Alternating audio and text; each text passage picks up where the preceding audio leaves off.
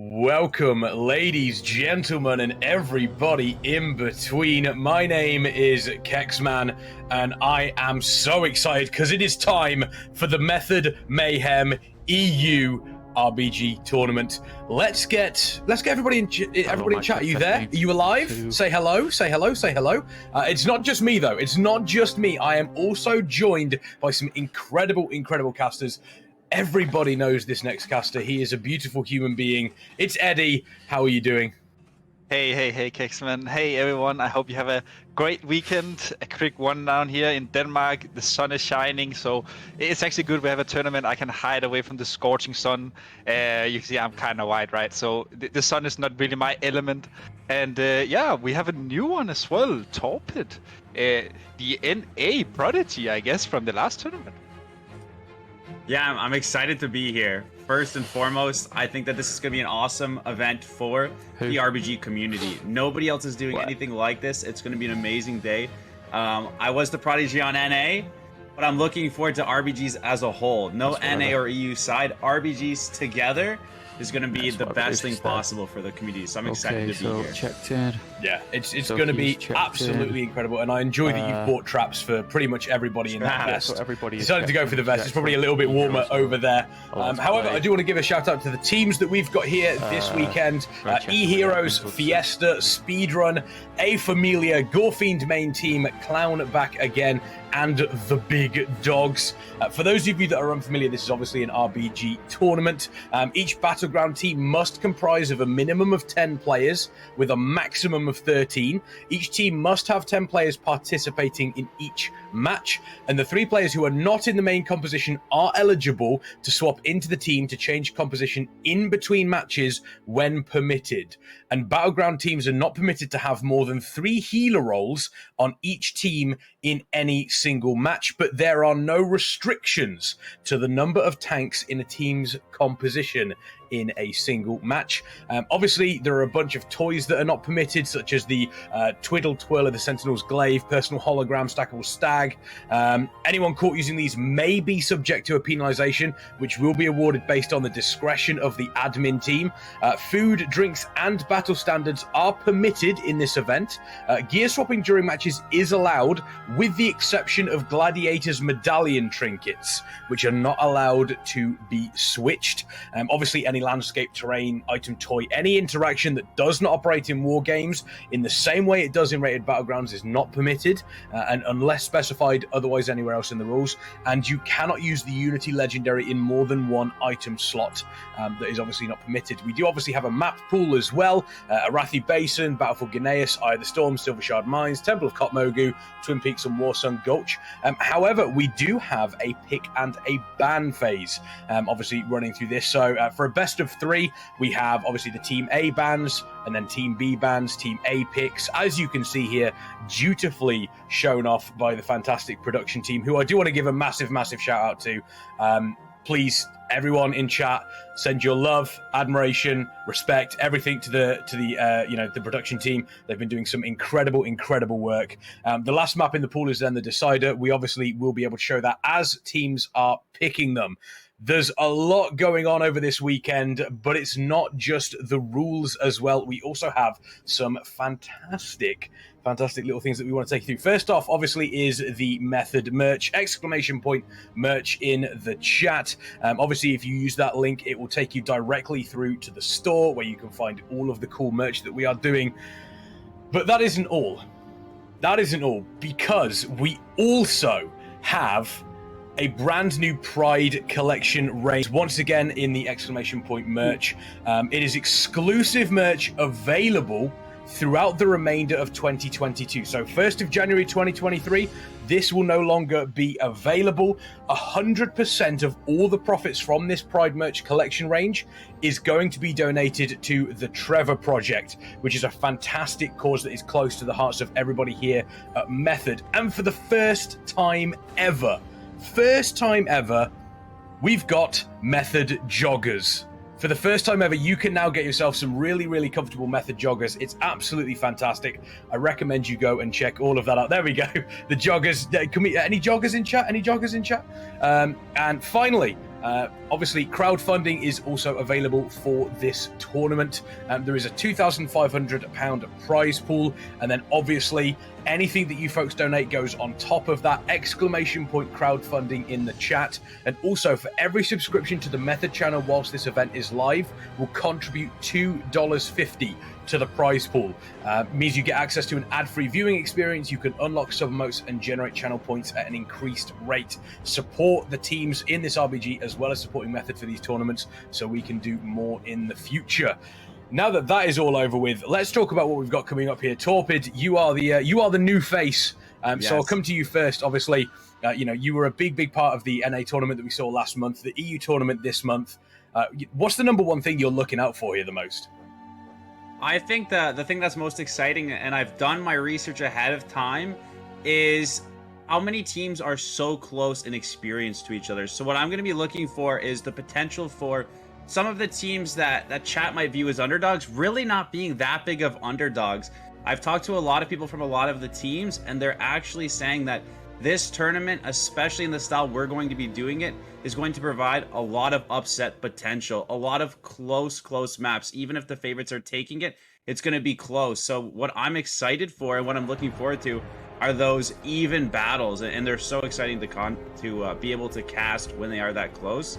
So coming from NA, we had a little bit of a different setup, and there was a little bit of team disparity, but doing my research on EU, I think there's going to be a lot of competitive games today, and I'm really looking forward to that. Yeah, I think that's one of the big things, is obviously having these competitors relatively similar sort of skill levels. Eddie, this is your stomping ground, the EU. Yeah. What do you give us some hints as to who we should be looking out for during this tournament?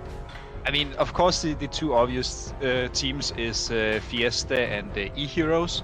But there's some things I think we should quickly run down. There was some quick hotfixes yesterday night. Especially there was some nerfs to Holy Priest. The Ray is now extended from 60 to 90 seconds. There's also a nerf on the mana regeneration and their chastise. So I really think we're not going to see any Holy Priest today, which I think will maybe switch up some of the teams, like who can adapt. Also, there was some big buffs for Shadow Priest. I think it's 10 and 15% on VT and Shadow Word Pain. And then Warlock. Like, they nerfed Drain, but they buffed Dark Pact. So, I mean, honestly, I think we're going to see most of the standards things, but I don't think we're going to see Warrior now. They just nerfed Warrior as well with the banner with 33% crushing blow, and many teams who like to play Fury Warrior. I know it hurts your heart, Cakes, man. As an OG Warrior, but the many teams who like to play the Fury Warrior, 33% on the banner is actually quite a lot, especially when you see these European teams that like to play around a lot of mastery. We see a lot of Boomkins and Elle who rely on mastery. So yeah, I think it's going to mean something, but again, like to just end on your first note, I think teams to watch is Eheroes and Fiesta, of course. Watching Eheroes, I wouldn't have imagined that would be a team that we would have to watch out for. Eddie brings up a good point there, Torpid. Obviously, having these changes potentially coming in, is that something that they will have, that they're going to be worried about? Because if I remember rightly, those changes don't come in until next week. So, obviously they may see this as an opportunity to, there are some players that are going, well, I'm not going to be playing Holy Priest next week. Let's make the most of it during this week. It's a hotfix yesterday night. Was it a hotfix or? At the reset. It came out the 24th, so it's a hotfix. So yeah, that's why. But I know what I mean. It's usually every Wednesday, but yeah, it came out. At least If it was hotfixed, then I do think teams at this level are quick enough to be able to adapt. So if it was hotfixed last night that the Fear Warrior banner was nerfed, then you could definitely see some teams at this level with the intellect to make that move over to arms, to adjust their comp. However, in our format, we do have the teams lock in their classes.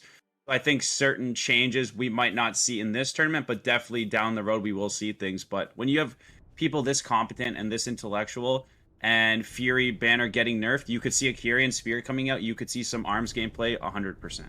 Yeah, it is. I just double checked. It is next week. Next week? It is next week. I tried to prep you, man. It's next week. Oh my god. Then not good. Okay, ignore that then. Sorry. I was a bit. That was when he said it. I was a bit confused. I was like, wait, are they really changing that much on a hotfix? Like that would be. I mean, I'm just surprised that they've made changes, specifically PvP changes. Let's be honest here. Oh well, yeah. That's true. They prefer PvE next week. Sorry. I apologize.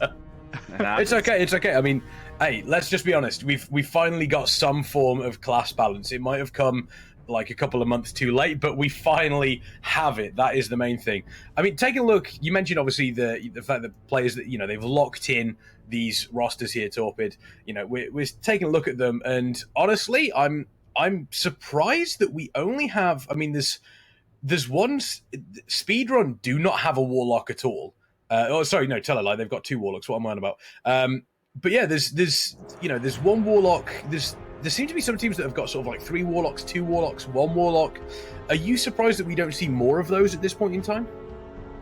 I think that with the recent nerfs to Destro and then recent nerfs to Demon Armor, some other things are more viable, but Warlock is just an essential centerpiece of every team. When you look at the Warlock spread pressure with the UAs, when you look at them having the Shadow Bolts now critting almost as hard as the Chaos Bolts, and then you look at the things as a flag carrier myself, having a Hellstone and a Warlock gate is make or break. Okay, my Warlock, I don't even care what he's doing on the map. Having the Hellstone and the gate, that utility really provides a lot of value. So I'm not surprised to see the Warlocks in the tournament setting. Certain maps teams are allowed to run 2 to run 1. In LFG you might just have 1 because double Warlock's not great for everything. But in the tournament setting, they get to pick and choose what they want to run, and they get to synergize based on that. So I'm really not surprised ever to see a lot of Warlocks on every roster. And you mentioned Eheroes, Eddie. You mentioned Eheroes. Obviously, we will be getting to our first game very, very shortly. La Familia versus Gorefiend main. Eheroes of no, they're notorious across the scene. Everybody knows Eheroes. Are they the team to beat during this weekend? They definitely are. At least if you want to get some credit on the Europeans team, it's the team you want to take some games off. Now, I will say that even though we talk, or at least I mentioned Eheroes and Fiesta, I think there's also need to be some honorable mentions. Speedrun has a very, very strong lineup. They have some strong players as well coming in who we have seen on other teams. They have quite a few Russians coming in, and also like La Familia. La Familia is probably like they're 4th seeded, right?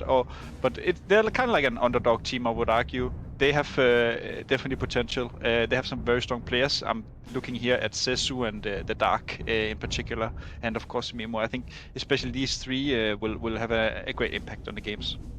Yeah, we do see us moving to the ban and pick phase here. Torpid, you don't regularly see this. Obviously, you don't ban certain maps during RBG tournaments sometimes. Is this going to potentially throw some wrenches in the works for some of these teams, do you think? I don't know about wrenches, but again, talking about that balancing and getting the most out of every single match, I know that certain teams really excel on certain maps. To give you an example, Eheroes on Temple Mogu, bringing that synergy and bringing that experience of the supposed to be best team in the tournament really can landslide one team, where when you have that flag map, a lot of options to keep the match longer. So I think we're not going to see wrenches, but I think we're going to be able to see a lot more competitive games because teams that aren't uncomfortable on a map are going to be able to ban those maps away and then bring that confidence of the maps they wanted to play. So I really love this pick and ban, and I think it's going to be great for the tournament. Yeah, we see Warsong Gulch banned out here, and then Eye of the Storm followed up with. Take a look at those 2 bans. Any idea where we're going to go, Eddie? What do you think the pick is going to be here for Team A, which I believe is Gorefiend main? I mean, I think Gorefiend, they actually have quite a good synergy when it comes to team play, so I could see them go for Aguineas. Now, again, both teams here, on paper, you will probably favor La Familia, at least if you look at the individual players, but again, I think for Gorefiend, then I think they want to opt into some teamfight maps. Okay, they're going for Silvershot Mines. Again, they're going to play around. They're at least communication. They will have a lot of coordinated plays, and Gorefiend, he is the DK as well, so he's the main voice, and we have seen a lot in this meta that teams utilize their DK as a slowing tool, so you can move your team around the map and basically use numbers advantage. Yeah, that's the hope. And Silvershard Mines, yes, obviously it is an objective-based map.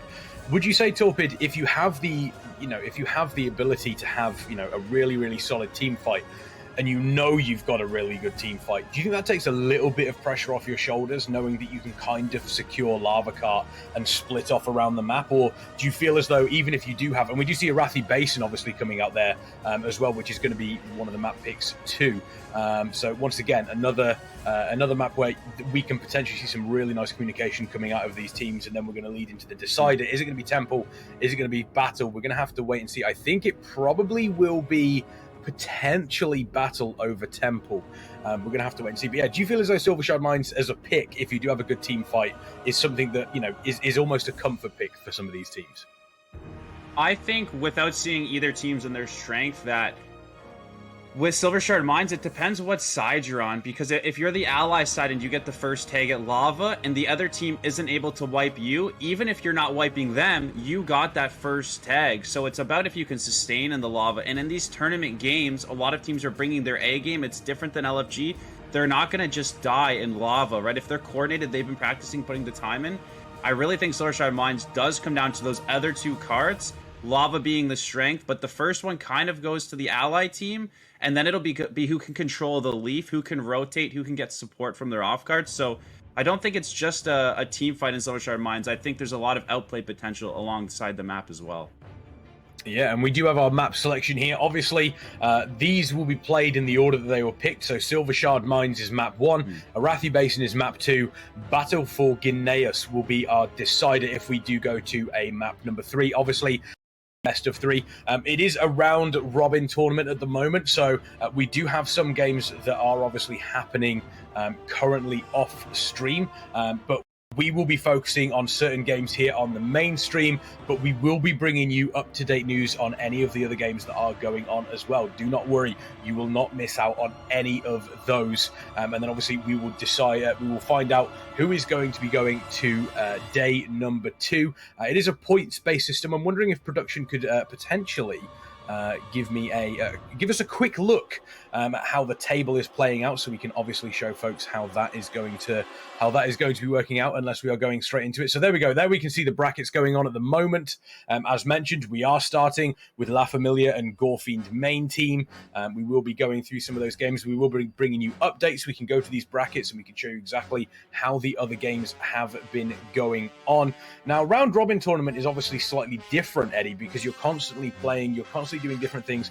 Doesn't give you as much time to watch some of the opposition that you're up against. Is that something that is quite important for these teams, or will they know each other relatively well at this point? When it comes to the European scene, many of these players are the people who play regularly and they face each other daily. So they usually know what teams will do. A great example is Fiesta. They play around Evidence, right? But I would still argue that round robin is really great also just for the competitive side, because I really like the potential for upsets, and the fact that we have every team meeting each other and we're not just going straight into a knockout. I think it's really great. For just Gorefiend main team here, just returning to the match, Silvershard, I think, honestly, it can be quite important for them what's going to happen here, especially as Torpid mentioned, who gets Alliance on Horde side. Especially Horde side, I would always favor when we come to Silvershard Mines, because you would be the first one to have the middle card, and with middle, you always are in a position to either move top or reinforce Lava, right? Since your card is capping first, so you are able to move first. So I think Horde would be important, but that's also why I think that if I were Gorefiend main team, I would try to put some focus on Lava. The rule of thumb is that if you get all Lava cards, you only need 2 off cards to win. So I think they're going to play around that. But again, I mean, it's really up for grabs. It's really close teams, these two. It's really, really close, actually. Yeah, I'm looking forward to seeing how these games play out. We mentioned, obviously, the round robin, not seeing how other teams are going to be playing. Does this add something a little bit more to day 2 as well? Because these teams are going to be pushing so hard to get to, obviously, day 2. They want to get to that grand final. They want to win the Method Mayhem EU RBG tournament. Does that add a little bit of extra spice to tomorrow, Torpid? Because we may see teams, obviously, going at each other on the same map that we saw day 1, just with some slightly different tactics on board there. Is that something that we can be looking forward to, as we do see Silvershard Mines loading in right now? Yeah, definitely. As it's loading up, I'll talk until it does. I definitely think that a round robin is unique and it's very exciting. And I know that it's not just going to be an easy day one for teams. If you're that 1 seed versus that 7 seed or that 8 seed, typically it feels like an easy match. But with the round robin, I really think a lot of teams are going to be put to the test. Stamina is going to come down to it. But let's get started here. Yeah, and looking just from the opener here, sorry to take over, but the opener is quite standard with the 3v3 off card. Now, La Familia, a quick rundown. They're running Boomy, Fearl, and Rogue off card. This is probably the strongest 3v3 you can run on Supershot Mines. And here, what they're doing is they know they're going to get engaged on middle, and they're going to win this 3v3. They even rotate in Jackal. This is a lot of commitment, honestly, this is a lot of commitment. I think La Familia, honestly, should see the fact that Jackal is here, and honestly, this will mean that they secure lava. Absolutely. That's got to be the hope. That's got to be the hope. We do see, obviously, this is game number 1 in this best of 3 series. Our first game of the day, La Familia versus Gorefiend Main, as we do see the carnage unfolding here on Silvershard Mines and Torpid. I think it's something that, you know, it's a standard opening from both of these teams here, and we're going to see exactly how things play out. I think Silvershard Mines is one of those few maps where within the first 30 seconds, you can kind of get a feel for how this map is going to play out. Absolutely. It looks like Horde is holding on to the middle here so far. It'll be really crucial that they don't let this turn over. They, like Eddie said, they did send a lot here. You can see that the Druid is already headed out to the top cart that's uncontested. Mid is capped, and as soon as mid is capped, like Eddie mentioned, they have the decision, go reinforce lava or play for top. So it looks like Drukio is headed to the top cart. He's going to lead, get the tag for his team, and then we'll see what follows up here behind him. Yeah, that's really great tech, but at least La Familia, they managed to secure lava here. Now, this was expected with the fact that Jackal instantly rotated middle. Now, honestly, a big shout out to Jackal. Jackal saw that La Familia was going to go straight from middle for the 3v3. He instantly rotated and honestly saved his team here. And you could argue here with Druid Q, he should honestly leave here. I think the Rogue was just seen. He is literally zapping people off mid, so I think he could leave top. And now, this comes down to the next lava. This lava will be very, very important. This is basically a crucial turning point. Whoever wins this will probably be in a very big lead. Absolutely. I think once those 2 first carts cap, it does come down to the lava here. So you can see we've got a large team fight. Gorefiend with the A-bomb lean, grouping everything up. The enemy dome does come out. I really think that this lava is going to be absolutely crucial, like Eddie mentioned, and whoever can cap that is really going to get some momentum. Both teams very healthy on mana. Who do you think has the edge here, Eddie? Honestly, looking at the cooldowns, I think that La Familia is in a slight favor. They still have some stuff that they have the Monk Cocoon, as I say, that is mentioned. But look at Cass, look at Jackal. Jackal is dead. Cass is Cass is probably about to die here as well. Now, I think for Gorefiend main team, they should already start to leave this lava. They don't even have the tech anyway, so it's kind of fighting to a dead end. They need to put some pressure on their off cards. We saw before that Tugra is basically alone, and as we see now, Druid Q, he is moving. Fruity is moving. RBG, Carl is moving. But again, it's just a little too late.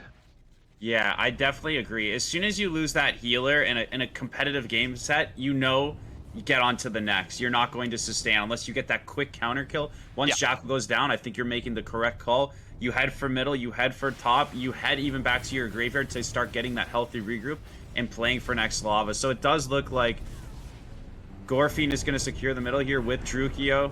They're in the 2v2 up top. I think they're going to capitalize on that, which is great news after losing that lava. Like we mentioned at the beginning, both teams really coming out to play. The game is extremely close, and it's going to come down to another team fight here in middle to see who can start swinging the momentum forward. Yeah, that's got to be obviously the hope for these two teams. Is momentum on Silvershard Mines is so important. You see Gorefiend main here. They have lost Cass once again. They've got 2 of their DPS down as well. Comes and Debrax here. Currently 15 seconds out from this. And even though it's a very, very small part, you know, the team fight plays a very, very important thing. Having these players down, we do see Fruity Tutti going down and Jackal going down there as well. Having these players die and effectively having them be staggered deaths as well is really poor, because it means that no matter what happens throughout the map, you are always going to be a couple of players down. We do see on the side of La Familia, they pretty much have everybody alive. They're healers, pretty much full on mana. But Gorefiend main still doing a good job in being able to control these carts here, Eddie. And just to return to the point, the staggered death is really, really important. It just means, especially on Silver Mines, which is basically a numbers game, right? You need more members to turn the card to your side. So if you're dying one by one, it's not ideal. Now we see what Gorefiend main team is doing. This is very smart. So what happened was that, sure, they were dead, but they all regrouped in the graveyard. And this meant that La Familia has to split. They don't know if Gorefiend is going to go for either lava or middle. And with this, Gorefiend, they instantly ran out to middle. Gorefiend started slowing everyone. It essentially means that Gorefiend main team will connect this lava. But again, look, Tygra already rotating up here. We see Druid Q coming in. We see Balzac coming in well. But I think that Tygra will have this. He has reinforcements coming. So, I mean, a great regroup from Gorefiend. They managed to secure middle. But again, they're still behind. They need momentum. And I mean, as I say this, La Familia is dying though. Yeah, absolutely. But it does look like we're pretty much even here in the top card. But La Familia should be able to come in here. It looks like the Rogue and the Monk coming in, it's going to turn for them. Tiger was alone, only a little bit of support and one other member. So when they rotate 5 up there, they're going to trade the middle card to Jackal here. But with the lead already securing that top, and now grabbing the Zerker from top card and heading into the lava, grouped up, La Familia is going to look to extend this lead and push for the next lava. So I think we're going to have an extremely important fight at lava right now. The game is extremely close, and this is really going to tilt it one way or another.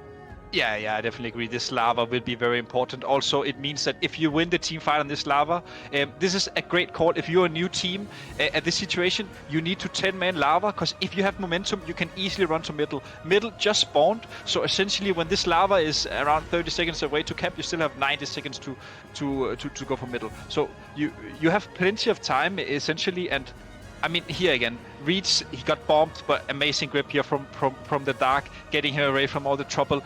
A lot of damage is going down onto the Familia, but they still have cooldowns. We still have the barriers available from Mimo if it is necessary. And again, they are double Warlocks. I mean, look at the Warlock. They are just rotting here, Gorefiend main team. I think they are even low-key trying to fight outside of the card in some of these scenarios. So, but again, Gorefiend, they turned it.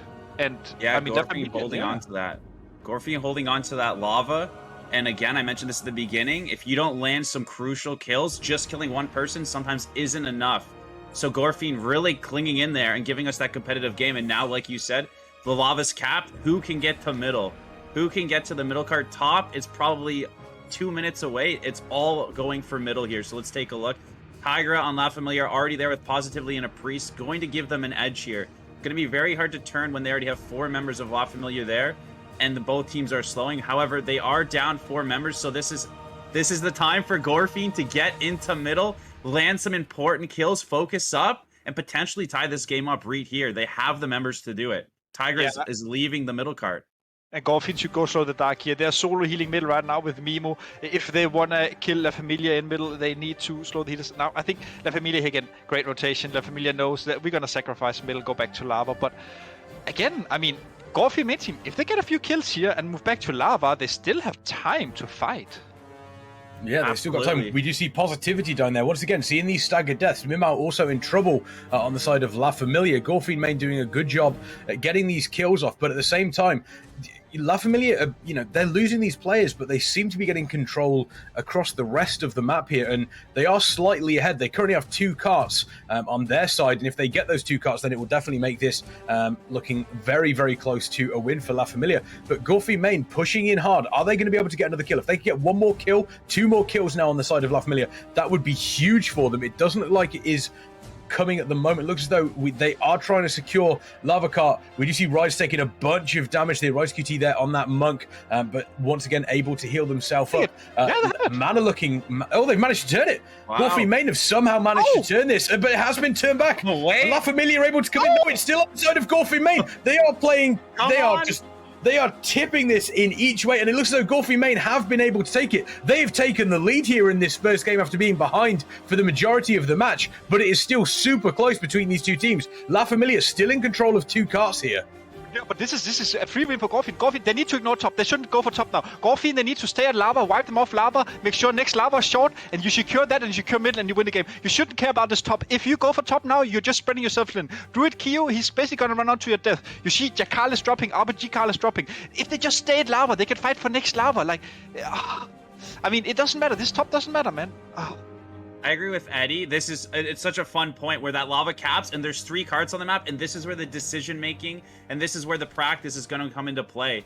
We're going to see exactly here which team doesn't spread thin, like Eddie's saying, which team capitalizes on getting those 2 carts to secure victories. So right now, the top card's going to cap first, it looks like, in the favor of La Familia right now. So we'll see if Gorefiend can give the tip or not, because if La Familia... No, Gorefiend should turn this.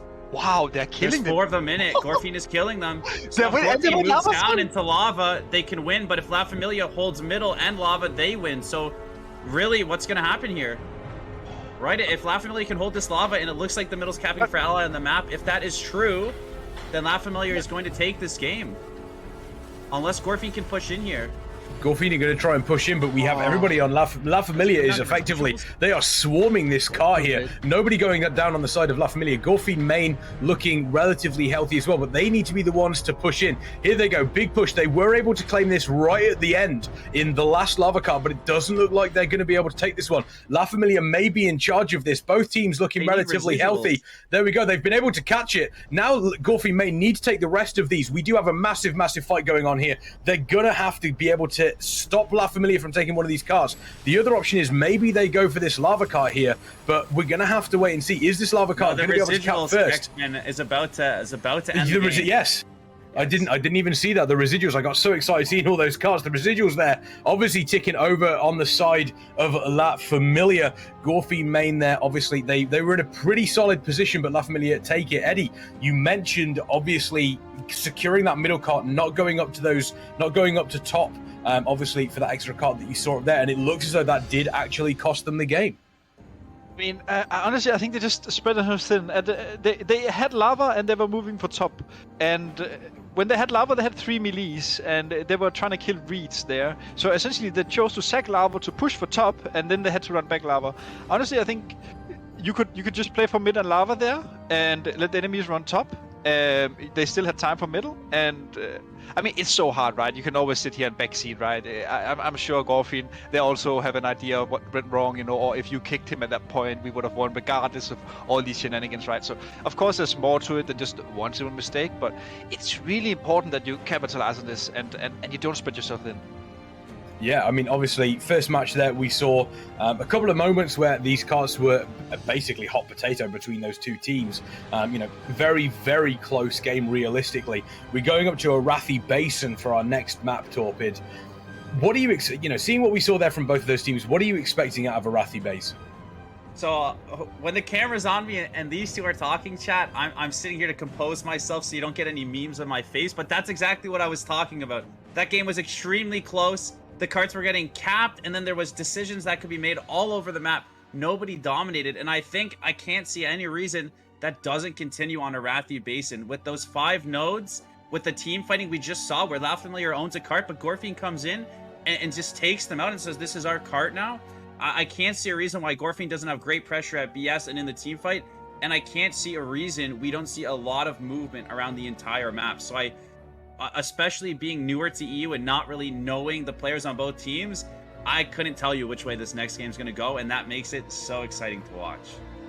Well, luckily, I know somebody that knows a lot about these players on EU. Ooh. Eddie, where's this next match going?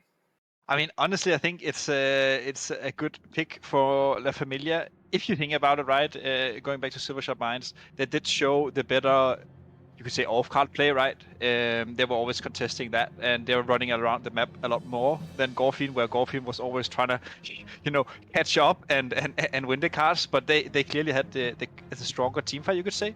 So for Team Gorefiend here, they just need to symbolize the game. Secure 2 bases and take the team fight middle.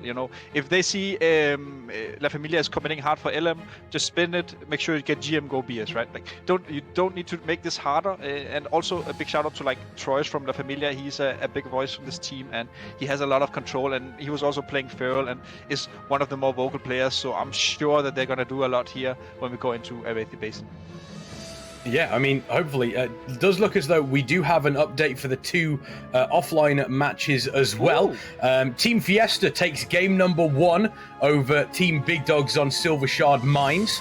Team Big Dogs started with an interesting 7 off-cart strategy. but Fiesta were quick to adapt and secure all of the first carts. So it does look as though Team Fiesta currently 1-0 up against Team Big Dogs. They're that first map happening on Silver Shard Mines. Eddie made a very good point there, obviously, securing Lava Cart, not being baited into that top cart, which Gorefiend main kind of were baited up into that top cart. Do you think that's possibly first match nerves torpid, you know, going into the tournament and kind of almost seeing that top cart going, we've wiped them, we can go for the top cart, we can get these points, and not thinking, you know, maybe a step or two ahead, which realistically you kind of have to do in an RBG when you're playing up against teams of these caliber? I think that... Sorry, do you want to go, Eddie? No, you take it. I think that when it comes down to those little decisions, it really does come down to, like Eddie's saying, who's the big voice of the team calling the shots? And there really isn't a wrong answer there. They won the lava, and then top cart's going up, mid cart's going down, lava's going down. Both teams need 2 carts. Yeah. So had they gotten top and then jumped down and won the lava, they could have won the game. Had they given top, they would have had to win lava and control mid, right? So what La Familia did was they had the tag in mid, and it looked like it was uncontested from what we could see. Yeah. And then La Familia sort of rotated top and said, wait, no, we're not going to get top. Let's go back to lava, hold lava. So La Familia held the 2. So Gorefiend going top, I think in any competitive situation, you need to commit to whatever the call is. So if the call is top, they go top, and then they gamble it in the next lava, right? No different than what La Familia did, where they took middle and they gamble it in the lava, but they were positioned in the lava, and it's harder to get that turn. But Gorefiend had proven that they could do it. So I think that if they stayed together, slowed it down, kept the nerves together, because there is a lot of nerves, getting the top, letting La Familia getting the middle and fighting for that lava, it could have been anybody's game. La Familia was just strongly positioned at the lava and had the tag, giving them that edge. Absolutely. And, you know, we see a couple of these teams, they've got a couple of extra members, Eddie, kind of outside of the teams. Obviously 10 players per match, but they can have a maximum of 13.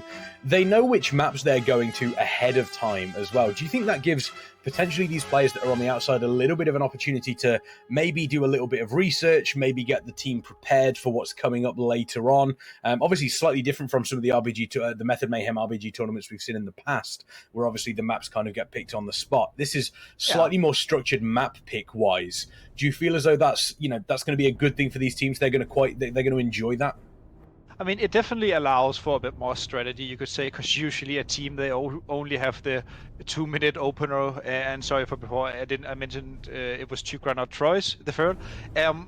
But yeah, usually what we see is that teams, if they have more time, they can maybe go into depth a bit more about, essentially you could call it the level 1, the opener strategy, right? Because you can maybe try to plan out what the enemy is doing, but again, we've talked about this quite a few times, what is the best strategy, and for me the best strategy is always adaptation towards what the enemy is doing, and then you adapt and react to that.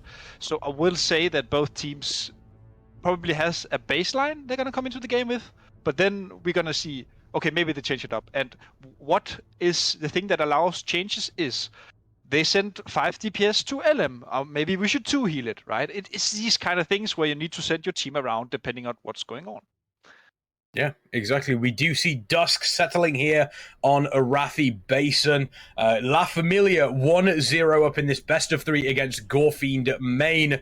La Familia obviously hoping to secure this Arathi Basin to take them, obviously 2-0 up and win this first match here up against Gorefiend main, who are looking to take this to a game number 3 between these two teams. Arathi Basin, obviously a very, very exciting map, opens up for a lot of strategies. Excited to see how these teams are going to play out. Let's get some hype in chat. Who do you think is going to take this? Is it La Familia? Is it Gorefiend main? Let us know in the chat right now. But as we dive directly into the action of Arathi Basin, Eddie, what can we expect from these two teams at the start here? Just a quick glance at the lineups here. We see Druid Kyo, he is going for mines. I'm probably going to expect that Ballsack is going to cap his base and go mines as well. We're going to see, I think the most important base here in the start will probably be mines. It's going to be a 2v2 between Boomies and Rogue. We see here now, it all depends what Ballsack does now. Is he running mines? Okay, he's not going to mines. Okay, so mines is essentially Boomy versus Guardian. Okay, this is an insane 1v1. And we see Jakal here, look at Jakal. Jakal, he was on the way to BS, now he's going LM because he saw they need one more BS. Oh, LM, I mean. So again, as I just said in the start, teams, they adapt to what's going on and they send people accordingly, and that's what we're seeing here.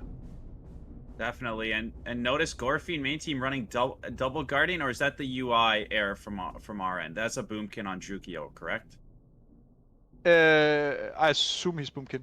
Yeah. Right. I wasn't sure. I know in the EU tournament, double tank is a lot. I thought maybe Gorefiend was spicing it up, looking to guardian sit both bases that they get in play for the third, but it does look like he has the boomy CDs underneath him on Drukio. So it does look like one guard on each team, and just the LE being the difference, and double DH on both of these teams.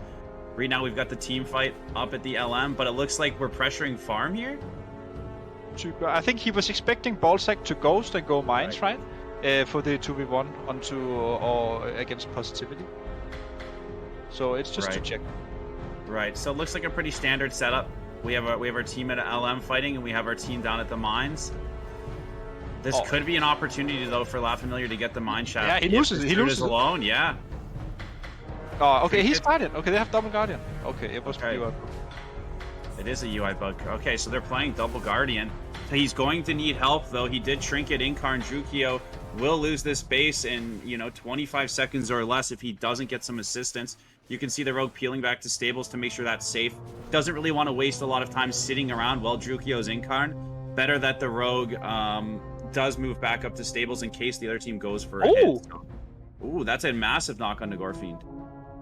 That is a huge knock, and that's really important as well, because that actually is bigger than you realize, because not only does it take Gorefiend out of the encounter, but it also completely negates that Necrolord trait of being able to stay alive. Gorefiend can no longer put any more pressure on. So that is actually, that is a huge get there for La Familia, because once again, not only do they get Gorefiend, they've also lost Alovi as well. Looks to be on Lumbermill, so that could be even more pressure they're putting on. We do see at this point in time, Jackal has come down here onto mines to help out. Druki there on Gorefiend main, but we do also see the Rogue going back down for La Familia alongside, I believe it was Positivity down there as well. So once again, we could be seeing a big fight over that mine. Looks as though both of these teams currently still locked in. In comes the Cyclone out. Looks as though they're going to try and keep it, and it looks as though they are able to take it. La Familia do currently have control over mines. Druki are going to be doing what they can to potentially stop that, but it looks like I say may, they're definitely going to lose this fight here. La Familia able to take mines. Pressure showing. Yeah, that's an amazing ad. Now, can they get LM? It looks like a single Guardian, double Crackling Jade. Yeah, he's gone. They get a wow, 3 capped. Beautiful. Yes, that was a great fight from both teams. Really good, strong opener. Exactly what you want to see. Nobody losing bases for a couple minutes, rotating, ghosting, playing all the angles they can. So now, Eddie, if you're Gorefiend, you have one base and BS is uncontested, what are you looking to do? So what I would be looking to do now is, first of all, I would be kind of sad that I'm running double Guardian now, because I only need one defender. Now, I would probably rotate my Guardian back to stables and farm. And in this case, you need to go heavy on BS. But again, looking at this now, La Familia, they just kept it in their face, literally, right? So wow, it's not really going in Gorefiend's team's favor here. But again, I mean, the Gorefiend, they need to just take a fight at one base and win that. And when you then kill them, you can push for another. It's quite simple, really, but it's the only thing you can do. But losing BS here is really crucial. Absolutely. Yeah. I know that sometimes when a team has 4 cap, if we look at a positive note here, it can spread them thin, and you can see a reverse 4 cap sometimes. So I think you're correct. You get Gorefiend's Drukio sitting a base as Guardian, you get your Guardian Rogue stealth hitting a base, and you force your team fight to start wiping them, creating pressure, and next thing you know, they can get that second and or third base out of nowhere. Sometimes defending 4 can be more difficult for a team than defending 3. So hopefully La Familia keeps that in mind. It doesn't get too greedy holding 4, but does what they can to create this lead, and we'll see what can happen. It looks like they're killing Gorefiend up at LM. Not sure if that's going to work out for them there. Yeah, La Familia was ghosting with the Rogue. Sorry, Kicks, but I mean, complete map domination from La Familia. They have every still for shown except RBG Carl. They assume he's defending farm, so Heizung is just free ghosting. So it's looking rough.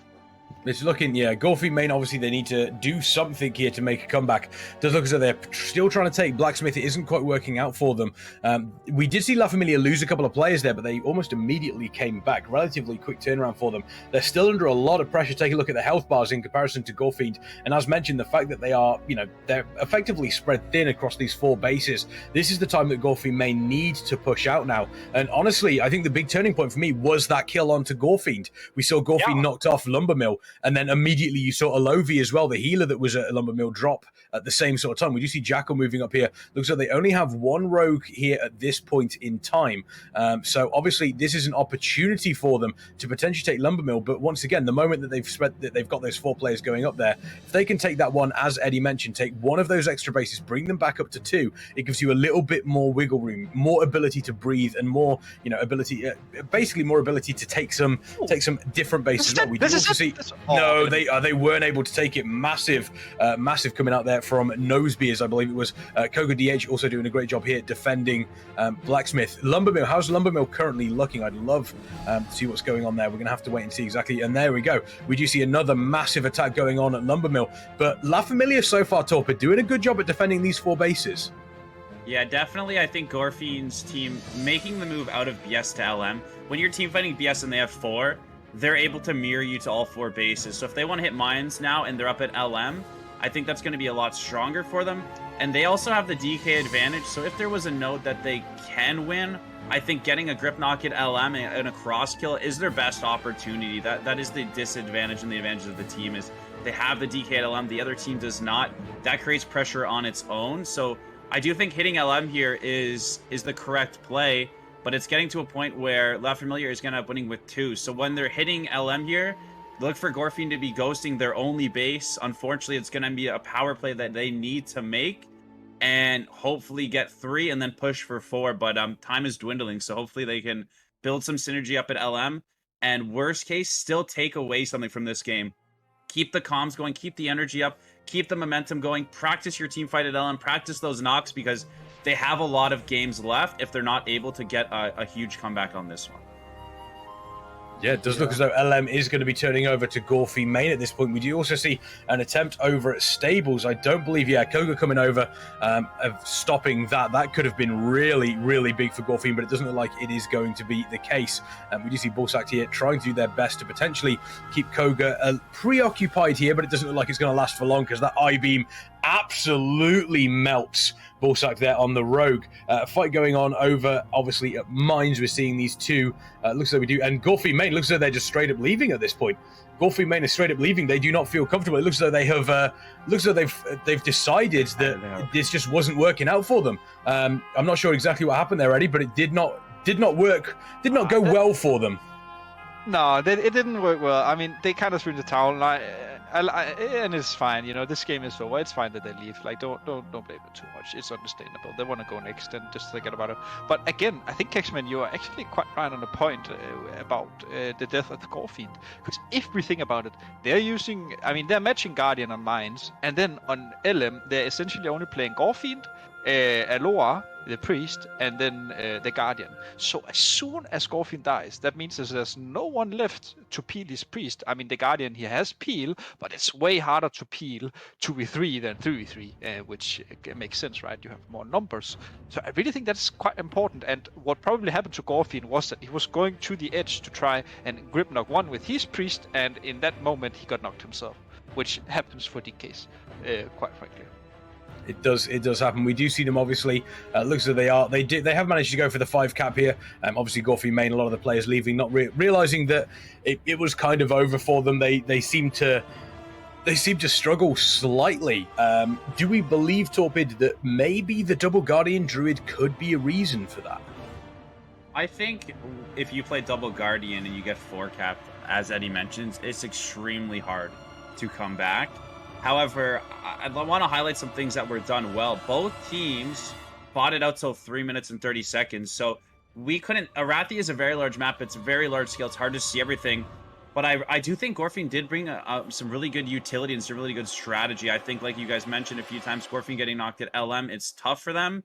but they didn't just get 4-capped instantly, right? It looks like some minor things happen on both sides, and maybe that's where La Familia is taking that higher experience, more synergized, better intellectual play, and making those micro plays to allow them to get that lead. But really, Gorefiend did hold up. I think that if they're going to lose LM, they can't lose Mines, and if they're going to lose Mines, they can't lose LM, similar to what Eddie said when you're playing that double Guardian. It's extremely important. So I think something that they could adapt to is, if you are starting to lose a node, sometimes it's better to give it quickly and go try to fight for that second node. A lot of people will stagger it out, but sometimes in RBGs, it's go to the next thing, because ultimately when they try to win all 3, and then they end up losing 2 of the important ones, and then getting that back cap at BS, getting that stolen from them from one of the druids on La Familia, I didn't see which one, that really sunk the ship per se. So I think that, you know, we can still see a lot from Gorefiend to come, and really the start was strong, a couple adjustments, and we might have a closer game for sure. Absolutely. La Familia taking this best of 3 series 2-0 against Gorefiend main, and obviously running those 2 Guardian Druids. We've mentioned, you know, we spoke about it, how it didn't quite work out for them. But there was definitely a world, Eddie, where if they were able to get, you know, if they were able to really put their stamp on this map, and they were able to get that early lead with those 2 Guardian Druids, it then potentially could have been very difficult for La Familia to come back into that. So it was almost an all or nothing play for Gorefiend main there. I feel like also running double Guardian, it kind of felt like they couldn't really kill anything. I mean, on LM you're not gonna kill with DK Guardian, right? So it all comes down to winning BS, and I think we saw La Familia rotating 2 healers to BS, so it doesn't matter if you have 3 DPS on BS from Team Gorefiend, you're not gonna win that base. So ideally, I don't think double Guardian is good, and if you're playing double Guardian, you need to have 1 Guardian going Mines, and the other guy is defending, and as soon as the guy on Mines is dying, you just send the other Guardian, and you keep rotating Guardians on Mines, 1 by 1, and then you can put at least 1 more member, because the Guardian should usually be in a 2v1 since he's losing it, so you can put more members to either BS or LM, and then get that base. And I think that's what Gorefiend needs to do. They can't fight for everything, just get a base, and then take it from there. Yeah, absolutely. And they've obviously, you know, we've obviously had this victory here for La Familia, but there's no time to rest for either of these teams, because they're going to be going straight into another game very, very shortly with a separate team, a new best of 3 Torpid. And, you know, this kind of keeps the players constantly going. You know, no players are kind of sat there getting cold. But at the same time, this does mean that this RBG tournament then, you know, stamina starts to play a part. You know, we're at the start of it here. You know, I thought you were trying to flex on I thought you were trying to flex on Torpid then, Eddie, and I was going to say that's not going to work. That was part of the thing. Have you seen Torpid? You're not going to flex on Torpid. Good lord. But yeah, obviously, you know, it then becomes a part of stamina. You know, when you start to get towards the end of the day, you're playing a lot of games in a row. It's going to start taking its toll. Definitely, I think that, and this will really shine through in a round robin for sure. It's not just stamina. Like, everybody in this tournament is a gamer by heart. Gaming is their passion. If you're playing competitive and WoW, so nobody will be bored of playing the games. If anything, they're going to love it. But what it comes down to is when you're a competitor and you're struggling or losing, even just as a human, it's who can keep that mentality of this is okay. Who can go down a game and keep going up? Who can go, you know, Gorefiend lost both games, but they really showed out, right? They really showed that a couple things in Mines, they could have won that.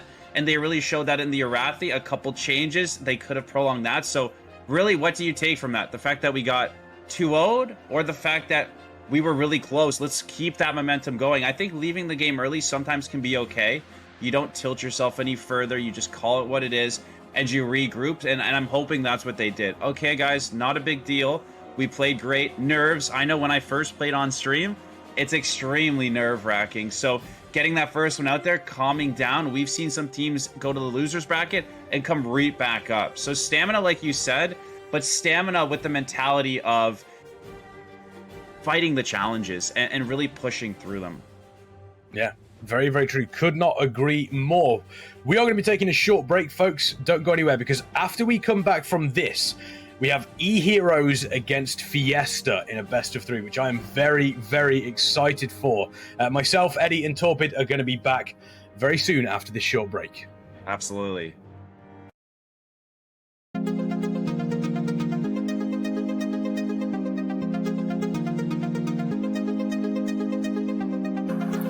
so good at pretending. Keep on smiling in my tiny bubble, like a movie without ending. Spending time like it was going backwards. Bruises covering my walls, but they fall down. Diving deeper in the books that we read blind. Breathing in and breathing out to get smarter. Not working out for me, yeah. Got no money on my mind, tell my mommy I'm alright. Even laughing at the jokes you would tell me. Keep myself inside the lines, neat and tidy all the time. If you ask me, I am fine. Got no money on my mind.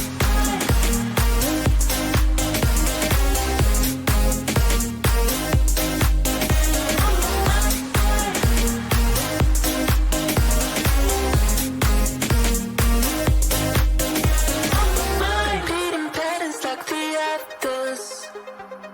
Meditation through the yoga lessons.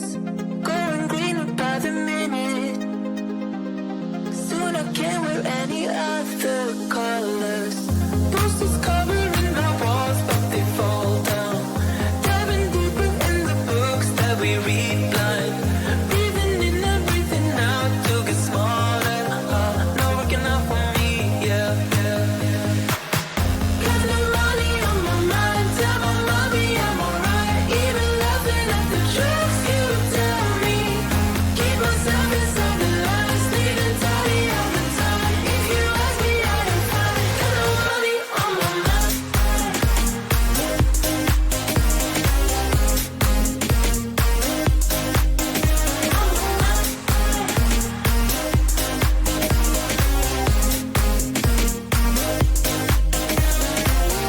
Don't you worry about me.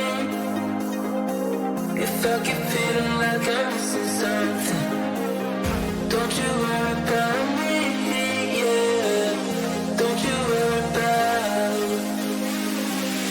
Got no money on my mind, tell my mommy I'm alright. Even laughing at the jokes you would tell me. Keep myself inside the lines, neat and tidy all the time. If you ask me, I am fine. Got no money on my mind.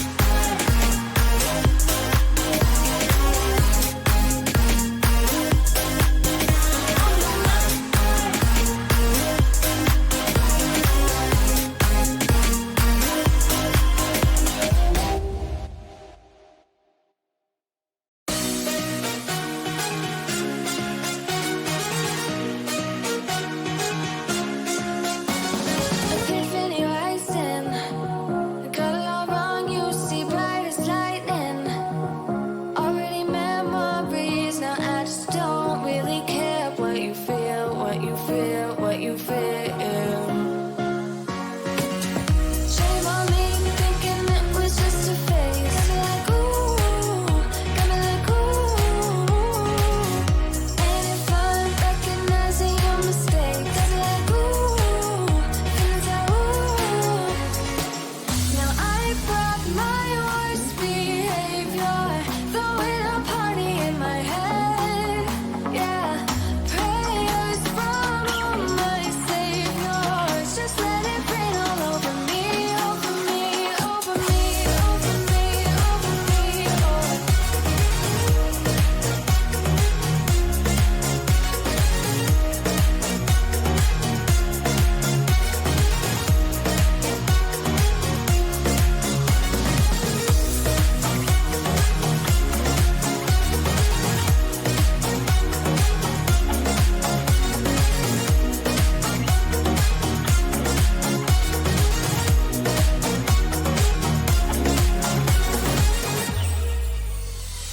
False advertising.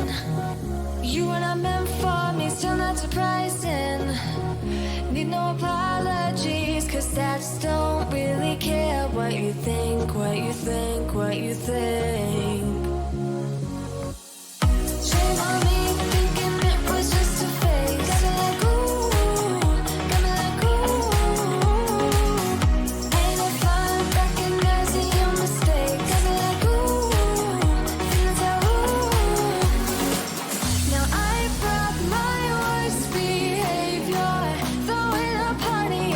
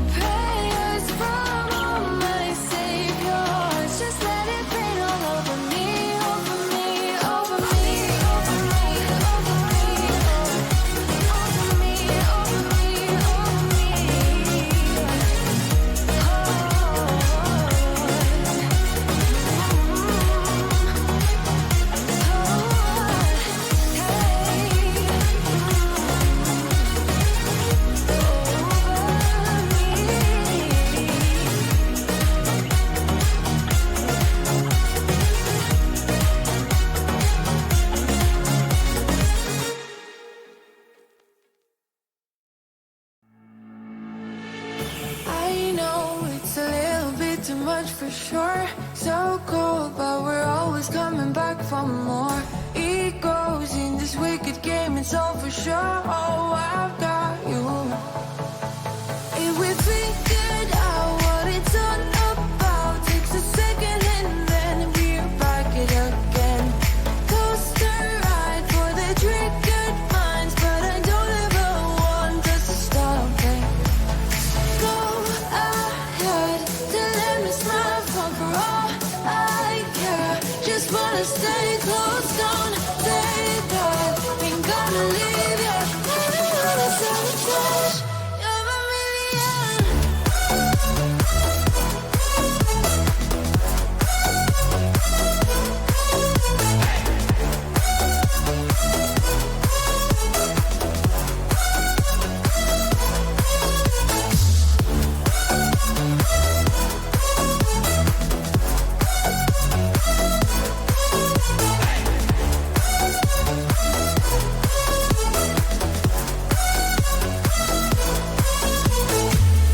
Explode every time you go and slam the door. Adore how we always end up on the floor. We know how to push the buttons to the core. I've got you. If we figured out what it's all about, takes a second and then we're back it again. Coaster ride for the triggered minds, but I don't ever want us to stop it. Go ahead, to let me smile for all I care. Just wanna stay close, don't say that. Ain't gonna leave you, I don't wanna sabotage. You're a million.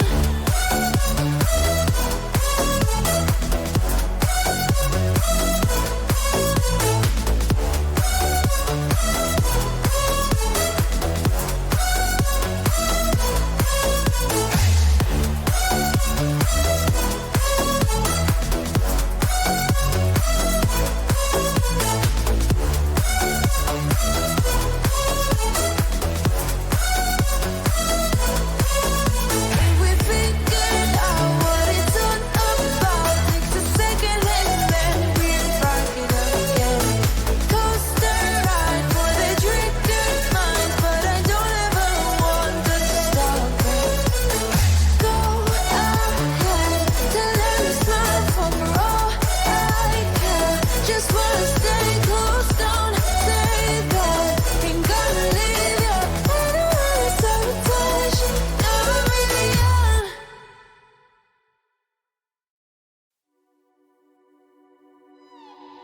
What happened to us?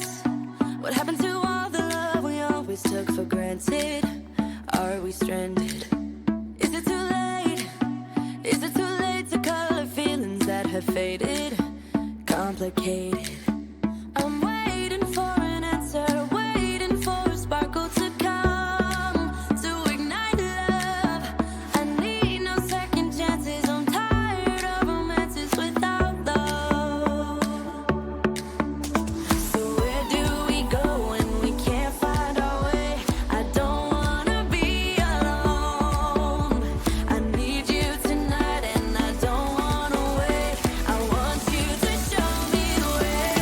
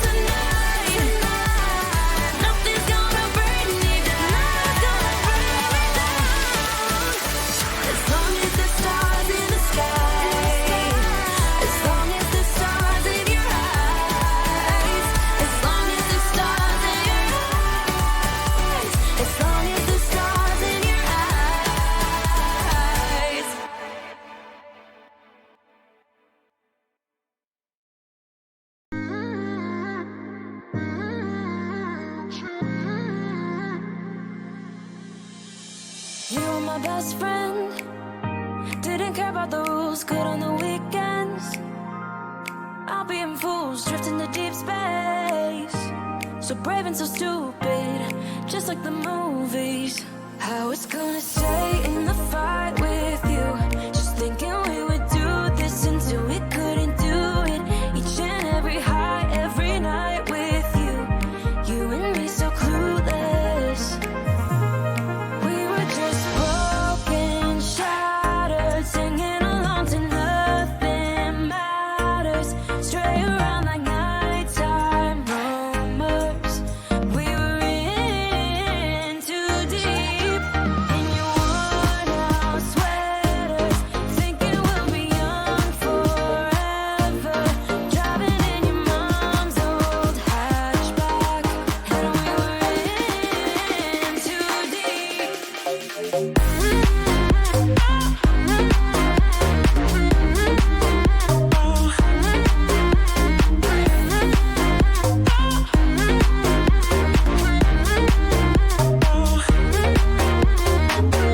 Cause I'm thinking we'll be young, be young, be young. Cause I'm thinking we'll be young forever.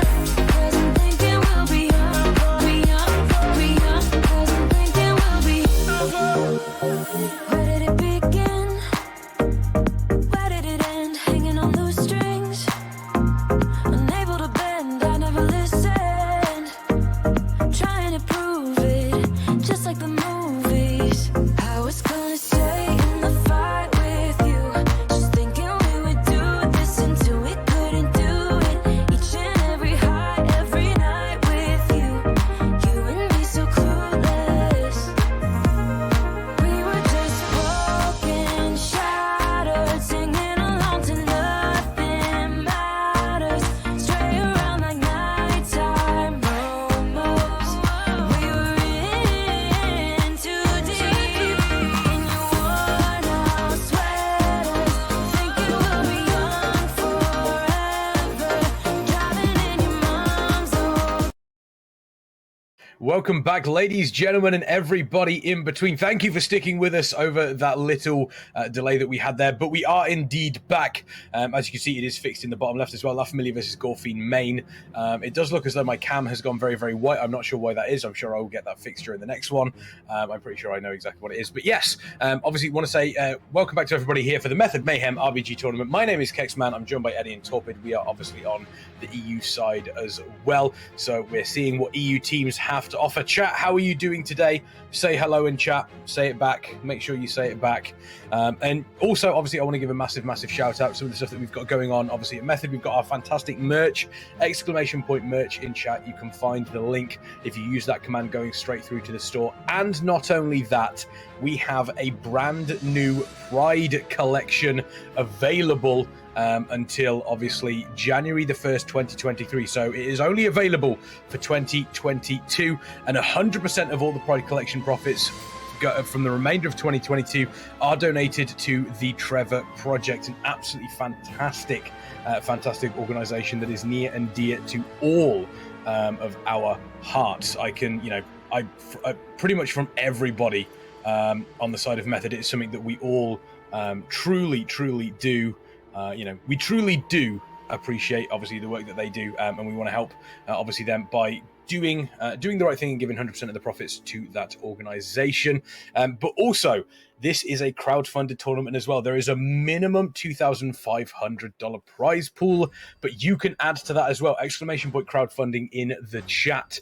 You can donate to that. And also, any Method subscriptions to the channel during this event will add $2.50 to the prize pool as well. Not only do you get all the benefits of subscribing to the Method channel, such as emotes, you get increased channel points as well, and an ad-free viewing experience, but you also support all of these fantastic teams. And speaking of fantastic teams, Eddie, Eheroes versus Fiesta, we want to look forward to this. Let's take a quick look at the brackets.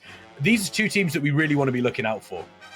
Yeah, they definitely are. These are probably the two favorites going into the tournament, especially considering Eheroes' recent performance as well in the previous tournament. But again, I mean, if a team were to take a game of Eheroes, it is definitely Fiesta if I were to put any money on any team. And the reason why is evidence. And Evidence is a long-time household name in the EU scene. He is feared and hated also because he always makes you lose points, right? So he is really their key person, and I think he's also going to be the key for them. If they are to take a game, he needs to be on his A game. He needs to have his team in his reins and really, I mean, make them pull through. So yeah. Yeah, really looking forward to it. Yeah, super exciting. You can obviously see Fiesta taking 2-0 against the big dogs there. Obviously, game 1 was on Silver Shard Mines. Big dogs did start off with an interesting 7 off-cart strategy, but Fiesta adapted to that relatively quickly, and they were able to secure all of the first carts, take the victory in that first map. Second map went to Warsong Gulch, and Fiesta really controlled those maps with 3 clean caps during Warsong Gulch. And you can obviously see Speedrun against Clown back again. Looks as though Speedrun took that one 2-0. Speedrun secured a very clean 3-0 win on Twin Peaks for map number 1, and then map number 2 in what appears to be a bit of a stomp. Speedrun were able to take Silver Shard Mines against Clown back again, winning that series 2-0. Obviously these are best of 3, but we do now obviously move on to round number 2, and we're looking at Eheroes versus Fiesta. Now, Torpid, you are obviously you were over on the NA side of things, but I'm sure you have heard of Eheroes during your time over there. What are you looking forward to, particularly in this best of 3 series here? I have heard of Eheroes, and if I'm being honest, so the team that's been undefeated on NA is Team Camel. So I'm really looking to see that comparison, to see how Eheroes compares to Team Camel from NA. And like Eddie said, I would love to see Team Fiesta compete and keep it close. And if they can keep it close or take games off them, it's going to be so exciting to cast and for everybody to be watching. One thing I noticed and that I'm excited for from both teams, not just hearing about Eheroes, when I'm looking on the roster on my other monitor, they both have the double rogue potential. I'm really, anytime there's double rogue on the map, it really takes things away from just a team fight, right? Or seeing a rogue in a team fight is something that's newer. It's not seen as often in LFG, but when the higher teams can pull that off, I think it's really exciting. I'm really hoping, from being a flag carrier myself, that they don't ban Twin Peaks and Warsong Gulch like the last team we did, so we can get some flag map action. If both teams run a rogue on the flag map, sub rogues are very effective peeling D. Assassin rogues are very effective killing flag carriers, so I'm looking forward to seeing for myself firsthand, along with maybe some new people into the stream, to really see how these two teams run into each other right now. Yeah, very exciting. Obviously, we've got the map picks, we've got the map bans, we have the map picks as well. Are you expecting any surprises out of these two teams, Eddie? Obviously, they will know each other very well. Do you think that they're going to want to potentially throw in, a little bit of a surprise ban, a little bit of a surprise map pick, or do you feel as though they're just going to say, we're going to stick to what we know, and they know these maps like the back of their hands? I think that for Team Fiesta, that they would prefer maps where there's not team fights, or at least here I'm looking at maps such as Skill-Neas. And it is due to the fact that Team Fiesta is known for their objective play, and we have mentioned it many times in the previous tournaments, but it is their bread and butter. So it's also why I think Eheroes is looking for maps such as Skill-Neas as an example, and the reason why is usually when these two teams face each other, of course, a ban on Kokmogu here. Fiesta can't play Kokmogu, this is basic in Europe, but to my point is Eheroes, they know they have the stronger team fight, but they are also very respectful of what Team Fiesta can do. So we will have many situations, especially on Fiesta's pick, where we see Eheroes are constantly floating with a member, even though it may not be needed, just because they're so afraid. So this is something to really keep an eye on. And I mean, Kokmogu, traditional ban from Fiesta. I think Eheroes here, they're gonna ban Eye of the Storm again. Eye of the Storm, we mentioned this in the last tournament. They see this as the most volatile map, and it's because you have the Warlock knocks, the rifts into the Monk knocks, or the Priest knocks, and also due to the fact that you have 2 bases that can get inked. So a really versatile map, so a great ban from them. Yeah, fantastic ban. We'll see exactly what gets picked here. Obviously, the team fight has been mentioned. Are we expecting battle for Gneas here, Torpid? Oh, I'm not sure. I actually, you know what? I think Hexman, I could see Team Eheroes trying to pick up that Gneas. I think that's the closest thing to a temple. 1 base to worry about, team fight, and once they have 2, it really takes a lot or something pretty crazy to happen in order to get those back, because their options are to hit both nodes or to re-team fight. And if that team fight is so dominant in one side, you can lose that confidence. So you nailed it right on the head, Kexman. Picking up Gilneas, the closest thing to team fight. They could look to sit a Guardian or have a Rogue and a Boomy out, and they might be fine taking that 2v2 and trusting in their team fight. So I'm excited. We got Warsong Gulch right off the beginning, which is my favorite map. It's one of the OGs. It's the most fun. I love the different levels. And then Gilneas, we're going to see the team fight. And these are both the teams expected to have the best chance of winning. So I think this won't tell the entire story. Things can happen over the next couple of series. But these two maps, starting for these two teams, there should be a lot of excitement. Arathi Basin ban. That was between Twin Peaks and Silvershard Mines. Eddie, before we quickly get to the decider, what's it going to be? Is it going to be Twin Peaks or Silvershard Mines if they do go to a best of 3? Silvershard Mines. So we're going to see a Twin Peaks ban potentially. We'll have to wait and see exactly what they're doing. Obviously, there's a lot of communication going on between these players as they're picking these as well. They want to know kind of what they're picking, and it looks as though Silvershard Mines was the ban. They've gone Twin Peaks. Does that surprise you? Yeah, it does, because I thought that Eheroes would see that, oh, well, they're picking Warsong Gulch, they're clearly comfortable on the Twin Peaks, or on the flag maps, and Twin Peaks, we know how in favor of Horde it can be if you have the Horde side. We're looking here with the flap from the Druids, it's really, really strong in this meta. But again, understandable that the Eheroes ban out Silvershard Mines. Again, they want to dumb the game down, and I mean, I think this is a very good thing to have. You want to just simplify the game and win it that way, and I mean, the more objective play there is, the better for Fiesta. So I mean, understandable ban from Eheroes here. There we go, Twin Peaks. We do see, obviously, Warsong Gulch will be map number 1, followed by Battle for Gilneas as map number 2, and then if we do have a decider in this best of 3, it will be Twin Peaks. You mentioned, Torpid, Warsong Gulch, one of the OGs, is the OG battleground map that we do see here. You sounded relatively happy. You said it was a favorite map of yours. What do you think is going to be key for either of these two teams? If people are watching and they don't necessarily, they don't play RBGs, they're just getting into RBGs, Warsong Gulch, one of the OG maps, what are the key points to really playing a very, very good Warsong Gulch for both of these teams? I think that a lot of people, when they first start out, assume it's the flag carriers that make the difference. But it's really the really cool thing about flag maps is it's really the team synergy on defense. Cycling CDs with your priest, trusting that when your flag carrier's ahead with Incarn and he tells you, I'm okay, you have to trust him and then make use of that time he's giving you on defense. The tank has to trust his team, they have to trust him. So why I love flag maps at a higher level, a competitive level, is because you get to see how well the defenses work together versus those O-push. What happens in the middle when they try to 2-heal? Does the second healer get slowed? And then how well they synergize on offense. So you have Shadow Rifts, you have a lot of DKs are planning on offense now, which was not a thing earlier in the seasons. It's very exciting to watch.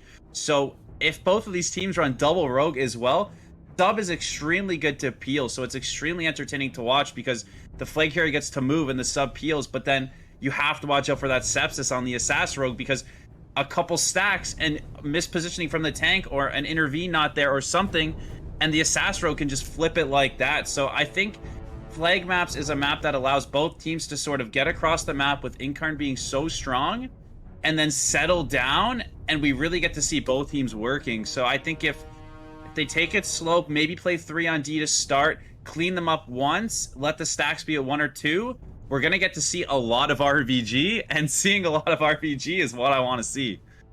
Exactly. You look forward to it. Eddie, me and you, we've cast a fair few of these RBG tournaments before.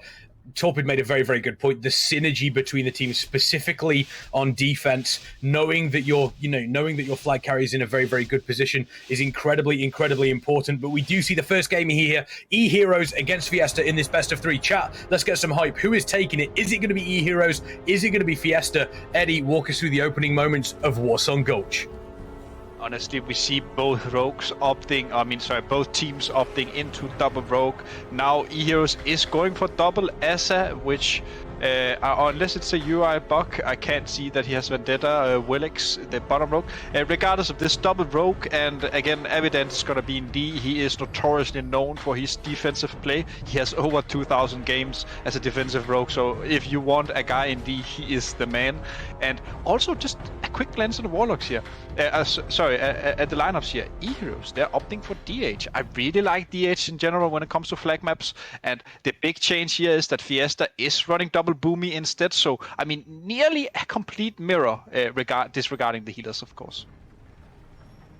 Absolutely. I think we should see what's typical is a rogue escorting the tank, trying to save his tank CD. So you can see Wix opening onto Dance in the tunnel, trying to exchange cooldowns here. What can they get from each other that will allow them to be a bit stronger down the road? Killy Bear and Mooming both probably waiting to pick to see what the outcome of this rogue fight is, because if Wiz can take down Dance here, then that gives his flag carrier the opportunity to get out without using any CDs and put his team with the advantage. So Mooming picking up the flag for Fiesta.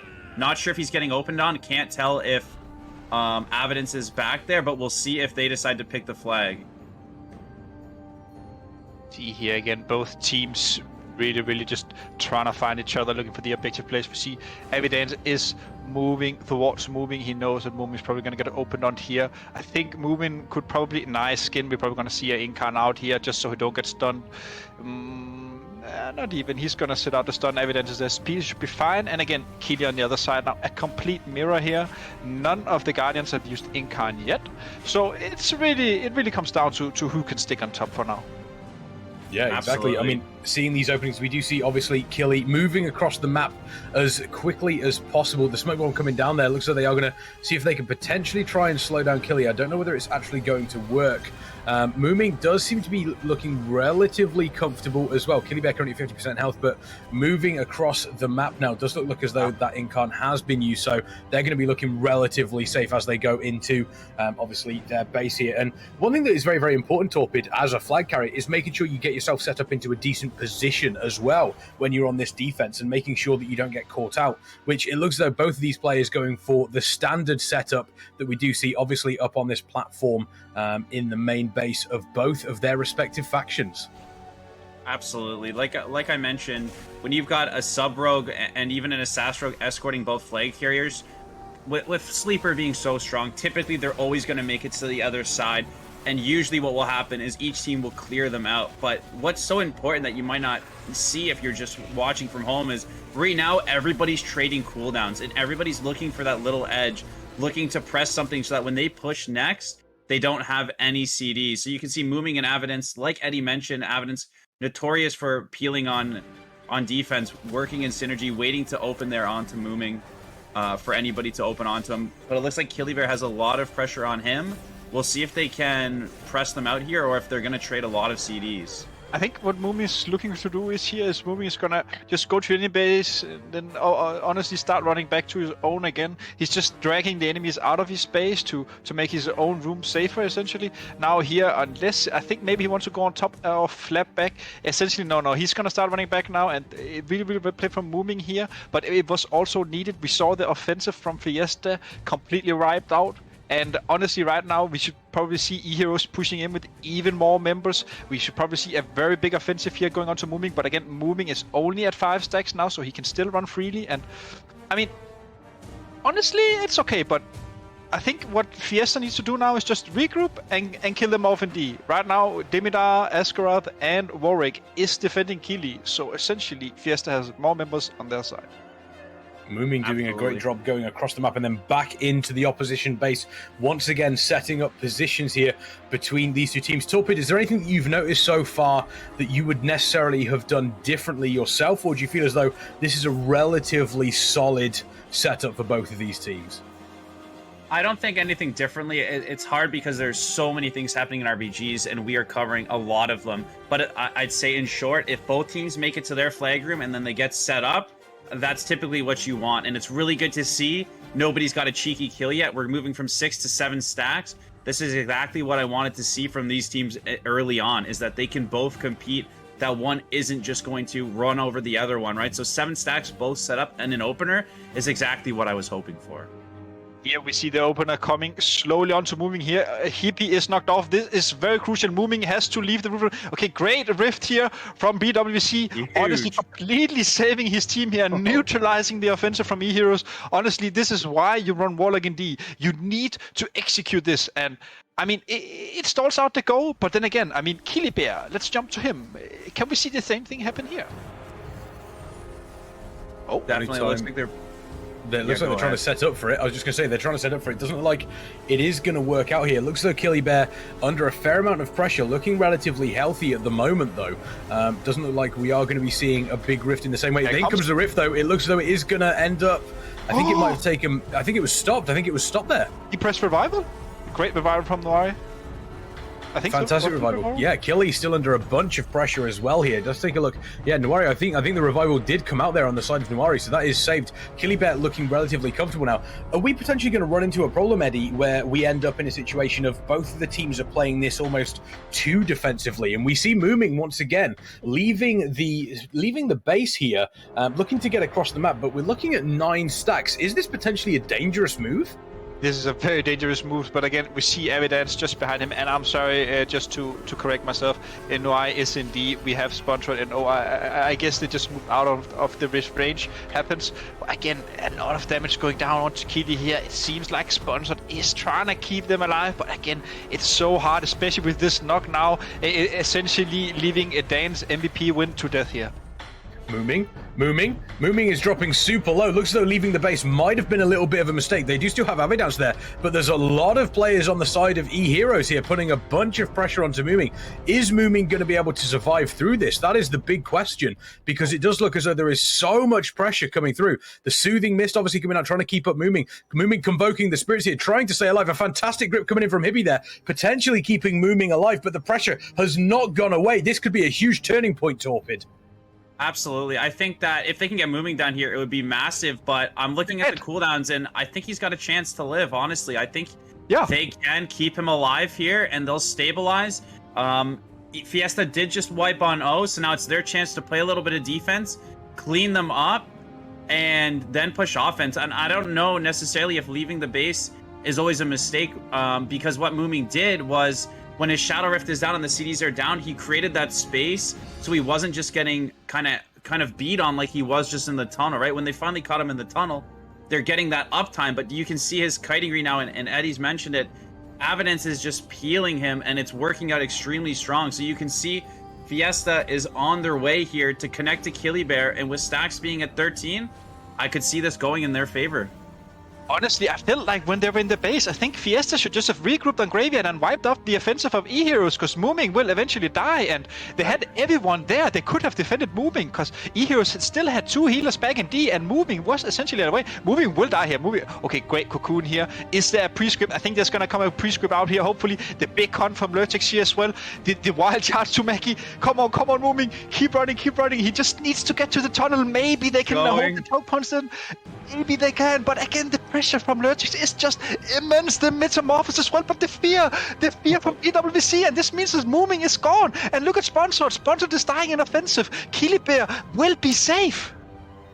How is Mooming able to survive through this? Obviously, getting that separation away from the offense is fantastic. But you see, Mooming has dropped. Mooming has dropped there. I don't know whether that was a sudden, just absolute one-shot, but it looks as though that was the case. The moment the cameras came off, Mooming just got absolutely pasted into the floor. We'll see if we can figure out exactly what that was potentially after the match. But yeah, we do see the replay here. Mooming trying to get away as quickly as possible. We do obviously see Lurtex coming in there. Looks as though it was coming in, and in comes Mudspitter, obviously on that Feral Druid, and it looks as though that may have done the damage here.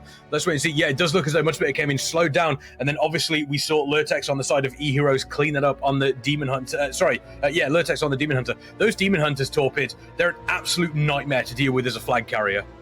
Absolutely. They have so many counters to when they get peeled. So you could see, as Eddie was casting there, as they were going through the middle, we're doing everything right to peel the Demon Hunter off. But they have to expend so much to do that. And I really like what Eddie mentioned. If they had played D there and wiped them and then went offense, it would have been less of a gamble. They had everybody rezzing because they wiped first on offense. And I really think that would have been the play. But it looks like right now, Mooming's been knocked out of stealth. And they're on him. They could be going for a potential fast cap right now. Let's check this out. Can they will die here though? Oh no! They grab it. No. They grabbed it. The heal, the flash heal. No, he's fine. Oh, he dropped it. But they have both rocks on. They dropped the flag. Okay, so let's see if they can camp Mooming in the graveyard and keep that pressure up. Right, that is the strength of the DH, is keeping that pressure up. And you saw they were able to take down Mooming, and just getting that kill and stalling the timeout puts it in their favor. Right, the stacks are going to get high, but when the stacks aren't accumulating, the team that has one cap has by far never won. They always say first cap doesn't matter in any game where the enemy team's gone up first cap. But in some ways, it really does. You can see Killybear is just going to be patient and not just rush to get the flag. You can see the Boomy Artesian on Fiesta has it. Killybear is going to allow his team to set up, take a breath, and not force anything, and then play from there. So we'll see what happens here. Here, Artesia slowly. No, he dropped the flag. But they had done this before in the previous method. Mayhem, Artesia usually picked up the flag. When he comes across, it will essentially force the enemy tank to pick, if you make it, of course. But he usually did. And maybe much better here. He's just gonna go in and literally lie in wait for Moving to come in. And this is great. Like, this is the only place he needs to be. If he can force the incarn early, it is really great. But I think Moving will be escorted by Evidence. This has been what we have seen all game, and here again, Moving picks up with Evidence, and much better will open, but Gras is here as well. Maybe this can actually be a decent go here. Yeah, it looks like they are going to see what they can do to potentially slow Mooming down. Doesn't look like it has happened. Killybear still just waiting. Oh, look at that fantastic on Mudspitter. Just Avidance just straight up saying, you know what, 2v1? Yeah, I like those odds. I'm just going to take both of you on at the same time. Mooming seems as though they have been able to get out there. They're still under a little bit of pressure, though. Killybear still hasn't picked up. And honestly, Killybear biding their time there. On the side of Eheroes, he's had time to get up, stretch the legs, maybe go and get themselves a drink. These flag carriers, they've got it easy. I tell you, they have it absolutely easy. But you see Killybear potentially making a move, obviously into into the Horde base here, looking at picking up the flag. But he's still just waiting. But he's no escort. There we go. Yeah, but he has no escort. Come on, open rogue. Okay, nice. He's gonna get kiddied here. Okay, we see the incarn from Killy. Yeah, respectful. Very good incarn from Killy. Killy had to incarn here. Killy had no escort from any of these rogues. Now, there will be a lot of damage going down onto him, but he should be fine here. And with this now, he should be okay. But with this now, all the Stilvers are shown from Fiesta now, so Killy should be able to run away here. They just need to stop Dan's MVP win here, and with that, he's going for restil. Ooh, that was close, though. That was extremely close, and I think with Killy using some of those CDs, expending them early, I think when you're up a cap and stacks are low, you don't have to rush things. You always want to keep a smaller offense, but I think maybe playing 3D here and wiping Fiesta's O team, if they start connecting before Killy can get those CDs back, would be really important. And another thing we haven't touched on, and it's pretty common knowledge to most of us, but just to touch on it, is priests and RBGs are running Night Fade for that CDR, so when you see tanks using CDs, they can get them back extremely fast through the Night Fate and their Emerald Slumbers. So just because you get a tank CD doesn't mean you want to overcommit and rush into anything without doing your due diligence to check in and make sure it's going to be the right move. So you can see, even though he incarned, he should be pretty safe here. And they're not just going to capitalize on forcing that incarn. And like Eddie said, incarning versus the Assassin Rogue with no escort, it was absolutely crucial and definitely helped him get across there, because he still almost died with the incarn. Yeah, it's one of those situations where you do want to hold on to the incarn as much as possible, and sometimes players will make that mistake of not holding on, of trying to save the incarn. But as Eddie put, you do have to respect your opponents. You do have to make sure that you are, you're fully aware of what they are capable of, and making sure you're nice and safe. We do see Killybear setting up as we saw previously. Mooming obviously also has the flag now. Is there a world, Eddie, where Mooming is now extra cautious about potentially leaving the base, considering what happened previously? And as I say that, it looks as though Mooming is about to leave the base, trying to get that separation there. But the danger here is, take a look at Mooming. Mooming is able to get the separation from the rest of his team, but at the same time, Mooming could also end up in a horrible, horrible position of separating themselves from their own team as well, into a position where they have no support. It is effectively just a case of, I'm on my own against 3 other players. We do see Raz coming down the opposite side of the tunnel here, looks to move back up into obviously the middle, potentially waiting to see if they can pick anybody off. But Mooming doing a great job once again going outside. I'm wondering whether they're going to do this again when they get to 8, 9, 10 stacks, Eddie.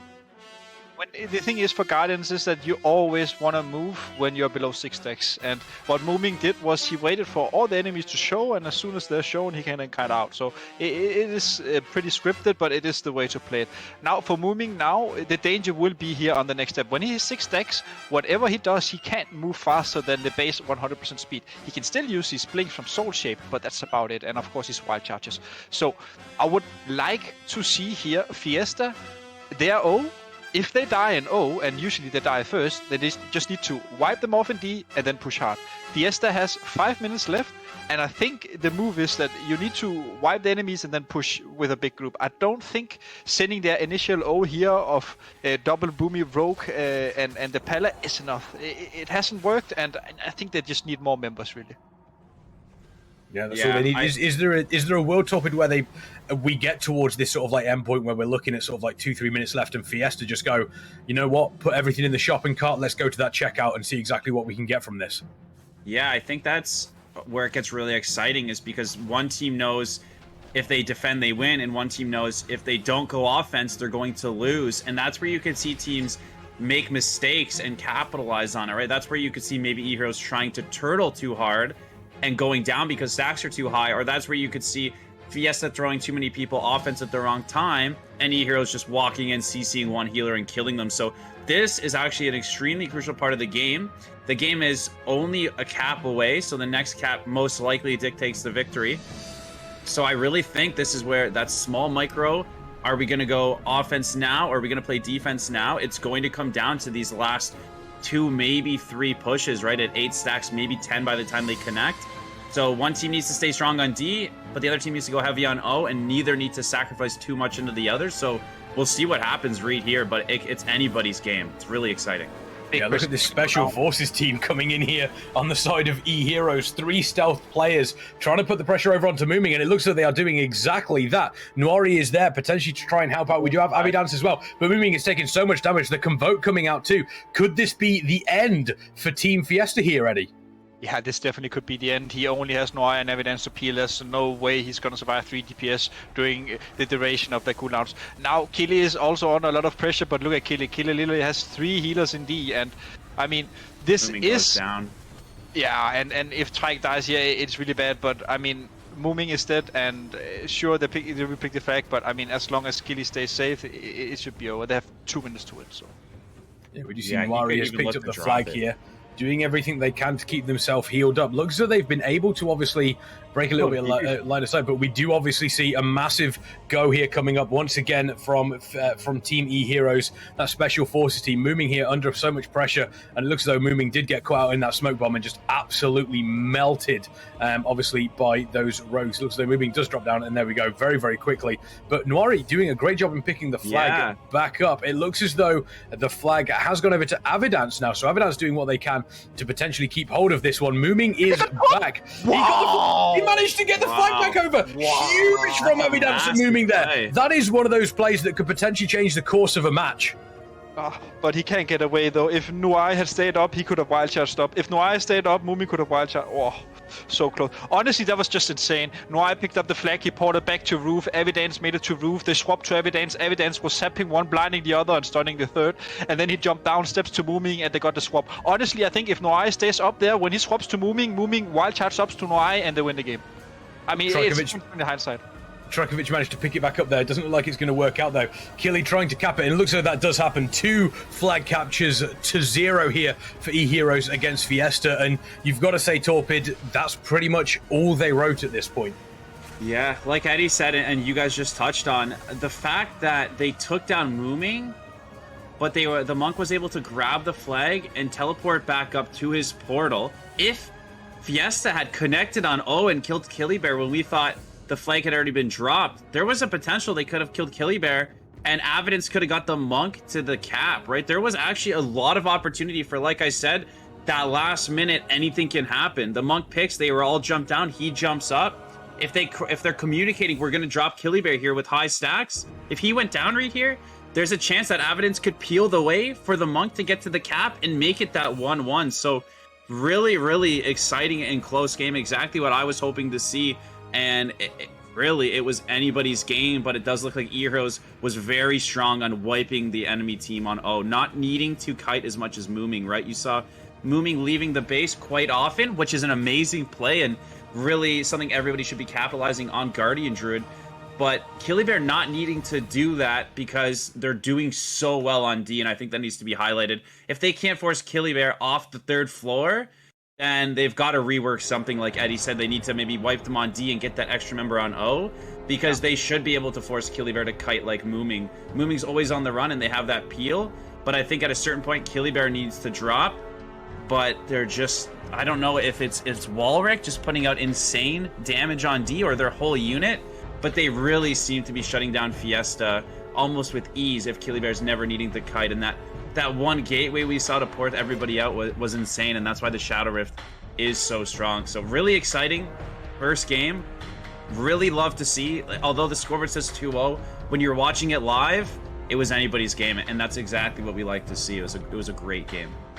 Yeah, we saw on that last go there, obviously, between, what was happening between Killybear and Mooming, how close Killybear came to dying there already. That switch over onto Mooming that we saw between Avidance and Mooming, if they'd have got the kill over onto Killybear at that particular point, and it looks as though those two moments did really switch over, that could have actually been massive for those two teams. That could have really turned that game on its head, because then the advantage, or you've got to say the momentum at that point, would have completely been with Fiesta. They'd have had the advantage going forward. So, a very, very interesting game between those two teams. Very, very close. And two very different strategies for the flag carriers. Killybear, relatively comfortable in the base. Mooming deciding to go for that, obviously to go for the kiting strategy. And interesting to go for the kiting strategy at 9 stacks. That was definitely a choice that Mooming made there. Do you feel as though that is potentially the difference between those two teams? Is that strategy? I mean, if he gets away, it looks great, right? That's the thing, is that's always a trade-off when you're kiting, because you could argue, if he's kiting for 30 seconds, that's 30 seconds where your healers are not using any cooldowns on you, which then will win you more time in the end. So you're always playing on the edge when you're playing that ditch. That's why you have to respect it, but also, like, he takes the game into his hands. If he fucks up, he dies. And it is the way I like to play as well, honestly. I think it is the optimal way if you play it perfectly, right? And that's the thing, we are humans and not robots, so there will be mistakes. Now, I think that, honestly, just a quick recap of the game. I think the moment when Fiesta, they wiped an offensive, and we saw they had their own DK in their base, slowing rogues. At that point, they actually were in a position to wipe the offensive of Eheroes. They chose to push instead. So the DK, who essentially was offensive, died, ran into his own base, slowed the rogue, and then ran offensive. I think the communication here, if it were clearer, it could have been a win for them. Definitely. Yeah, fingers crossed. I mean, taking a look at that Torpid, you mentioned, obviously, Warsong Gulch is one of your favourite maps on the side of NA. Yeah. Was there anything different there that you saw, EU did compared to NA, or was it pretty similar across the board? So, can we confirm, Eddie and Kexman, that they played a SAS Rogue on defense, right? Was it double a SAS Rogue on Eheroes? Yeah, I think it seemed to be, yeah. I've personally, and any recent memory, never seen an SAS Rogue on defense, and that goes back to what we were saying, is Mooming's kiting because Sub Rogue has that extra utility to shadow dance and help peel. But maybe what we weren't seeing was the Assas Rogue, and I've never seen it, but just thinking about it live, Assas Rogue creates great pressure on offense. It does the same thing on defense, so we didn't get to really see it, but I'm thinking that the Assas Rogue on defense mixed in with the amazing damage from Will on the Warlock was just so much pressure, right? I don't know if he was using the Assas Rogue to try to global their offensive healer, or if he was using it to pick apart a DPS, but something that I'm excited to see more of is an Assas Rogue on defense, and not to play kiting, to play we're gonna wipe you on defense if you come in unprepared. And that was very surprising to me, and I'm excited to see more of that. I'm hoping some Assas Rogues are on D on the ladder. It'd be interesting to see how people play that. Yeah, I mean, obviously, any sort of RBG tournament, it's always interesting to see how different teams play different things. Speaking of teams playing different things, we do have Silver Shard Mines coming up here. Obviously, game number 2 in this best of 3. Eheroes 1-0 up against Fiesta.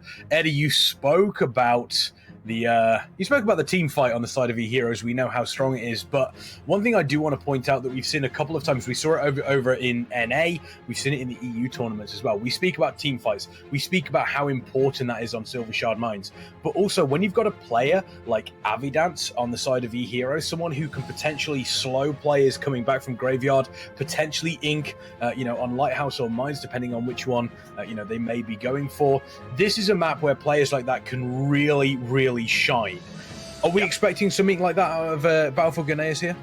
I mean, you would if the team were not named Eheroes. The thing is, Eheroes has already shown their strategy on Gilneas when we are playing these tournament formats, because when you're playing tournament format, you can initially choose your lineup going into the map.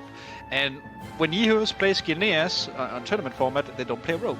They put a Guardian on the base and they take 9 strong classes to the team fight. So if Evidence were to ink, he can, but he's gonna ink a Guardian, and we all know how that story goes. He presses Incarn, and we wait 30 seconds for something to happen. And we can see quickly here, though, Eheroes are playing Rogue, though. Okay, fair enough. And double Rogue from Evidence. Now, I mean, honestly, this just put a bit of pressure onto Eheroes. I would assume they would have gone into the Guardian. They know that Evidence is playing double Rogue here, so why are you not going Guardian? What do you think? I think they have Guardian. I think they're playing no Boomy potentially on that first glance. I believe it's Outlaw Rogue, which Raz told me he's a big fan of in the team fights. He excels at it. He said if there's one thing I'm good at on Rogue, it's team fighting. So expect Raz on the Outlaw to be extremely strong, but we'll have to double check when it goes live. But I think they're running Guardian, Outlaw, DH, double lock, and whatever the other melee was. So you can see Killybear is on the Guardian. So they are sitting the Guardian into the double Rogue and going all in for that team fight middle here. So it should be very exciting. Yeah, it's going to be incredibly exciting. Battlefield Gauntlet, this is one of the ones where we do see knockout, drag down brawls between teams here. Eheroes 1-0 up in this best of 3 against Fiesta. Fiesta obviously playing to potentially take this to a game number 3. Eheroes playing to win this series against Fiesta. Two absolutely fantastic teams between two fantastic teams with some fantastic games between them. Chat, who do you think is going to take this? Is it going to be Eheroes? Is it going to be Fiesta? Eddie, take us through the opening moments. We see here the horde of Alliance here running towards Waterworks here. There is no Circa buff up, which is kind of good, because it's always at a disadvantage if you don't have the Circa buff here. It is a lot of extra damage to take. But again, look at the position here for the Alliance. They can already spread out, and look at Horde. Horde is jumping across the water, and this is why I always favor the Alliance side. The Alliance side always has the best position when going into the opener of Gauntlet, and we see how much they're spreading out or stacking up here, Fiesta. And Tykovic instantly inking Killy. I really like this. Tykovic knows that in a 1v1 he will essentially be able to kill Killy over time, and Artesians here as well. Now Killy will call for help, and I mean, this is hard. Asgard are coming. Yeah, it looks like they're willing to just make sure Lighthouse is safe because they're feeling so confident in that team fight, right? I think that Fiesta's doing the right thing and going Lighthouse. That creates some confusion in the comms, that creates some openings. Killybear having to use some CDs, and they're better off trying to stick with what they're good at, which is hitting both, creating pressure at both, and looking for just that opening that they can capitalize on right now. But I don't think anytime soon they're going to take down the HPAL or Killybear. They could look to land a cross CC and start forcing some trinkets and forcing some CDs, right? They don't always have to kill when they're on the offense. They can go for some cross CC, a double clone, and force some CDs. And in the same time, Mudspitter is putting pressure on Fiesta and trying to get CDs from Dan's MVP win, which it looks like he might get the clone. It cloaks it. And we've got a battle probably happening at Waterworks, Lighthouse, and Mines right now, which is extremely exciting. We'll see who can make this happen. Mudspitter going into the kidney may go down here. We'll see if Dan's MVP win decides to ghost. If there's ever a time, it's when you kill the guy at your base and you're able to press on. So let's see if they can capitalize on this.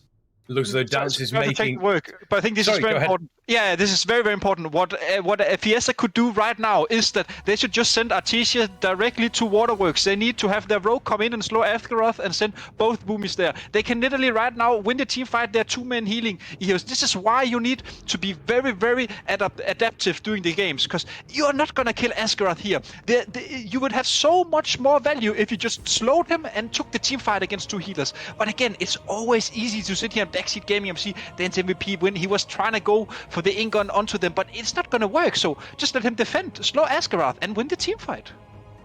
Yeah, that was all that was needed. I was just saying, it looks as though Dance may have been dancing across the map there, but immediately spotting Mudspitter on the way back and just heading straight away, just going back to defend. On the side of Eheroes, though, take a look at the mana on the side of Eheroes and Fiesta. You can see Zot is basically completely out of mana here, completely dry. Maki also looking relatively low.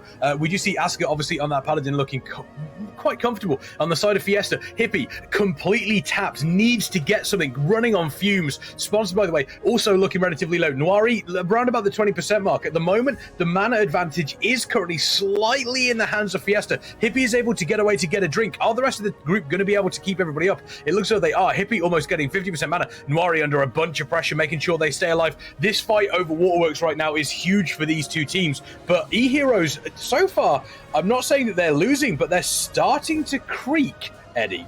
Yeah, honestly, massive play here from Fiesta. Maki Zot completely dry, and honestly, I think what Eheroes lacks is they need the extra boomkin. Mudspitter is inking, sure, that's fine, but they're essentially playing without a Cyclone in the team fight, and you just need Cyclones in team fight. I always want to have a boomy in team fights. Like, it's the best CC in the game. So, I mean, Eheroes here, I expect them to die here. I expect that Fiesta, they are 3 healing here. The fight is thinned out for Eheroes. Honestly, like, they should just put some pressure onto the Warlocks of Eheroes here.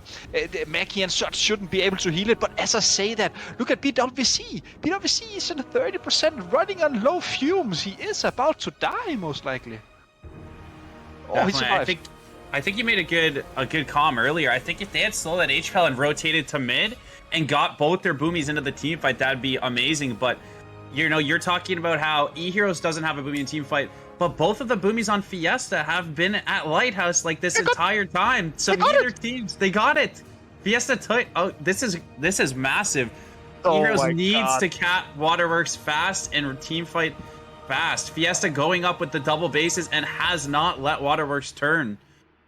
It hasn't, but look at Fiesta, look at their mana. Look at their mana. Noiri, sponsored, by the way, has dropped. That means that there's no mana on the side of Noiri or Hippie. There is 0 heals coming out on the side of Fiesta right now. If there is ever a time Eheroes can take Warworks, this has to be the moment. Trajkovic looking relatively low. Artesia also looking relatively low. Doesn't look like they're currently in this fight either. Looks as though we're losing one of the Warlocks as well. Very going down. Eheroes are potentially going to take Waterworks here. It's going to have to take something huge on the side of Fiesta for them to keep this. So this is the moment that you were talking about. You wanted Eheroes to really push in for Waterworks. They needed to, considering what Fiesta have just done. But at the same time, Fiesta, they now have both of those bases. Now they need to defend both of these and manage to keep Eheroes out. This could be difficult, Eddie.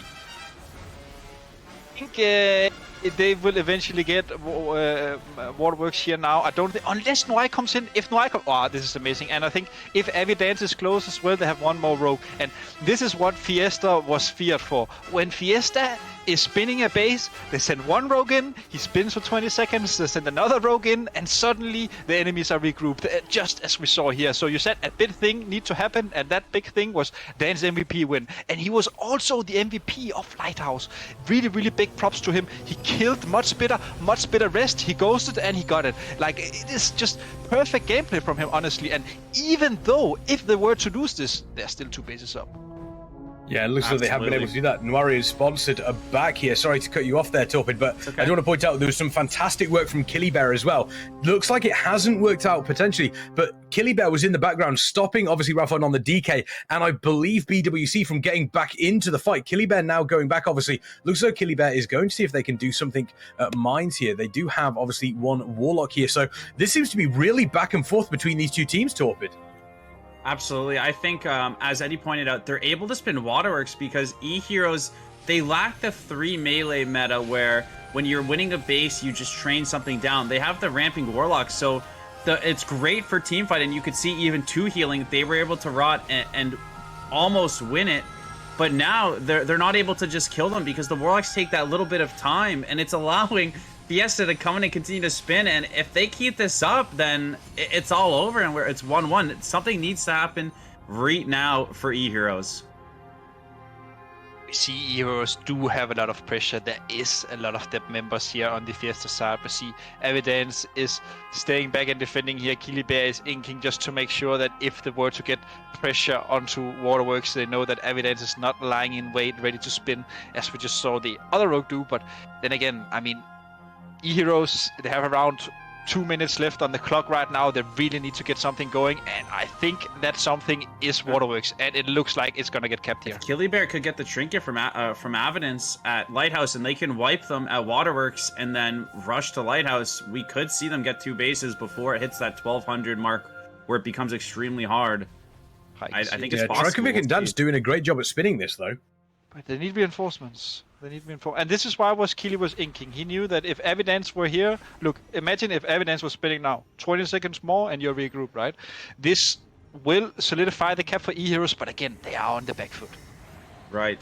They do have some time, and this is the time, right? It's the beginning when you've wiped the team, when they're rezzing, talking about the slows, that he's slowing them to Lighthouse, getting that pressure. While this is happening, they need to ensure, though, and you can see Kilibear headed to Waterworks. They cannot afford to get counter hit. Fiesta does not need to commit everybody here. They can continue to keep the pressure at Waterworks and keep them split like they were before. But Eheroes really needs to start getting some CDs out of the way and getting a kill onto Fiesta here, because it wasn't like they had one base this entire time. They didn't have any. So that win with one win con will come very soon to Fiesta if Eheroes can't do something quick. Yeah, I mean, Eddie, I don't know if I can come to you for some quick maths here. Take a look at the points that Fiesta have managed to get up against Eheroes. Yep. Are Eheroes able to come back into this if it stays like this? What do they need to do? So right now the points is a 3-1 system, and I mean they're not even getting one. But when they turn Waterworks, it will be a 3-1 system. But honestly, I think the fight is more important here, and I'm sad we couldn't see it. But Demidar was actually slowing the healers in the background here from Fiesta. Fiesta was resting at mines, and they were trying to run. You see, Demidar is still here, right? And he was slowing healers from the get-go. So this is what the Eheroes need. But then again, Fiesta, they have double rogue, right? And we see they're not even defending with the rogue. We have BWC here in a 2v1 essentially, but he has Dan's MVP here, and this just means that Fiesta, they're gonna stabilize. This is not enough. Eheroes, as soon as they have healers from Fiesta at Lighthouse, it's really hard. And I think at that point, Demidar, he needs to go there, and then they just need to run back to mines. You need to keep running between the bases and slow the healers. It's really the only way to come back. Yeah, it does seem as though it is going to be... Sorry, go ahead, Torpid. I was just going to say, it looks like Kilibear did the final. We're ghosting Waterworks and headed down to the mines, so they're all in at this point, and they know that they need to get a mines cap. You can see Kilibear sitting in stealth, maybe hoping to get that cheeky cap, because what needs to happen is Kilibear needs a cheeky cap here somehow, and then when Fiesta panics, they also cap Lighthouse, and they get a 3 cap. That's really all that's going to save them here. Yeah, that is effectively it. They need to make sure, you know, even a 1 cap at this point in time may not be enough for them. The pressure is telling on the side of Eheroes. It looks like they are not even able. Artesia going ahead. Is anybody there at Waterworks? Is anybody there at Waterworks? No, there isn't. Eheroes. They're leaving. Woo! They know that it's too late. It's too late for them. Fiesta played this absolutely brilliantly. And I think the key point, Eddie, you mentioned it, is just how Dance was able to continuously spin Waterworks, able to get enough time for Nauri, and obviously sponsored by the way on that Paladin, to come back in as well, to stabilize and keep the battle going, even if only for an extra 90 seconds. That was realistically all that was needed for Fiesta, and it looks like they are going to be taking us to a game number 3 here. Yes, they here conquering their demons. They have not taken an official game from Eheroes in a tournament form yet. This will be the first game they take. I'm pretty sure about the statement. I could be wrong. Maybe there's one AB. But regardless, this is a great win from Fiesta, a great win from their morale as well. And honestly, Dan's MVP win, he has MVP in his name. And if he were to give an MVP, it will go to him as well. He managed to defend 1v1 against the Boomy twice. He managed to not only kill him and then ink and secure the enemy base, and then he managed to defend his base. His objective point was on point. His gameplay was on point when it came to the objectives. He was reading the map well, and honestly, it secured them a great win. Big place. Fantastic there from Fiesta. I don't want to surprise anybody. If you are easily surprised and you are easily shocked, then please make sure you are currently sitting for this next statement. But a Warlock has done the most damage. I do apologize if that shocks or surprises any of you, but a Warlock has done the most damage during a rated battleground. I know. I'm surprised as well. But we do see Fiesta obviously taking that game there. So we are going to game number 3 in this best of 3 against Eheroes and Fiesta, which, if my memory serves me correctly, Torpid, means that we are going to be going to Silver Shard Mines, if my memory serves right. No, I believe it's a flag map. I believe it's Twin Peaks. Sorry, it is Twin Peaks. It is. Yes. You are correct. You are correct. Now, Warsong Gulch, obviously, we saw both Killy and Mooming doing a fantastic job as flag carriers on there. What can we expect different from Warsong Gulch into Twin Peaks? Well, Twin Peaks is a completely different beast. I think it probably it doesn't favor Fiesta for the win, but it gives Fiesta a better chance than the Warsong Gulch because there's less room to deal with, right? You have the second floor, and then the outside, that's it. On Warsong, you saw that Shadow Rift. If it's pumping them all the way down the third, it takes all that time to get back up, right? I'm really curious to see if they do a Sasrogue on defense again. I think this is still a strong kiting map. Mooming can easily run out the side. He can easily run down the bridge. So I think it's going to be similar, but this will give Fiesta more uptime. And something we didn't touch on that's extremely important is resetting on offense. It's actually a lot easier on Twin Peaks to reset as a team, to jump off and head outside just like that and take it slow again. If your teammate gets portaled in Twin Peaks, you kind of bail and you look to regroup. So I think that there's a lot of opportunity for Fiesta to keep it close and potentially take this series. But then again, I think the same is true where we saw them doing really good on defense, Eheroes, and really strong on offense. So the same is true to them. They're going to have more to work with on the offense. I think Twin Peaks is a huge DH map. The Twin Peaks is much more open, and that unfortunately gives the DH, he's not stuck in a tunnel. He's out and open and flying around, so that will give Eheroes DH a lot of opportunity. So I'm excited. I love the flag maps, and I'll be really interested to see if they change it up at all or if they stick with it. And another thing that I mentioned earlier, the mentality, right? Is Eheroes calm and collected? They've been in spots like this before. They've been in tournaments. Is Fiesta maybe too energetic now, or are they keeping that momentum and coming in calm and resetting? There's a lot that can happen on stream in the tournament, so we'll see if it changes. Yeah, fingers crossed. I mean, you mentioned the Demon Hunter. We saw a Warsong Gulch. Eheroes Lurtex on that Demon Hunter was just consistently on Mooming's back, Eddie. Is Twin Peaks potentially going to, as Torpid said, really give Lurtex a little bit more freedom to be a pain for Mooming? Or is, obviously, there's a lot more space for Mooming to potentially move around the map as well. Is that something that, is it a bit of, advantage for one or disadvantage for another here? Say the advantage goes for the DH, as Torpid said, and it's just because the map is so open. Sure, the Druid can kite well, but the Druid can also kite inside a base, in tight corridors, which is sprint, etc. That's why Warsong Gulch is a good map, because essentially you can't mount up, but on Twin Peaks you can literally run on mount into the base, right? So the movement capabilities on Warsong are, of course, a bit better, but I honestly think it also comes down to who's playing Horde, because when you're playing Horde side, if you remember Keksman, we saw the Warlocks, they rifted people not only outside but down into the water, and this is essentially a 30-second timer you're winning. And if Eheroes is playing double Warlock, which we also saw, I think in NA as well, they were playing some double Warlocks, trying to rift one, and then the team come again, they rifted again, right? So there's these possibilities. So I would honestly favor the Horde side here. But again, I mean, Eheroes, they won Warsong Gulch, right? I'm sure they feel quite comfortable, even though Evidence probably also like this map. Yeah, Torpid brought up a fantastic point as well, is, you know, the mental side of things. Eheroes looked relatively comfortable in Warsong Gulch, and then all of a sudden they started to creak during Battle for Gulneus, and in the end, Fiesta, it's fair to say, outplayed them across the map. Now they go into Twin Peaks. They have to kind of get themselves back up. They have to pick themselves heads up high, you know, back into the game, playing a positive game here. Fiesta, however, it's almost the exact opposite for them. They've kind of got to take themselves down a little bit. You know, when you get the adrenaline going, when you get a little bit excited, you know, it's very, very easy for you to overstep, very, very easy for you all of a sudden to end up in a position of, oh, I chased this a little bit too hard, and now I am really in, you know, now I'm really in a spot of bother here, you know, and could potentially put my team on the back foot. So it's an interesting dynamic between these two teams, but you've got to say, Torpid, advantage to the team that's won the previous map, because that adrenaline, that momentum does help you more so than trying to pick yourself up.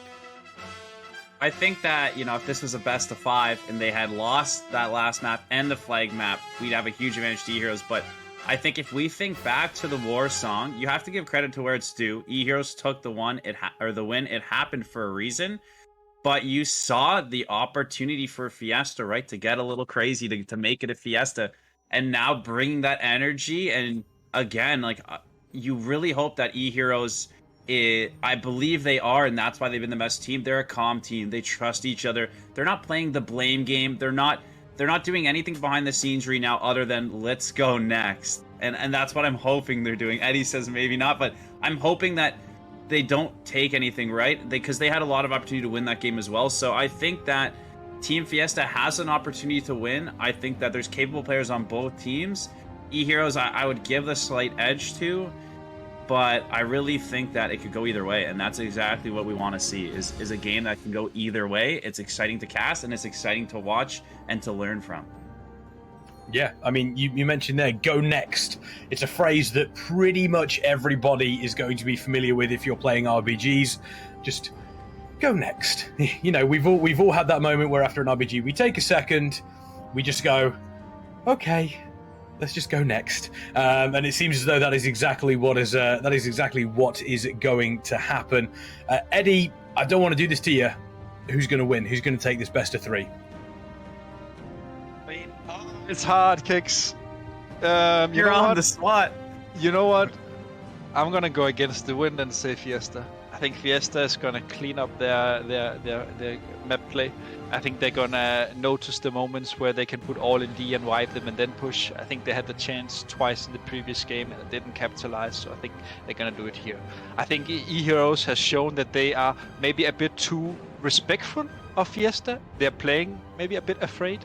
Judging from the way they're sending members around, also just watching from Guineas before, it looked like they were always reacting and not trying to be proactive. So yeah, I'm going Fiesta. Going Fiesta. Torpid, you know what's coming. You know what's coming. I've got an idea. Who's taking it? Who's taking it? Is it Eheroes or Fiesta? All right. Well, I think to keep it interesting and to give you my own personal experience, when we took a game off of sort of the Eheroes of NA, we did have all that energy and excitement, and you're so excited, right? Your hard work is paid off. It's on stream, and it does sort of cloud your judgment. Where the other team, they just call it. I'm hoping they just call it a loss. They trust each other, and they go into this with that calm kind of we're the defending champs mentality.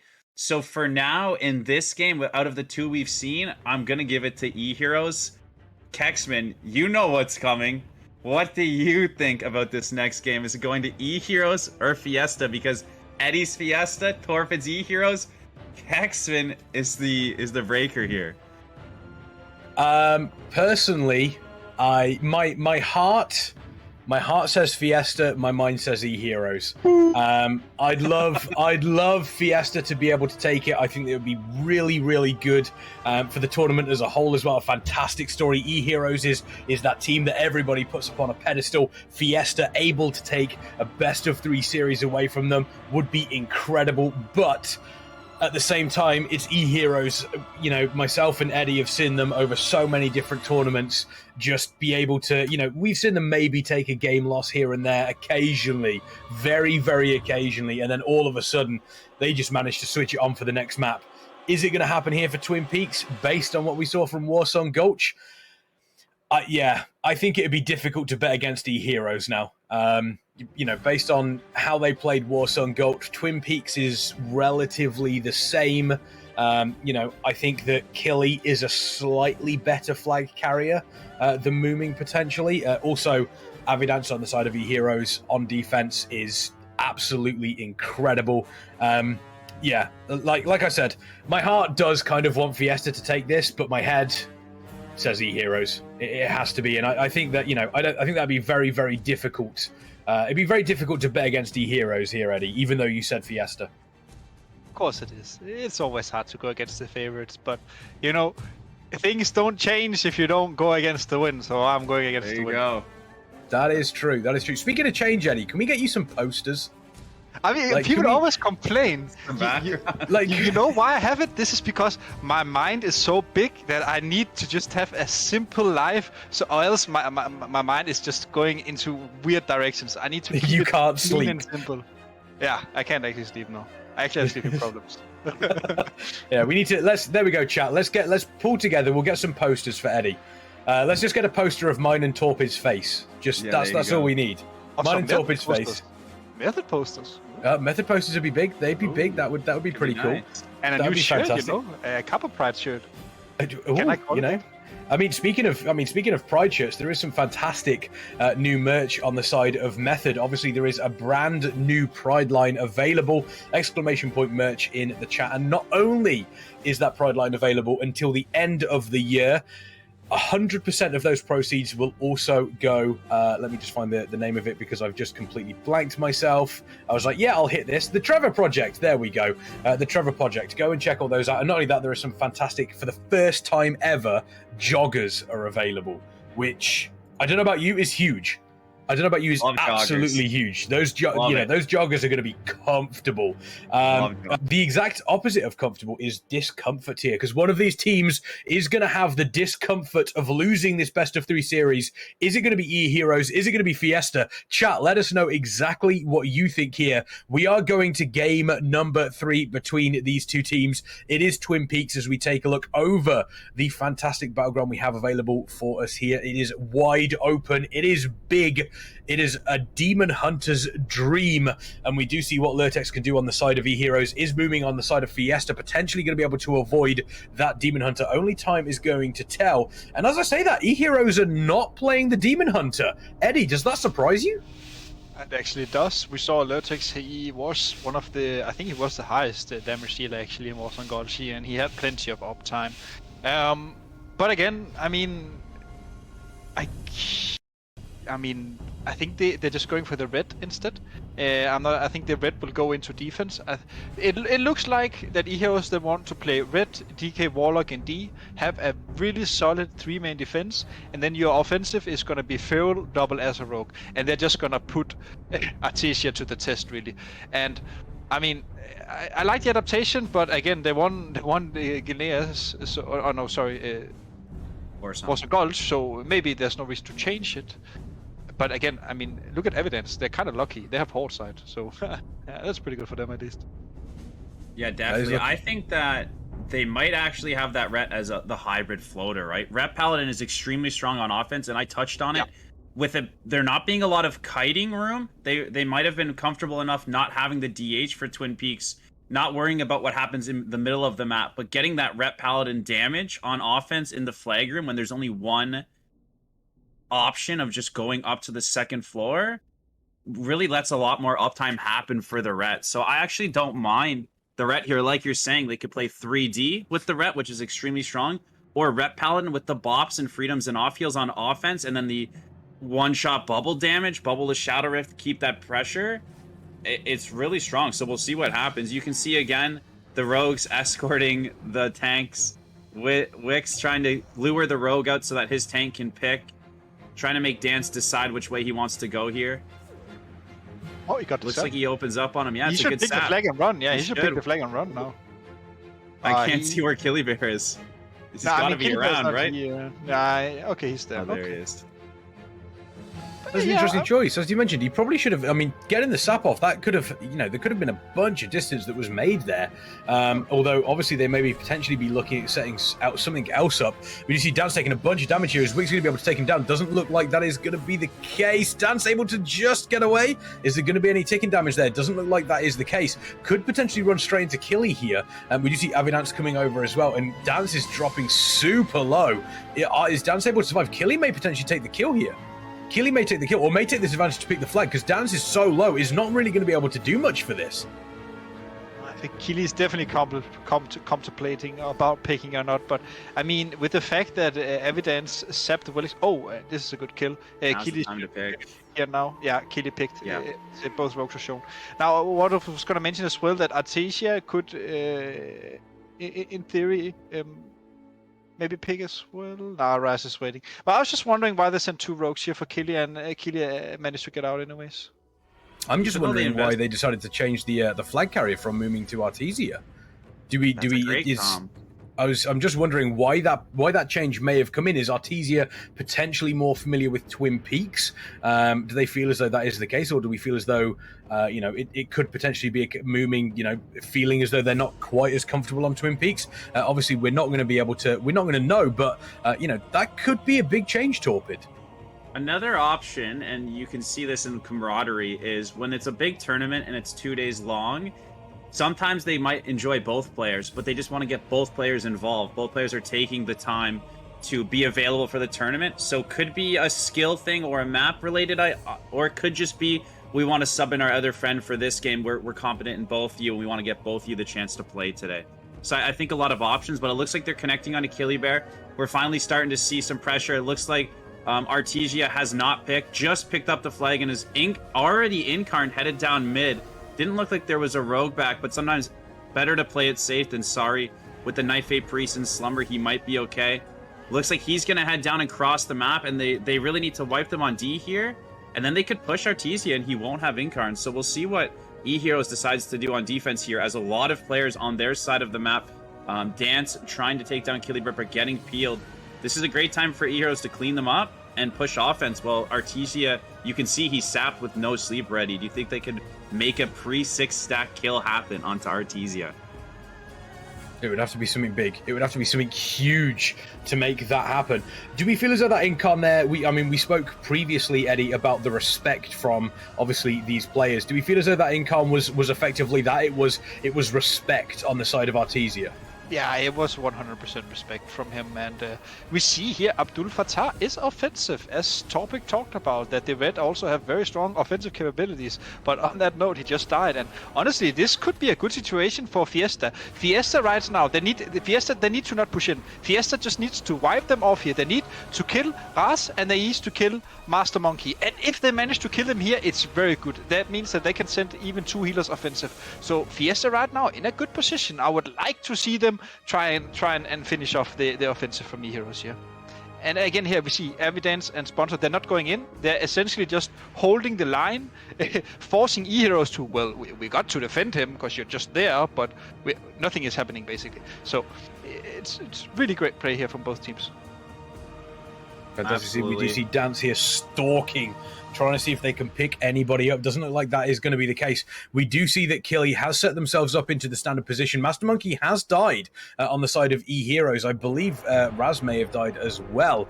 Unsure, didn't quite catch that one, but we do see them pushing in now up against Eheroes. And if you're on the side of Fiesta, do you do exactly that, Torpid? Do you go for a big offensive play here?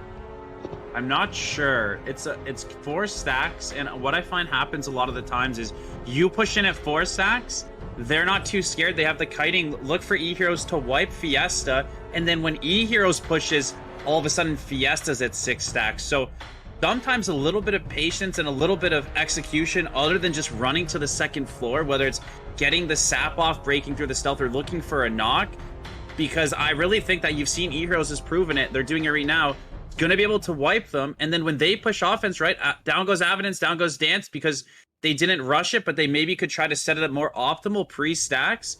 Now this always happens to be an LFG. They're gonna get pushed onto Artesia when it's about to go to 6 stacks. Raz and Rek get teleported out. If they can just reset on offense, I talked about it earlier, and then push in at 6 stacks, I think the edge goes to the Eheroes offensive here if they don't die, but they did lose their monks, so maybe it's about to be back to dead even and anybody's game. Honestly, I think Eheroes just gave the game back to Fiesta with the death of Master Monkey and the teleport out of Abdul Fatah. It was on all his cooldowns as well. Red has nothing for 1.5 minutes now, and honestly now Fiesta can push. And this is the thing, like, need to choose, like, do we defend or push? And essentially I want to defend and then push, right? They could have done it, but we see now here that the Eheroes have sent even more offensive. With the death of Master Monkey, they opted to send Sun offensive as well. Even Lurtix is coming in, I think. So a massive offensive going on here from Eheroes. Yeah. Is this in response to that? Sorry to cut you off, Torpid Eddie. Is that response to that? The fact that they noted that they identified that they were a couple of players down, and they said, okay, well, instead of waiting for the pressure to come in from Fiesta, let's put the pressure on ourselves. And that seems to be exactly the case. We do see Artesia here going out of, obviously, going out of the base there. And you mentioned this before, Eddie. It's fantastic. It does give them a lot of opportunities. And the fact, Torpid, that we don't see that Demon Hunter gives Fiesta the ability to do that. Definitely. I think, though, at 9 stacks, he's going to be in a lot of trouble turning back. So if Killybear doesn't die here, and he's got 3 DPS on, there's a chance he dies. But if they don't have an O healer, honestly, sometimes Guardian damage is enough to pressure those rogues, as you can see. I really think that Artesia, we're about to see him be in a lot of trouble. So before he goes down, Killybear's down, we might see a cross kill here. And we might be back to 0-0. Nobody has the flag. It'll be, I think, quite heroic if Artesia makes this all the way across. But you could see his play to go to the middle, bought his team enough time to at least break even here, which is a really high IQ play. So we'll see if he can make it. He crosses right now. That means Raz will pick it up at 10 stacks, and Raz will be out of stealth. That means he can't even flank Artesia. Amazing play from Fiesta. And just to elaborate on your point, did they want to swap them around because they're good friends, or because they think Mooming is worse? It's because Mooming got the good old benching, and that's just the Evidence play style. Artesia has always been one of their core players, and if it's not going well on tanks, he usually goes into the tank and roll. But look at Kitty. Kitty managed to run here, and now the pressure's onto Artesia. If Artesia dies before he gets to the spot, that means Killy can then speed cap. This is honestly a great situation for Eheroes. All the pressure onto Artesia, and even if he gets here, this is tight. This is going to be so comes in there. It's going to be huge. Convoke the Spirits trying to stay alive. Doesn't look it's looking comfortable for Artesia. Artesia is probably going to go down here unless they do something super special to keep up. Artesia has dropped, but he was gripped up. Flag was up top. I believe it has been returned, though. Flag has been returned, and also Killybear has dropped the flag as well. We are back to 0-0 here. Huge. I do want to point out 2 fantastic points there. Fiesta did a great job. Artesia did a great job. Great grips in from Hippie, but Hippie and Noiri were basically completely tapped on mana there. Killybear picking up the flag once again, and the stacks have reset. This is huge for Killybear and Eheroes. But I also want to give a big shout out to Demidar, a fantastic grip in response to Hippie's priest grip to bring obviously Artesia back in, unable to get across the map as quickly as they wanted. If that grip hadn't have come in, we probably would have seen Fiesta go 1-0 up there. Like Artesia will be able to pick, and Trike is ahead of Killy. Oh, what? Oh, he's not. Oh, this is tight. Incarn. Yeah. They can maybe global Artesia depending on who they get back here. I think I saw Raz headed up the side. There's potential Artesia cannot escape. If they start slowing DPS and healers, he has no Incarn. He does have Trinket available. He could Trinket. He gets sapped. He gets sapped. What? Ooh, he could have sapped. Yeah, he could. He has Trinket. He could have Trinket Barkskin, but you're right. A sap there forces the Trinket. There's a lot of Horde signs coming up. Let's see if they can take out Artesia here. Evidence, though, with the peels, sponsored there. Might be looking to just wipe them, but I mean, his Incarn is still 40 seconds away. Yeah, 40, but maybe it's enough. If he gets away, it's really good, because the pressure is right now onto Killy. We see 2 rogues banging on him, and that's not the spot where we want to be. We see here both Dance MVP and Evidence really putting the pressure onto him, and this is the power of Acid Rogue, and this would be a kill. There it is. That's the kill. Wow, and Artesia now, 20 seconds for income. You gotta run, boy. You gotta run. Oh, Raz coming in fantastic there from Raz, just stopping Artesia from gridding across the map. We do see Demidar up there as well. So obviously, you know, if Artesia is able to get ahead, we do have the grip coming in, Mind Control coming in from Noiri Piece. Muchbitter and Wix also making a move across the map here. But this is huge between these two teams. This is absolutely huge. They have been constantly switching. A fantastic gripping from Noiri Priest there. Artesia is currently ahead of Wix and everything. Killybear coming in too. So this is now a big push in onto the base of Fiesta. And if Fiesta play this well, they could potentially be capping it. Mudsplitter has got away here with that. Is potentially going to hand it off to Killybear. Raz coming in, obviously trying to do what they can to stop Artesia, but it's almost like we've got a reset. But you've got to imagine now the pressure potentially switching onto Fiesta on the side of Eheroes. Oh, he nearly got a swap. Did they get the swap or did he click it? He did it! He did it! They missed the swap. Yes, I didn't see wrong. They can cap, or Raz got it. Raz has the flag. Wow. Raz is able... Oh. What is this game? What is this game? This is huge between these two teams. This is massive, and now...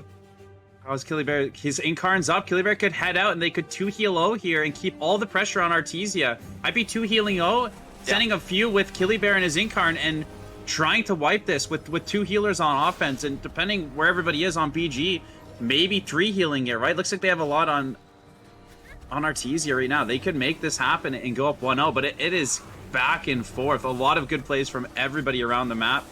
Stacks are 4. It's not a 1-stack game, so there's potential that if they 2-heal this, they could take Artesia down right here with no CDs. Just the boom and the double rogue.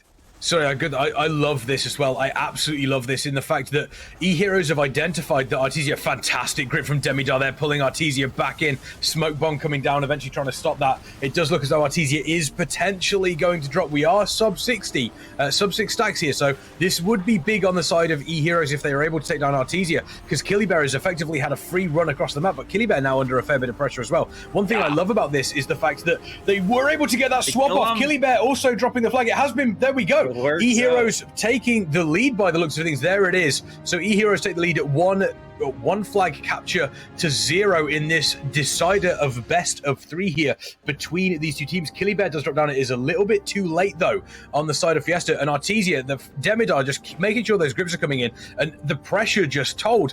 The fact that we were able to get that pickup, I believe it was from Raz, and then switch over to Killybear, and then immediately the entirety of Eheroes was just on Artesia. Killybear had a free run across the map. That was almost a perfect situation for Eheroes, specifically, Eddie, when they were under so much pressure from Fiesta for the previous 2 to 3 minutes before that. Honestly, not just perfect, it was ideal from Eheroes. They were essentially all in the enemy base with the enemy flag. They had no one on their own side of the enemies, and Killy had Incarn and a priest. So you just run, and you run fast. And that's what he did, and it worked out. And honestly, you could argue that the Fiesta got hit by Fiesta because it was so close. If Raz, as you said, didn't manage to pick up that flag, there would definitely been a 1-0 for Fiesta. So, I mean, I kind of feel a little bad for them, honestly. I think Artesia has actually been playing quite well this game. I just think that there's so much pressure going on to him right now, is what we see. Both the Feral and the Rogue never, ever letting him run away. So yeah, a lot of pressure going on to Artesia.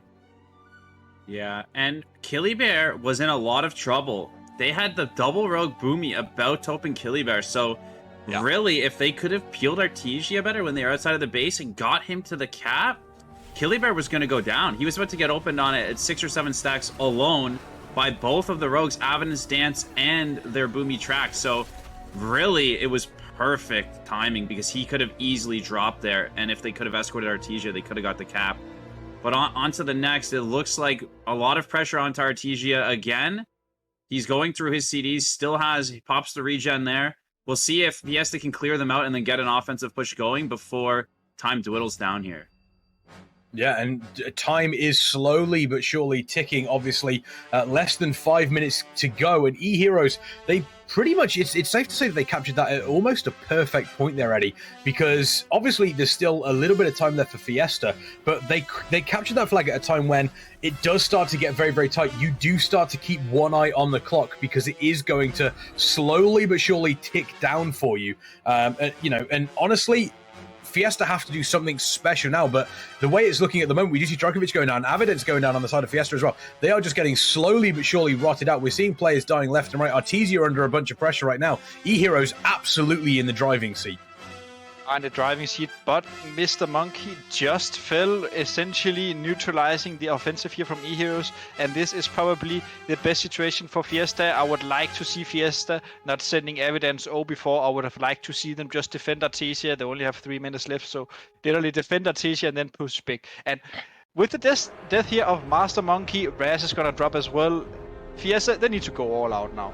You have 1 Warlock and 1 Priest with your Guardian, and everyone else is going offensive. We see Killibear as well. They are already positioning for their defense. They have 2 DPS here, a 3rd coming in very soon, as they spawn. This is the advantage of dying in the enemy base as well. You essentially spawn back at your own.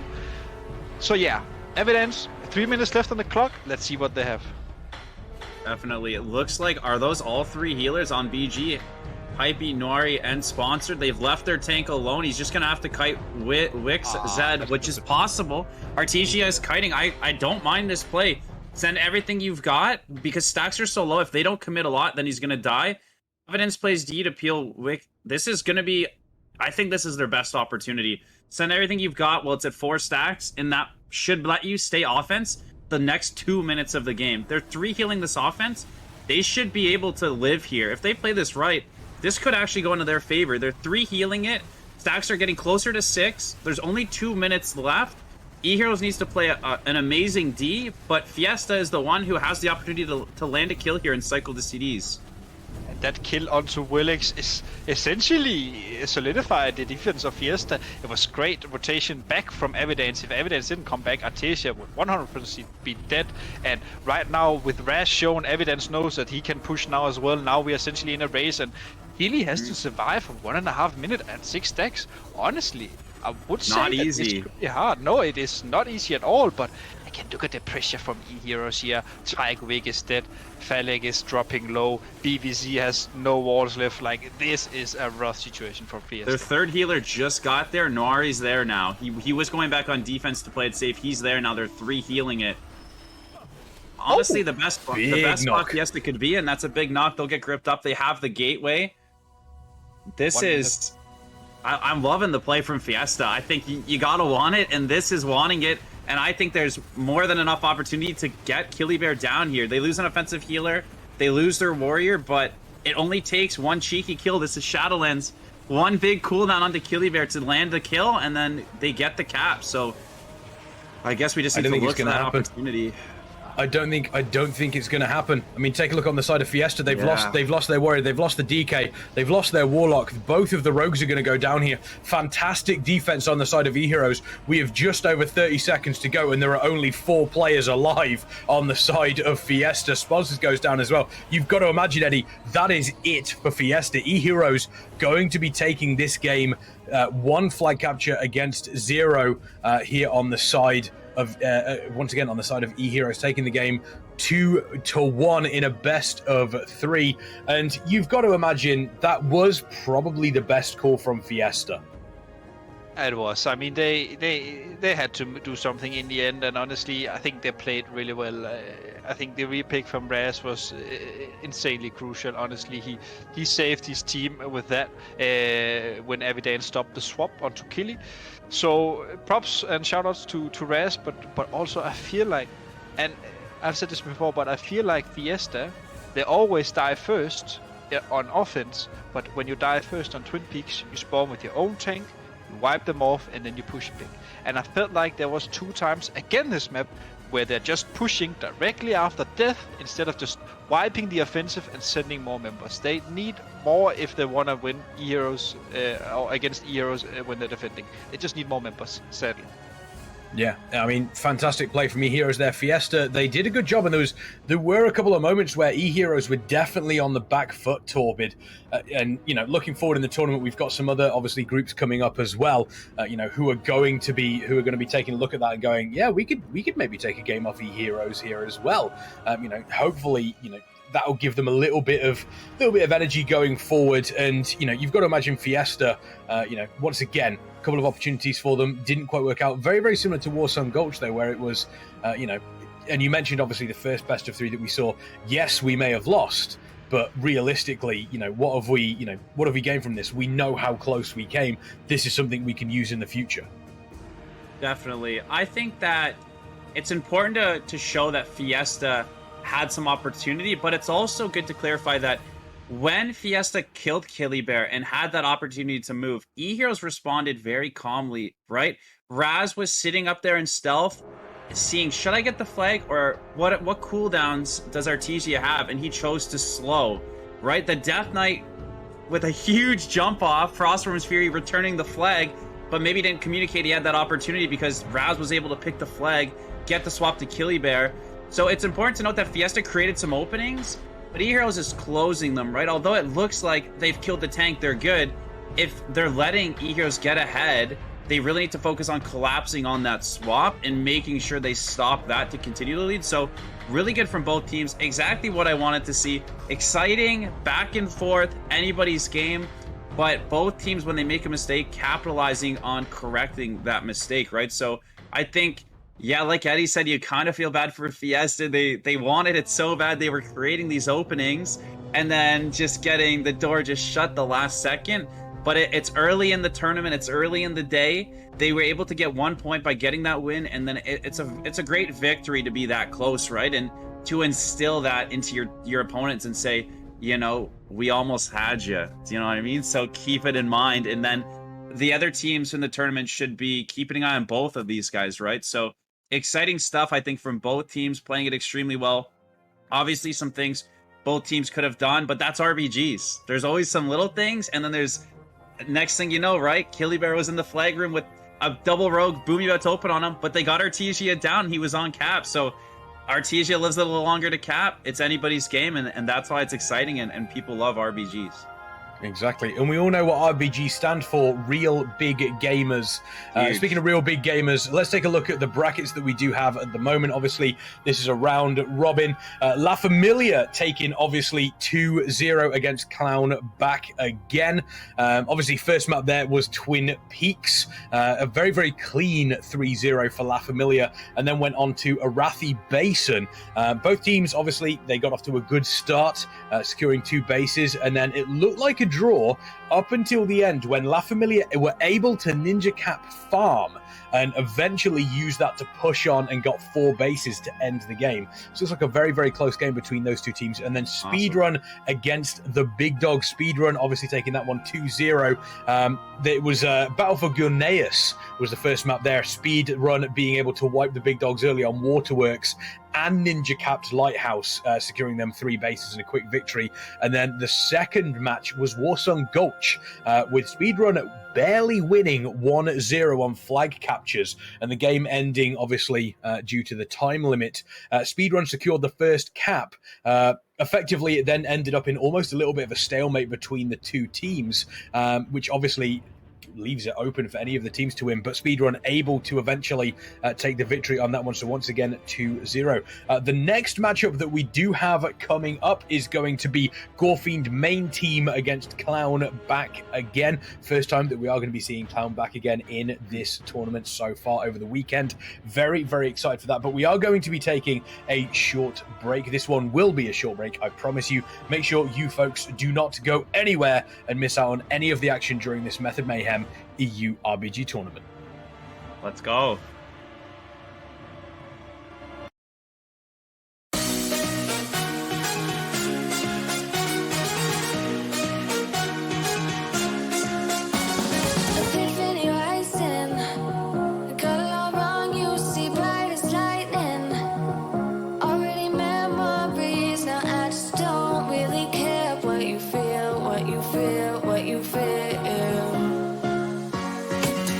Shame on me thinking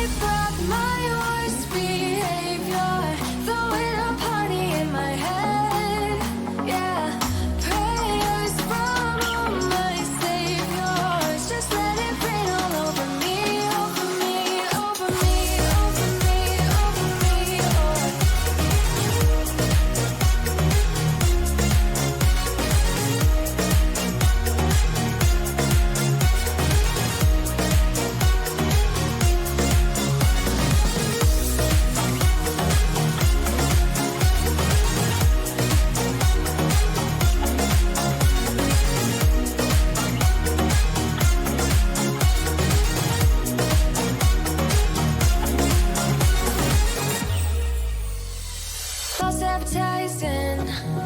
You are not meant for me, still not surprising. Need no apologies, cause I just don't really care what you think, what you think, what you think. Shame on me, thinking it was just a phase. Got me like ooh, got me like ooh. Ain't it fun recognizing your mistakes? Got me like ooh, feeling so ooh. Now I brought my worst behavior, throwing a party in my head. Yeah, prayers from my saviors. Just let it rain all over me, over me, over me, over me, over me.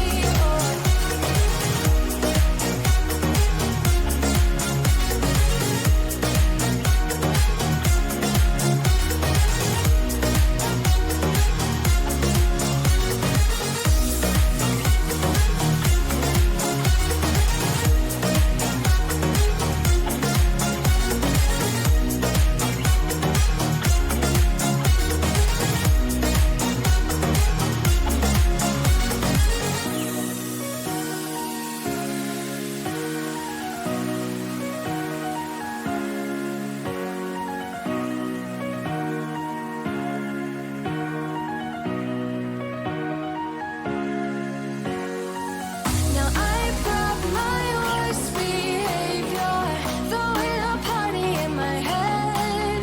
Yeah, prayers from my saviors. Just let it rain all over me, over me, over me, over me, over me, over me, over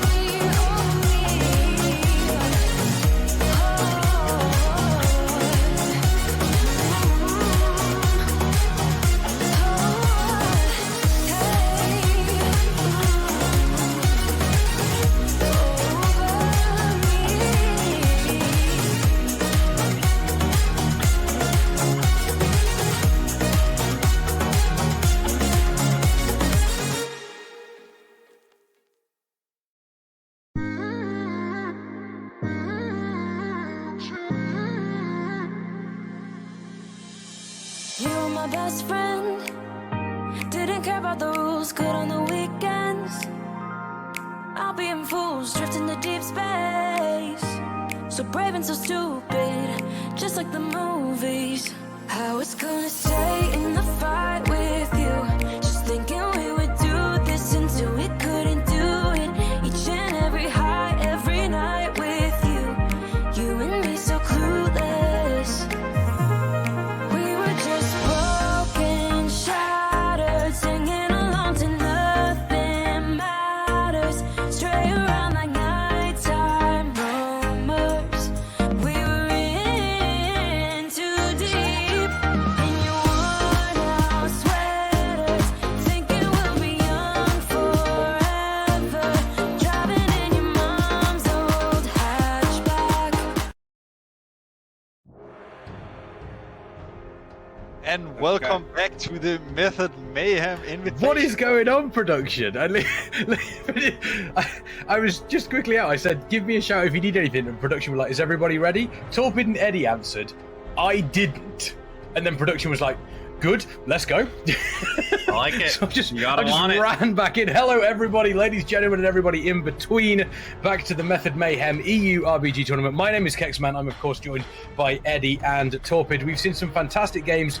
Eddie there with what appears to be a Capri Sun as well. You'll love to see it. Our next game coming up is going to be Gorefiend Main against Clown back again. For those of you folks that are just joining us, this is obviously an RBG tournament. Teams are made up of a minimum of 10 players, maximum of 13. We do obviously have ban and pick lists for these groups as well for maps, so that's going to be super exciting. And I also want you to check out the Method merch we have available. ! Merch in the chat gives you a link directly to the Method store. And not only do we have the regular Method merch, we also have a brand new 2022 Pride collection. 100% of all of the Pride collection profits for the remainder of 2022 are donated to the Trevor Project. And not only do we have the traditional t-shirts, the traditional hoodies, we also have joggers. Very, very excited for that as well. Those joggers are always so comfortable, so I'm looking forward to potentially slipping on a pair of those joggers in the future. And we also have a crowdfunded prize pool as well. There is a minimum prize pool of $2,500, but any subscription to the Method channel whilst this event is live will also add $2.50 to the prize pool. Exclamation point crowdfunding in the chat. You can help these players get a bigger prize pool all through your donations. So go and check that one out as well. Gorefiend main and Clown back again. We've seen Gorefiend main so far. They lost the first. They lost the first series, but Clown back again. They've also lost their previous 2 series on top of that. So excited to see how this game is going to go here, Eddie, between these 2 teams. I mean, we've spoken about trying to effectively get yourself, hyped up for a game. If you lose a couple of games, it can be relatively difficult. What are you expecting out of these 2 teams right now? Oh, this is one of the closer matchups as well in this round robin. It's the 5th seed versus the 6th seed. So on paper, very close teams. I would slightly favor Team Gorefiend, and it's only due to the fact that some of the players from Clownback again are not the highest rated on the ladder, but they have some who are really putting the team up. So again, going into the match, Gorefiend main team, they look like the slight favorite. They're probably going to opt for some teamfight maps. We saw that they were actually performing quite well in their previous game. Sadly, it didn't give them the win, but they were playing well. Yeah, exactly. And it is one of those where you can sometimes, we saw obviously some of the recaps here. Clown back again, obviously playing a very close game between La Familia on that Warsong Gulch. Obviously, we've seen what has happened previously, with some of these teams, obviously, again, relatively, Speedrun did run over them a little bit, but it looks like they have come into it. And that's something that we've spoke about, Torpid, is, obviously we spoke about the mental side of things, is sometimes it can take players and teams by extension a couple of games to kind of really get into a tournament. The first few games, they're not feeling it, and then the 3rd game, 4th game, things really start to come together for them. Definitely. We saw some teams on the NA that dropped down, and you're like, oh, and people are counting them out. And then they went on to get really close to the finals. So I think it's important when including us as the casters and the chat, when you guys look at the ladder and you see a 2-0, that doesn't tell the entire story, right? Like, Kexman's been giving updates on what's been happening. You might look at Eheroes and go 2-1 and then immediately think, well, of course Eheroes won 2-1. Fiesta's got no chance. If you didn't see the dialogue of what happened, we know watching those games and casting them, it could have been anybody's series, right? But if you're just tuning in, you're like, of course Eheroes is at 2 and the other team's at 1. But it could have went either way.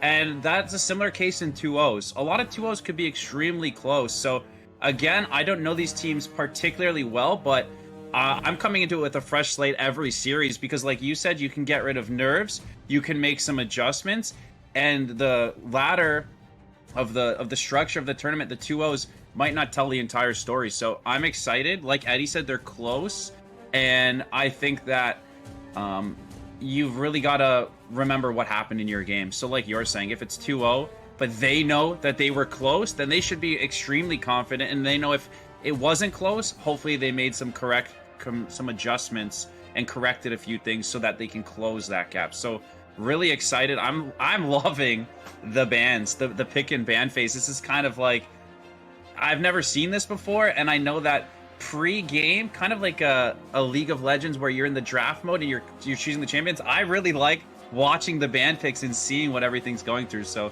I think this is great for the RBG tournaments.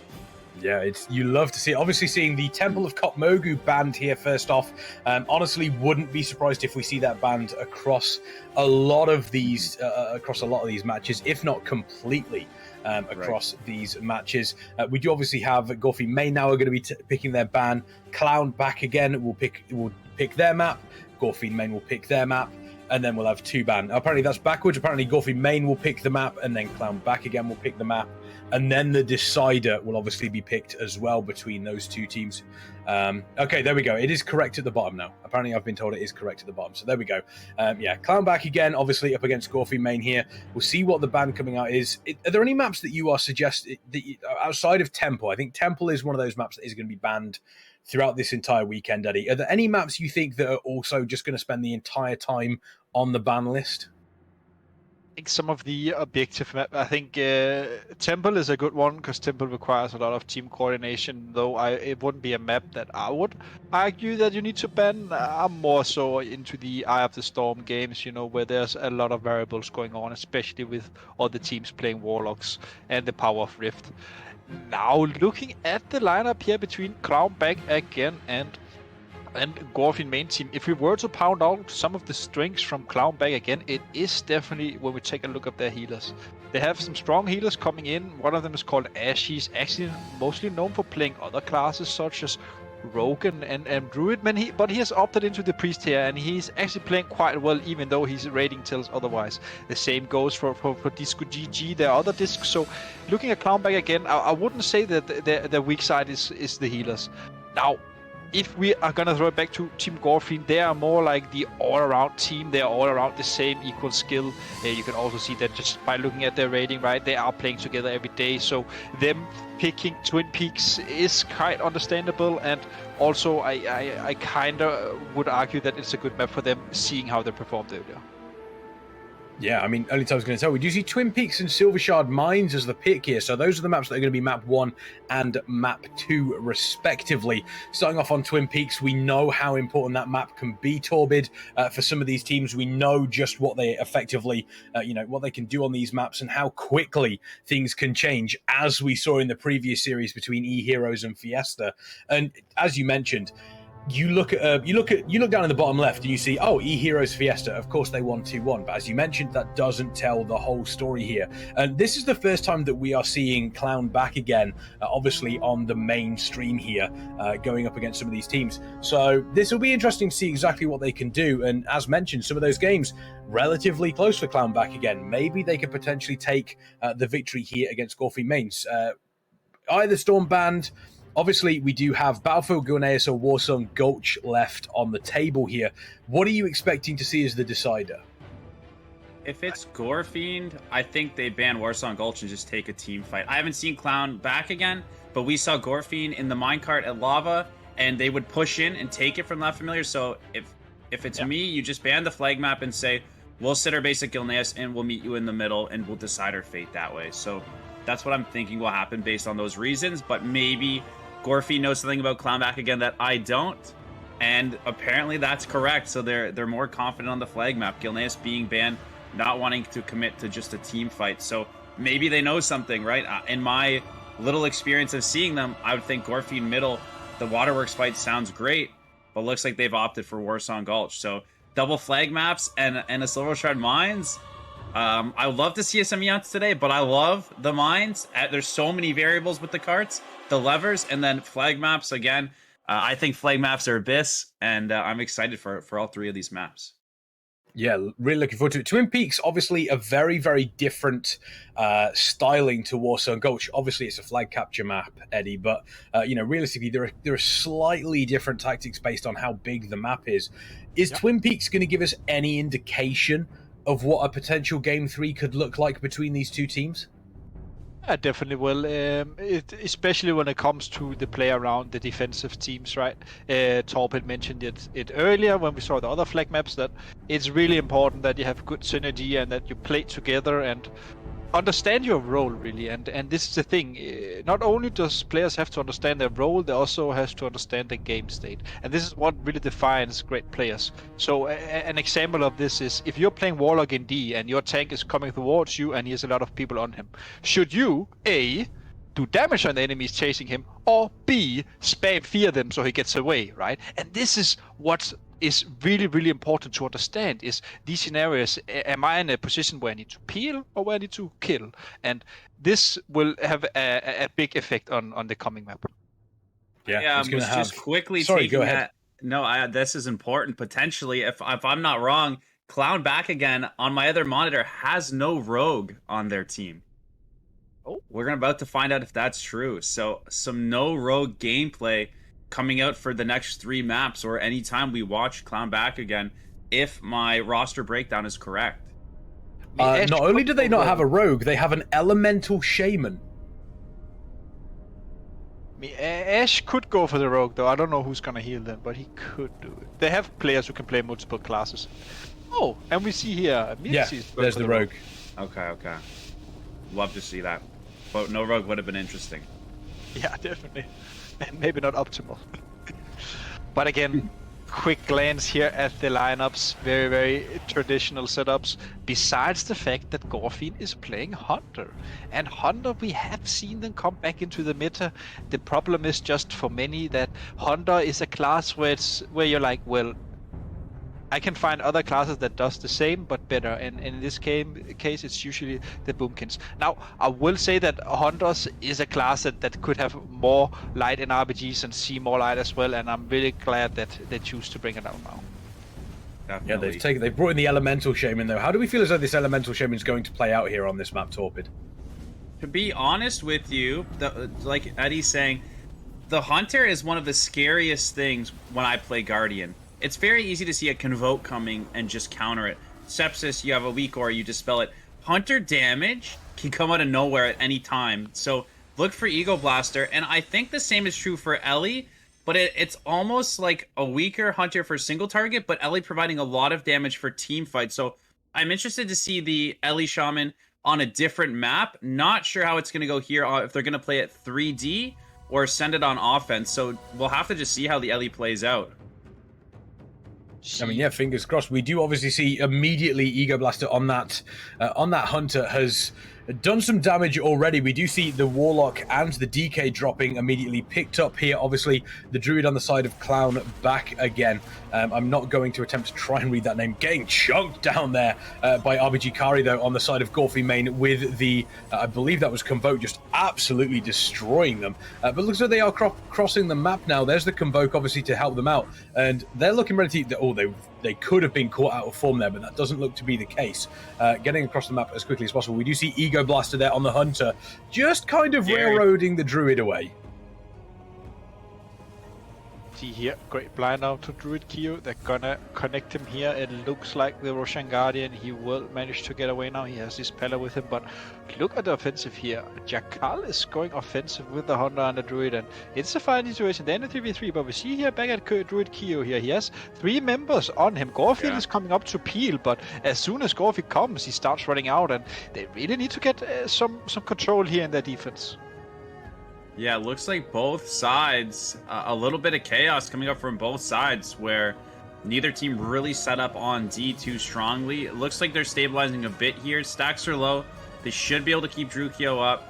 It looks like they're cleaving them when they're playing down here, right? So if they can CC the offensive healer and cleave the melee, that'll do them only favors. It looks like the tank for the Clown back again Alliance team has the Rogue on him and the Boomy, but his team again is Reet there. So I'd expect both teams to be okay and just do to wipe them on D and wipe them on offense and reset, and then we'll go from there when it gets closer to 6 stacks. It looks like no teams are in trouble unless this Hunter comes out of nowhere and smashes this guy, because that's what Hunters do, and it's super annoying. I think he missed his Kyrian ability there.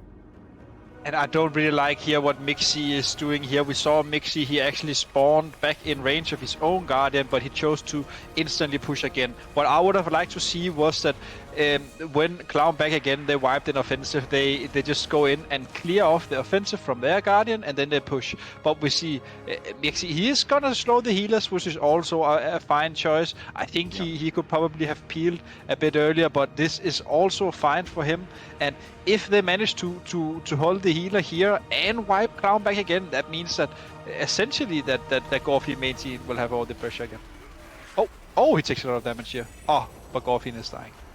Yeah, he's taking some damage. Yeah, the offense is going out. I do want to point out as well, Captain Atonement, possibly one of the best names that I can remember seeing for a long time. That is a fantastic name there.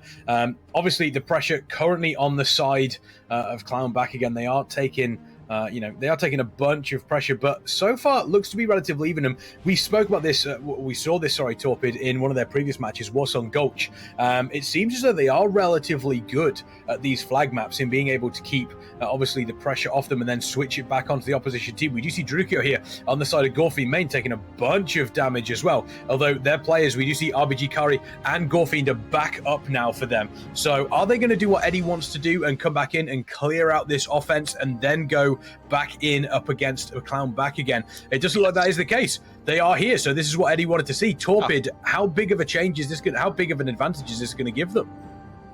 It's a big advantage at this time in the game where it's 6 stacks. When you clear their offensive push, you don't even want to teleport them out there. You want them to die. You want to save that Shadow Rift and kill them, or Shadow Rift a healer who's healing from outside.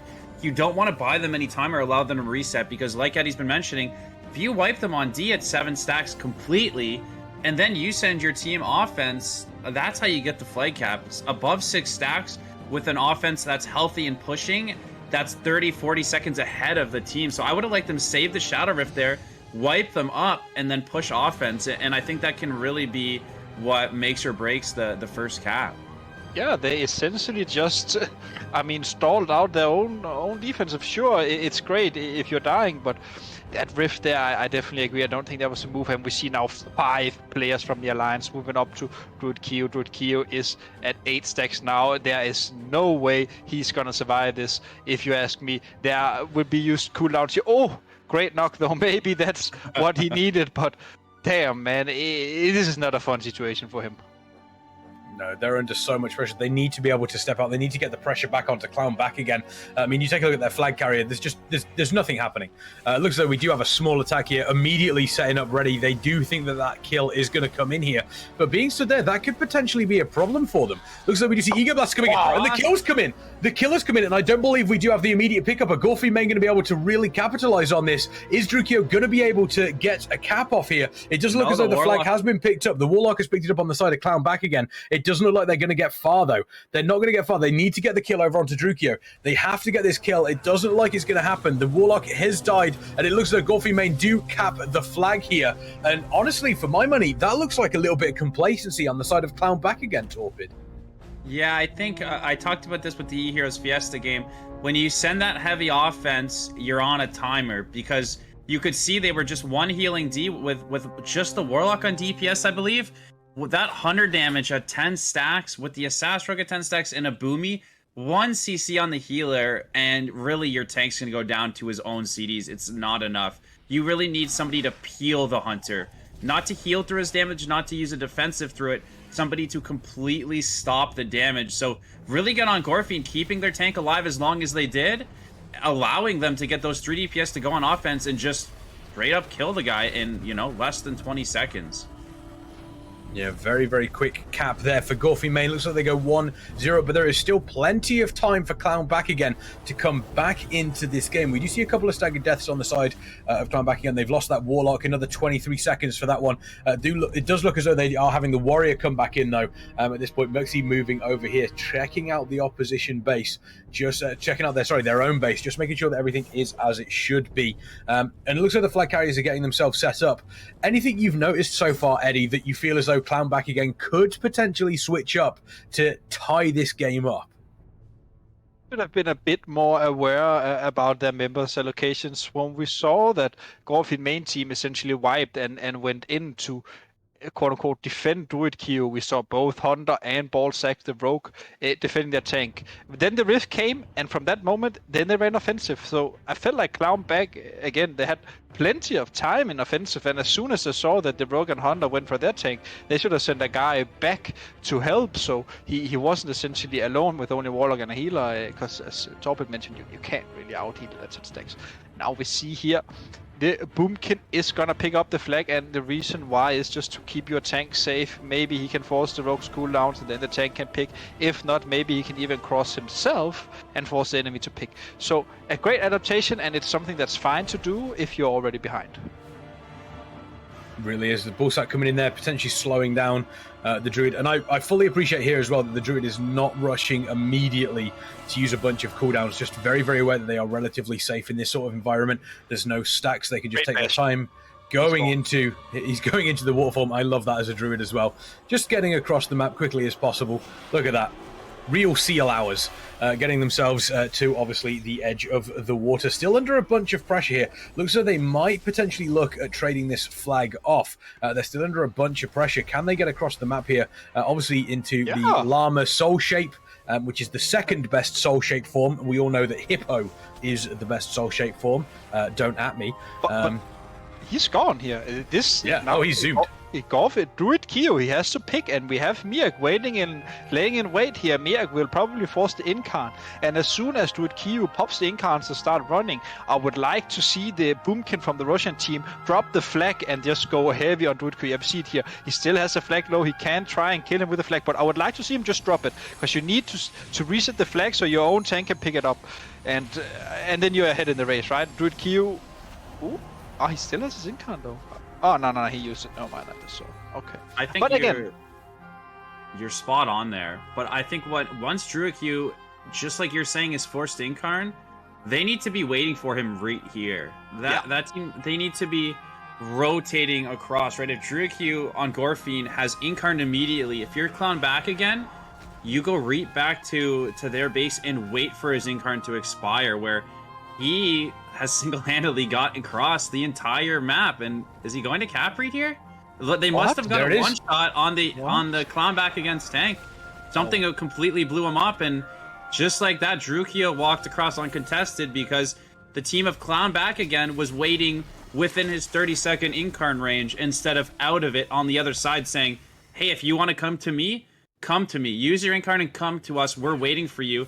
They went to him, and he just walks that in, and a mistake from Clownback against Tank to not be communicating with his D team that he needs help. He goes down, and just like that, it's a 2-cap game. Not quite sure what killed him. Looking at the cooldowns, RBG Carl, he did have his incarnation running, so I'm quite sure he died to Incarn Convoke, but Ballsack, he only used Vendetta now, so it wasn't the Vendetta killing the tank. He did use his Vanish for the kill, so maybe he did something with that, but again, I don't think the Russian tank should have died here without even forcing all the Rogue CDs. And again, I mean, Gorefiend main team, they are playing well, and this is what we would like to see from them. Yeah, Druid Keo zooming across the other side of the map, hoping to get another quick flag capture. Does look as though the flag carrier is on the side of Clown back again, picking that flag up. It looks like Gorefiend main have been relatively comfortable here, but also on the side of Clown back again, there's still just under 8 minutes left in this game. There is still time for them to come back into it, but realistically, the way that Gorefiend main have been playing Torpid, it's going to be a challenge for them, but not impossible. Definitely. There's lots of time, and mistakes happen. Again, I mentioned this Shadowlands, a lot of damage. Him dying to a solo Boomy, it does hurt them a lot, but they can stabilize. They have the 8 minutes. They can get one cap and then work on the next one. So things like that do happen, and again, it's the mentality of the team saying, it happened, let's keep it going. They're playing it out, so I think that really, it's not, we haven't got a whole picture yet in just one game. I think we can really see Clownback again rallying to get right back in this thing and building that momentum for the future games, definitely. And right now we see the pressure is in the hand of Gorefiend here. Druid Keo is picking up the flag here. He should get away. He has his skin and he's raw to move, and this just means that he can, or he should, run solo back and just tell his team, everyone offensive, train this Guardian down. He has no cooldowns left. We are ahead in the race, and I am gone alone. So I would like to see Gorefiend here put a lot of pressure onto the Russian tank here. It seems like, though, that they have a hard time connecting.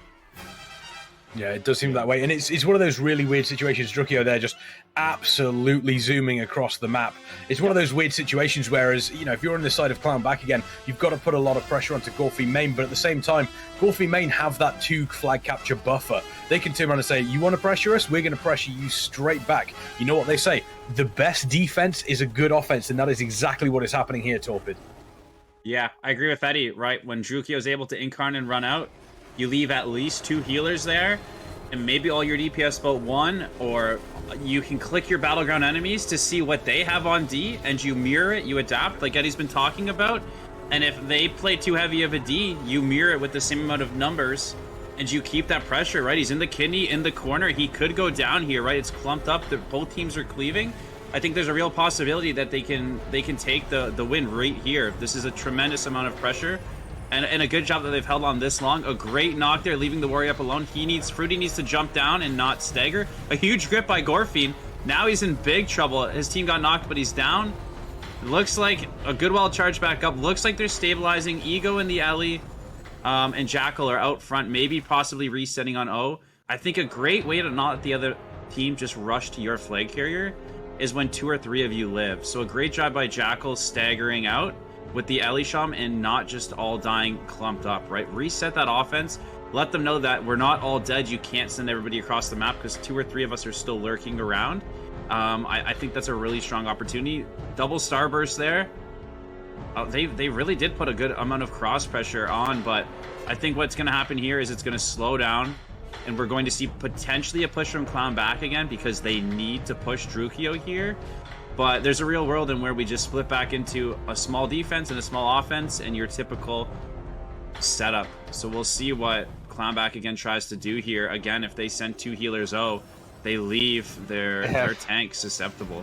And they have. We see it right now. It's only RBG, Kari, and Jackal pushing onto the Guardian here now. I don't think Jackal being here is ideal. I don't think he's going to change much when it comes to killing the Guardian. Of course, he's going to keep his Boomy alive, but again, it's only 1 Warlock, so it should be okay. We see Ballsack as well. He is rotating in. He should be opening up onto Druid Kyo very, very soon. No, sorry, not Druid Kyo, but the Russian Druid. But we see Druid Kyo here taking a lot of damage. He has a lot of defenders around him, but it shouldn't be enough right now. He is hitting the 6 stacks mark as well. His movement speed is slightly reduced, but the Rogue is dead. The Rogue is dead, and the Warrior. So, I mean, if he survives here now, this is a great, great, great situation for Gorefiend. He should be okay. On that guy, yeah, I think he looks okay. RBG carry just doesn't have it. Yeah, he does look in a pretty solid situation. It looks like Clown back again have done exactly that. They've pushed out to Gorefiend main, but Gorefiend main doing a really, really solid job in staying alive here. Drukio currently 7 stacks, but the Convoke the Spirit's going out, obviously, from the Druid on the side of Clown back again, but it doesn't look to be doing much. Jackal wants back again, both sides there. RBG Kari as well. So they do have 3, they've got 3 players up against 2 here. This Guardian Druid, though, very, very, very strong. Are they going to be able to get out? Looks like they are moving down to this lower floor here, potentially looking to get back up, but it doesn't look like that's going to be the case. Whether or not they feel as though there's communication that Drukio is going to go down, but there is coming up to 3 minutes left in this. So if Clown back again have a chance, they need to cap a flag now. Drukio needs to be killed, and it doesn't look like that is going to happen. But at the same time, Clown back again looks like their defense is relatively strong right now, and I don't think there's going to be too much pressure onto their flag carrier. As I say that, they're dropping super, super low. Moving into position, that's 1 big bolt coming in, dropping really low. In comes obviously Jackal with that there, and they're able to take him down. Is Drukio going to be able to get this? It doesn't look like it has happened. Has been picked up, is able to come through. Are they going to be able to cap it? It's currently picked up by the Warlock on the side of Clown back again. This is huge. Gorefiend main could potentially win the game here, Eddie. And they definitely could. I mean, Gorefiend, they just need to connect this Warlock, and it looks like he's dead. He has no healers in range, and he has 2 DPS on him. With this cap, Gorefiend main team taking the lead here in the first best of 3 between Clown back again and Gorefiend main team. And honestly, big props to Gorefiend main team. I think they played quite well. They even managed to survive against the very heavy offensive from Clown back again when they were only defending with the Pala and the Warlock. So I mean, big props to them, and very well team play. Yeah, they did a great job there, taking, as Eddie mentioned, the first game in this best of 3 against Clown back again. And as we mentioned, we do obviously have Warsong Gulch as that game number 3. If we do go, obviously, to the 3rd game here in the series. Is there anything you'd take away from this game, Torpid, from either of these teams that could potentially show us exactly what we can expect from Warsong Gulch?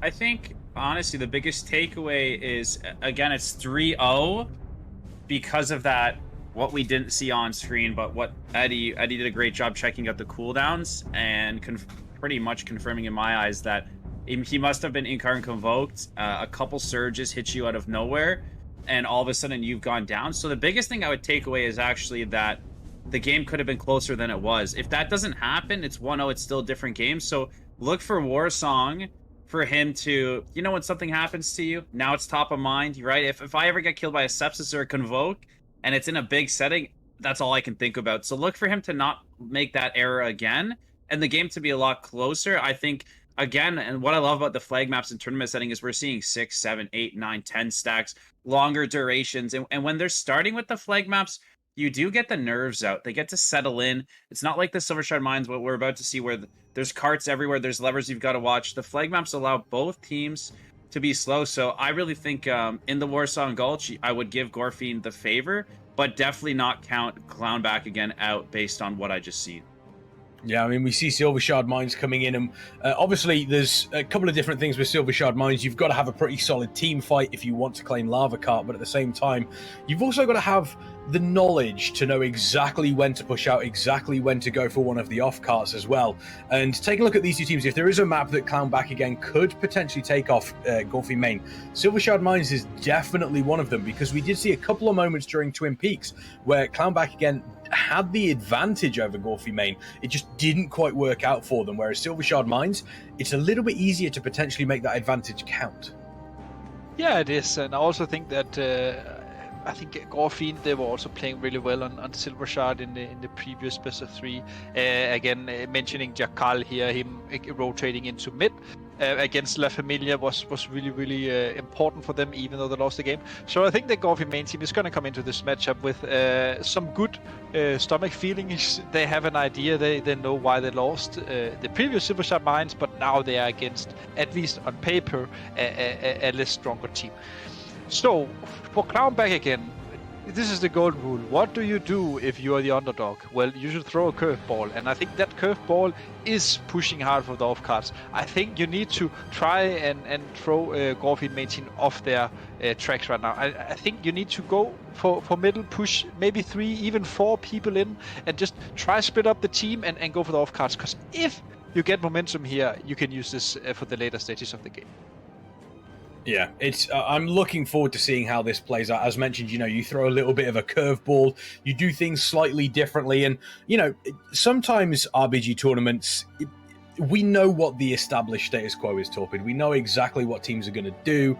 We know exactly how they're gonna, exactly how they're going to approach a map, and. You know, if you're coming up against a team like Gorefiend main, you know what they're going to do. Clown Back Again, as Eddie mentioned, could do something completely differently and turn around and say, okay, we're going to play a different game. We know what we're going to play. You now have to react to this. Are you good enough to react to what we are doing? And when you're 1-0 down specifically, sometimes it is one of the better things to do, especially in round robin as well, because you could be saying, right, this is a last ditch attempt for us. Let's try and do something a little bit, different, shall we say? Yeah, I think that if this makes sense, you don't always look for that at the beginning. I think there's reasons why certain openers are extremely strong, and there's other ways to do things if practiced properly. But those other things, if not practiced properly, can lead to a disaster. So I actually think that my strategy would be playing it kind of simple, but then you look for that key opportunity where in the mines, there's so much that can go wrong. A healer gets out of position, they're at lava, they're not controlling the leaf. So I think during the game is when Clown Back Again needs to pick something and capitalize on it. And I'd say mines is close to orbs where it can start snowballing. You're rotating slowly, not fighting along the way, and you start wiping. So I think Clown Back Again can start with your typical strat, if that's what they have best practice, but really need to look for something to open and get that momentum where you get the lava, they're trying to go mid, but you beat them to mid or slow them, and then all of a sudden you get 3 or 4 carts for free, and it's very hard to come back from. Where it could be a lever turn later in the game. I think there's a lot of opportunity, but I don't think that unless practiced, you want to go too far from the beginning strat, because there's a reason why it's really strong depending on if you're ally or horde side. Yeah, absolutely. Well, this is obviously game number 2 here between Clown Back Again and Gorefiend main. Chat, let us know exactly who you think is going to take this one. Are Clown Back Again going to take us to a game number 3 in this best of 3 series, or a Gorefiend main going to win 2-0? Silver Shard Mines, everything to play for both of these teams here.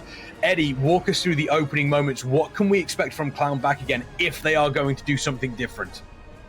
We see at least Gorefiend main team, they are ready to counteract the fact that Clownback again might push hard for mid here. We saw, look at Jackal here, is already hovering towards middle, ready to rotate. So this is a great adaptation for Gorefiend main team. We see Clownback again here, they have the initial lava attack. This is why Alliance side is good on Silvershard Mines, and you can always be first in the card unless you're against Demon Hunters. I can explain that later if we see that scenario. So for here, we see the classical Inky on mid. Yeah, I think this is exactly classic, Eddie. I think that if somehow Clownback again can take this and get a cheeky kill, it's going to be massive for them and exactly what they needed. You see an incredible from the top, ropes instantly locked out. Jackal is already floated though from the Gorefiend main team, so I think that really shuts down a lot. The H-Ball is floated, so it's a 2-heal in lava. Look for something crazy to happen in lava. They have the double healers mid, so I think what you need to do here, if you're the ally side, is just make sure you don't lose top. You're in a mirror middle. You're not going to wipe them and turn the cart. You cannot lose top, and trust for your lava team to keep Gorefiend from turning it. Now that they've extended so many mid, and we could see Clownback again taking the lava and taking the top, and then seeing what needs to happen from there on the next lava will be a big tell for the game. Yeah, it's going to be huge. And for people that are watching that are new to RBGs, maybe haven't played through Silvershard Mines at this point, fantastic for Drukio. What a huge knock that is. Drukio absolutely cracked. And is Drukio going to be able to keep this, I wonder? It looks as though it's getting relatively close. We do see RBG Kari coming in behind as well, Jackal as well. Merxy trying to keep up. This could be huge. That is massive from Drukio. That is absolutely massive. I was just going to say, Eddie, for those people that have watched, that may not have watched these tournaments before, that may not have played through a bunch of these, we do see Drukio coming up. Just how important is it to maintain control over Lava Cart? I mean, Lava Cart is the bread and butter because it is the fastest card in the game. It has a 90-second cap timer, so it's also the card that will bring you in the most points in the game. But again, just Druid Keo instantly trinketing the Raw from the Eastern European Boomkin here, and then he roars him, and he doesn't trinket. He could have trinketed as well and soul shaped out of the knock, so he also had a chance to play potential, but Druid Q simply had the better fingers. Absolutely. I think, again, Clownback again, that looking a little bit in the past at that middle cart, once they were mirrored, they needed to be the ones to leave to keep their tag top, and the fact that Drukio was even close to get that Typhoon, and then the next 3 were going to be Gorefiend to back up Drukio. It's really tragic for Clownback again. They just need to give the middle much sooner. But he gets this. He should get this. He should get this. Raw him out. Get the tag. He gets the tag. He's got reinforcements. And back and forth this game. Yes, amazing. Ooh. Oh. Yeah. Okay. Yeah, Allies keeping it. Clownback again taking the middle cart. Lava's about to cap, so they're still down. So this is an important match in Silvershard where top still has about a minute and a half to go. Lava and mid are both about to respawn. So really look for a team fight here, Kexman, to see who can get some momentum actually going now that we're about halfway through the match.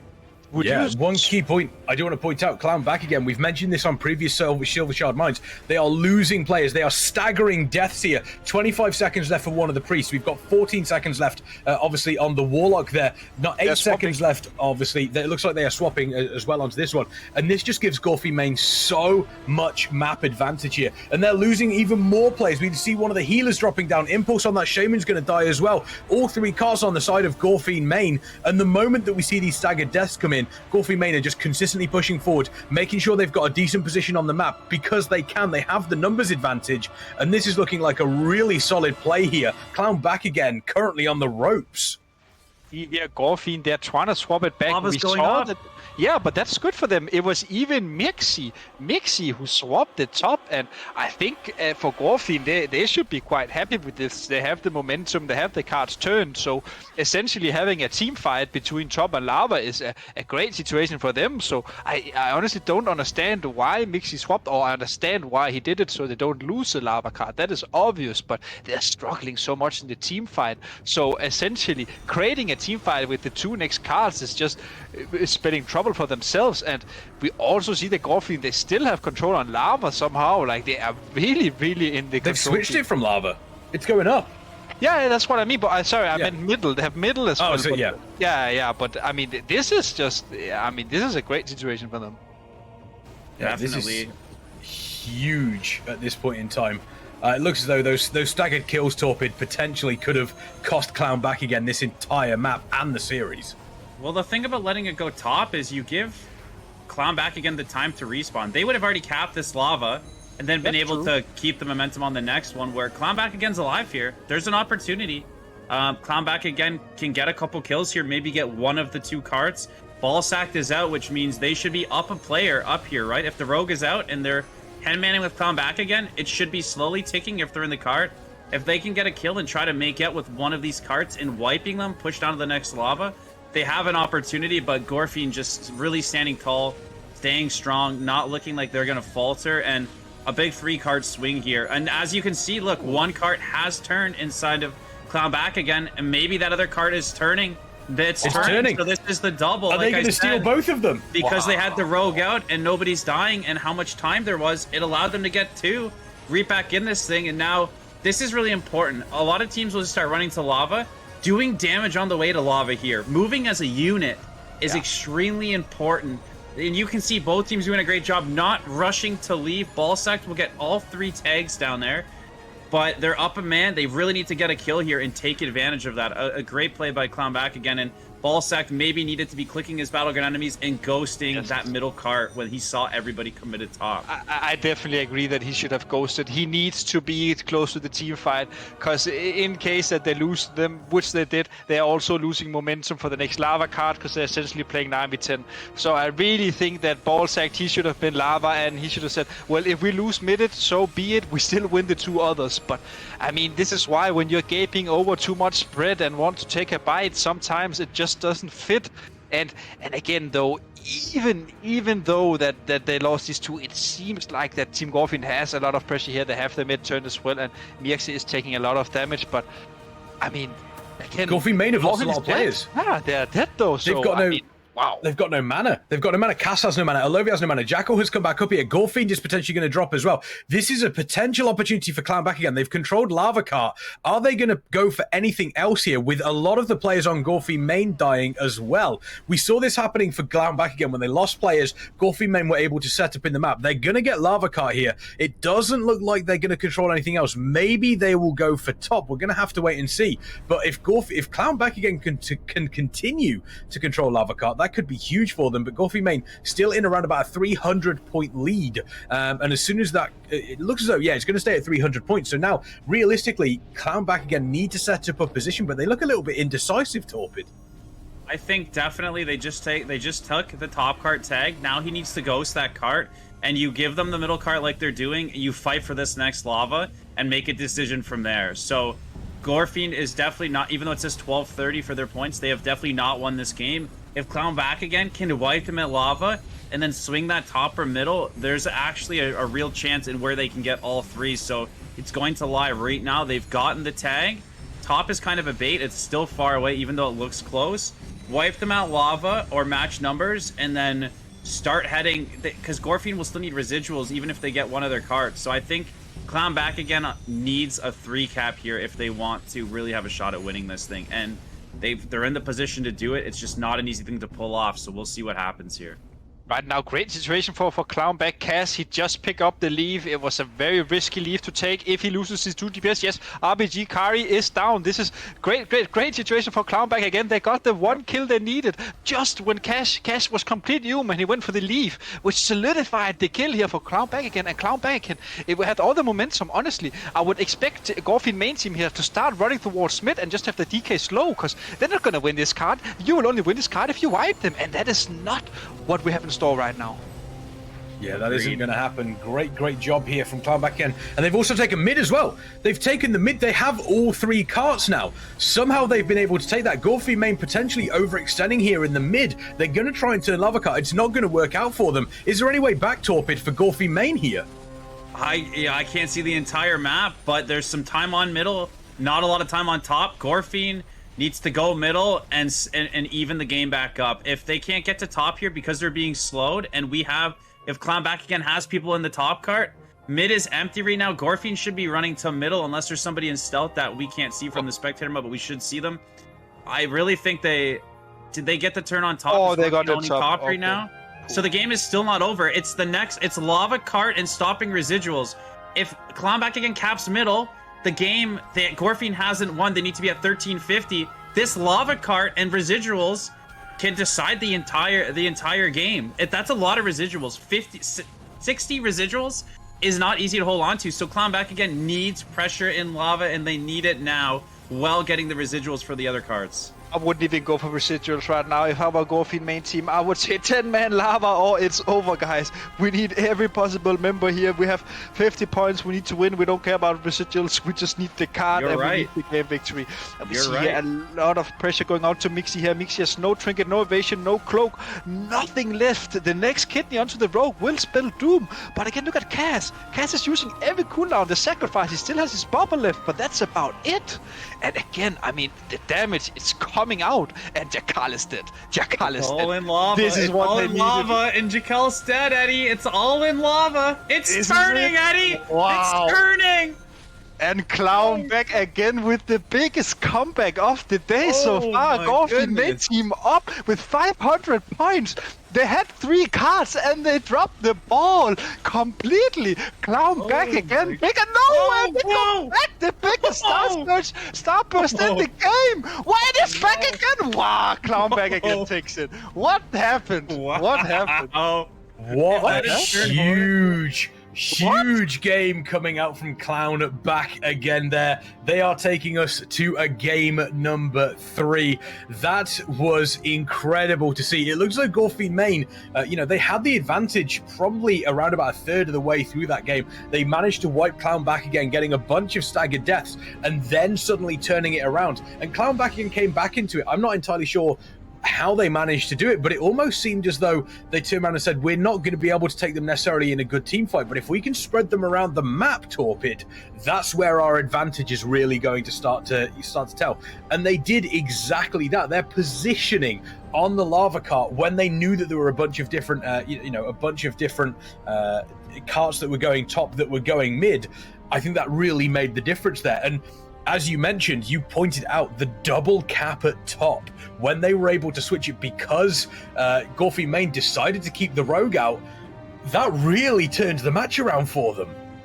Yeah, absolutely. Like I said, I think both point of views are right. I think Eddie saying the cart going top and taking the team fight, if that's what they're strongest in, I think that's a correct call. But I also think when you wipe a team like that, if they kept lava down, that could never happen. And then they can go get top after. So there's 2 ways to look at it. When they turn it top, they have to be all gas in the comms because that can happen. They needed to... The reason the rogue sits middle is in case they kill anybody top, that person doesn't res from the graveyard and go take middle. But he needs to kind of be lurking and edging and realizing we're not killing them. We at least got to bounce the numbers because the fact that they left the rogue mid, didn't get any kills, you can win a 9v10. You can still get the kill. But they've got to be on top of it because when they wiped them and put them on that split while you were casting it, they turned lava top, giving them time to res, full mana, full health, come back in, and neither team killed anyone, but they had that one person and the carts are slow enough and they made, what is the Venn diagram or something? They're in and out, there's double circles, and they were able to get both at the same time and walk that in, and then that wasn't even the game-winning play. They were able to then... Gorefiend, like Eddie said, stay too long at lava. You've just lost Jackal. You've got to know we've got to get the heck out of here. They didn't do that, so just a lot of excitement all over the map. Maybe some nerves, maybe some problems in the comms, but looked like Gorefiend wanted it all. They started with it all, and then sometimes you just need a little bit more, not everything the entire game. And they were, like I said, if Clown back again looks for that little thing to capitalize and snowball, just like that, they pull it off and make it exciting for us. Yeah, that was massive. I do want to give Lovi, thank you for the subscription. There we go. That subscription does add $2.50 to the price pool because every subscription to the Method channel whilst this event is live does add $2.50 to the price pool. ! Crowdfunding. You can find out more about that. We're going into Warsong Gulch, Eddie, another flag map. We saw Twin Peaks from both of these teams, and Gorefiend main, they did have a couple of moments where they looked a little bit wobbly, but they came out on top against Clown back again. What do you want to see Clown back again potentially change up from their Twin Peaks match to maybe take this best of 3 series here? I mean, I think they need to at least sort out their D a bit. They need to be a bit more coordinated. Their tank was under a lot of pressure, and I also think that from the moment you start getting behind on a flag map, it's usually really hard, because if you are picking up the flag, you're essentially putting yourself behind in the race. We talked about this a lot. You know, you're always racing who can kill the Guardian first. So it's very important to be the last one to pick. But I mean, honestly, Clown back again. I think this victory right here will definitely spill into the coming game. I think their momentum will be skyrocketing. They literally made the greatest comeback we have seen today. And just to elaborate on Torbert's point about the Rogue, the thing if he should be floating or not, and he's completely correct, Torbert. If the game is equal, the Rogue should be waiting for the rest. But when they're so far ahead, just go 10-man team fight. You don't take a risk. If they rest and take middle, sure. Who cares? So, I mean, but again, really, really close, and there's always some small points you can change, and I think honestly they kind of threw the game. Honestly, like, oh my god. I mean, that double cap that we saw at the top, Torpid mentioned, obviously, you know, it's 10 versus 9. You know, it's simple maths. Plus, they did the great rift, if you notice. That's why they got the one first. They rifted them away. They did. I mean, obviously, they did a solid thing. Do you think, obviously, that was a little bit of, what's the word I'm looking for? You know, overconfidence on the side of Gorefiend main to potentially get a kill on Clown back again? We'll come to you, Torpid. Was that overconfidence from Gorefiend main? You know, they probably said in the comms, stay, keep control of that car. We'll be able to kill 1 or 2. We will maintain these. I think that when they turn the lever up, I think that sometimes when you wipe a team, you start to relax a bit. You get a little bit comfortable, but the team you've wiped couldn't be more focused on clawing back in. So they wiped them convincingly while you were casting it, turned it top, and then I'm assuming in the comms, they get a little bit split, right? They needed to be unified. Again, I think that they have the team to win that without the Rogue, but they've got to win it when they're coming into Lava, right? Like when Lava went up after they wiped them, they had an entire track to kill these guys. It was no last second thing. So they needed to be unified and just killing one thing, and then their Rogue would be fine in middle. But it almost seemed like they were hitting different targets. They were stabilizing. So it's like, it was a 10v9 when both of them were making the Venn diagram at the top. But they were still up some numbers when Lava had just made the turn. They've got to continue that wiping momentum and tall in front of the graveyard when you've made that decision and roll that out. It kind of felt like they wiped them, and then from there it slowed down, and the other team knows, just like when you don't own the base, we've got to win this, and got regrouped, and nobody died, nobody killed anybody, but they stayed alive. And like, that track was long from Lava turn all the way up. Neither team did anything, giving that Rogue a lot of time to maybe go help them, right? Or something. Like, there was a lot of time. Just slow a guy. He could slow as well as, like, as you say, if he's floating around middle, he can just slow one of the reses as well, you know. He doesn't have to join. So I completely agree there, Torpid. But I also think as Kicksman were kind of into, maybe Gorefiend got a bit greedy, you know. They were going for 3 cards. So yeah, they got punished, and you know, that happens when you're trying to go for the big wins. Oh yeah, I mean, but that is sometimes what these RBGs do almost balance on, is that, you know, you have to sometimes be a little bit greedy. You have to take that risk, because, you know, we could have been sat here if things were slightly different going, you know, they took a risk and it paid off for them. They got all 3 carts and they were well away from Clown back again. That didn't happen, you know, that didn't happen. It looks as though they obviously did, you know, Clown back again played fantastically. They did a great job in keeping everybody alive. Eddie, you mentioned the knock as well. You know, these RBGs, these are the margins that we're playing on here. And Warsong Gulch, for my money, is one of those maps that it's very, very easy to get settled on, but it's also a map of very, very fine margins. We've already seen how, you know, we saw obviously on, you know, in one of the previous series on the Eheroes VS Fiesta, we saw just how important sometimes a very, very clutch flag capture can be if you are on offense. Same thing can happen on Warsong Gulch. So excited to see what happens between these, you know, between these 2 teams. Very, very excited for that. Clown back again obviously have a little bit of a point to prove, coming in from Twin Peaks, saying we can do some flag carrying. We know how to do some flag carrying. We know how to do some defending. Take a look, obviously, Torpid. you know, EU versus US, obviously there are some very, very different sort of styles that go on between these sort of maps. However, you've got to say that I think it would be very, very interesting, and it would, I don't know if it would ever be possible. EU versus US RBG tournament? I don't know if we'd ever be able to pull that off somehow, but I think that, you know, with our technology, anything's possible. So give it some time. I think I would love nothing more than to see the best 8 teams from the world, right? NA and EU. I'm not a big believer that NA's better, EU's better. I'm a big believer that RBGs are the best WoW entertainment, right? Like, arenas are great and then raiding, but I put RBGs above arena, and if we could combine everybody, that would be amazing, because I think that the top players that really set the tone, they do look at what US is doing and what EU is doing, and they really reflect on each other. I've heard a lot of things that NA's done because they've watched some EU streamers. They've talked to some really big names on EU. So if we could ever have a day where that was combined with little latency problems, like, you know, we'd be unstoppable. RBGs would be going through the roof. It would be so much fun to just play with players from all over the world. So yeah, if you can make that happen, Kexman, definitely I'm on board. Oh, I don't know if I could make it happen. I'm not quite. I don't know if I could make that happen. Maybe I could, but it looks like we do have a chat favorite. Captain Atonement is back on the side of Gorefiend main. Let's get some love for Captain Atonement in the chat. But in the meantime, here we go.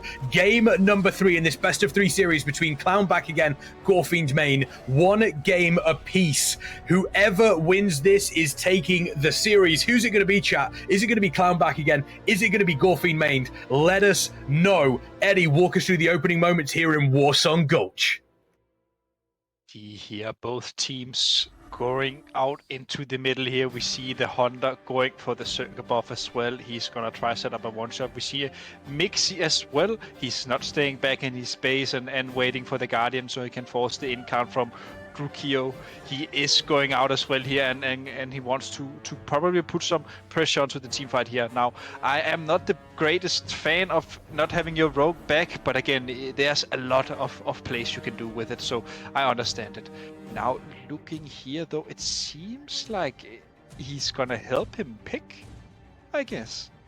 I'm quite wondering what Mixa is doing. We're probably gonna figure it out now, but with Mixa gone, that just means that we have one guy here running straight into ball sect, but he also has backup. So I mean, yeah. Ooh. Yeah, your typical start. One thing to notice, they did remove that Elisham. So the difference in the teams just being the Mistweaver to the Paladin and the Boomy to the Hunter. And honestly, like Eddie said, I love Hunters. I think they're such a threat. The camo is on a short CD. It lasts so long. So look for Eagle Blaster to be making some plays. Looks like both teams. So what happens here at the beginning of every RBG is you typically pick when your team gets a little edge mid. Looks like both teams have gone against what I'm saying and both picked. One team with the Boomkin trying to bait the rogue out. The other team, Drukio, has the flag. Looks like he's taking some pressure from somewhere, probably the Assas rogue, putting some pressure on him. Did not need to incarn though. So it looks like we're seeing Drukio headed out with the flag for sure, and some shenanigans on the side of Clown back again with the Boomy, trying to see what they need to do. And again, a Boomy making it across the field. I don't know what's up with that. But Mixa, he got the reset onto Druid Kyo after his initial go, which meant that Druid Kyo, he had to both Trinket and Incarn. So a hit on cooldowns right now here for Clown back again. It was a great play from Mixi here. He managed to initially open on him, get his skin, and then sap and reopen again. So a really great play from him. But again, from the Eastern European Guardian here, he is crossing in quite a fast fashion. Jakal is trying to stop him, but and we see the DK slows as well, but he can just leave form and go back. So yeah, 50-50 game right now. Both tanks crossed, so let's see what the offensive can do. Oh, definitely. He hasn't crossed yet. Never mind. He's about to cross. Boomkin. Yeah. Oh.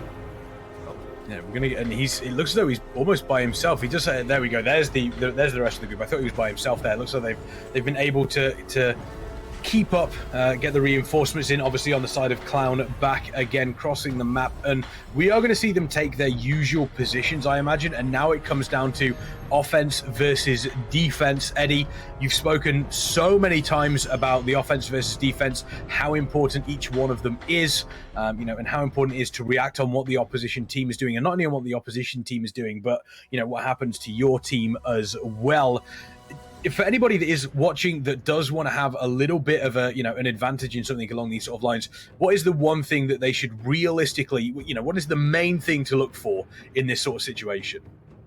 To track the enemies, and it is to see what they're doing. Can you catch a guy off guard? Can you see if one guy is in alone? We saw the warrior here as well. Look, they are triple defending here. We see the boomkin laying away, but this is what you want to do. You just want to look for people who are alone and try to kill them before they connect to your tank. And I mean, both teams are playing kind of standard here. We haven't seen any open on to the Guardian. Strut is just getting open on now, instantly using his skin. So and his regen here and his incan as well. So essentially, Clown back again are heading the race here, and it's a good situation for them because we just hit 6 stacks. So do it, Kyo. He can't really kite.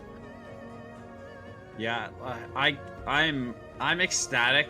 Every game we've watched on stream has been a great battle, but it's so good to see so many teams from EU being able to put up really strong fights against each other. And again, this game so far looks like it could go either way. I think it's going to come down to who gets a better push above 6 stacks, both of them being at 7. A lot of damage going to be coming onto Drukio here, but I'm seeing a lot of horde frames around him. The defense looking pretty solid, doing a good job lining with the wood there.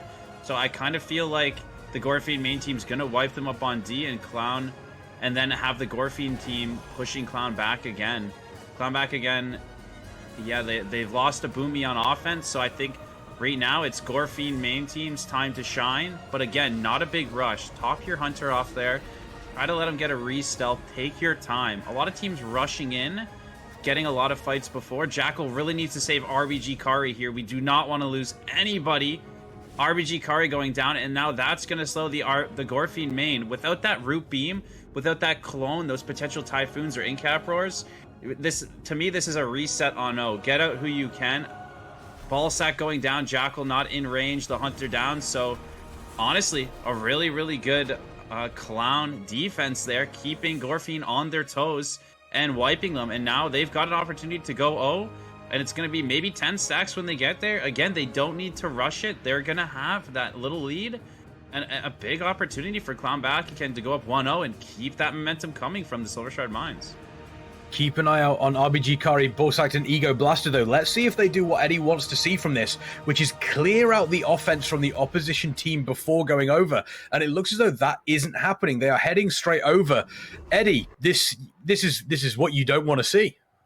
And this is definitely what I don't want to see, but again, it seems like both teams have quite a strong defense here, and as I said, that Drukio is taking tons of damage, but if they manage to kill Mixer here, as they do, I mean, essentially neutralizing the goal then, this is...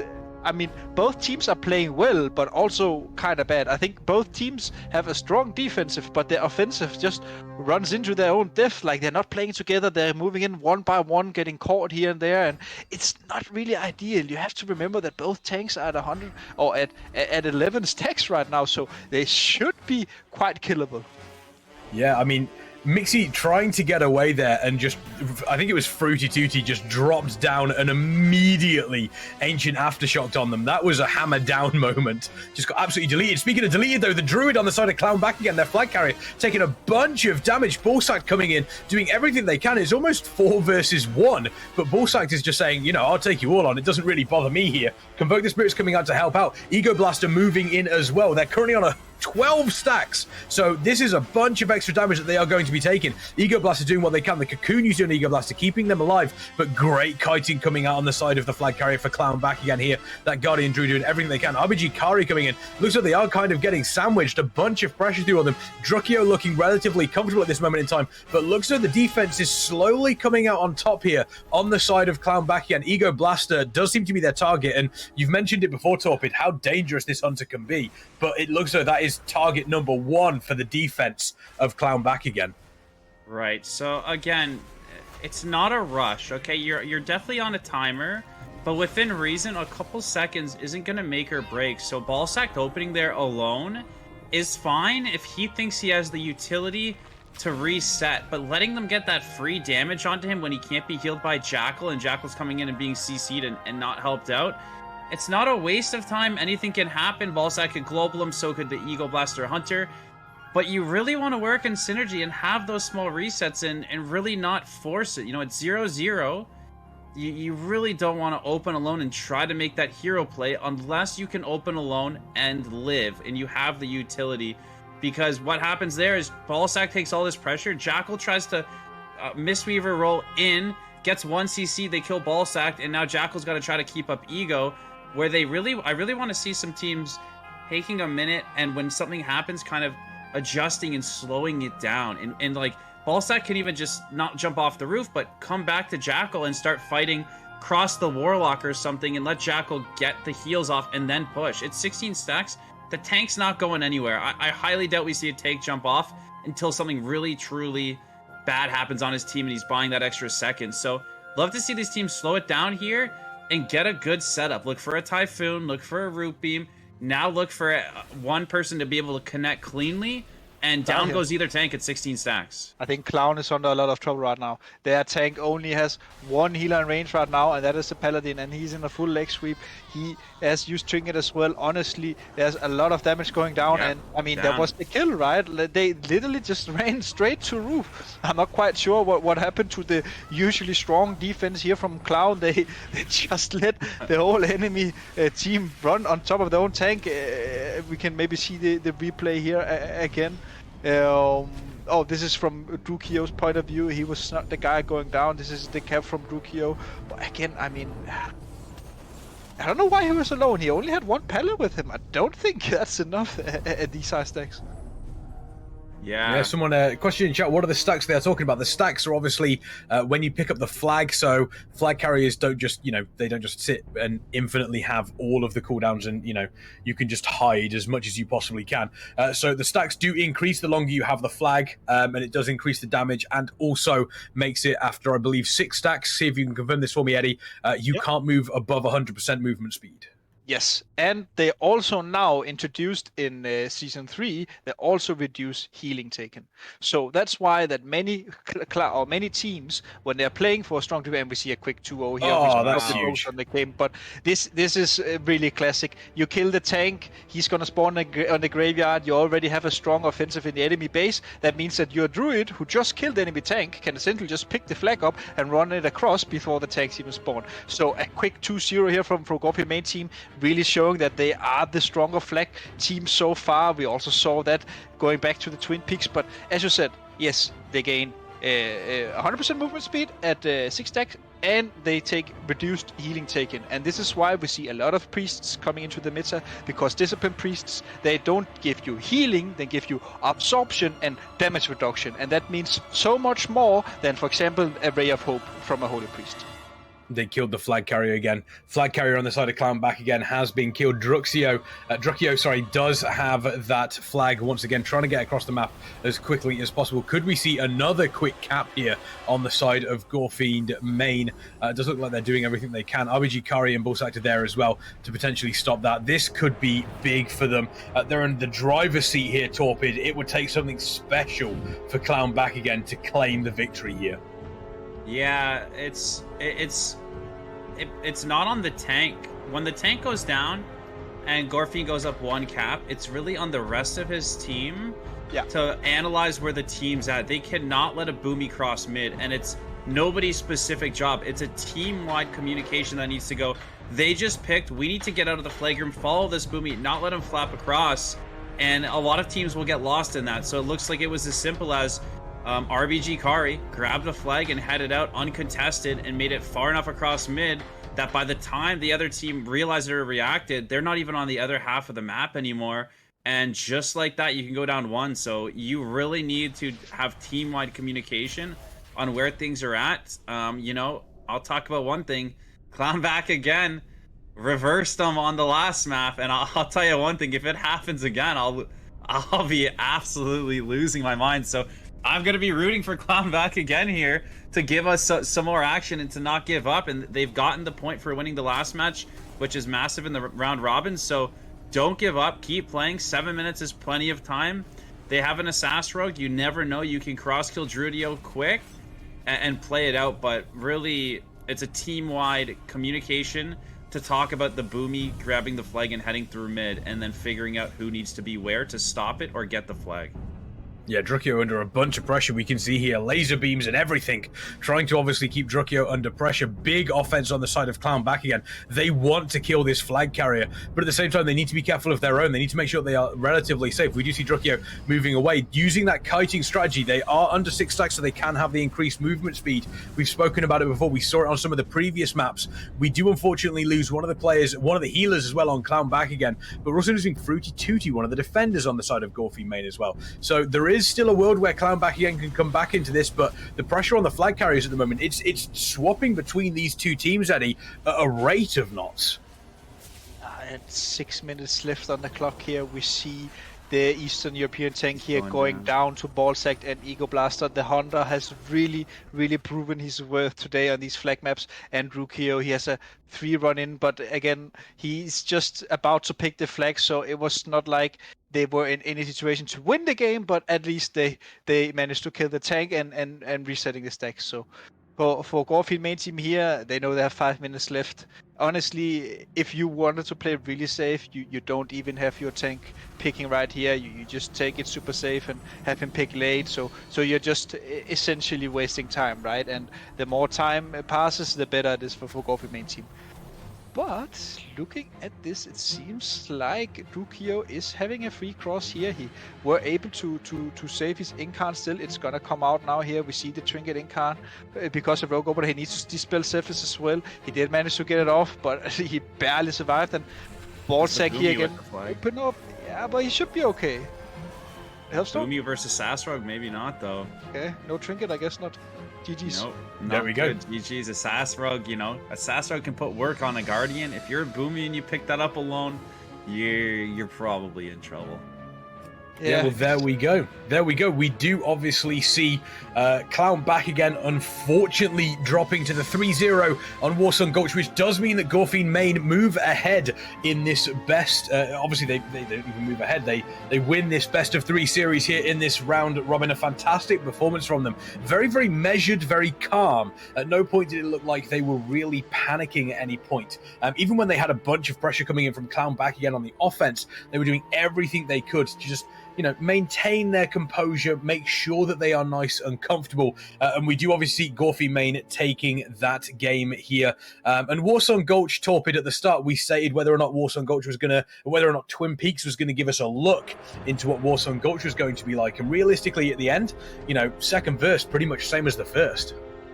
Correct. I think that certain maps, you can't just pick up the next game, right?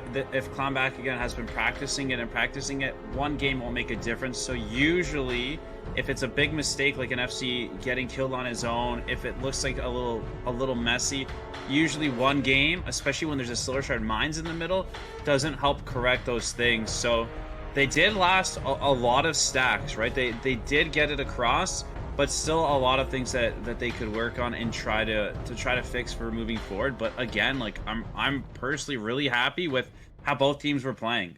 It was competitive the whole way through. Clown back again had some opportunities, but you could see Gorefiends, if they didn't make some of those errors on the mines, it could have been a 2-0. But Clown back again didn't let off, and I'm really proud of them for coming out and slugging. They did well. Yeah, they did a great job, and Torpid has touched upon this, Eddie, saying yes 2-1 to Gorefiend main, but, Clown back again, fantastic job on Silver Shard Mines. Games that we see coming up in the future, mentally they are going to, they're not going to feel great because they obviously lost they lost the series, but they're going to say to themselves, hey, look what we did on Silver Shard Mines. Look at the fact that we were able to not only come back, but we were able to do it in a really, really solid position. I think that was really great from Clown back again, and they are going to obviously use that going forward in some of their matches in the future. So I'm excited to see what Clown back again are going to be doing. Do you think they can take that momentum through and potentially win some of the series later on? think they can, especially if they meet the lower seeded team. That's of course an easy one to win. But honestly, I mean, as Torben mentioned, Clown back again. They will look back at these games. They have, I'm sure, a lot of points they can take with them further. Also, a lot of good points, judging from their team play when they rifted them out on Silver Shard. So, I mean, and also these two teams, they meet each other daily on the ladder, and I think Gorefiend also has the upper hand here. So, taking one game will make them happy, but of course not satisfied. Yeah, exactly. Gorefiend main, obviously, they're going to be quite happy going forward, as Eddie said. Clown back again. They do obviously have some things that they can work on, but still they can potentially take a game later on, which is going to be could be absolutely massive for them. It could be huge. But anyway, we are going to be taking a short break. But when we come back, we're going to have a fantastic best of 3 series, Fiesta versus Speedrun. It's going to be huge. Myself, Eddie, Torpid, we will be back after this. Be there, chat. Be there. You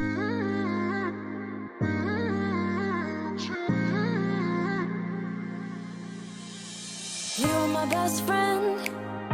Didn't care about the rules, good on the weekends. I'll be in fools, drifting to deep space. So brave and so stupid, just like the movies. I was gonna stay in the fight with you, just thinking we would do this until we couldn't do it. Each and every high, every night with you, you and me so clueless. We were just broken, shattered, singing along to nothing matters. Stray around like nighttime rumors. We were in too deep, and you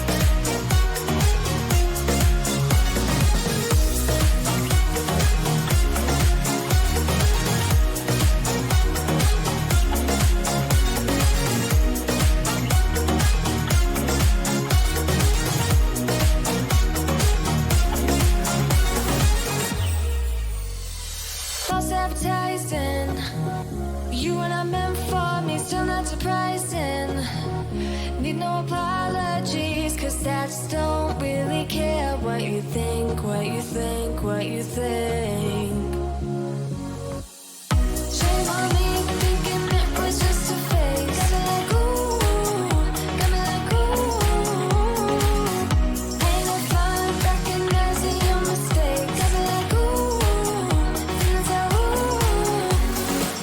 Now I brought my worst behavior, throwing a party in my head. Yeah, prayers from my saviors. Just let it rain all over me, over me, over me, over me, over me.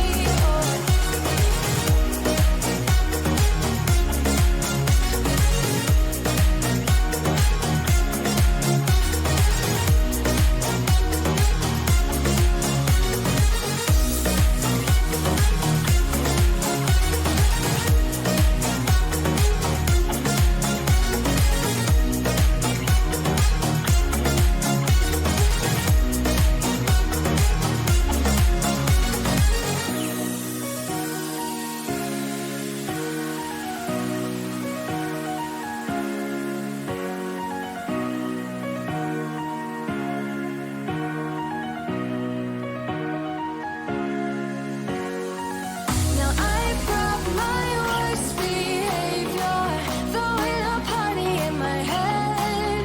Yeah, prayers from my saviors. Just let it rain all over me, over me, over me, over me,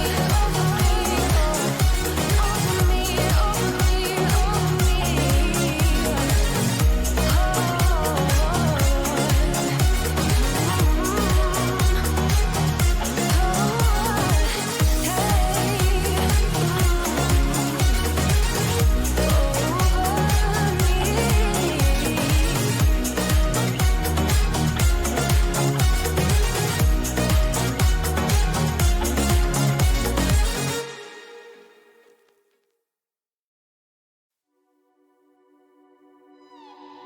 What happened to us? What happened to all the love we always took for granted? Are we stranded? Is it too late? Is it too late to color feelings that have faded? Complicated. I'm waiting for an answer, waiting for a sparkle to come to ignite love. I need no second chances. I'm tired of romances without love. So where do we go when we can't find our way? I don't wanna be alone. I need you tonight and I don't wanna wait. I want you to show me the way.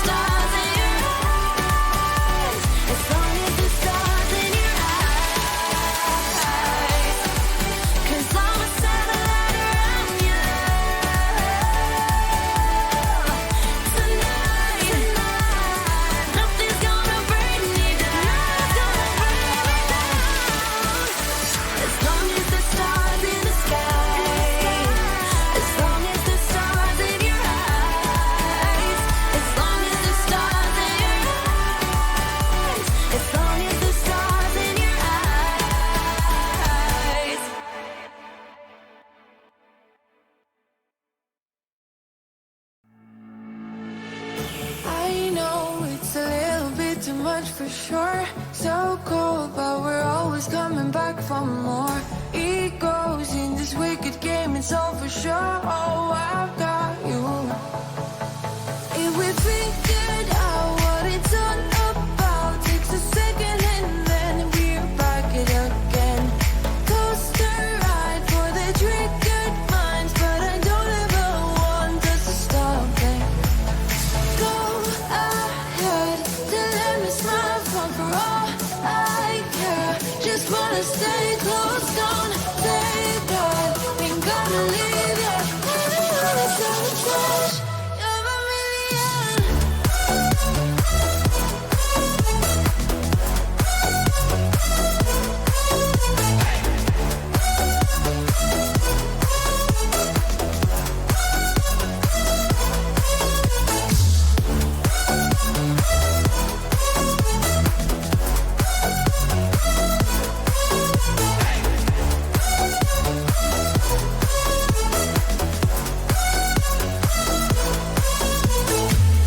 Explode every time you go and slam the door.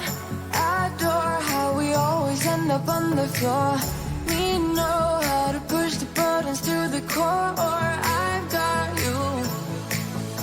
If we figured out what it's all about, takes a second and then we're back it again. Coaster ride for the triggered minds, but I don't ever want us to stop it. Go ahead, then let me smile for all I care. Just wanna stay close, don't say that. Ain't gonna leave yet. Sabotage. You're a million.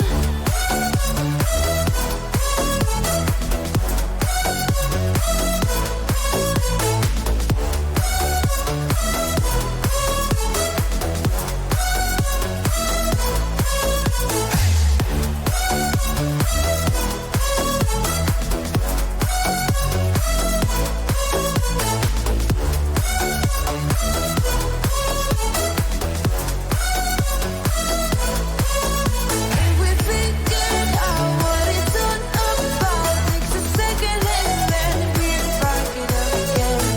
Coaster ride for the trick minds, but I don't ever want us to stop it. Go ahead, then let me smile for all I care. Just wanna stay close, don't say that. Ain't gonna leave yet. Sabotage. You're a million.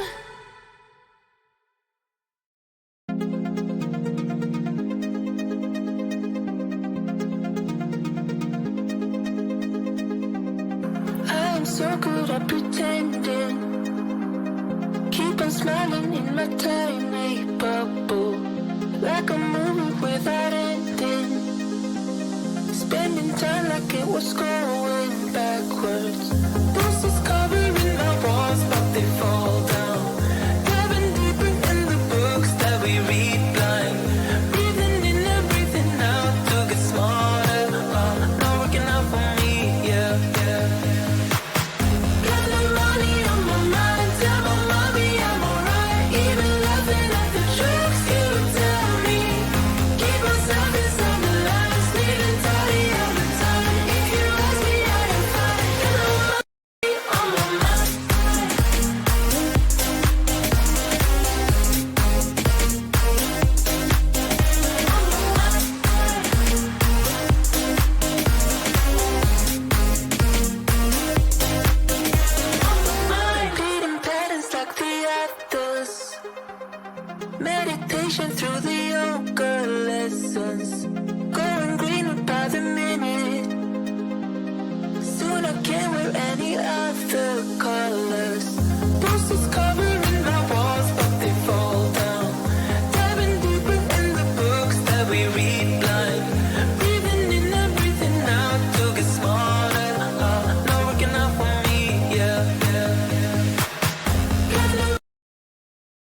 Welcome back, ladies, gentlemen, and everybody in between. My name is Kexman. I am joined by Eddie and Torpid, obviously here for the Method Mayhem EU RBG Invitational.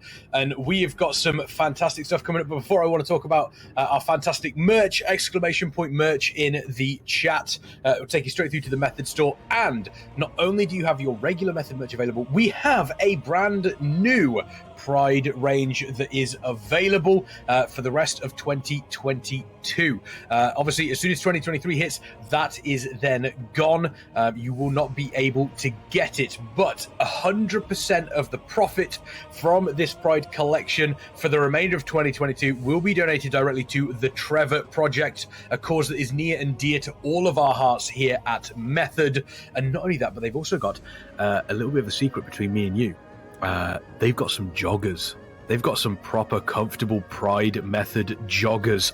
One of the only places you can get some proper esport joggers. Make sure you are picking those up. And while you're doing that as well, check out the crowdfunding that we have. Exclamation point crowdfunding in the chat. There is a base prize pool of $2,500, but with every single subscription to the Method channel whilst this is live, that will add $2.50 to that prize pool. And on top of that, it will also, obviously, not only will you be supporting these players, but you'll also be able to get an ad-free viewing experience. You'll obviously have everything tied to be subscribing to the channel, such as increased channel points. A very, very exciting time for everybody indeed. Coming up, we do have Fiesta versus Speedrun. Very, very excited about this, but I do have some news. About Speedrun. Obviously, we do have the games that we have had previously. We'll run through a little bit of a check of those games. We'll take a look at the brackets. La Familia versus Team Big Dogs. La Familia were able to take that game 2-0. It looks as though they were able to take Twin Peaks after securing a relatively clean 3-0 in that map, and then they went to Arathi Basin. La Familia, obviously, they won that one. They managed to secure 3 bases in the opener. Big Dogs did manage to fight back for Blacksmith to make it 3-2 on bases, and then Big Dogs did try to push for Lumber Mill, but it didn't quite work out for them, unfortunately. Tigra and Koga managed to win a 2v2 Blacksmith for La Familia to secure 4 bases, and they won the game. However, the big news, Eheroes, the team that we thought was going to be one of the big players, have lost a best-of-3 series against Speedrun, which is absolutely huge. Eheroes were victorious in game number 1 at Eye of the Storm. Speedrun did bring out a Blood DK, and it looked like they were set to wipe it, but it looks as though Solar Bing and Raz secured a 3rd base. Speedrun were able to come back from that, and they did end up losing. Eheroes managed to get a quick first cap in Warsong Gulch for map number 2 against Speedrun. It looks as though apparently there was a very, very clutch shadow duel from Trill managing to Trillmaz, which meant that Speedrun managed to cap a flag and tie it up 1-1. And then there was a big, massive brawl. Speedrun managed to secure a last-minute flag capture to win the game 2-1 to tie up the series. We then went to Twin Peaks. Another matchup, another flag map, and it looks as though Eheroes got off to a 1-0 start at that one. They managed to capture a flag pretty quickly. Speedrun were going to tie it up 1-1 with a kill onto Killy Bear, but they weren't able to secure the cap. However, last minute Speedrun sent a Hail Mary attempt to secure a victory and get a kill onto Killy and cap the flag, and they were able to do it. They capped the flag at 1-1, and because they secured the last capture, it did mean they won the map, and they won the series 2-1 thanks to that last minute Hail Mary. What a huge huge victory there for Speedrun. And we do obviously have I'm not sure, can we check if the table is working at this point in time? We're going to see if we can get it. Doesn't look like it updated. So Torpid has mentioned a couple of times, obviously, if you do win a map, even if you lose 2-1, you do get a point. That is because obviously this round robin, we do have standings. Currently, as it stands, let me just quickly update you here. So, as it stands currently with, these teams, Speedrun currently have played 3 series, and they are on top at the moment with 6 points. La Familia behind them, again, 3 matches played with 6 points. Eheroes have played 2 series, and they are on 3 points. Same with Fiesta. 2 matches played, they are on 3 points. Gorefiend main team currently on 2 matches and 2 points. Clown back again, 2 matches and 1 point. And at the bottom, the big dogs, 3 matches played, Clown back again, 3 matches played, 1 point. And the big dogs, 3 matches played, 0 points. So you obviously get points based on you winning maps, but also it's based on, you know, if you win 2-1, then you get 2 points, but the other team get a point as well. So taking a map, Torpid, you mentioned seeing 2-1. You think the other team win. Doesn't tell the whole story. Very, very important, because that singular point that you have won from taking that map could be huge in the long term. Sure. So it looks like we are going to the we're going to go to this map pick here between Fiesta and Speedrun. Now, Speedrun have got to be on a high, Eddie. Speedrun absolutely have to be on a high after their previous match. Do you think it's going to be difficult for them to kind of come down from that, or do you think they're going to ride this wave straight into the next game? I think they're definitely going to ride on the momentum, but if there were a team to take the air out of the ball, it is Fiesta. We have seen them perform well against Eheroes as well, so I would also argue that these two teams were the team to fight for the final spot against Eheroes, but as we just heard, Speedrun took them down, so I mean, they will of course be the favorite going into this maps, and we see instantly they ban out Eye of the Storm. I think Fiesta is gonna counteract that with the traditional ban on Temple of Kokmogu, the map they definitely do not like, and with that, I think Speedrun, they're gonna pick something. And what are they gonna pick? I assume it's gonna be flag maps, but yeah, and that's just because they beat Eheroes on it, and we saw that Fiesta didn't have the best showing on those maps. And we see, Temple of Kokmogu ban. Eye of the Storm and Temple banned. We've seen these two banned every single time. I do want to point out we have had a $25 donation from Playdoski.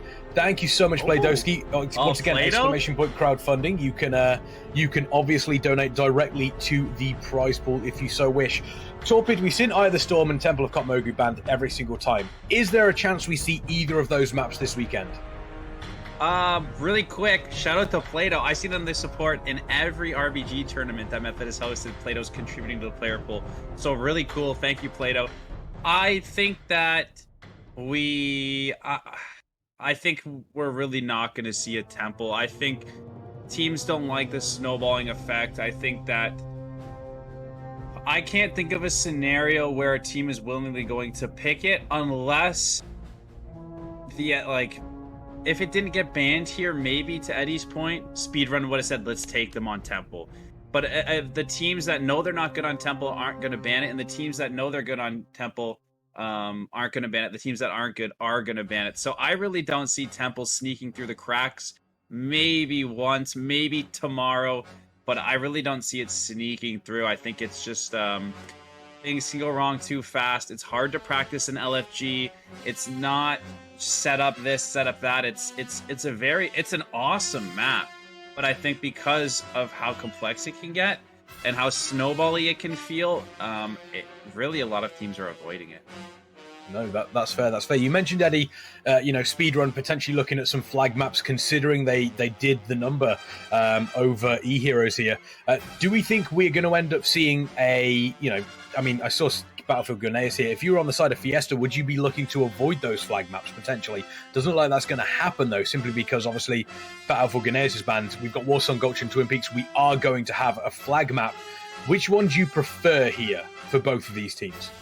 I think that Fiesta is going to go for Warsong Gulch, just due to the fact that they are very good when playing around their defensive team. Especially Evidence here, and I think Warsong Gulch is the better map if you want to play around a kiting defense. You need to have these tighter corridors and the areas where you can't mount up and etc. So I think they're gonna ban out here Twin Peaks, and we're gonna go into the third option, which would then be Warsong Gulch. But again, just looking at these two maps, both AB and Silvershot Mines, both teams can play objective, and this is we see VSG here as predicted, but again, two very objective based maps, and honestly I think how it goes in Silvershot Mines can be very, very important for AB, because if you get a good start on Silvershot Mines and you win a team fight, maybe you think, hey, we just want a team fight on AB, let's just make it simple, get 2 bases, fight for the third, as we have explained earlier. Like you can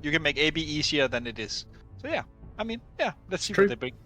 It's true. I mean, Silvershard Mines, we've seen previously in the previous series, Clown back again, Gorefiend main, how quickly you can kind of come back on Silvershard Mines, Torpid. Is that something that they may not have necessarily watched that game and seen exactly what was going on, but all teams are going to know exactly how quickly it can turn on Silvershard Mines. We know how fast that can be.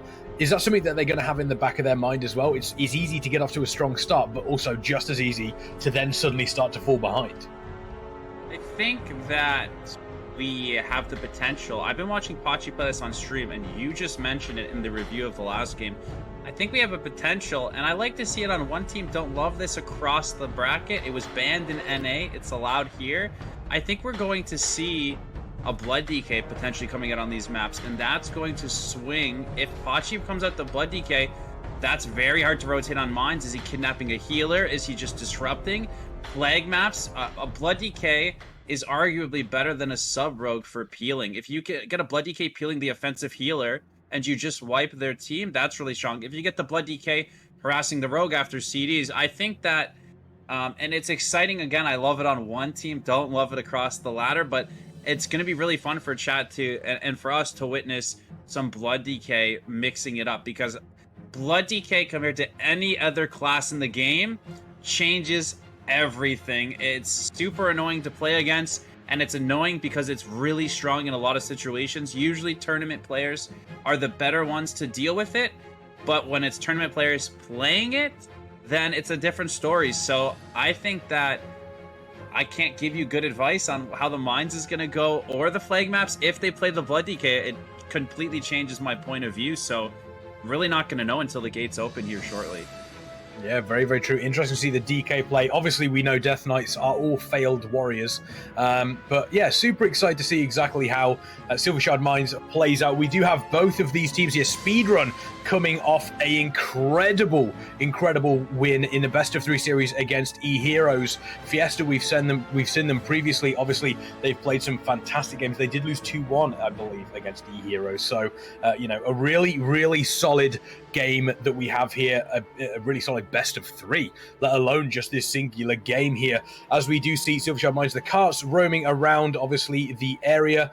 And let's find out exactly what happens between these two teams. This first game in a best of 3, Speedrun versus Fiesta. Chat, who do you think is going to take this? Eddie, walk us through the opening moments. And we see here a great overview of the beautiful cards, the cards that's about to be fought for. Again, quick glance at the lineups. Speedrun playing the Feral card. We have seen the power of that in the previous games. They're playing Boomy Feral Rogue off card. I would argue that this 3v3 is gonna beat out the traditional double Boomy Rogue. However, Fiesta is opting into 4 Stealthers, so we could see that they send both Rogues and both Druids off card. It all really depends on what the opening here, but again, very traditional. Sharks coming in, Alliance gets the initial tag. We see the Alliance team as well sending their Rogues and Druids for middle. Oh, and a lot of damage coming out here though, but it looks like it's gonna be fine. I would rather watch middle. I think middle is gonna be the most important fight.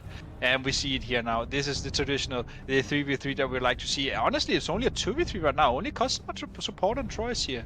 We haven't really seen the last player, Hapik. Yeah, and Hapik is... oh, he's coming down now here. He took the Zerg as well. And honestly, a lot of damage going on to here, Dance MVP, but he did manage to get the Reaper all the customer support with a lot of damage. He knocks him out of the card as well. But, it seems like Fiesta is surviving. Never mind. Seems like Fiesta is surviving, but Drake is not. Dragovic getting absolutely deleted there. Habike looking relatively low, flapping away. Customer support needs to come back in and help out. It does look as though Speedrun they're not going to be able to turn this over. It looks as though Fiesta is able to keep this one. Unfortunate. Maybe if they were able to get that kill slightly earlier, that would have been better for them. As we do move down to the lava cart, and it looks as though Speedrun have absolute control over this one, Torpid.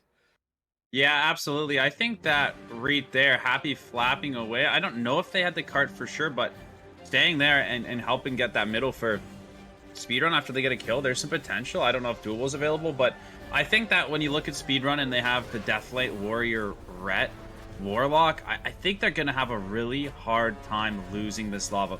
Double Warlock is extremely strong on the side of Fiesta when it's complemented by other melee. Just the DK and the Outlaw Rogue, personally, Eddie could let me know. I don't know if an Outlaw Rogue joins the fight, if that brings any MS. And typically with the Double Warlock, you want an MS in the team fight and to help Rot, to put that pressure on. So I'm a little worried for Fiesta without even seeing any more of the game, because I can't see them taking away one of these lavas. And as Eddie mentioned, if Speedrun can capitalize one cart on the off carts early like they did, and one more off cart, they'll win with the lavas and controlling the leaf. So I think big trouble for Fiesta here early, if I'm being honest. Yeah, and I definitely agree with the fact that if you are running a heavy rod comp, amplifying it even more with some healing reduction is very, very great, especially if you just take a look at the healing reduction coming in from warriors or DHs or even DKs. But again, I mean, this is like a ball game. Turn there, yeah, though, they got the turn, yeah, but that's the thing, right? Both teams are kind of looking at each other like, are you going for top, are you going for middle? And it seems like that Fiesta is in an advantage right now. They have the mid that's about to cap. It doesn't look like they're in any case not about to lose it. No, mid will be safe, and Atisha here. So I think we're gonna rotate here for the next lava. I think we're gonna see a fight on the lava here.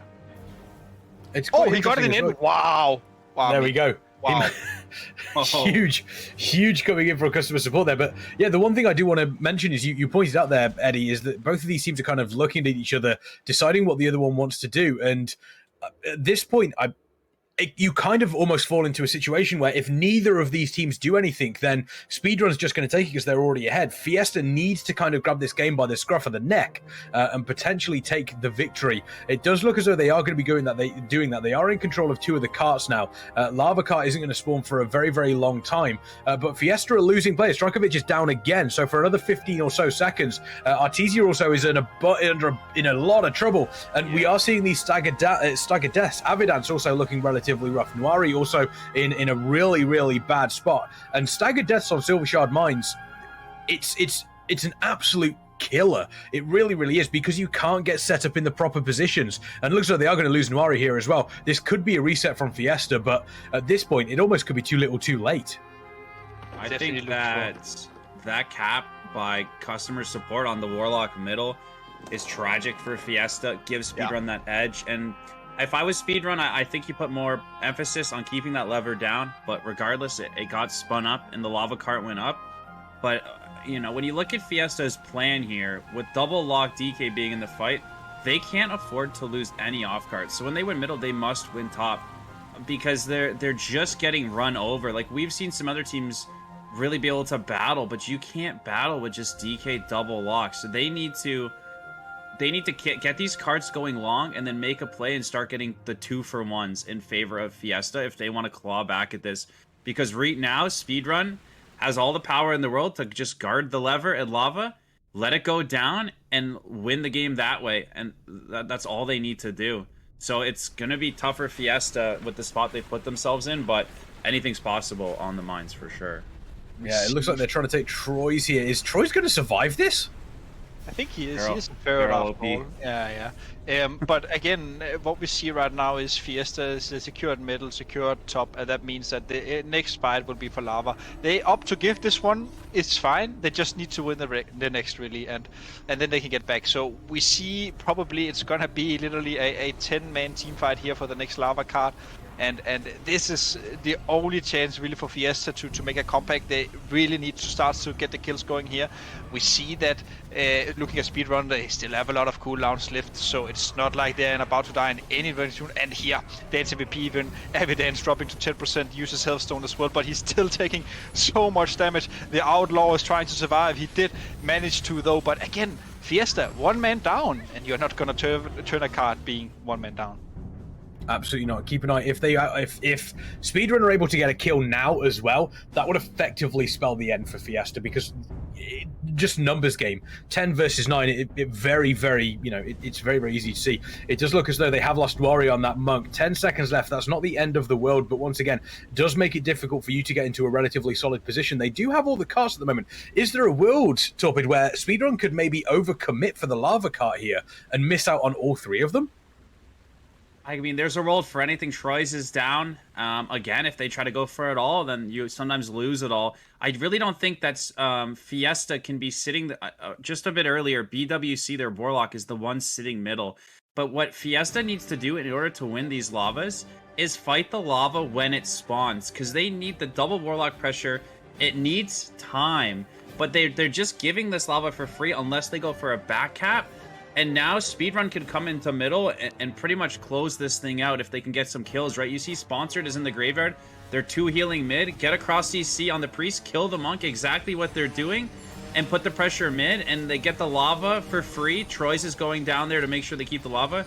They have a real shot here, Speedrun, of capitalizing on middle. But if Fiesta can hold middle and hold top, then they're not too bad, right? So you can see Dance is out, and so is the Druid alongside him, and I think there's 2 in lava, so it's an 8v8 mid. So Fiesta actually has a chance to not die here. Their HPL made it back to the fight. They could stabilize this, trade lava for 2, and this is the best outcome they could hope for. Again, getting those Warlocks, just start rotting them. Follow these guys down through middle, start rotting them.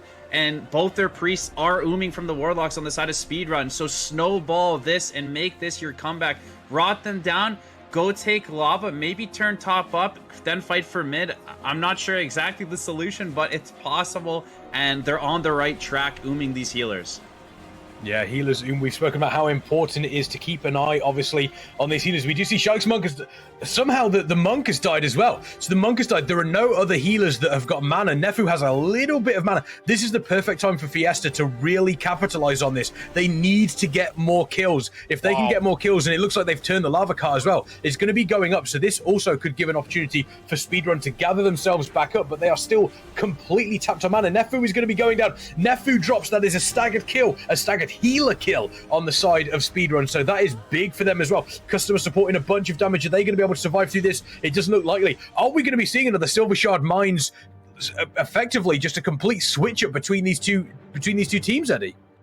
Maybe we will, but I mean, customer support coming in with a node swap just in the last second. Yeah, it was so big, and this just means that Speedrun can send all their best of the members to middle, and hopefully they can hold Fiesta out until they have the resources coming in. So honestly, Speedrun really capitalizing on the fact that they could get that swap. If they didn't manage to get that swap, it would be very rough for them, because if Fiesta would essentially have had lava now kept and pushed mid. So it's whoever gets 2 here, though. What if Fiesta turns that top cart long and are able to win the team fight, then they will win, correct? Or will the next lava win? Because Speedrun will not win with this middle.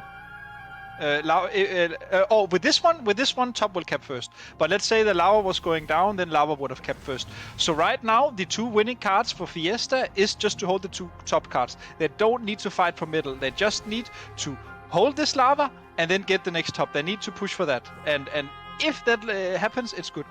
Ooh, customer support going for the ninja. This is going to be down to the wire. Yeah, it really is. But I mean, if we manage to survive here, Dance, come on. Oh, Dad's just got taken down. Dad's just got taken down. But are they going to be able to switch this? It looks like they might be able to. Avidan's under a bunch of pressure. Happy is here now as well. Yeah, there we go. It's switching over. So this is going to be it for Speedrun. But they ran incredibly close up against Fiesta. And honestly, we almost had a complete switch with this map again. Fiesta coming in from behind to potentially claim it. But Torpid didn't quite work out for them. Yeah, the Mines is a great map. You can see it's going back and forth. I'm really surprised on how they got top there, because Fiesta kind of gave them middle, the water cart, and wasn't really wiping there. So I'm actually surprised how many people got up to Dance and Evidence alone. They got 4v2. I'm surprised, they weren't able to match that or push down in slow or something. I'm surprised they gave top as easily as they did, but of course I can't see the rest of the map all the time, so there was probably some other key factors. But letting 4 get up there, they at least need to have a 4v3. You can be down a member and make it work by CCing them out. But when you're down 2, you see they kind of just took the game there in the top cart. But really, they hold that top cart, and just like Eddie said, or sorry, the lava that was going long, if they hold the lava going long, and then they fight for the top cart going the normal way, they had a great chance of winning that game, right? So it was, by all means, a great game from both sides, right? And more, one team's ahead, all of a sudden that lead depletes and they're back. So a great game from both teams. Speedrun coming out on top, but I really think Speedrun brought the momentum early, but Fiesta did a really good job cleaning it back up. So I'm really excited for the next game. Yeah, it's going to be incredibly exciting. Speedrun currently 1-0 up in this best of 3. As mentioned previously, though, if Fiesta do manage to claim a map, then they do get that extra point, which could be huge for them, obviously going into the final day, which is tomorrow. Speedrun, they obviously were on a little bit of a high, considering that they did manage to beat Eheroes in the previous best of 3 in the previous round. Is this a map that kind of brought them back down to earth a little bit, Eddie? They kind of realized towards the end there, hey, Fiesta is starting to get a little bit close here. Was that the perfect map for them after that best of 3 series, do you think? I think it was definitely a good map just to test out their team play and their macro, or I mean their objective play, especially facing one, if not the strongest objective team in Europe in Team Fiesta. But honestly, I think as Torb had mentioned, when we saw the 2v4, but it started out as a 3v4, right? And what happened was really that customer support, the enemy rogue from Speedrun, he initially got zapped by MVP, the MVP rogue, and he then trinkets and kidneys, or he actually trinket fan of knives, get the rogue out and then kidneys him, and he knows that MVP rogue doesn't have his trinket, so they go for the kill and they get that kill, and that means that they're even one more member down, because I think, if you think about it, both Evidence and Smokey, and MVP Dance win, if they were playing well together, they could have held them out. It's double rogue, we know they can CC, so if he held him alive, it would have looked different, I think. Yeah, we would have been talking potentially about a very, very different map one there, but Speedrun obviously taking it, and you've mentioned, Torpid, obviously communication, very, very important, team synergy, very, very important for these teams. You know, and obviously playing over in NA, you know, you have experience with that. Just how frantic can these communications get towards the end of a map like we just saw on Silver Shard Mines?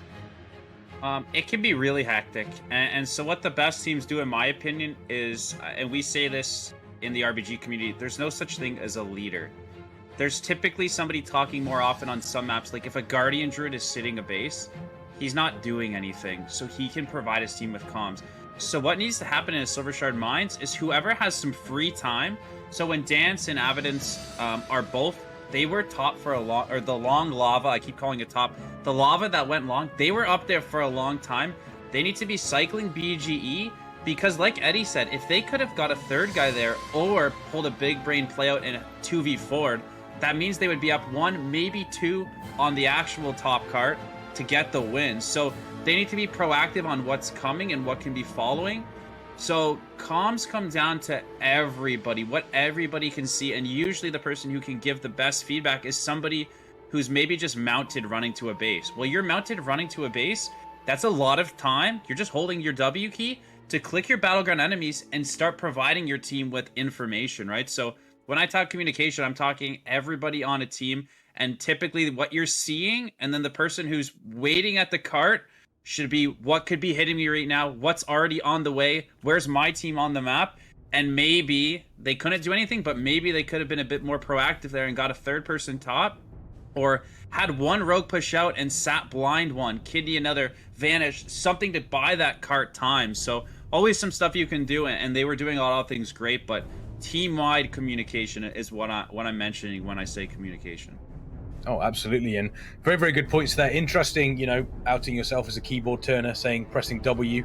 You know, I don't know anybody who's in RBGs that is pressing W to move forward. When you're pressing W, you hold W to go to the base, and you have to use your mouse to click BGE, right? If you're walking with your mouse, then you can't click BG. So you hold W and you click BG with your mouse. Okay, I see what you're trying to do. Yeah, good. That's a good defense. I like it. Yeah, obviously, Arathi Basin is, you mentioned, players that are defending bases, need to be calling out these communications. For sure. This is a very, very different map than what we just saw. Obviously, it's a very, very Arathi Basin, a very different map from a flag carrier map that we've seen previously. Is this the sort of map where realistically either of these teams can take it, Eddie? Any of these maps either of these teams can take, but Arathi Basin just has that feel that anything can happen. Especially these two teams, they both know that they both like to ghost and play double rogue and send rogues around and maybe reinforce your mines where the Guardian is with a rogue and maybe cap it. So there's a lot in store for us right now, and honestly I think because both teams know this, I think we're going to see a pretty standard game. I think especially for Speedrun, I think they have a bit of confidence, especially looking at the previous map. They were struggling at the off cards, but in the team fight they looked way stronger. So you can essentially simple out AB if you want to, and I think that's what's in Speedrun's mind. Now it's up for Fiesta to punish that. So I think if we're gonna see some inks, it's probably gonna come from Fiesta, and I think Speedrun is just gonna try and play it really standard. Yeah, we'll see exactly what happens once we do get into Arathi Basin. But I want to get some thoughts from you, Torpid. What is your favorite RBG map as we do load in? So out of all the maps, which is the number? If someone turned around and said you have to play an RBG map, you get to choose which one it is. Which one is it? Yeah, I think again, I play Guardian Druid and Boomkin, and I love playing Boomy and moving around. But I'm a big teamwork guy and a big comms guy. So when I play a flag map, Warsaw and Gulch, I get to call all the shots, and I get to be a difference maker. So when you have the flag, you get to work with your D team, and I think it's such a unique game where you're moving with a flag and peeling for each other and making these crazy wild charges up and down. So I think Warsaw and Gulch is BIS, Twin Peaks is BIS, but that's coming from the fact that I enjoy flag carrying, and I enjoy what comes with working with my defensive teams and kiting people. It's a lot of fun, and you can really separate yourself from other Guardian Druids based on how you work with your team and how you work along. Yeah, we're going to have to wait and see. But here we go. Game number 2 in this best of 3 series between Fiesta and Speedrun. Let's find out exactly what is going to happen here. Super, super excited, obviously, to see these two teams set up here. Is Speedrun going to take this series 2-0, or a Fiesta potentially going to take game number 2? Take us to a decider game. Game number 3. Only time will tell. Eddie, walk us through the opening moments here. Yeah, directly out the gates, we see that Speedrun is going for the speed cap here. They're using the multiple leaps from the warrior, combined it with the druid, and we see Falik counteracting it because Falik knows that this is the new traditional strategy. We see that's also why Speedrun is running double warriors. I think it is a lot of pressure, and there is a lot of ninja capabilities due to the fact that they have all the leaps. But again, looking here at topside, it looks like it's gonna be quite a stale fight here. There's one heal on both teams. We have quite a few militia, a great rift coming out, but as we see here, Troy is using his trinket incarn, actually his trinket skin, but then he's probably gonna use incarn now, as we see here now. So that's all his cooldowns used, and I mean in 30 seconds it's gone. He needs help. Absolutely. And Fiesta has lost a disc priest at middle. Wow. It looks like at the blacksmith. Sorry. That's going to be absolutely massive, but it looks like their HPAL was middle, so are they down a healer at LM? Wherever the Hypey is dead, if it was LM, they're in big trouble. To lose a healer early on is usually to lose one of the bases, and if Troy's... They're in a 2v here down here, it's Troy's and the Boomy against Dance and Artesia, so tank versus Rogue and Boomy. I don't see a cross CC coming, but they're trying. Dance is going for the kidney. There's the trinket roar. Troy's is now going to be on clone DR if he's on stun DR as well. Nothing's going to happen there just yet. Evidence going down middle. Speedrun looking to claim Blacksmith. Super important. Blacksmith is the node to have on Arathi Basin. So the fact that Speedrun got a base is great, but the fact that they got BS puts them in a little bit of a driver's seat. That's the base you want. You don't want mines in LM. You want BS and mines or LM. So really, really important Speedrun getting Blacksmith there. Yeah, super excited to see how this plays out. It does look as though the miners moved over to Speedrun. Looks like it's lost. Yeah, they cross CC. They haven't been able to turn it. So there we go. Still on the side of Speedrun. The cross CC looking fantastic, but didn't quite work out for them. Obviously, bunch of pressure going on around the map as well. Keeping an eye, obviously, on the keeping an eye out on what we do see in regards to health balls and this double warrior play that we do see on the side of Speedrun, Eddie. Obviously, we know that they can put out a bunch of pressure, but is their ability to, there's a lot of issues with, range, and they have to be in melee to be able to really put that pressure on. Is that going to cause issues on the side of Speedrun, do you think, or does the pressure that they can bring out, like charge, heroic leap, does that kind of negate that? Kind of negates it. The Warriors right now have quite a lot of mobility, so they should be quite fine. We see a lot of them going on to Nari here. They are even going through the cocoon. A lot of them, the AMS from the DK as well, the anti-magic shield. So a lot of them is going on to Nari, and the Hodge on DR is nearly killing him even so. And honestly, I mean, how can he survive this? The fear onto him from the Warriors, the rift coming out as well. Warriors slipping out, leaping back on top of him. Nari is dead, and the next target on him is Hippie. And what does Hippie have left in his bank? He has nothing. The desperate prayer coming out, but that is very desperate because the only thing that will happen is a one-way ticket to the graveyard. Fiesta have ninja'd.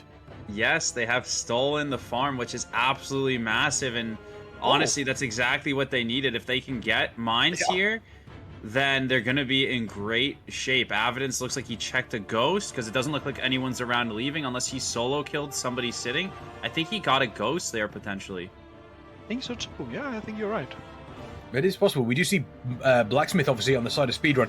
Is that, if you are going to have something ninja'd, and the fact that you have Blacksmith, is that one of the better areas to have, Eddie? Or do you feel as though that, you could pretty much go anywhere on the map at that point? Or would you prefer somewhere like Lumber or Mines?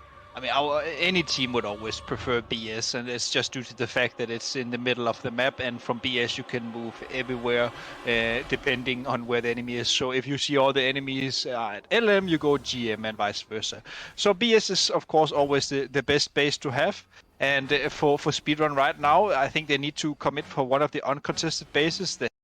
Quite a strong team fight, especially running the double warriors here, bringing that out for the first time in this tournament. So I would like to see them go for LM here. LM is also the easier base to rotate down to BS from. So going for GM is a bit harder. You need to run all the way around to get up to BS. So, but again, I mean, to take this back right here. Evidence fully CC'd. If he trinketed and got blinded, Happy will get this in the bomb. So they take it back, and now they have the 2-1. So really, it's kind of a stalemate down at the mines, kind of a stalemate at LM. It's going to come down to, as we saw in one of the previous games, somebody getting knocked at LM to really turn things around. I believe they're 1 healing mines and 2 healing LM on both teams right now. So it's kind of a stalemate, but Speedrun's going to start building that lead now that they got their base back.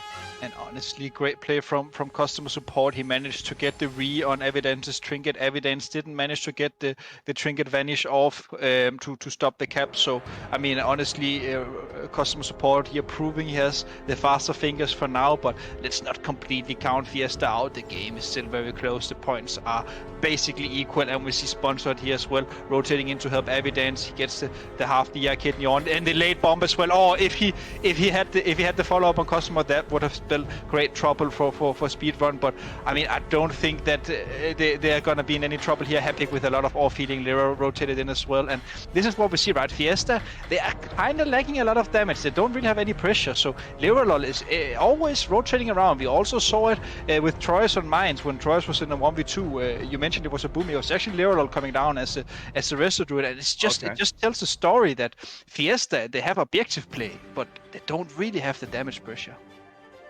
Right, and they just sent Artesia up there and ghosted the stables. So now they're ghosting stables. I don't know if they'll take advantage of that. And it almost looks like Speedrun is starting to take LM. And if they can get LM, BS, and farm, if they can get Artesia down here before he gets help from the HPAL coming up, it looks like the Monk does make it up. So looks like Fiesta doing a great job re-stabilizing with that ghost up at LM. And really, it's anybody's game here, Kexman.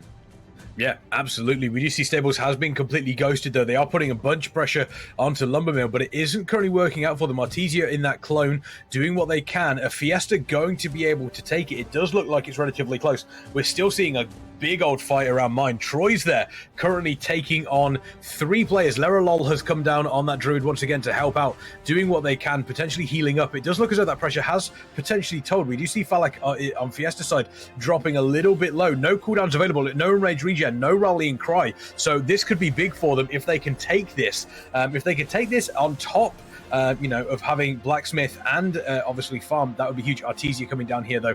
Are they going to potentially try out? We do see customer support coming in, stopping them from doing exactly that. Fantastic from customer support there. Artesia, though, identifying that there was potentially room for them to take Farm away from Speedrun, but that doesn't seem to be the case, and they still haven't managed to turn Lumbermill. So once again, as time goes on, Speedrun just slowly but surely start to tick ahead, Eddie.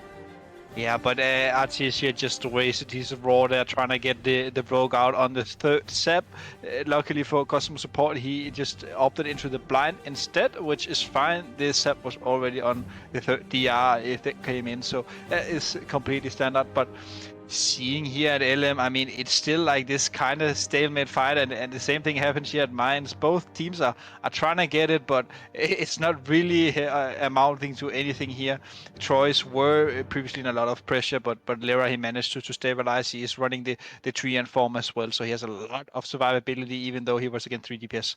Now we see, though, Fiesta sending their Holy Pala back on defense, and this just means that they want to have even more DPS available on the map. So we're probably going to see a big push onto LM now. I don't think that Fiesta wants to go for mines, really. I think it's just bait here to see if they can get Troy's space. But as I say that, look at Evidence. He's down here as well now. What they need to do is they need to have a good CC rotation onto Troy's, and then they need to kill Lerolol. The job is not to kill Troy's. The job is to see him and force Lerolol out. He will raw here. Good. Trinket raw. Stun him. Lerolol has no cooldowns. Lerolol needs to die now.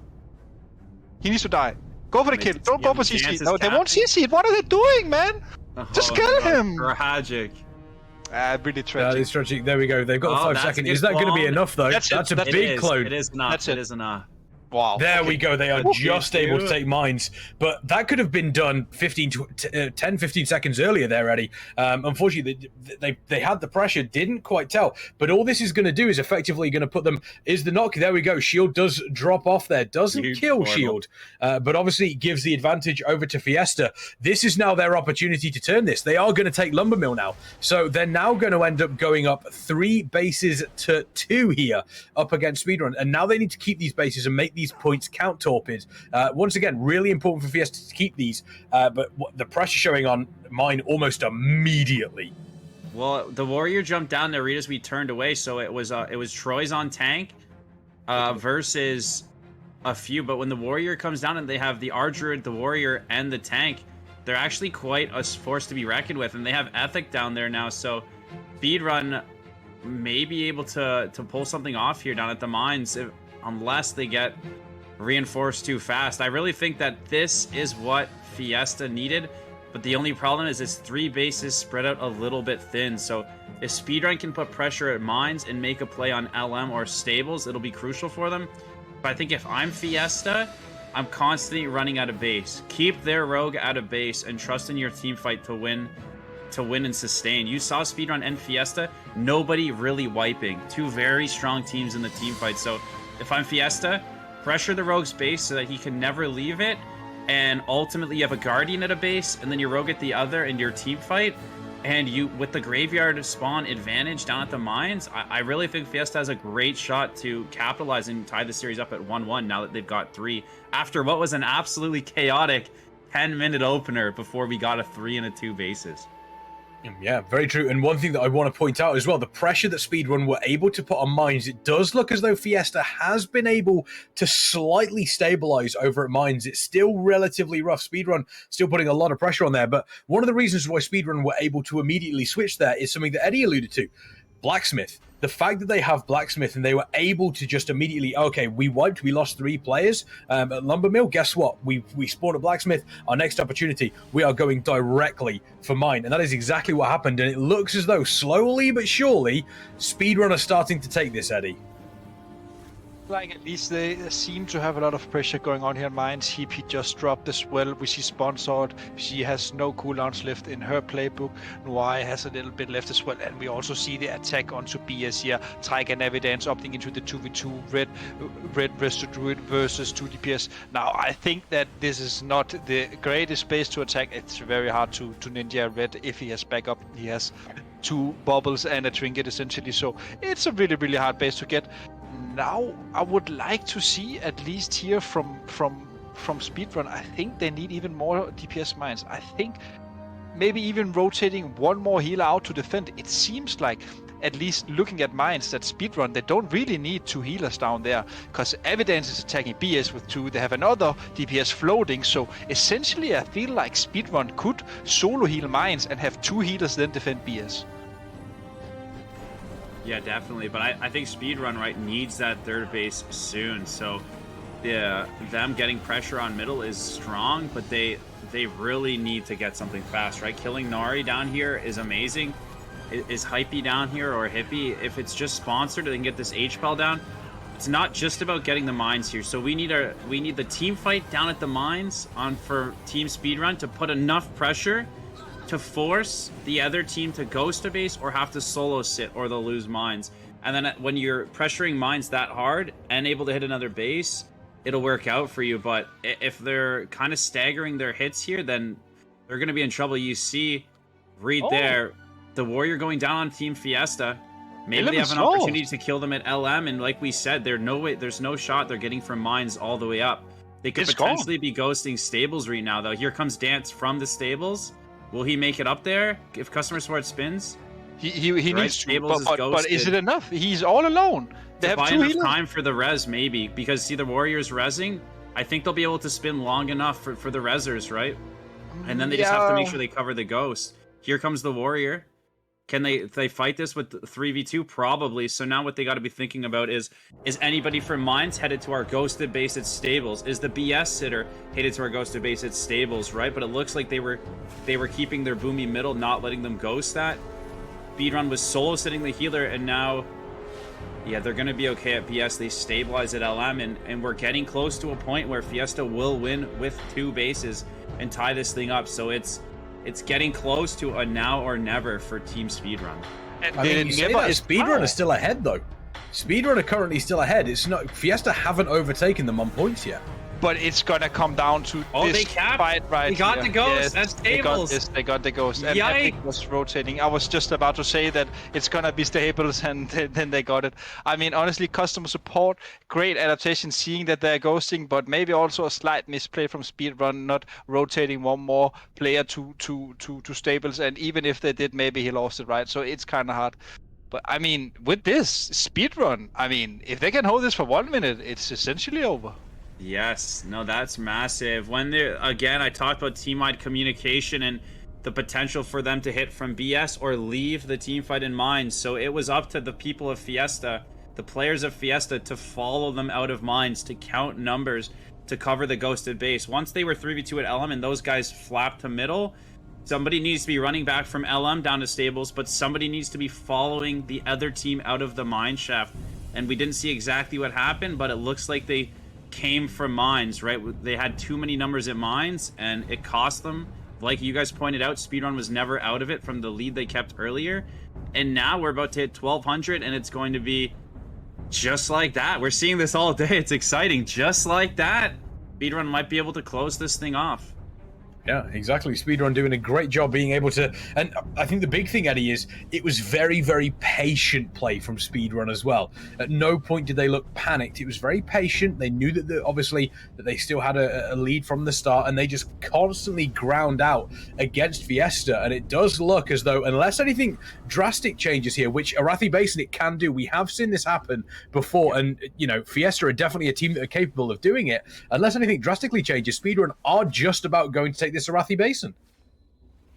They are, and honestly, I think it just came down to their own map play. They knew that Fiesta was 2 healing mines that had the third healer on BS, who is not in a position to move. So what they did was essentially and this is a tip for every casual RPG player, if you are base down, the best thing you can do is to attack the base that's opposite of the enemy team. That means if you see all the enemy healers at mines, you probably should attack LM, because if they need to then reinforce LM, there's quite a far run up there. So really, really great play from Speedrun. Now Fiesta managed to hold LM, right? But by holding LM, that meant that they go to stables and the stroke. And on that strike from Speedrun, I mean, that solidified the victory. And I think this, as Torbet has mentioned, like, this score doesn't really tell the tale of these two teams. I think the games have been super, super close, but right now, Speedrun, even if Fiesta managed to cap one, they are going to win. They need 4 now, Fiesta, so it looks like it's over 2-0 Speedrun. Yeah, Definitely. looks as though Speedrun are going to be taking this one, getting relatively close.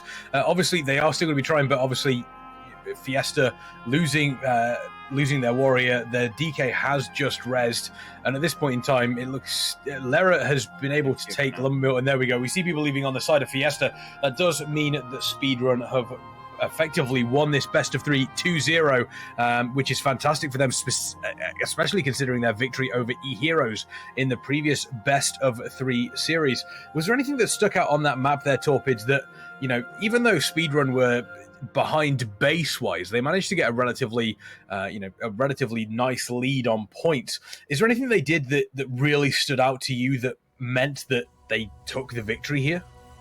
I think if I were to give it a small recap, I would give both teams huge congrats on the opener. When they get that second base at farm, when Fiesta took farm, they need a bit more priority on keeping farm, where Speedrun was able to just send the Boomy Rogue and take it back pretty easily.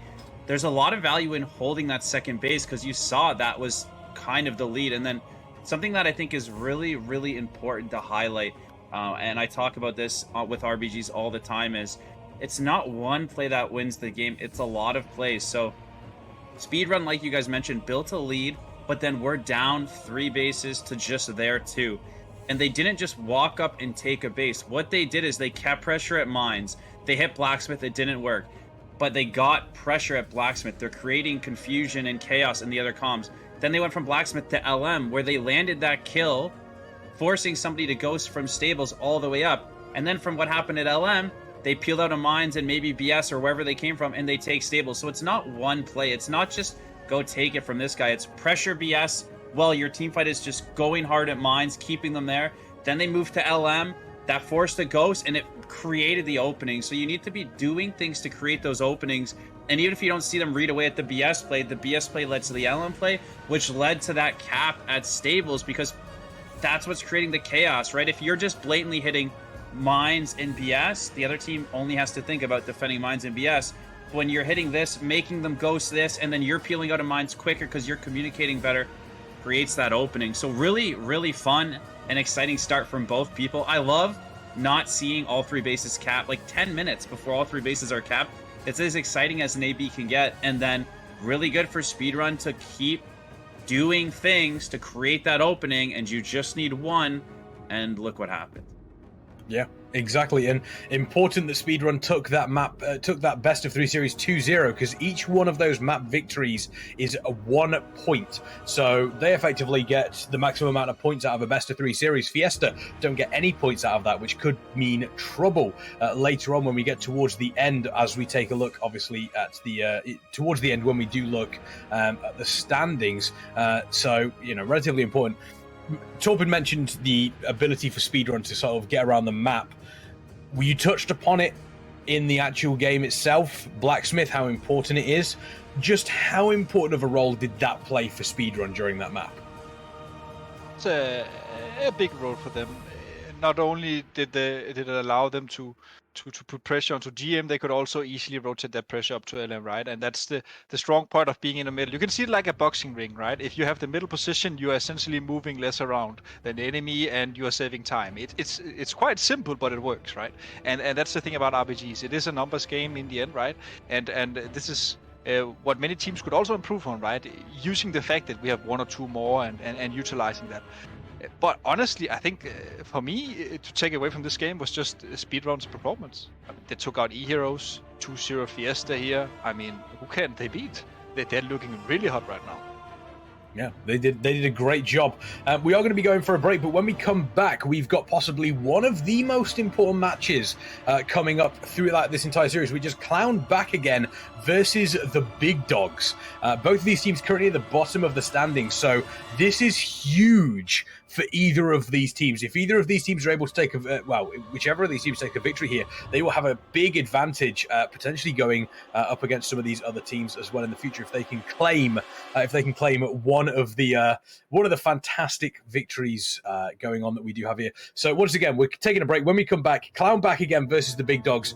Don't go anywhere.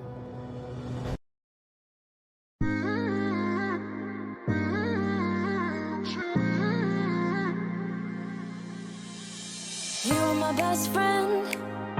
Didn't care about the rules, good on the weekends. I'll be in fools, drifting to deep space. So brave and so stupid, just like the movies. I was gonna stay in the fight with you, just thinking we would do this until we couldn't do it. Each and every high, every night with you. You and me so clueless. We were just broken, shattered, singing along to nothing matters. Stray around like nighttime rumors. We were in too deep. In your worn-out sweaters, thinking we'll be young forever. Driving in your mom's old hatchback, and we were in too deep.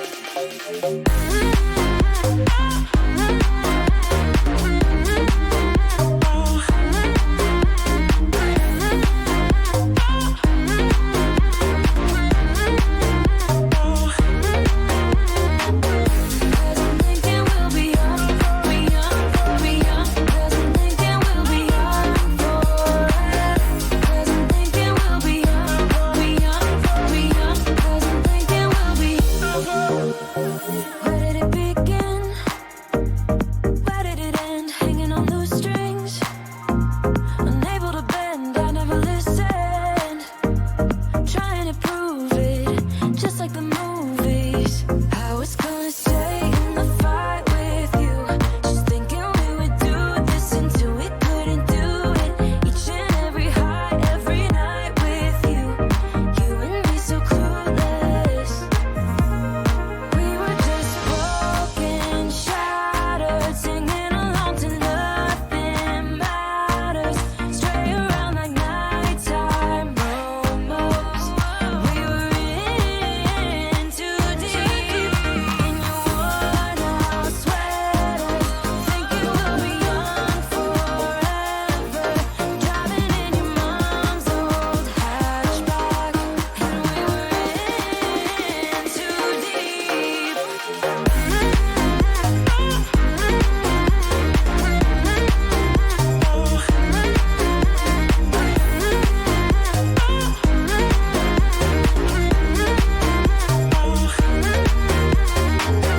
Cause I'm thinking we'll be young, be young, be young. Cause I'm thinking we'll be young forever. Cause I'm thinking we'll be young, be young, be young. Cause I'm thinking we'll be young forever.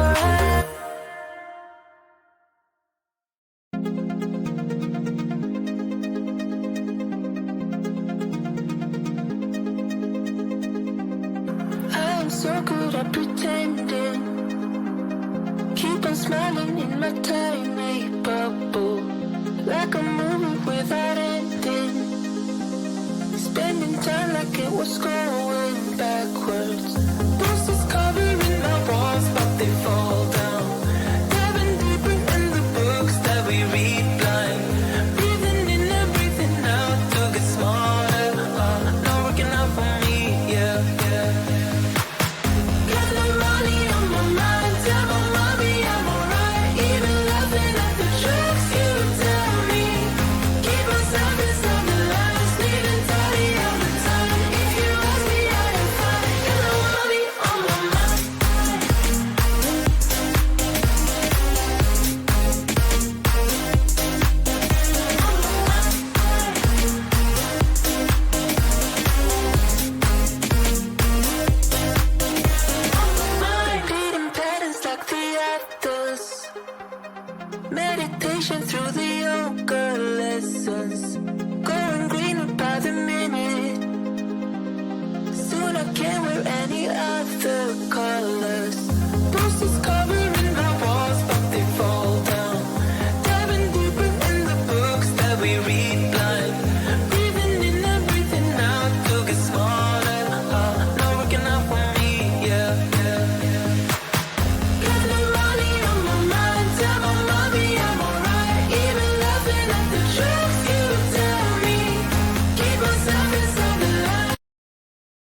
Welcome back, ladies, gentlemen, and everybody in between. My camera has done that thing again. Let me fix that. I don't know why that is. It's incredibly frustrating. It just resets all of my settings out of the blue. Yes, so obviously, yeah, Method merch, 2022 Pride Collection, exclamation point merch in the chat. I recommend you all go and check that out. Not only do we have some joggers available for the first time ever, get yourself some Method joggers, the esport joggers. They are absolutely incredible. But 100% of all the Pride Collection profits for the remainder of 2022 are donated directly to the Trevor Project, a cause that is near and dear to all of our hearts. So once again, exclamation point merch in the chat. You can find all of that there. But my name is Kixman. This is the Method Mayhem EU RBG Invitational, and I'm joined by Eddie and Torpid. We saw a fantastic game there between Speedrun and Fiesta. Speedrun, of course, managed to beat Eheroes in one of the upsets that we have seen so far. But Clown back again versus the big dogs. Eddie, this is one of those matches where it's at the bottom. Sorry, it's not the EU Invitational, EU Gauntlet. I do apologise. The EU Gauntlet, the Method Mayhem EU RBG Gauntlet. But yeah, Clown back again versus the big dogs. This is a match that, you know, maybe people weren't expecting to be as big as it is, but this is at the bottom of the table. This potentially could reshape the rest of this tournament, depending on who manages to take this one. And I think both teams really want to take this one as well, just from the fact that they won't be known as the team who has at least not won a game yet, right? So I think there's a lot on the line for both teams. They really want to claim a victory, just for the team's morale as well. I think it's really good.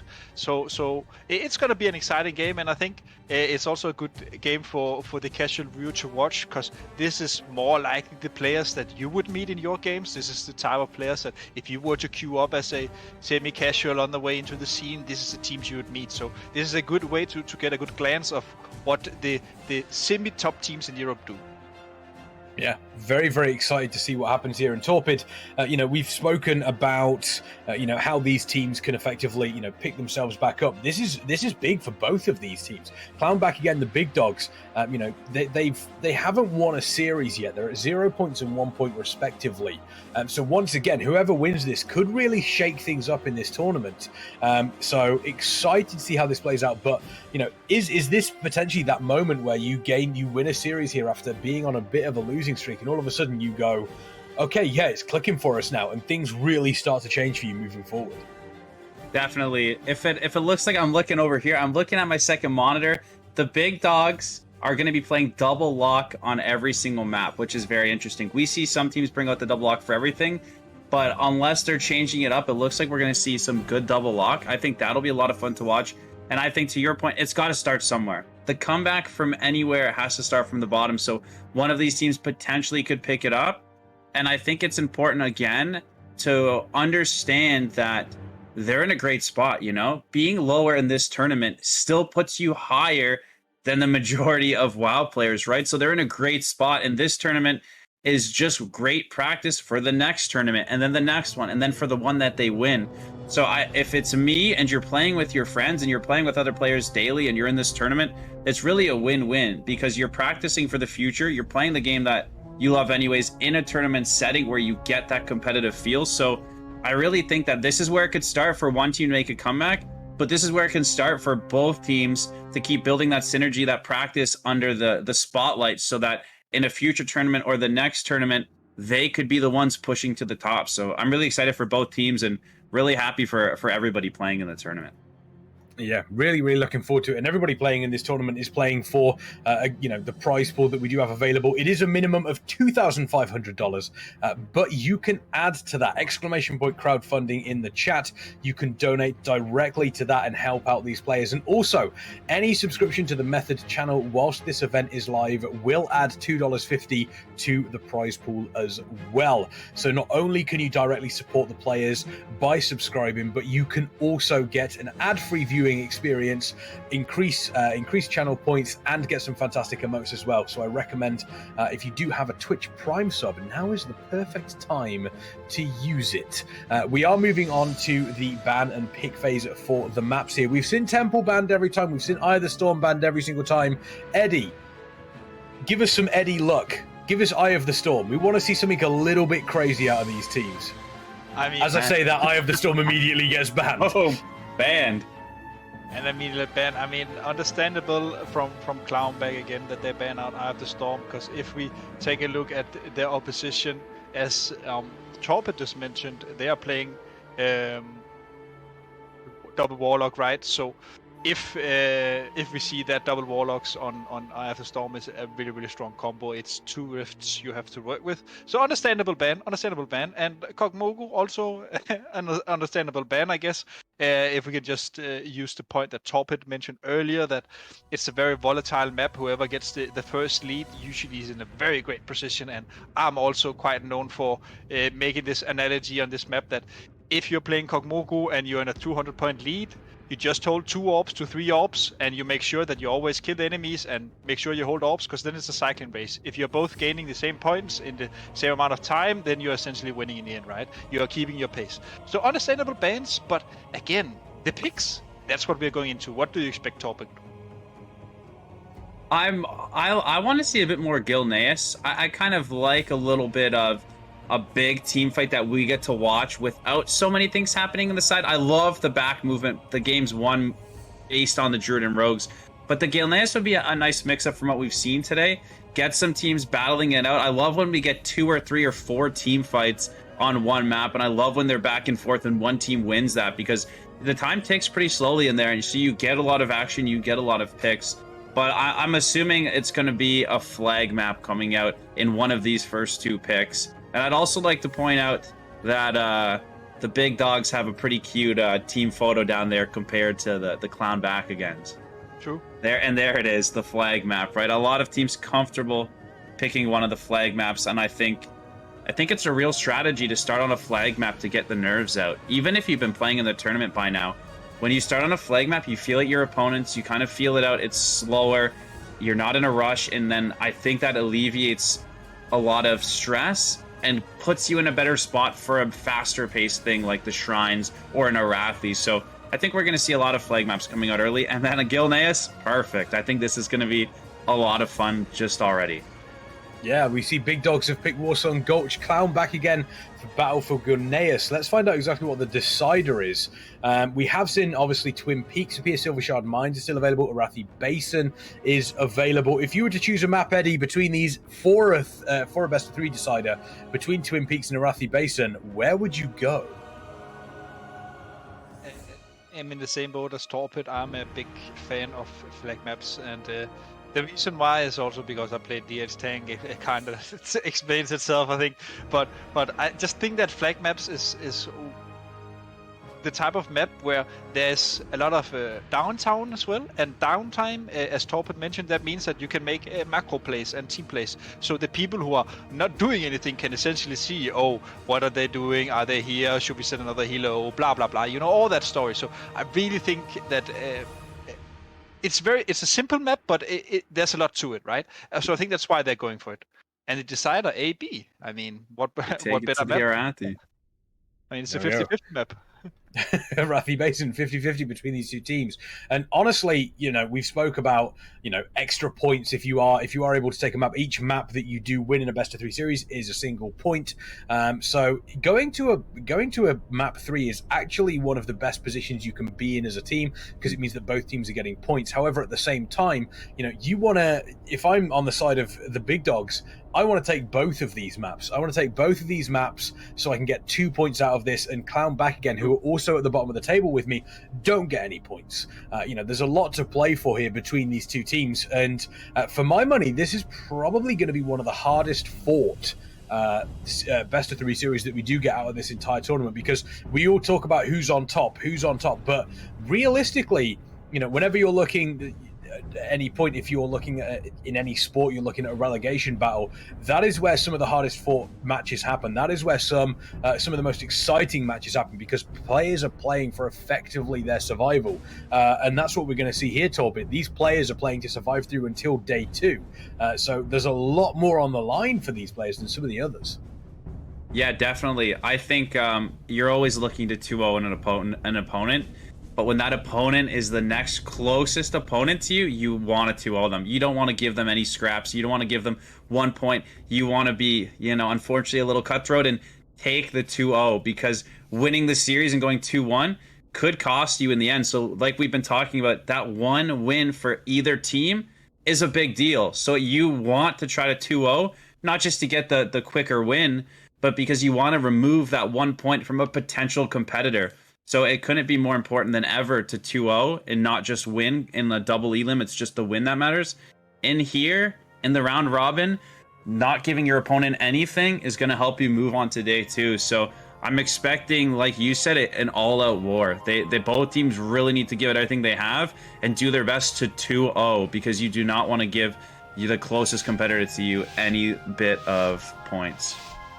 Yeah, exactly. And we are going to see that between Clown back again and the Big Dogs. This is the first game in a best-of-3 series between these two teams. They are at the bottom of the table, so this is extra spicy for both of them. We're going to find out exactly what happens here at Warsong Gulch. Chat, let us know who you think are going to take this game. Is it going to be Clown back again? Is it going to be the Big Dogs? Who is going to potentially take the advantage in this best-of-3? Eddie, walk us through the opening moments here.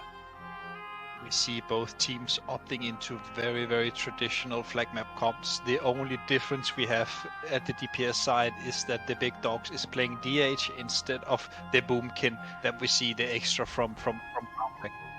Is my... Oh, hello? Yeah, definitely. I think that the Night Fae DH, I can't actually see at the bottom of my screen. Is this the DH playing Night Fae? Can you see on yours? Or are they going Necro? Does that look like Necro? DH is Necro. Okay, I actually see a lot of DHs opting for the Hunt, and I think the Hunt on Orbs, on Temple Mogu, and on flag maps is extremely strong. Any advantage that a tank can use to get away from you with a Vortex or a Mass Route and clear some real distance can be completely erased with the Hunt. Sometimes the DH dashes and the backflip, the name escapes me, isn't enough. Right, it can be one can be rooted and then Vortex, and you can Night Fae blink away. But I find the Hunt to be extremely potent on flag maps, and it's widely used across NA. So we'll see how the Necro forms out. It is better consistent damage. If they're team fighting middle here, it's going to be great. As you can see, the Big Dogs already landing a kill over to Tellier there, so they are up and maybe looking to get the pick. It looks like Clownback again does pick the flag up.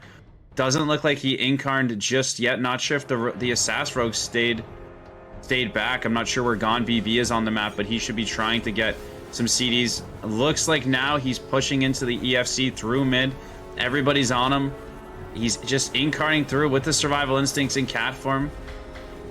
Looks like he's gonna be okay, make it across as expected, and this is what happened a few times, and Eddie's been touching on it. The player that picks second is usually in a better position. So what they could be doing here is pushing in. Oh, a cheeky Convoke there, not going to be enough. Baldson, not sure what he wants to do. A kitty form Convoke out of form. Any potential, doesn't look like it. What they want to do is push the team that grabbed the flag first. So right now you can see Viper is trying to do just that. If Viper can get some reinforcements on just this HPAL and tank while his tank is cutting through mid, that's going to put them at a very advantageous spot. Yeah, it's going to do a great job of putting them in, as you mentioned, not only an advantageous spot on the map, but also an advantageous spot in the series as well, if they are able to claim a very, very early flag capture here up against Clown back again. Doesn't look like that's going to be the case. We do see Bolton moving across the map here, doing everything they can. There's a fantastic grip coming in from the Priest. Also, that Warlock gate mentioned how powerful the Warlocks are. Interesting point. Eddie, if we have you back at this point in time, I do want to point out two big differences. Clown back again playing with the double, looks like the double balance druid, which may give them a little bit of extra room if they need to pick up a flag capture if their flag carrier is dead or across the other side of the map. May be useful for them. But on the side of the Big Dogs, they are playing with that Demon Hunter, and we've spoken about how effective Demon Hunters are at just absolutely destroying flag carriers, specifically if they're caught out in the open. And we see here the Demon Hunter trying to stick onto the Guardian here as well. I hope my microphone is fine again. And sounds good. It sounds good. That's good. And the other thing that's good is Clown back again situation. The thing is they just managed to hold the DH away here. They have a lot of damage going on to him. I hope for them, if they can manage to get the kills here, they can then translate that into a great offense, because we have to take into account here that they are playing triple DPS and D, so they will have a lot of damage, but again the DH is constantly staying up here, and we even see the Guardian trying to cut out, I think, and Olsen here as well, also under a lot of trouble. But again, both teams really fighting hard, and this script, that was insane. Honestly, that was, you couldn't be better. Absolutely, a massive grip into a sleep, and it looks like they have the gateway if they needed it. So sometimes when a big play like that happens, to your point, you play it slow and re-push in. It's almost like you just wiped. You're coming from their flag room and heading back up.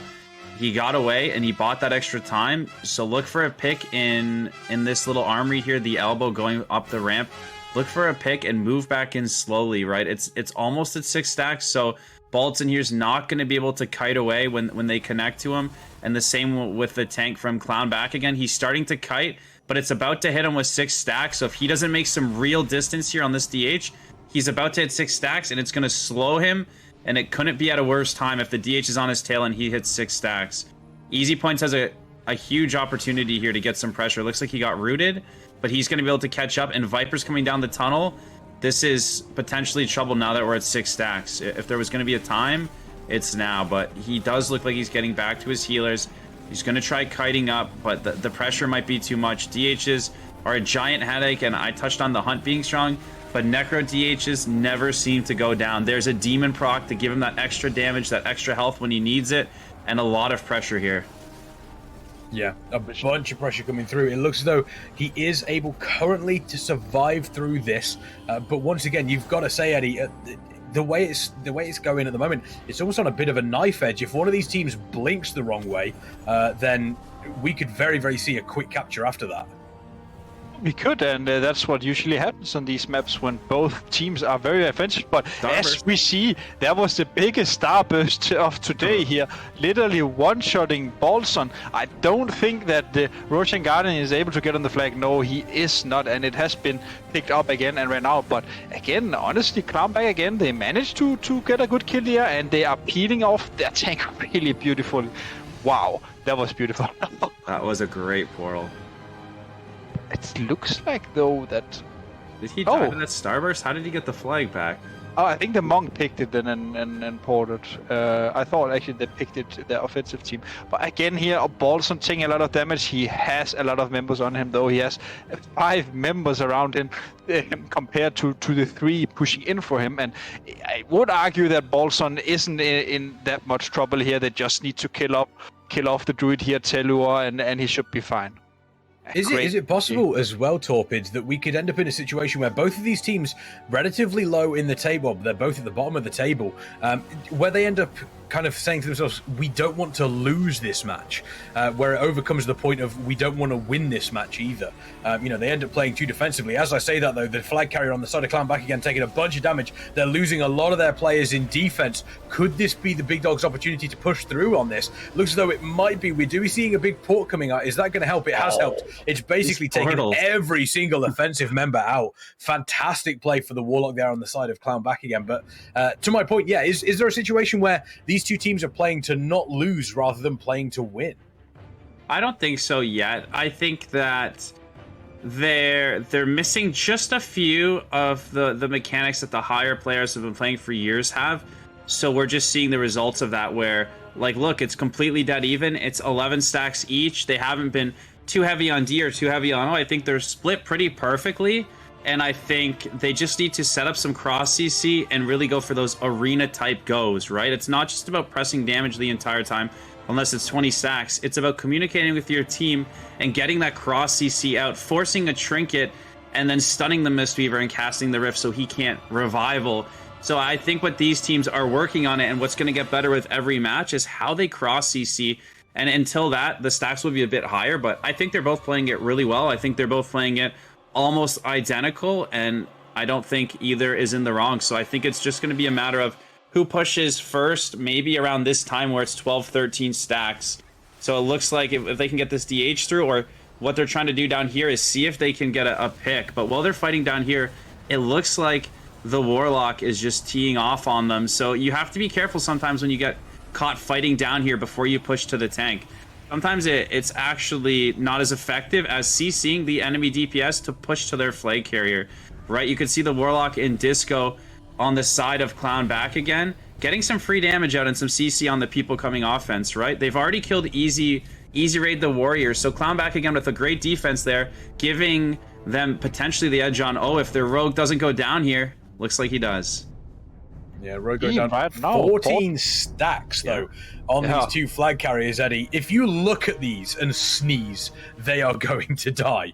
So, again, we need to keep an eye out on those flag carriers because they could die very, very quickly. We do see easy points coming in, and as mentioned, just look at the amount of damage coming through straight away. Convoke the Spirit's doing everything they can, but this Demon Hunter is just, it's like glue. Are we going to get another fantastic port? It doesn't look like it. Both of the teams, well, pretty much everyone on offense manages to avoid that port. We do see a bunch of damage coming through on the flag carrier of Clown back again. Are they going to be able to survive? 15 stacks now. They do have the blink away, so it looks like they might be able to survive for slightly longer, but they're going to be taking less and less healing. So this is so rough for them. And we do see the Demon Hunter coming in, and they have taken the flag carrier down. Perfect opportunity for the big dogs to be able to capitalize here. And it looks like they haven't been able to. It was picked up by the Paladin, and then it has been returned. There we go. There's the capture on the side of the big dogs. They do lead 1 capture to 0 against Clown back again. And when we start getting up to 15 stacks there, Torpid, that effectively shows just how much damage comes through on these flag carriers. Yeah, definitely. And so now Viper doing a great job seeing if he can pick this flag and get out. It never hurts to try and see what happens. You can always drop the flag if you can't make it. But what the big dogs can look to do, even though Viper's going for the fast cap, and I respect it, I like it, they are the team with the DH. And they are the team with the 1-point lead. So if Viper dies here and they return it, what they could have is Easy Points is about to spawn at the graveyard, and he could spawn up and start playing some defense. They're not in a rush to grab it. But Viper, you know, we've seen just these resilient boomkins headed through middle, capitalizing on the fact that the other team isn't ready to stop them, and honestly putting themselves in a good position here, potentially able to fast cap. I don't see Bolton. Bolton's got to be either waiting in the flag room or coming to grab the flag, and it looks like the tank for Clown back again is taking it ramp side. So it looks like they're just dropping and resetting. They put some pressure, they get some CDs, they move the team to this side, and like I said, here's Easy Point on the flag, and really the big dogs don't have to pick, and they can just pressure the tank read here and until he gets into the flag room, and then Baldson can do what Eddie's been talking about all day, just run out of the flag room and then have his team press a heavy out and try to get that 2-0. What do you think, Eddie? Viper Bidex do the traditional boomy. He picks up the flag, runs it across. The enemy tank is forced to pick. You drop the flag, and you have your DH ready to engage on him, so he doesn't get the re-stealth, and the race is then on. But the Clown back again here, they do manage to get the tank across, and Bolson is running straight into the assassination rogue. I think he's gonna incarn early here and pick. He uses his skin, he uses his soul shape. The rogue can't stop him here. Press blind. Okay, he didn't press blind. If he pressed blind there, he would have stopped Olson here and essentially resetting the go on him. Olson here will probably use his incarn now, as we see here with the Mixie's damage coming off. He used Vendetta as well. There's a lot of damage going on to Bolson here, but Bolson also have all his walls running, so he should be fine. Yeah, it looks as though he's able to get across to the halfway point of the map here. Looks like both of the teams have picked up. They're both on their flag carriers once again. But a relatively late cap for the big dogs here does put the pressure onto Clown back again. The timer is ticking for them. They need to make sure, we're looking at coming up to 7 minutes left in the match here. Obviously, if they're able to get a capture now, then that will make this game very, very exciting, because effectively, if it does go down to 1 apiece, it will be who capped last, which means that Clown back again would take this first matchup between these two teams. But Bolton looking relatively comfortable going across. Defense for both of these teams relatively solid. I would say that at this point in time, the big dogs, even though they do have that capture, it's still on a knife edge. I believe that, you know, the fact that they were on 15 stacks probably helps with the flag carrier kill there. But we do see the FC on the side of Clown back again, just overlooking what's happening. And that's exactly kind of what you mentioned, Torpid. There's nothing going on for them. They've got a great view of the battlefield. They can call out to the rest of the team. Yeah, absolutely. I think, and you see right there, it's a really good play. A lot of tanks will just leave their team. They think they need to be as far as possible. But you saw that they made a collective call, the big dogs, to wipe them on D. Baldson stayed by his own Leaf Hut with 2 healers close to him in case there was any shenanigans of the Assassin Rogue, and they wiped them on D. stacks are low, Bolton's with his team, it's better to be with your team, wiping them there, and then you have the Warlock Gate, Wild Charge, or a Leap of Faith from the healer gripping you up, and just try to wipe them and create pressure. You don't need to run ahead, so while your team's killing most of them, you get picked off by 2. So really good play by Bolton, really keeping it calm, just sitting in the back, letting his team wipe them up, and then they go from there. So really well done. Very big go on to Bolton here. Double combo Genkan from the Druids here, but Bolton is constantly running around the corner, LOS in the boomkins.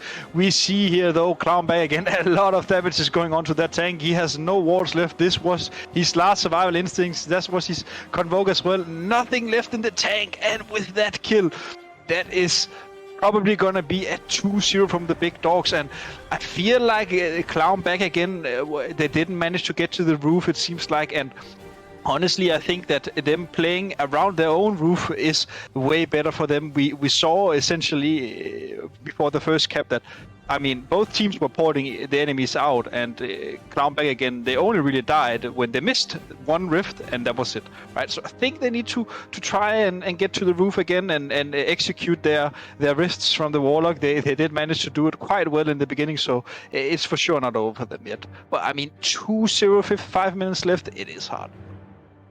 Yeah, it's going to be very, very difficult for them. We do see, one thing I do want to point out, I mentioned at the start, was the Demon Hunter on the side of the big dogs, and that seems to have been able to have put a lot of pressure on the flag carrier of Clown back again.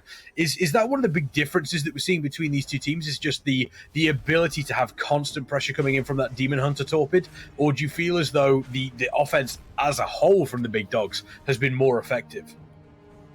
You mentioned it earlier, Clown back again had their tank up on the 3rd floor peeking down, and it looks like he must have jumped down to get to his defense team. I think when stacks are under 6, if they can't play inside, they can play their Warlock Gate there, right? No team has double Warlock, so if they can play around their graveyard, there's a smoke bomb going on to him, I don't think he'll go down here. If they can play around their graveyard and get a couple melee to drop down and then go back up and get that reset like Eddie was talking about, get to their 3rd floor and get safe and play 3D if you need to just to start, I think that would have been a best case scenario. But you can see again the same thing starting to snowball to them, where Bolton's going to take this, get as far as he can without Incarn, and then it's about to be up in 15 seconds. He's going to Incarn forward and just tell his team to send a heavier O and keep the pressure on the Clown back against tank. As you can see, he has no more walls in a minute. He has no more regens. So they're putting out, like, you can see a lot of pressure on him in the tunnel. The DH, as you mentioned, very hard to peel. DHs are on one side of the spectrum easy to kill in a stun, but you have to kill them in that stun and cross their healer, or else it just seems that these DHs never go down, and it creates this infinite pressure. That's exactly what we're seeing. Yeah, and they are doing a fantastic job in making sure that is happening every single time almost. We do see pressure coming into Bolton there, the Cocoon coming out to help. So a little bit more pressure on the side of Clown back again. Do you feel as though they've identified that, Eddie, that knowing exactly what the big dogs are doing, they know that they need to put a little bit more offense in? But as I say that, the offense coming in on the flag carrier of Clown back again, looking really, really low. The pressure coming in from that warrior. Convoke the Spirits doing everything they can to keep that flag carrier alive, and it looks as though it has worked out for them. Bolton under pressure, but still, the amount that is coming through onto Clown back again. They're trying to. Bolton's dead. There we go. They've capped it. They've been able to cap it, so they do have just over 2 minutes left in this matchup to potentially get a second flag capture here. So Clown back again. There is still room for them to come back in, but you've got to say they really need to make sure that their communication is clear. They need to make sure they know exactly what they're doing tactics-wise. We do see Teller here moving across the map with Clown back again, potentially seeing if they can go for a very, very fast cap. We'll have to see if that's happened. They do have a couple of players around them for defense, and we do know just how quick these druids can get across the map, and Teller is absolutely zooming. Wow, he literally blinked the grip. You could have done a better blink. Sadly for him, he didn't manage to get away here. If he crossed, that would definitely have spelled trouble for Bolton here. Bolton were ahead of him though, so he were in a position to pick. But honestly, I think that it was just really great play here from Clown back again here. They forced Robson's or Bolton's trinket in the tunnel, and when he then got to his own base, he had no trinket and he died in the kidney. So Really well played, but again, they have 1 minute left, and he's kiting to roof now, and this is a thing you can do as well if you're in the enemy base and have to pick the flag. I mean, you don't have to kite out yet, you can just kite to their roof, and when they're coming up on roof, you kite out. So it's really simple and really effective. Yeah, identify just how long is left for this one. Big Dogs still in the lead. 2 flag captures to 1 here. All pressure is on Clown back again. 50 seconds left. Torpid, is there a way that they can pull this off, or do you feel as though this is just a little bit too little too late? I think with stacks just getting to 1 and less than a minute, Baldson having his Incarn looks like 1 wall at least in skin. There should be no way they kill him in 30 seconds. He has his team with him too. Like, they have the Death Knight Fortress here. They have Viper, the Monk, Tipco. I think that's all she wrote. It would take something no less than a miracle for them to get up here and kill him. And I think both teams know that by now. But again, Clown back again, striking back with that cap, saying, you know, we're not going to give you the 2 caps to none, was completely a game changer and gave them that edge, right? And maybe that will give them some momentum and make the other team feel not as safe as they would have if they didn't get that 1 cap. So still a meaningful cap there near the end. Yeah, there we go. The Big Dogs taking map number 1 against Clown back again. Obviously, that is the first point for the Big Dogs as well. And as I mentioned previously, these 2 teams at the bottom of the table, this is really important for them to get points here. And if the Big Dogs are able to take this clean, that would leave Clown back again rock bottom. They would be right at the bottom of the table, and the Big Dogs would go above them. And then any future games that they could potentially take in best of 3 series could even make it so that they are able to go through until tomorrow. So once again, everything to play for these 2 teams. Important for them to get back on the board. You've got to imagine, Eddie, they'll be feeling good about that. And going into the next matchup, momentum's on the side of the Big Dogs. Yeah, it definitely is. And I think if the Big Dogs, they keep up the momentum, they're going to come out with a clean 2-0. Just the big clans that they killed before as well, I think they were out killing them at least with like a 1-2-3, and the damage as well was completely in favor of the Big Dogs. So I think the Big Dogs is going to have some good morale going into, I think it's Gilneas as well, right? A very team fight oriented map. So they're definitely going to come into this very strong. It's really up for Clown back again to throw a curveball, and maybe that curveball is that we have seen it a few times on Gilneas, and that is where all your stealthers essentially attack mines from the start. Let's say you have Lighthouse, right, and you send both Druids and a Rogue to mines, and the enemies think they're coming waterworks, but suddenly they pop up there, and you have some leadway to use. So I want to see something like this, but again, it's going to be hard for Clown back again. I think this game really hurt their morale a bit, I think. Yeah, just a bit of an update as well for games that we did have previously. The Big Dogs versus Gorefiend. We do see the Big Dogs now, so they're coming off a previous series. They actually lost that series 2-0. The Big Dogs did get off onto a good start on game 1 in Gilneas. They did get an early cap, but the Big Dogs... and that was just before the Big Dogs would have won with only 1 base. Team Gorefiend managed to retake Waterworks and hold it until the end of the game, winning 1,500 to 1,412. So a very, very close game between those 2 teams. And then Silvershard Mines, Team Gorefiend completely dominated Big Dogs. And they managed to get almost every single cart, winning that game 1,500 points to 300. So that was a very, very big sum on the side of Team Gorefiend. Big Dog, though, showing that their bite does seem to be worse than their bark in this series. They managed to take the first game against Clown back again. And the other series that we did see in round 4, Eheroes versus La Familia. La Familia actually got off to an incredible start against Eheroes, which it seems as though they did go on to Eye of the Storm. And they managed to ninja the Blood Elf from Eheroes and secure a 100-point lead before Eheroes tied up the bases. Eheroes did manage to win the middle fight, but unfortunately La Familia eventually were able to take that game. So La Familia did lead the series at 1-0. Game number 2 on Gilneas did start out well for La Familia. They managed to take down all of the healers and look poised to cap Waterworks. However, with good spinning from Eheroes, they managed to stabilize, come back and win the fight for Waterworks, and they went up 2 bases and then were able to keep those secured until the end for the victory to get the series 1-1. And then finally, Twin Peaks. Eheroes got off to a great start with an early flag capture on Twin Peaks. La Familia struggled to really catch up to that one, and then Eheroes just managed to capture the final 2 flags relatively easily to end the game out 3-0 and win the series 2-1. But once again, Eheroes dropping a game there. Eddie, you spoke about Eheroes at the start. You've spoken about them before, and just how big they are in this sort of world of the RBG tournaments. Just how interesting is it that we're seeing them losing these games in these best-of-3 series? I think it's quite interesting, especially just a big applaud to La Familia. It's definitely not a team you would expect to take a game of Eheroes. They have really good players. It's not to say anything against that, but to beat Eheroes is still something quite different. Well, I think it also comes down to the fact that many of these teams are actually spamming ladder quite a lot, and Eheroes are known for the team that queues every now and then, so they usually in a season has less games than other teams, and I think them losing games here now it's only an advantage for them, because they can then improve on those mistakes going into the upper brackets, right, or the knockouts when we hit that. So for me, I mean, sure, it means something, but when you're talking about Eheroes, it's the team that's going to adapt from it, and losing here is great for them, because then they don't lose in the final. We'll have to wait and see. Torpid, you spoke about the fact that over in the US, you do have your version, quote unquote, of Eheroes. Obviously, Team Camel, they've done incredible. But seeing them lose a game occasionally, which is rare for Team Camel as well over in the US, does that kind of give the opposition teams a little bit of, hey, gods can bleed? We've potentially got an opportunity. Does that give you a little bit of a mental lift?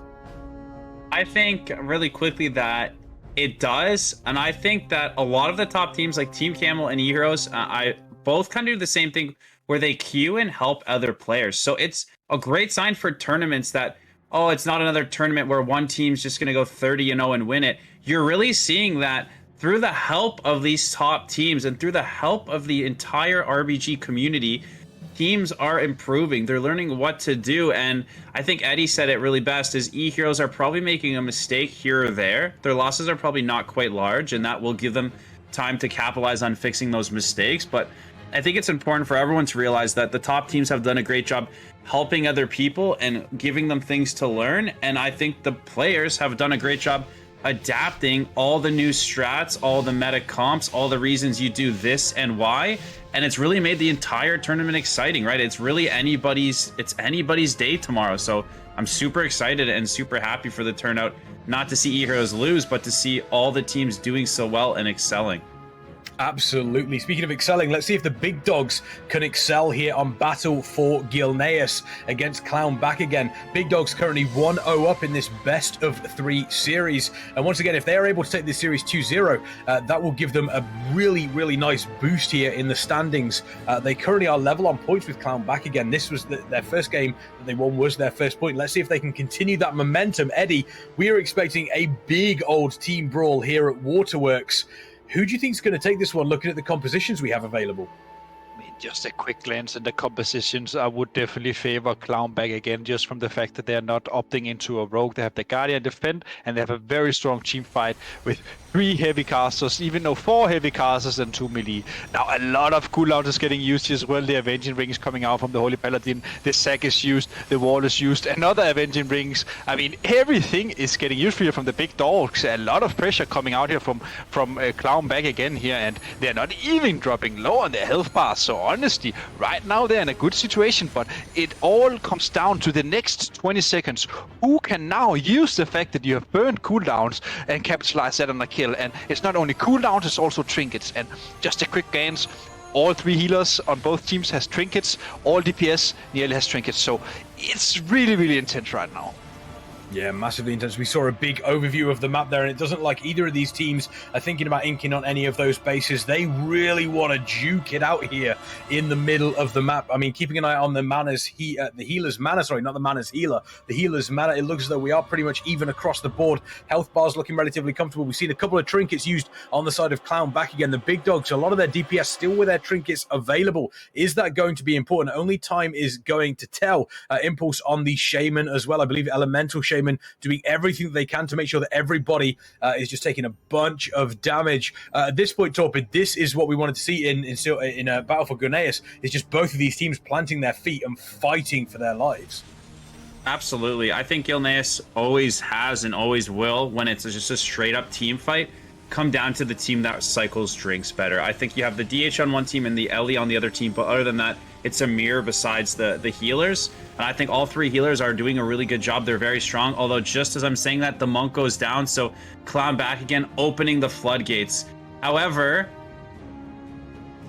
looks like they get a cross kill onto the Warrior. I think losing the healer is more important, but it might stabilize. The advantage Clown back again has is they could send their Guardian mid to help stabilize, where the big dogs can't do that. So the big dogs being down a healer here is really big. It's really not just on the healers to keep them alive, it's on the DPS to do their job to shut down the damage. And you can see that the Rogue is ghosting across because he's expecting that there's a chance that his team might put enough pressure middle. Or is this the, sorry, is this the tank? Is that just a Warrior standing there? Or is the UI messing up? Well, what's happening over there, Eddie? Is that the Rogue and the Warrior? It was the Rogue and the Warrior, yeah. But I think it's the Warrior was risking. I'm not quite sure if they know or he shouldn't know, right? He just showed, okay. Okay, he showed, that's why. But again, like, even if the Rogue is soloing in the Guardian should be fine. The Guardian can only really lose a base if the Rogue is playing Night Fae. So yeah, it should be okay. Yeah, but again, I was going to say, I like the Rogue being there, though, because if his team starts wiping mid and that Guardian creeps off the flag to get ready for mid and he does a ghost check, they can 3-cap and take a really aggressive play. So I like that he was checking it. Just a little confused on the UI. Looks like the DK is capping mid. Hopefully they get a spin onto him. And it looks like the Mistweaver came back. Now, the side of Clown back again, the mana troubles begin. The Monk died, but his team did not die. He's back with full mana. They are going to be in trouble, Clown back again, if they can't start drinking here.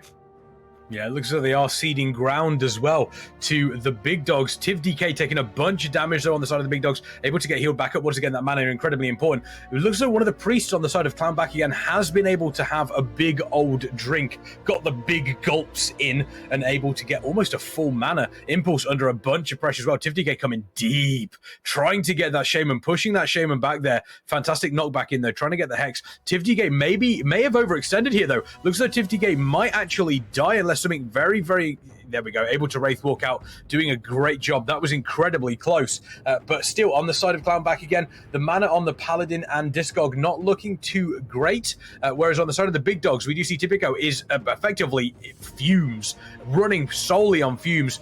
We do see the Priest currently at less than 10%, but the Monk almost full on mana once again. And then keep an eye out. We do see Clown back again. The Priest went and got almost a full drink and is now below 50% already. But the Paladin was also able to get a drink once again.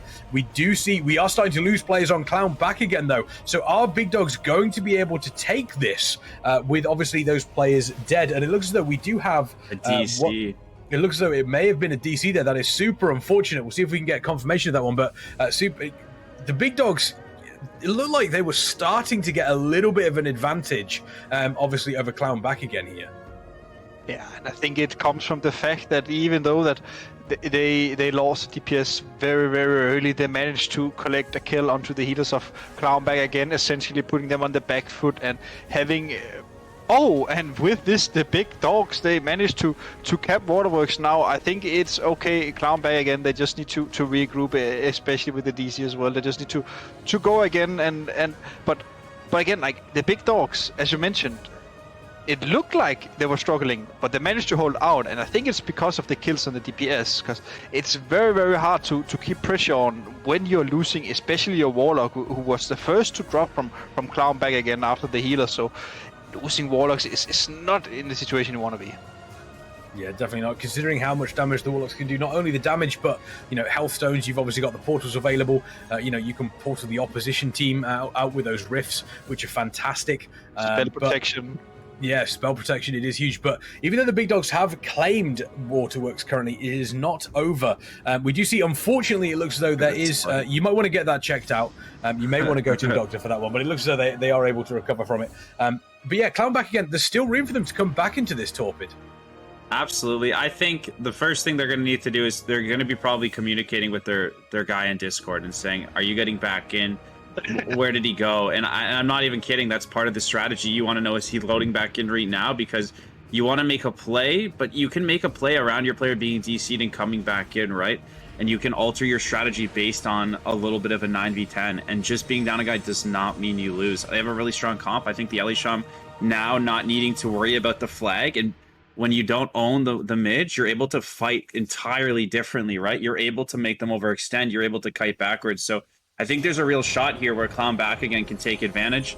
And the big dogs have a choice. Pressure the base when they're up a guy, or just be simply up one and team fight the entire time, right? It looks like he just got back in, I believe. So it's really anyone's game. I actually really love the Eheroes on this map. And as we saw, it really came down to just a little thing for big dogs to win. So I think Clown back again can take advantage of the fact that they don't need to be by the flag, so they can fight this a little bit differently now. And the big dogs, they have to keep an eye on that flag, so they're a bit limited. So Clown back again does have a little bit of the advantage of being able to go wherever they want, but the big dogs are building that lead, so we'll see what happens. Yeah, they are building the lead. The lead's not that big, though. Still a lot of opportunities for Clown back again to come back in. It looks like the player has returned, obviously. And take a look. I think one thing, again, keep an eye on the mana. Big Dog's currently still ahead in mana as, as we see this team fight going on. If you're Clown back again, Eddie, do you potentially try and do some backdoor stuff to claim that different base, considering how this fight is going on? See if you can spread the big dogs about, or do you feel as though there's still time for them to take this? There's still time for them to take on this team fight here at Waterworks.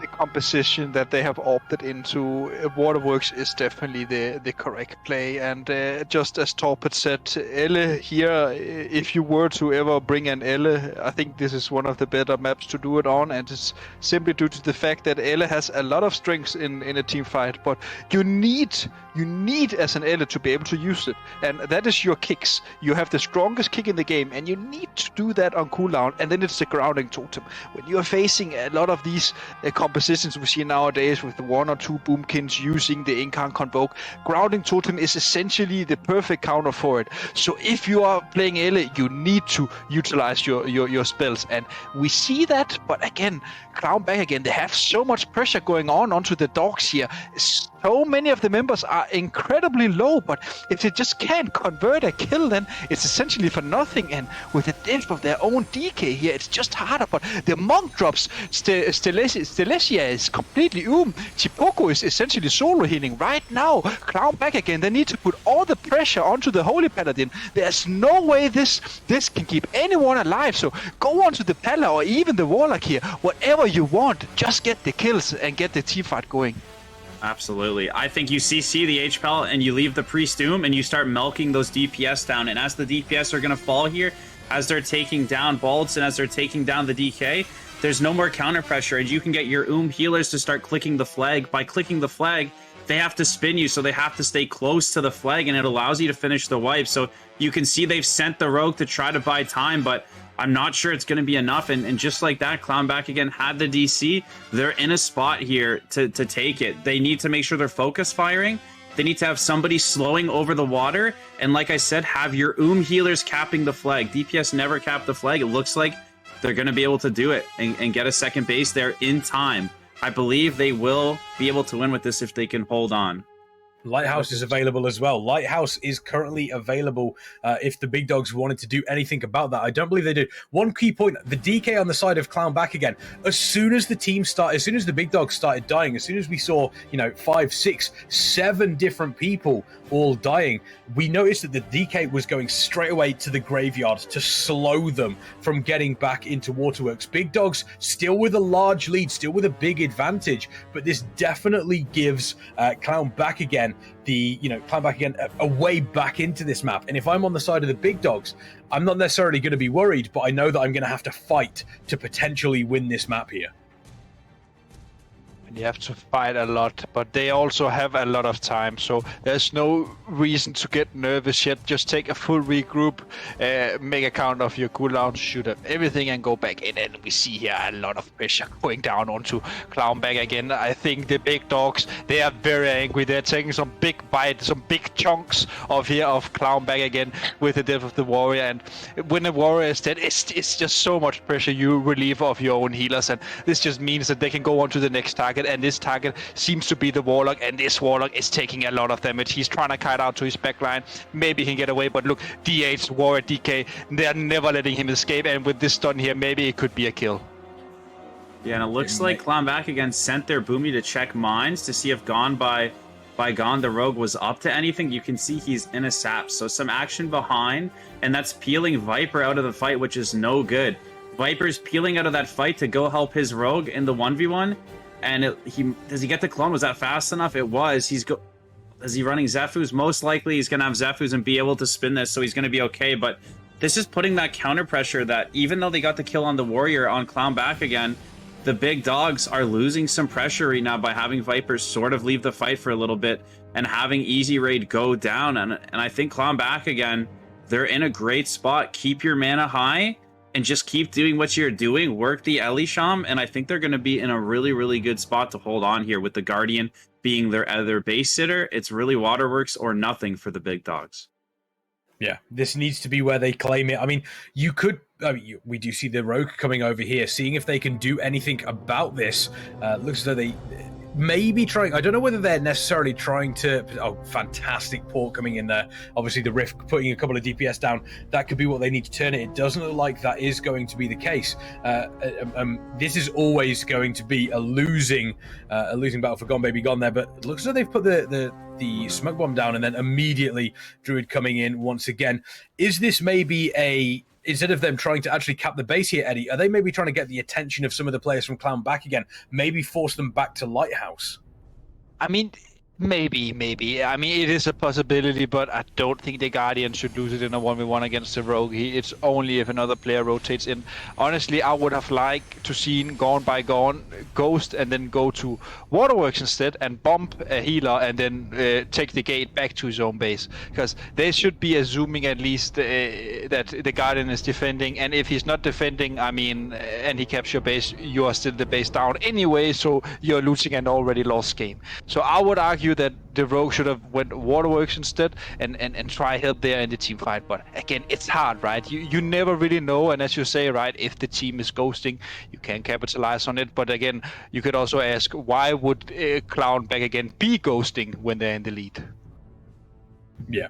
Exactly. It is. There's a lot of options available for them here. It looks like the big dogs still trying to push here on Waterworks. I'm not sure whether or not they're going to be able to take it in time. You do see Clown back again, climbing up in these points, getting closer and closer and closer. However, this does mean that when we get towards the end of this, if either of these teams make a single mistake, Torpid, there's going to be no time to recover from it. Yeah, absolutely. I agree with Eddie. I think the Rogue going for a play is perfectly fine, whichever one he chooses. He actually got the tank to Incarn. He smoke bombed, and the tank can spin from out of the smoke bomb, but it looks like he went into the smoke bomb and Incarn. So the Rogue did create some pressure, and that pressure can always lead to something else. Maybe a Boomy goes across. But I do love what Eddie's talking about. Have your Rogue go middle and try to global one healer, right? That's the communication we were talking about. Global a healer and try to win that middle before the points do turn over, right? Like you can see the big dogs are still in the lead. It was close. They've had all this time to win the middle fight. And I think putting their Rogue there, wait, you don't even have to rush it. You wait with your Rogue in middle like Eddie's mentioned, and you look for that perfect moment and you open and global a healer and start peeling out. And they had the time to finish a wipe if they ever want a healer down. So definitely a big heads up wipe by Eddie there. And again, pressuring the Guardian is still creating pressure, but it looks like Clown back again is falling, but now I think they might end up winning with one. We'll have to see. It is very close, but 3 of them are down. They can send their Guardian middle. There you can see in the background the advantage that Clown back again has is if they wipe Waterworks, they'll send their Guardian and he'll be able to buy enough time with his CDs to help them win with one at the end of the day. It does look as though Maths is on the side of Clown back again. They are going to take map number 2 here in this best of 3. And we saw Big Dogs with a bunch of control at the start, Eddie. What did Clown back again do to really kind of come back into this map? Or was it a case of, you know, the Big Dogs maybe getting slightly complacent? The better comp, honestly. I just think that they know that we don't need a rogue on this map. We don't need a rogue to defend. Sure, a rogue can be good if you're base down and you need to ink or you need to slow healers who are spawning, all that stuff. Sure, a rogue is good then. But if you're only thinking about teamfight, I really love the way that Clownback again opted into their composition. Double Boomy, Warlock, Elle, 4 strong casters, a lot of spell protection, a lot of kicks, a lot of stops for the boomkins, and then you have 2 strong melee, you have your mortal strike. Like it's really bread and butter teamfight comp, and I think that was made the difference now. Yeah, there we go. Clown back again, coming back into this best of 3 series, 1 apiece. That does mean that both of these teams currently, it does mean that Clown back again is obviously now above the Big Dogs. The Big Dogs now need to take this victory to tie up with Clown back again. So if the Big Dogs take this deciding game in this best of 3, then they will be 2 points apiece on the bottom of the table. So once again, there is everything to play for. Eddie there mentioning the comp torpid, you know, we're seeing the Elemental Shaman coming in. Something that you don't see very often, but in a team fight situation like that, I think a lot of people underestimate just how much an Elemental Shaman can bring to a fight like that. Yeah, it's similar to a Hunter, but the Hunter is more single target. The Shaman has a big AoE pressure, and we actually saw the Shaman's point of view a lot of the game. He was in the back in that beginning team fight doing absolute work, and then, like I mentioned, as soon as the other team capped it, he can be even further back, right? He can... Sometimes when you don't own Waterworks, you get that stronger fight next time because you don't care about the node, right? It's sort of like Silver Shard. If you leave them in the cart and leave it, they don't want to leave it because they're the ones who own it. So that really opened the door for them to get a cross on a healer and then snowball that. And then, like you said, the DK slowed. So it was really, really well done for them to do that. And then, as Eddie mentioned, they have a Guardian sitting. So once they get Waterworks, they really don't leave you with a lot of options. And if you spread too thin, you can be wasting time. So I think the Shaman is great on that map. And I think if Arathi Basin is coming up, I think the Shaman can do a lot of work on Arathi Basin, and I think this is going to be a chaotic Arathi Basin. I think there's going to be multiple bases changing. I think we're going to see a different Arathi than we've seen. Yeah, fingers crossed. That's what we want to see. I mean, myself and Eddie, we've cast a fair few of Arathi Basin matches over the past sort of 6 months during these Method Mayhem tournaments, and Arathi Basin does have potential for it to be a little bit crazy. And between these two teams here, once again, there is a lot to play for the both of them. Both of these teams, whoever wins this, it will be the first series that they have won throughout this tournament. So, you know, a lot to play for. Even if it is just for pride, there is a fair amount going. I mean, take a look at the comps that we saw. Obviously, Warsong Gulch, taking a look at the comps that we saw during that battle for Gilneas. Whose comp do you believe has the advantage here, Eddie? Because I'm not sure about the Shaman, but you know, potentially some fantastic knocks that we do obviously see on Lumbermill. Are there any comps that immediately spring out of you between these two teams for Arathi Basin? To take the comps from the previous game into this one, of course the Big Dogs would be in slight favor. They have the Rogue, but we also saw that Clownback again could play Rogue on the other map, so they're probably gonna swap one of their players out and get a Rogue in on their lineup. So I mean, honestly, I think this is actually going to be a good game, especially because the teams are very, very close, and they are not completely immune to mistakes either. And we know AB is a map where you can get punished a lot, especially on mines if you get injured, if you're in a 1v2 or like we usually see, right? So I think it's really going to come down to who brings out the best strategies now and who maybe has a read on the other team. Do you know, oh, they like to play for LM, then we are just going to send 2 heaters there from the start. Stuff like this. I really think it comes down to that. I think strategy would be very important for this next one. Strategy is always important no matter where you're going in. I don't know, part of me does kind of want them to have a gentleman's agreement where it's a case of, well, throw strategy out the window, Torpid, let's go to Blacksmith, whoever wins that wins the game.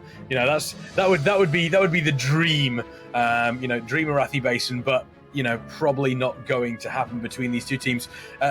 you mentioned that it does have potential for it to be a little bit crazy, but when you have so much to play for, fundamentals play such an important part. Not only fundamentals for Arathi Basin, but fundamentals for you as a team. What do you imagine the leaders, if there are any leaders in there, are saying to their teams right now? Is it literally just a case of let's play what we know we can play, let's worry about it when we actually finally get to the actual end game of this?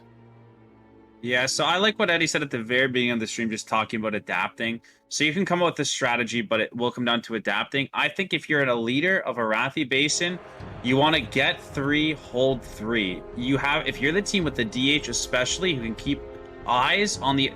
You don't need to push for the 4th until you've stabilized on 3 and they start to overcommit. So what you want to do is get 3, get your Guardian at the base that's furthest. So if you own...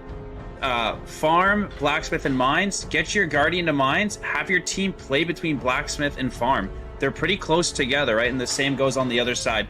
Play for 3. A lot of these competitive teams are able to hold their own. And if you saw in the waterworks, when a kill happened, nobody just won the base. And that's with the graveyard that's a mile away.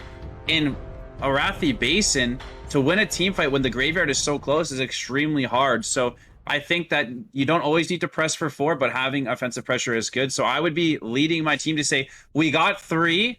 I'm not going to play just 3 the whole game, but let's set up on 3 bases, and then let's go from there. Let's talk about what CDs we have, what trinkets we have, and then immediately start playing for 3, and it makes it extremely hard. And if you're the team with the DH that gets 3, you have that little advantage where he can be eyeing their stealth team or checking for ghosts. If they overcommit, you just yell at your DH to go to that base, and they can lose all their momentum really quickly. So I'd be looking at the get 3, hold 3 strategy to start. Yeah, and Eddie, you've mentioned blacksmith. Is that the biggest part of the get 3, hold 3? Do you feel as though if you are able to get lumber mill and you're able to get mine, is that too far of a way to go? Do you feel, or is there a world where you can win with lumber mill and mine? I mean, of course, you can always win with it, but it's very hard to defend, and it's because you'll just get dragged around the map.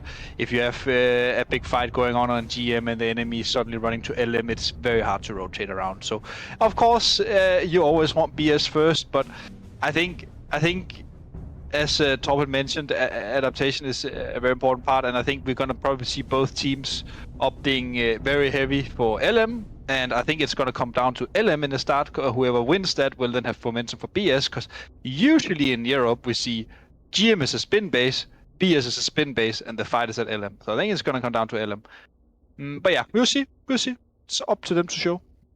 Fingers crossed. Maybe we'll see some big knocks coming in over on LM.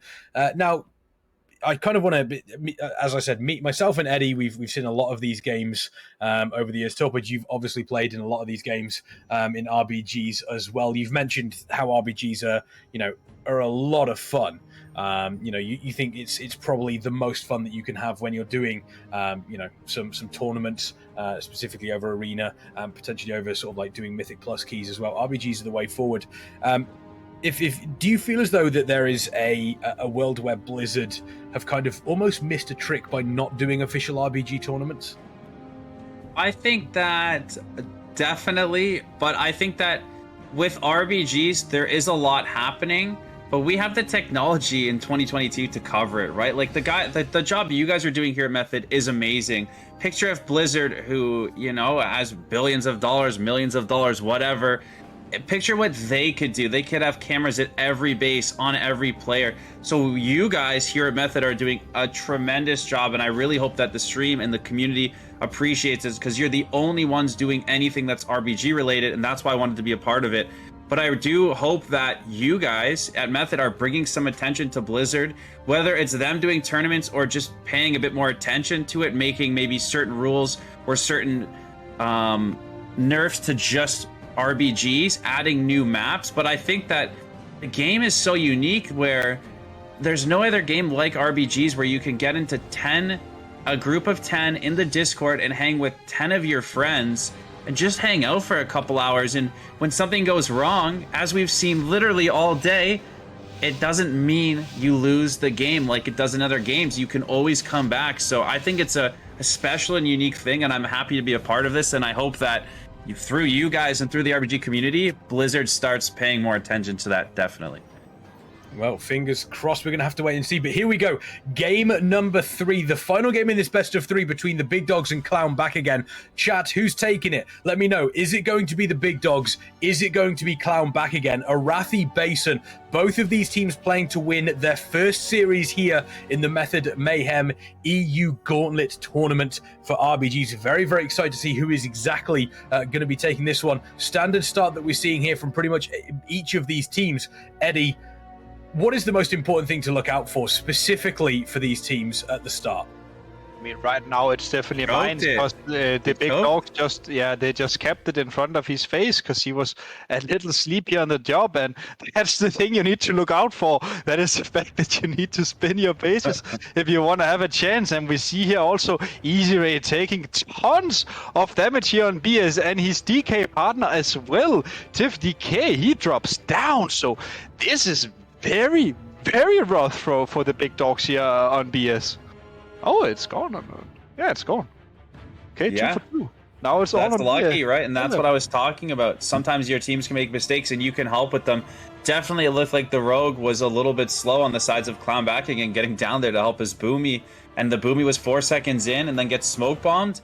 They cover the next 2 seconds. They take the mines. But luckily, again, team game, the other side, they take BS. So each team has 2 bases and it's in favor of Clown back again if they could get LM, because they'd have the trifecta that you kind of want. But it's anybody's game. 2 bases to 2, one of the faster, I said more chaotic coming out.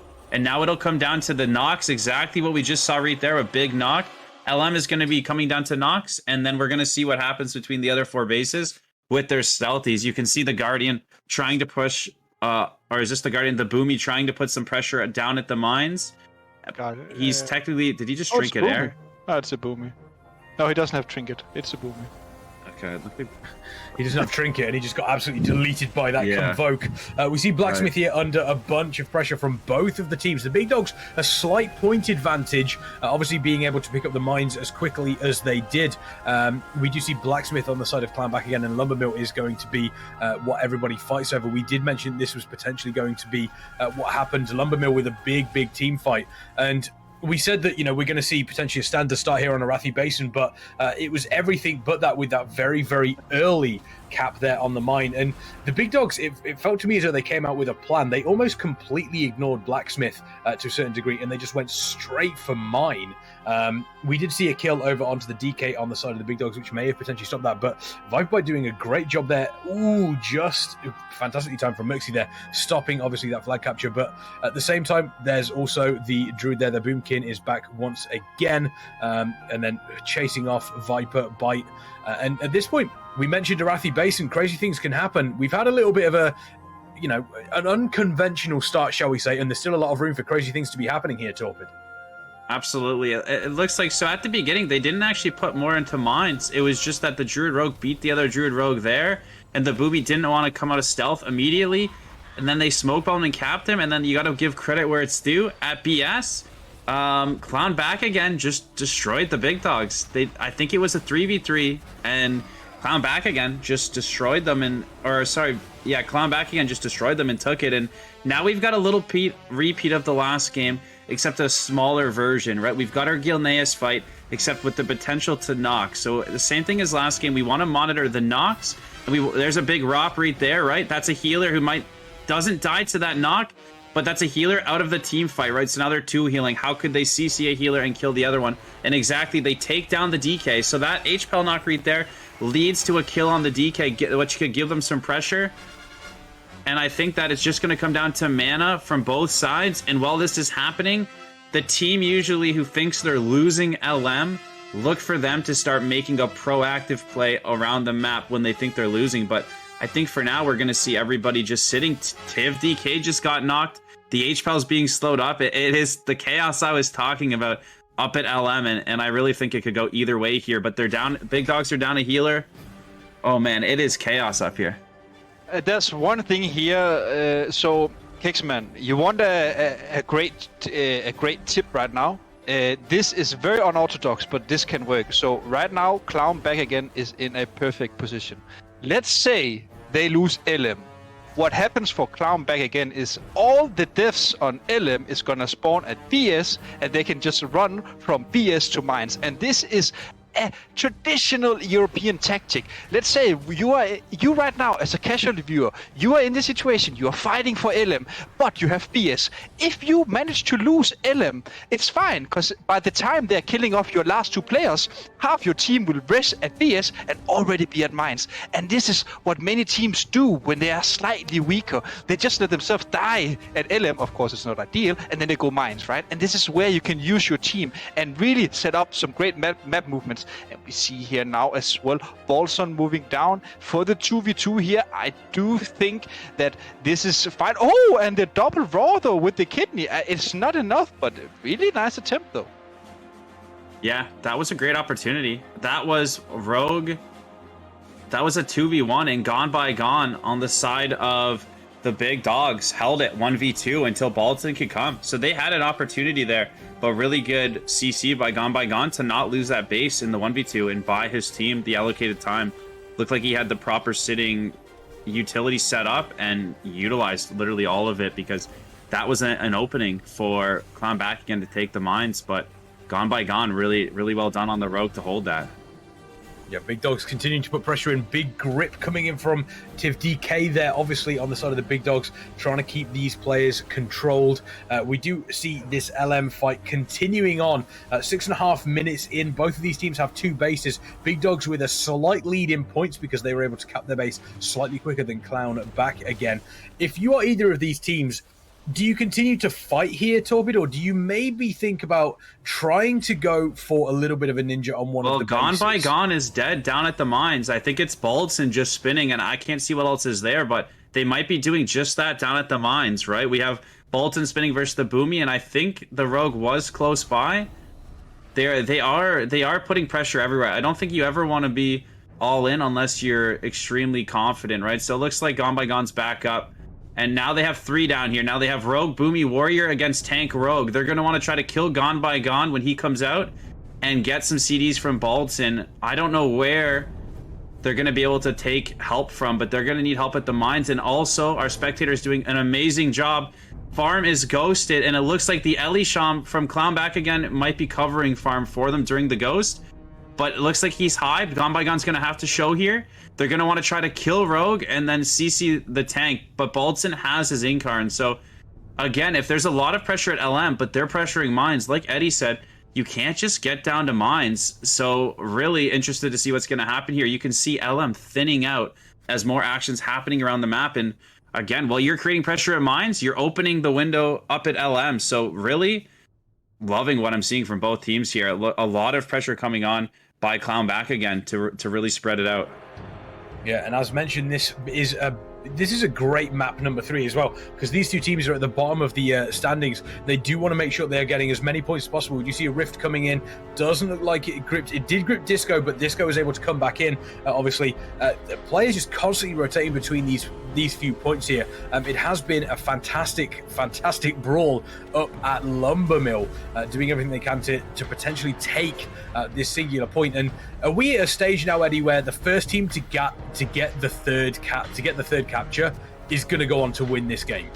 I mean, they would if it wasn't LM. As I mentioned before, I would like to see Clown back again, take the team fight on LM. It doesn't matter if you die, you spawn at BS, and you can then run to mines, and you are ahead. So it's completely fine. And we even see they're rotating the Guardian up here. He got MC'd off here, even Trinket's too late. So that's a very sad situation for them. But it seems like the Big Dogs, they have, the Clown back again have enough members. So, I mean, it's a stalemate, right? And right now, the Big Dogs are in the lead. They have a 20-point lead, and it's all they need.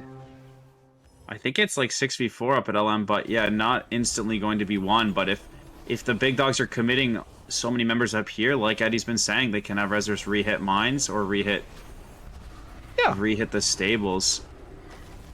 I don't know. I'm really impressed with both teams, though, right? Like, I absolutely love to see these long duration battles. I love to see it hasn't just been LM. They're hitting mines, they're defending, they're going on the offense. Both teams playing really well. seem to be evenly matched. You can see here checking for a ghost, right? Easy raid spawns. Why not go middle and just check it out, confirm where the rogue is? After you get on DR, he'll probably leap out if nobody comes to help him. And really just checking, they're checking all the marks here. So I really think that it's gonna come down to a play at LM or something crazy at Mines again. I think Clown back again is on the prowl. Yeah, Clown back again, doing everything they can. As time slowly but surely ticks on here, we do see the big dogs. You know, they are once again in that very, very tiny lead. Is there any position where the pressure is going to really start to tell on Clown back again, and that's where we potentially see mistakes as well? We do see Big Rift coming out, isn't going to pick anybody up, but it does look as though they were able to pick up Typico. Typico there on the Paladin has unfortunately dropped. It looks like we may also lose a Warlock as well. That's a big knock. So 2 players there died, one on the side of the big dogs, one on the side of Clown back again. So once again, this back and forth on LM is consistently giving us not only kills but some fantastic action here, especially those knocks. As I was saying, Eddie, as time ticks on, is there any point where the pressure starts to tell on Clown back again and they start to make some very, very desperate plays? Desperate plays would probably come when we are around 100 points left, because we have to remember, not 100 points, but like 150. The teams are very close now, so the first mistake can spell doom, right? So I don't think they're going all in yet. Maybe Torpid has some other points about that, but really look here, look at Clownback again. They have so much pressure going up here in LM. Disco is drinking here in the side as well. Stracciatella just spawned. The Palace coming in, the Monk is coming in. Essentially, they have no healers on LM, so the big dogs, they're really struggling right now. Yeah, I agree with Eddie. You won't see a big play yet, but it will come, and that's why those residual points early matter. But something that's happened from both teams. Close. He's sitting in the books with a Fury. Something that both teams have done is when their team starts losing LM, they're getting the Guardian up there. So you can see Baldson is up here to spin, but I noticed that he had already incarned early. So if they ignore him and start getting some kills and they get somebody slowing, like if this Druid Reed here who gets the Hive on the Priest slows, then they have a good shot of actually winning LM, finally a team to win it. But right now, Baldson is spinning it. And what I'd love to see is when you start winning LM, you know that they're going to send their Guardian up there. So having anybody, a healer, a DH, a stealthy, somebody run at the Guardian's base to make him turn around, because both teams have successfully had their Druids stealth up there, wait and prowl in their stealth, and then open when things get bad, and then we're back to square one, which is stabilizing again. However, it looks like the big dogs are still down 2 healers, and they're going to need Bolton to do his best to spin, but he's used a lot of his CDs, so we'll see how that goes. Yeah, this could be the opportunity for Clown back again. We're looking as though we get another Rift coming out. Is there going to be a knock? There it is. Bye-bye to the Priest. So that's another Priest going down. The Monk has come back up, but this is the opportunity for Clown back again to really start to push hard. Bolton is there, still doing everything they can. Still alive currently. The Monk is alive, but is so far away as well. I believe that they have rezzed at... I believe they would have rezzed at Stables. So they're going to be coming up as quickly as possible. But take a look at the amount of players that big dogs are losing here. This could be the turning point here in game number 3 between Clown back again and the big dogs. Are Clown back again going to be able to take the advantage? And it looks as though they are. So this is huge for Clown back again. Now the big dogs are under pressure. They need to find something. They need to find potentially either taking Lumbermill back or taking one of these bases. Do you see Viper Bite down here? Is Viper going to be able to take it? Wow. Viper's taken it. That is they've ghosted mines. They've just flipped the bases around. That's all they've done. They switched bases. So Clown back again. Technically, it's 1 base per each of them, and the big dogs still technically in the lead. But you've got to imagine that the pressure is, as I mentioned, still on the big dogs here, Eddie. Yeah, the pressure is definitely onto big dogs now, and Clown back again. That cap was everything. That cap was everything, really. Merxy, he tried to outplay the Ink here on Stables, and he honestly, on farm, and he honestly did fine. He got the trinket vanish off, he got the blind into the Druid, and managed to stall out, but in the end they managed to get it, so that's fine. But again, this cap, I mean, what more could you ask for from Clown back again? This was everything they needed, and if they can just manage to turn the base onto their side, they just need to hold it for around 1.5 minutes and it's over. So it's really up to the big dogs now to pull something out the head. It really is. Are they going to be able to, are they still on a leash, or are they going to be able to get out of the, and maybe take this back? Clown back again, 3 bases. The big dogs currently with 2. The Clown back again are now going to start overtaking them on points. But Arathi Basin, as you mentioned, Top, it is a map where anything can happen, and things can happen very, very quickly indeed. We do see the defense over on Lumbermill. Clown back again, defending these 3 bases. And as you mentioned, one of your points, get 3 bases, defend 3 bases. And this is exactly what we're seeing here at Clown back again. Finally, after 14 minutes in this map. Yeah, that was, or it still is, a great game. I think it's going to be extremely hard. They're going to win with 2 very shortly. The points are really going to start adding up, but an amazing game. They're going to need a big play. They're looking to kill the Ellie and then CC who's ever remaining, but it looks like both teams are going to come in and they're going to need a bit more time than they have to get a wipe somewhere and then to get that 4th base if that's the road they need to take. To look for them, like when you're looking at both the Guardian Druids, they both have some CDs available.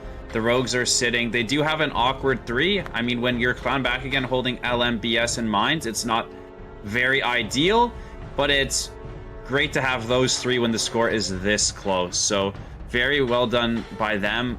They just need to hold on a bit longer. Looks like the big dogs are continuing to play it out. They're not going to go down without a fight.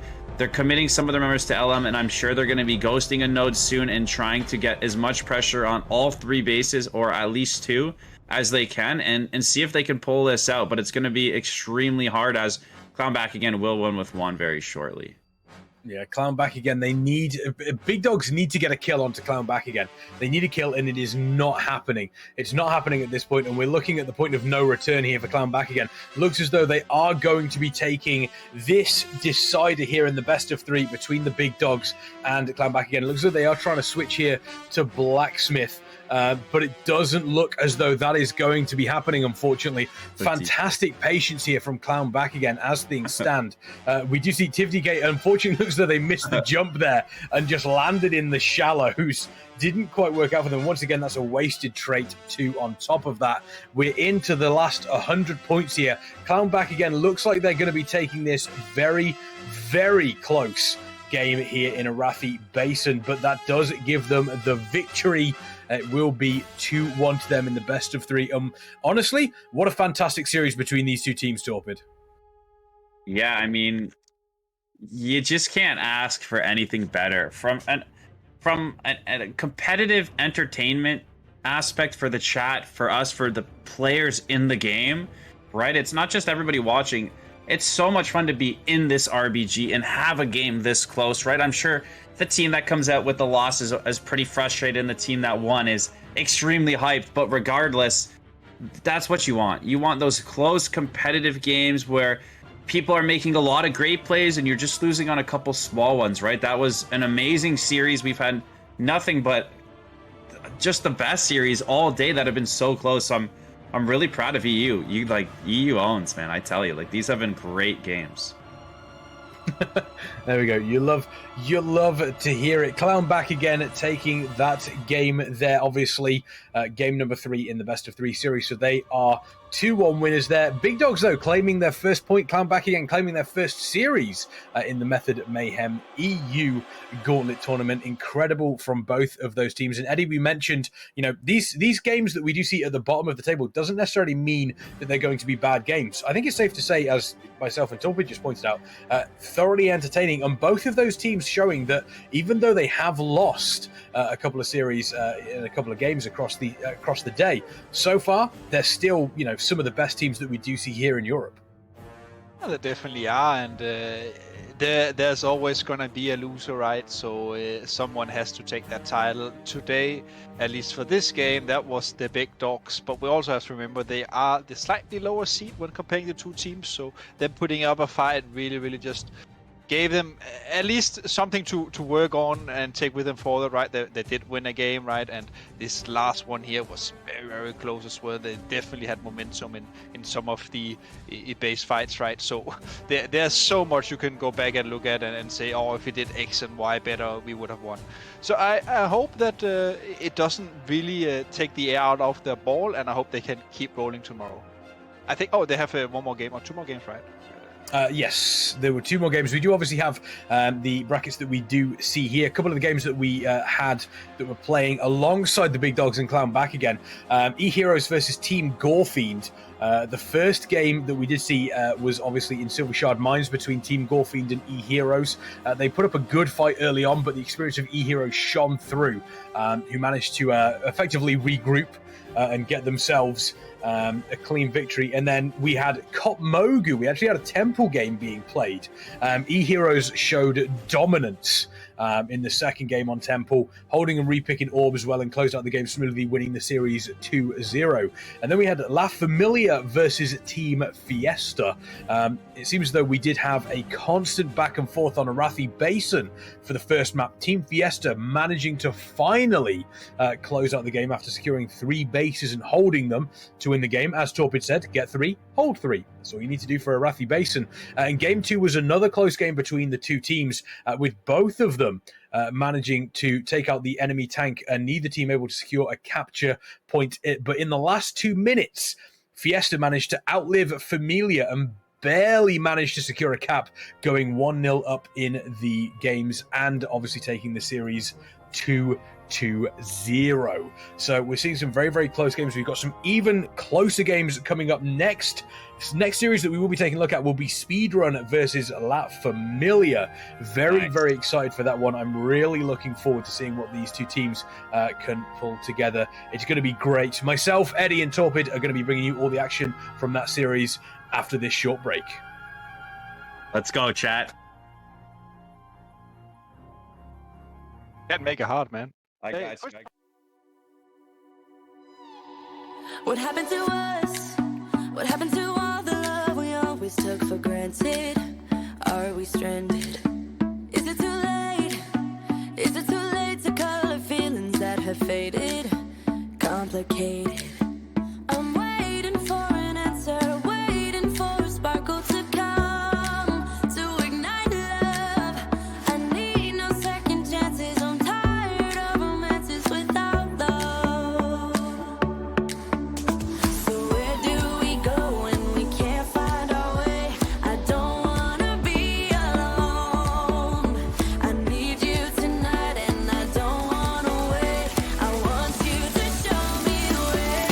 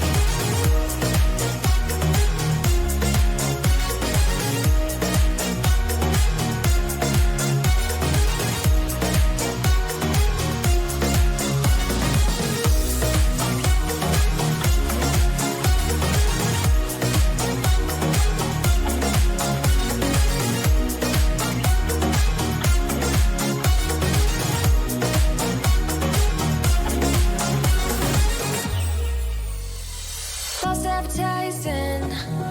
You were not meant for me, still not surprising. Need no apologies, cause I just don't really care what you think, what you think, what you think. Shame on me. Welcome back, ladies, gentlemen, and everybody in between. Torpid is flexing on every single one of you. Because we are carrying on with the Method Mayhem EU RBG Gauntlet here, obviously coming to you from Method. Look at that. There's Eddie as well. Look at those guns. Look at those guns, Eddie. Go on, show off. Look at that. Look at that. Jesus Christ. Like put those away. Oh, it looks like a bag of milk. Anyway, as I was saying, as I was saying, the Method Mayhem EU Gauntlet coming to you live here on Twitch. Obviously, my name is Kexman. I'm joined by Eddie and Torpid. We've had some fantastic games. We've still got 2 series to go through as well, so there's even more RBG action for you. I'm super excited, obviously, to bring those to you, but I do want to take a moment to talk about the fantastic Method merch that is available. !merch. Sorry, !! Merch in the chat. Not only do you get access to the usual Method merch, but it will also give you a link direct to the store where you can get yourself the brilliant new collection, the new Method Pride collection. It's fantastic. It's here for the rest of 2022, and 100% of all of the Pride Collection profits for the remainder of 2022 are donated to the Trevor Project, a cause that is near and dear to all of our hearts. And a little secret between me and you, chat, we've got joggers. That's right, we've got Method Pride joggers. Some of the most comfortable, one of the most comfortable items anybody can wear. We all love a nice pair of joggers, and this is one of the places that you can get esports joggers. So go and check all of that out. As well, we also have the prize pool, $2,500 for these teams, but it is also partially crowdfunded by you folks too. Any donations that you make, ! Crowdfunding, will go directly to that prize pool, and any subscriptions to the Method channel whilst this event is live will also add $2.50 to that prize pool as well. So not only do you get the advantages of having a subscription to the Method channel, but you also directly impact the prize pool and you support the players in these tournaments. We do have Speedrun versus La Familia coming up now here, Eddie, and both of these teams have actually put on a relatively decent showing. Speedrun actually currently the leaders of the tournament at the moment, doing a fantastic job there. And La Familia, again, a really solid team. So I'm expecting an exciting series out of both of these two teams. And we're now getting to the point of the day where these teams will have been playing for a very long time. Stamina starts to come into question. Torpid has mentioned, obviously, the mental side of things as well, making sure that you're constantly playing. Are these teams gonna, are they gonna start getting tired? Are they gonna have to maybe have a cup of coffee here or there? Or do you feel as though these are true gamers? As we know, RBG stands for real big gamers. And we're just about getting into peak gamer hours as well. Is this the best time for these players, do you think? Yeah, it is. About the coffee, not sure. Energy drinks, 100%. Then we are talking. And here we are talking Red Bulls, we're talking Monsters, we're talking Amber, all the cheap you can get in the supermarket. I just want to point out as well, other energy drinks are available. Yes. And we would like an energy drink sponsor, contact Bookmark. Anyway, regardless of that, we have a very close matchup coming in. It is the 3rd seed against the 4th seed, so I expect some very good games. And I also think that La Familia really want to put a dent into Speedrun here and gain some morale. If they are the team to take down Speedrun, that would be very huge for the coming days, especially with the morale getting that, they're beating the teams who essentially took down Eheroes. Yeah, they did. They were able to win a series against Eheroes here, but La Familia once again have been able to. They've played some fantastic games. They have actually, if I remember right, La Familia did face off against Eheroes recently as well. Warsong Gulch, the first map banned here on the side of La Familia. Speedrun do have the ban first, and then La Familia have the first pick. Are you expecting anything? Are we going to see an Eye of the Storm or a Temple game live on stream here, Torpid? I think that we always see EOT's Temple first too. So the fact that it's Warsong means Speedrun bans Temple or Eye of the Storm. I mean, they don't have to, but just the theme we've seen. And I would expect one of the other teams to pick that up. Honestly, I could see Pachi's team on Team Speedrun selecting Yachts. That's what I'm going to put my faith in. Oh, they banned it, Rita. As I said, they would select it. I thought maybe they would be the ones to bring it to the stream. I would love to see some Yachts. I know on the NA tournament we had a lot of Yachts, but we haven't had any today. And the knocks in mid are just pure entertainment. It's way better than the LM knock. They go down into the abyss. So I think typical bans here. Surprised about the Warsaw Gulch. I think if you're going to ban Warsaw Gulch, you're probably going to ban Twin Peaks unless they don't want the temple. I don't know what their reasoning would be if they're not competent in the flag carrier, if they don't like the way it works. But banning Warsong and picking Arathi shows me that they want to work where there's more mistakes to have, right? They want to open the field to opportunity, and Arathi leads to more opportunity than Warsong. So does Silver Shard Mines, and so does Temple. Really, there can be some opportunity where it's not as straightforward. So I guess we'll see. Maybe Spachi Team Speedrun will pick Temple here. Let's see. Fingers crossed, Arathi Basin. Do the Temple. It's Twin Peaks instead. There we go. Arathi Basin into Twin Peaks here. Two very, very interesting maps. Two very different maps as well. Obviously, strategy very important on both of them. Composition incredibly important. Communication is equally as important between Arathi Basin and Twin Peaks here. So both of these teams, they want to be playing at a fairly high level regards to what we expect out of RBG RBG maps specifically in a tournament setting. So even though we're late in the day, these teams have been playing for a very, very long time. They still feel confident that they can continue to bring this level of gameplay for us, Eddie. Yeah, they do, and I mean, I think that what makes it hard for every team is that everyone is playing a match after match, right? Even though we're not broadcasting everything, they are still playing, so they're not really getting any breaks. The breaks they get is basically if they're 2-0 team, then they maybe have the map off where they can go get some drinks or whatever they need. But looking at these two maps here, I would say that I'm slightly in favor of Speedrun. I like the idea of going for an AB against a strong team, because AB is very versatile, comparing it to Arthur Storm, but AB Speedrun is so good on AB, and they have a lot of tactics when it comes to speed capping, not just your own bases, but also stuff such as going for BS directly, going for LM. We saw the Double Warrior, for example, too, right? They were just leaping up there. So and Speedrun is a team to abuse these things too. So La Familia, they really gotta come in prepared for this first match. Absolutely. I mean, we saw Arathi Basin that we saw in the previous series, the Big Dogs versus Clown back again, opening a very, very interesting one, seeing an immediate pickup on both Blacksmith and Mine within the first 30 seconds, which you don't traditionally see. And then we obviously had a big fight over Lumber Mill. I imagine this one's going to be a slightly slower start Torpid, but at the same time, with the caliber of teams that we've got here, if one team slips up, if one team makes a mistake, Arathi Basin can very, very quickly get out of hand if you don't immediately correct your course. For sure. I think something we haven't touched on too much today is everybody in the chat should know, like, the fact that these teams are going toe-to-toe at LM for so long means they are playing around the grip knock. So on Arathi, something we didn't touch on is teams play on the sawmill, the lumber mill, if you will, to avoid the DK being able to grip. And something DKs are doing a lot of is running a double grip. So they grip once, and then somebody tries to save them, then they grip them again and go for the knock. So we really haven't seen it because we haven't been on EOTS too much. On an Arathi, there's a lot more happening than if on the EOTS we would just see it the whole time in middle. But I think we have to give a lot of credit to all of the teams today. Nobody's really just given a node. Everybody's been fighting it out, and that comes down to Warlock knocks from one team and then a DK knock from the other team, getting mana on this team. So I'm really liking that everybody in the tournament, for every team we've seen, has adopted fighting properly at LM so that it's not instantly lost. And every team is adapting, rotating the Guardian early to spin longer, right? People are losing the fights, but then they're getting the Guardian and they're stabilizing. So really big props to everybody we've been watching on really doing the right things and allowing. The reason the games have gone so long with two bases is because everybody, just like in an arena, is trading their not just cooldowns but their rotations.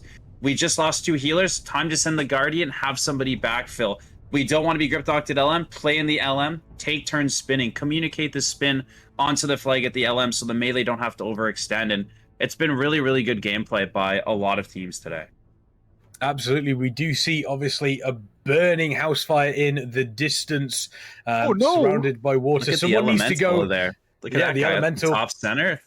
Just channeling. We do see, obviously, the orc there seems to be trying to put out the fire with fire, which is not necessarily going to work for them. But immediately we take a look at the two team compositions here. Speedrun running with that double warrior that you did mention there, Eddie. But on the side of La Familia, they do have the double rogue. We know how effective that can be. A demon hunter on the side of La Familia. Two very, very different setups from both of these teams here. But who's going to take the first game? Is it going to be Speedrun? Is it going to be La Familia? Chat, let us know exactly who you think is going to be taking it. We're going to have to wait and see, find out this first game in the best of 3. Torpid, walk us through the first opening moments here in Arathi Basin between these two teams. I think Eddie covered it perfectly. Both teams need to ensure the other one isn't doing anything cheeky. You can see that the Zed Warrior is headed up to LM. Now, as Eddie talked about, this is well known, and you can see they're both doing it, but it has to be done by both. If one is doing it, you must counter it with the other one to neutralize it, right? So off the bat, really loving the awareness, again, the competitive intellectual strategies that have gone into this. They've clearly talked about it. They're aware of what could happen, and nobody's getting cheesed here. So again, no Death Knights at LM on either team. So only knock potential Warlocks, but I don't think when it's single Warlock, they're going to run the Rift. They're going to want that damage for the future. So down to the mines, Troyes does get the spin here against Stiggyman and Positivity. Stiggy's going to have to open here onto Troyes. He's just waiting for the last second. Troy's going to go ahead and Incarn, and we're in our classic situation. One Guardian at Mines versus the Boomy Rogue. They need to capitalize somewhere else. Looks like Ethic has died up at the LM, so a lot of plays already happening on both sides of the map. Definitely a lot of damage going on here. TMY is dropping down. We see the convoke from Herpik instantly kick from Heisungvent, and really just a quick one down for both teams here. La Familia, they're opting for the objective plays, double rogue DH and Boomy. It's really strong when you're going for bases. Looking at Speedrun, double warrior, only one rogue. They are opting for the team fights, so this is very, very important for them. But with team fight, you need kills, and right now the only 2 kills has been going on to La Familia. Ethic and TMY dropped early. They are gonna rest now and reinforce another base. And we see here though the 2v2 on mines, Troyes versus Ugra and Positivity, and it's very hard for both of them, but I would slightly favor the Rogue Guardian here, as they have a better potential for setups. Yeah, the setups across the board for both of these teams are going to be... They're going to tell as this game goes on. One of these teams is going to be able to do something. We're going to have to wait and see. Both teams looking relatively stable, and this is the sort of starting you expect from pretty much every single Arathi Basin, to be honest with you. You expect both of these teams to set themselves up, and it almost becomes a waiting game of who's going to make the first mistake, who's going to overstep, who's going to ghost a base at the wrong time, and we're going to have to wait and see exactly how this is going to pan out in the long run. Keeping an eye on the map just to see if anything does get picked up here. It doesn't look like it's currently, there's nothing too drastic going on, and I think both teams know exactly what they need to do here, Eddie. They know that they need to make sure that they are not only comfortable, but they're also not overextending, which at the same time means that this is, again, the Arathi Basin that we all expect to see. And it's going to be a little bit later when things start to go a little bit crazy. As I say that, though, we do lose Reeds, one of the healers on La Familia. Is that potentially going to be the moment that they've been waiting for on the side of Speedrun? It is. They really need to capitalize with the kill onto the Dark as well here. That would definitely solidify a lot of pressure. I think the kills right there are going on at BS. I think it's on BS right now. Speedrun are putting all their eggs, and honestly, it is also the correct play. If you can get this base, you can essentially rotate around the map so easily, as we have spoken about earlier. And we see here Lerolol here. He's already floating out, following Kova here. They think Kova is probably going to go for farm. He probably expected a ghost, and we see here as well Tygras ghosting, the Dark is resting. He mounted up and he's directly going back to LM. So right now La Familia exposing their own base, but again, Speedrun, how could they know, right? How could they know? Definitely. I think at LM here, if they slow the Dark from coming back up, they could potentially take LM, and we'll get our second node on the board when we get back up there. I think that they're going to get it. See, the Dark's coming in. I was talking about slowing him. You never want to be sitting around. You see how they had 3 people capping a node? One person caps, maybe two, so it creates two to spin. They get it anyways, though. Okay, luckily there's nobody else besides the Dark, but I think proactively having the Warlock peeling towards the side they've been rezzing on would be massive. So winning LM there, now they focus on BS and Mines as a spin base. If they can get BS and just spin Mines, keep them thin, they're getting a great spot. So great job in the long run there by Team Speedrun to capitalize on getting LM. Yeah, doing a great job. And again, the patience really, really showing off. I think it's one of the mistakes that is quite often made in Arathi Basin is teams will, even after 2 minutes, they'll start to get impatient. We haven't taken anything. We need to make sure we're getting a lead. When in reality, Arathi Basin, you almost need to play the long game here. And when you're dealing with RBGs, I think patience is probably one of the key words that everybody needs to be aware of, Eddie, in that... Again, just because you haven't immediately gained an advantage doesn't mean that you are losing. Well, it definitely doesn't mean that you are losing, but with 3 bases now here for Speedrun, maybe even the 4th. Oh, there was a close cap from Methu. But again, like, look at the pressure Speedrun is putting out. They saw that they were ghosting La Familia and they punished it. We see Koa and Hyasung here trying to ink Hapik. Hapik will have a hard time defending it as solo Boomy, but he has his warrior here laying in wait, so it should be okay for him for now. But with the kitten here, the instant trinket, that's what you need to see. You need probably the Fury of a Loon on top of that, but I think he's gonna be okay. See Mines here as well. I mean, it's not been captured yet, so it looks like Speedrun, they opted away from it. They're giving up Mines. Very understandable. There's no reason to spread yourself too thin. Yeah, exactly, and that's the other thing you need to be aware of. You don't want to be too thin on the ground when it comes to Arathi Basin. Speedrun, it looks like they have taken stables, so they do have a small advantage here. We're going to have to wait and see exactly how this happens, but this is one of your key points, Torpid. Get 3, keep 3. That's all you realistically need to do. And that is what Speedrun have almost done to perfection here, nearly getting Blacksmith as well. We see, obviously, Tigra coming up here onto Lumbermill, trying to potentially take this away from Ethic. But it's 2 versus 1. This isn't going to happen realistically. The Cyclone coming out, trying to do what they possibly can. But at the end of the day, that is a pretty safe space for Speedrun at the moment, as is the rest of the map at the moment. Getting caught up on the, it looks like they got caught up on the tree trunk there, a little bit unfortunate. If you're on the side of La Familia and you're seeing this, the game isn't over yet, Torpid. What do you do to potentially take, potentially get yourself back into this map? What do they need to do? Is it a case of rotations, or do they just need to get a couple of kills in key locations? I think right here, I know I'm the big everybody should be the get 3, hold 3, but I actually think Speedrun, if they can win BS here, they can kind of give this stables, right? You can see Troy's is spinning, but you can see that they have a lot mid.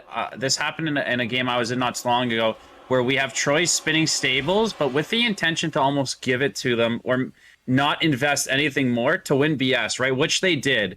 So now stables is a bonus for them, right? If you can hold 4, it's great, but stables is the bonus. They've got the 3 that they want. They've got now the true, you have 3, hold 3, and it was because La Familia, some of them are rezzing all the way in the back of their spawn where they started the game in.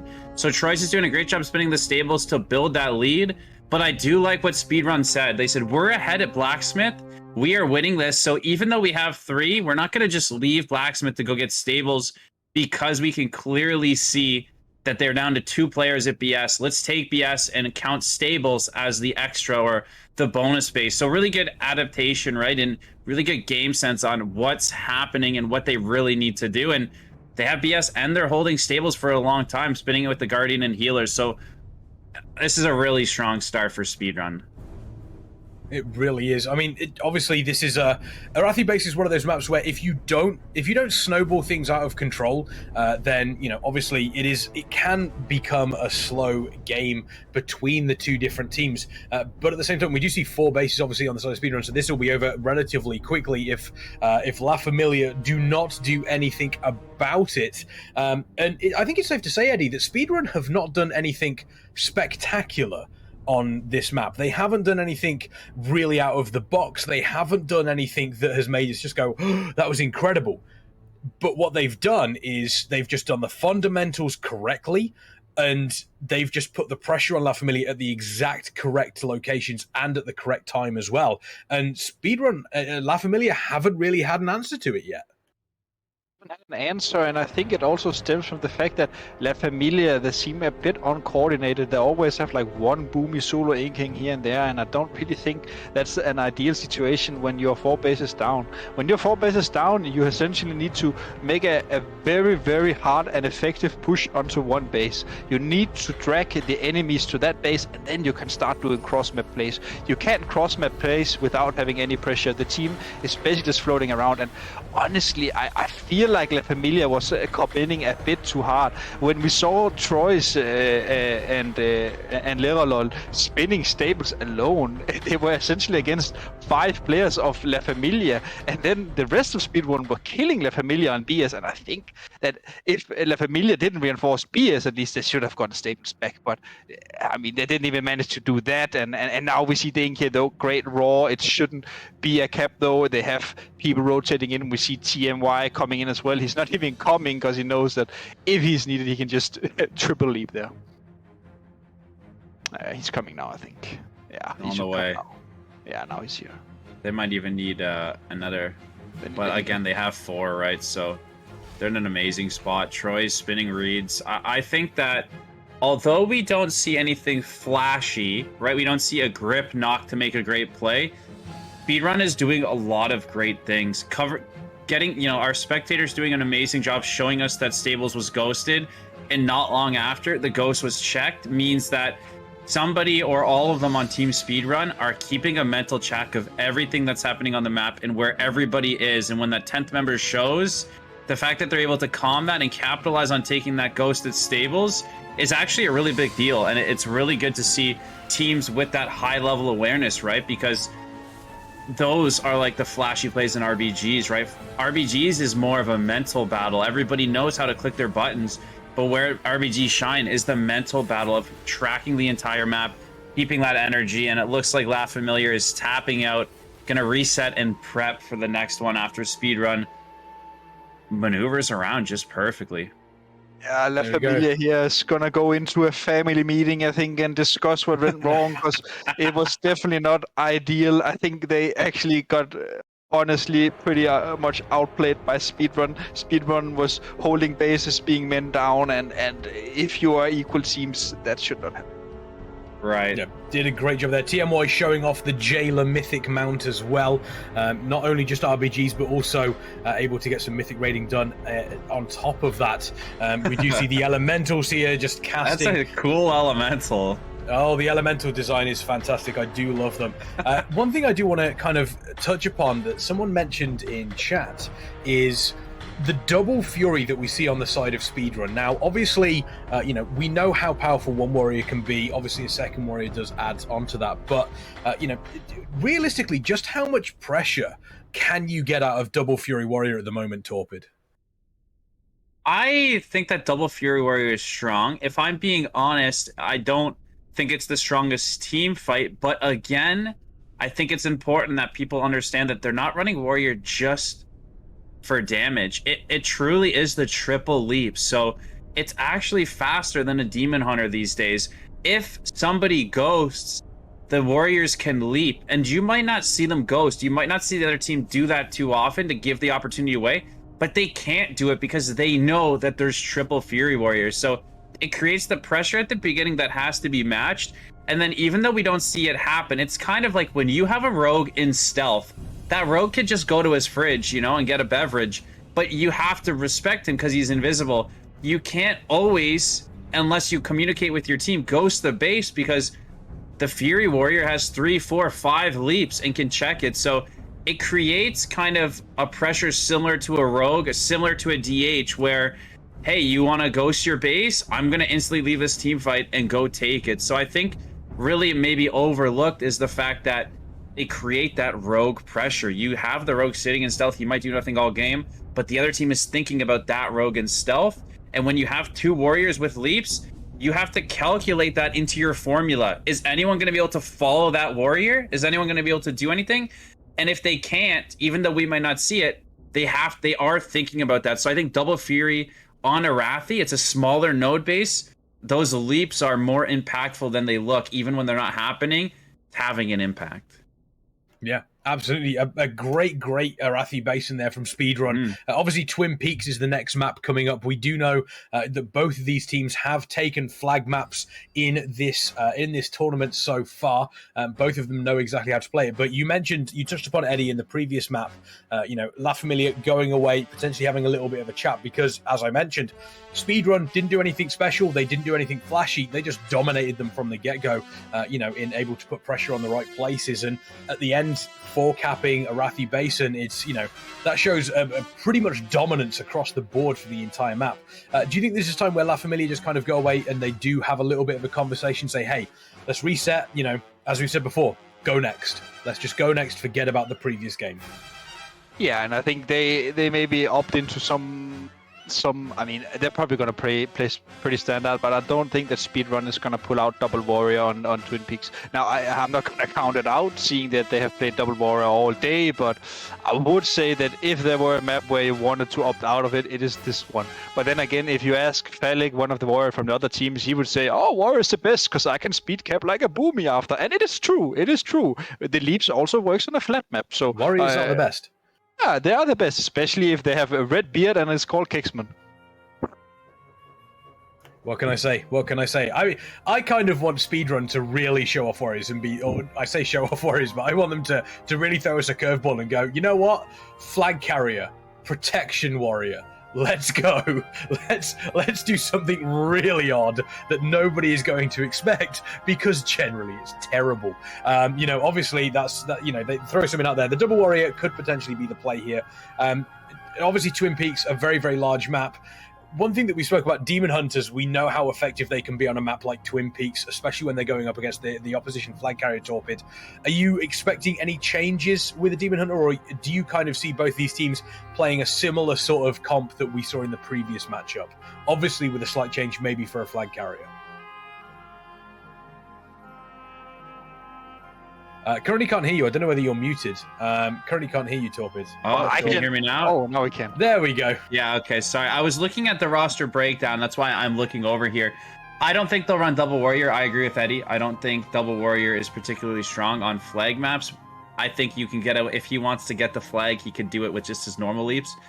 But I think that I talked about it earlier with the other Hunter. That Hunter and DH, they create kind of like and Assas Rogues too, they create that like out of nowhere pressure or that constant pressure. Like I know when I'm flag carrying, even the less time I have to breathe, even if the DH is just sticking to me, it starts to get me really annoyed. It starts to really bother me that my team can't kill this guy. So DH is almost like a tilt factor where when they're just sticking on you, whether it's Necro or Hunt, it causes that chaos. It causes that little bit of headache. It's not as just like you get back on D and play D. The DH is always on you, and then it's really annoying when the Hunter is one-shotting you through a wall or opening from stealth as Necro with big damage. So I would run the DH. I actually think DHs in flag maps can cause really, really big headaches for other FCs, and it really just tilts you. So I'm expecting to see the DH. I like Necro for the sustain, but I really think the Hunt is really strong. I mean, we did see a little glimpse there. I didn't see any purple of the Demon Hunter, so maybe neither team is going for it. I mean, Torpid does make a very, very good point, though, Eddie. In having those Demon Hunters there, it does mean that you're sat there, and it's almost like that person that just constantly pokes you. You're just going, quit it. It's annoying. Quit it. Quit it. It does look as though the Speedrun are running the Double Warrior here. Looks as though they got Lerolol on the Resto Druid as well. So looking like a relatively similar, obviously we got the Double Rogue, we got Double Druid on the side of La Familia, double balance crazy comps. DK. So yeah, some interesting comps. I imagine we're going to have some brawls in the offense and defensive areas over Twin Peaks. But Speedrun currently 1-0 up against La Familia in this best of 3. Are they going to take this and take the series 2-0, or are La Familia going to take us to a game number 3? Only time is going to tell, and that is going to tell directly here on Twin Peaks. Eddie, walk us through the opening moments here. The customer support, he is the only rogue playing Subtlety in this game, and he is gonna escort his tank all the way. We see Trimas waiting back for Hapik to cross the map, and they basically have a rogue on each side. both Sticky here is looking for his tank, and Koa is down in the team fight. So this is a very, very traditional setup. We see the rogues laying back, and we see some escort going on. In the middle here, we can't really expect much killing going on. There's too many people out of the fight, but we can still see cooldowns used, and that's what we see here. We see Nefo has used barrier, we see he has used his rapture. He essentially only has PS left now, and with Sticky here opening up to Happy customer support with some great kills here, he's even managing to one-shot him. The cheap death, just managing to keep him alive, and even the raw as well. I mean, they essentially blew every cooldown here from Sticky Man. So this is the go. If they want to blow some cooldowns from Happy, this is now. Customer is not here to peel. Oh, even the clone on the Fury of the Dawn. I mean, it's okay, but again, Happy is just getting reinforcements and positivity here. A lot of pressure going on. We will soon see an opener. Top it, take us through. Yeah, I think very interesting compositions, right? I think these comps really rely on. I know this is going to sound kind of weird, but cooldowns, right? Where there's really not a lot of melee, and here you can see the Starburst and the Surge is pumping into positivity. I think he's going to be okay. I really foresee some higher stacks in this game and some big kiting, right? Like, the Warriors can be kited. I mean, maybe not these Leaper Fury Warriors. This guy's jumping all over positivity.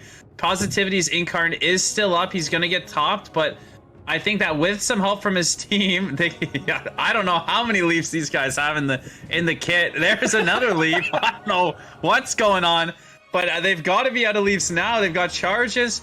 I know that Fury Warriors can leap, but I think when their cooldowns are down, it's going to be less potent on O's. So it's very interesting for me to see double Rogue, double Warrior, and double Rogue, double Boomy.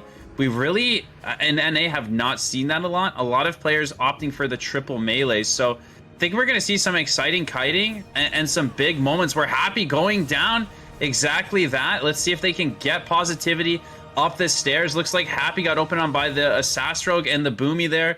Not sure exactly where his healers were or his defensive team. There's a potential both his Warriors should be playing D for the intervene, but they're chasing positivity down with 30 leaps. It's over. Just like that, La Familia, the team that lost the last map, goes up by 1. Yeah, there we go. Positivity, a fantastic cap there. Obviously, it looks as though Happy did get caught out and then killed on the side of La Familia, which means that obviously they are able to cap the first one here. And I think the two Warriors are obviously, I think they're using their heroic leaps specifically when Positivity is using Incarn. So cannot be slowed, but they're still able to keep up the pressure. That's when they're using their leaps. The moment that they're out of those leaps, generally, if they've both staggered them, then Positivity will be out. Obviously of the Incarn. I do also want to point out Positivity playing a Guardian Druid here, which does mean that we could technically call them Positivity. Oh, I see what you're doing there. The great jokes from Kicksman, and another thing that's great is the play from La Familia. Being up 1-0 now is an ideal situation for any flag team. This allows basically them to just lay in wait and wait for Happy to cross and then pick late, and you're now ahead in the race with the cooldowns, and your team is just tunneling onto Happy. And we see here Happy again into a kidney. Now he has his trinket and he has his Incarn. He should be fine. And honestly, I think before I should mention Kex, he got caught. He had Incarn when he died, but he didn't have his trinket. So I'm pretty sure that he probably got caught out of form, or maybe even just caught hiding away from his healers, assuming he's safe. But with the crossing of Happy here, he still has his Incarn. He still has plenty of time. He is at full health. Now, this is a big go, but if he survives this, he should be fine. He pops the trinket there and he uses his skin, but he still holds his Incarn. When does he want to use it? I'm not really sure, but he seems to work out fine. Yeah, who knows? absolutely. One thing I do want to point out that they've also taken TMY on the Warrior, and they've put TMY on defense now. So helping out with Happy K. Maybe that is just a slight change they made. Fantastic grip coming in there from Critical. Brilliant, obviously stopping the leap over. Happy K still looking to get through here. We do see both of the warriors have recklessness up, both of those warrior signs glowing. Makes me very, very happy. And there we go. Positivity getting themselves across the map using the alpaca soul shape there, which of course, as we know, is the second best soul shape. Hippo is number 1, don't at me. But the leaps now have run out, and as mentioned, this is a point where Positivity is able to get themselves across the map relatively quickly. And I think the leaps are just kind of there to almost, it's almost that Demon Hunter thing where it's a case of, look, just leave me alone, just go away, and the warrior just keeps on leaping at you, keeps on charging at you. And it effectively means that Positivity doesn't get away for free, which obviously hasn't happened here.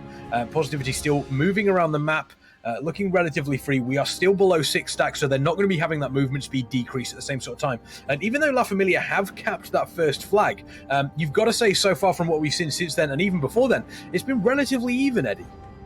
It's been relatively even, and I guess this is also maybe the struggle with the Super Mario composition coming out from Speedrun here. It is the fact that even though you're running a lot of mobility with the warriors, it's also classes that can't be seen. So the strength on flag maps is sometimes just the power of stealth, because you don't know where they are. They could be on your tank, they could be defending, and that is such a huge factor to have. And looking at La Familia, they have 6 classes that can go into stealth compared to the 5 of Speedrun, one of them being a tank even. So I would really say that composition wise, even though that Speedrun is executing the warriors well, La Familia are looking very strong, and Positivity here, he's sleeping and he's taking a good nap.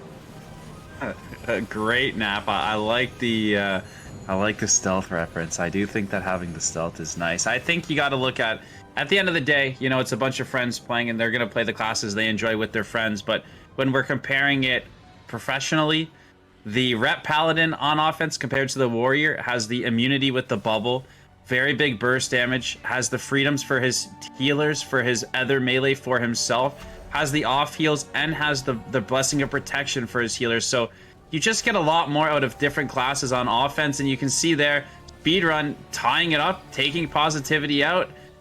We didn't see what happened on the other side, but I'm guessing the Fury Warrior did not get peeled and connected, or the Assassin Rogue with big damn. So Positivity here was up on his 2nd floor, looking pretty safe. It looks like TMY and Trilmiz are coming in. This should just be a giant sepsis damage, a root beam from the Boomy into an incap, and that's just all it was.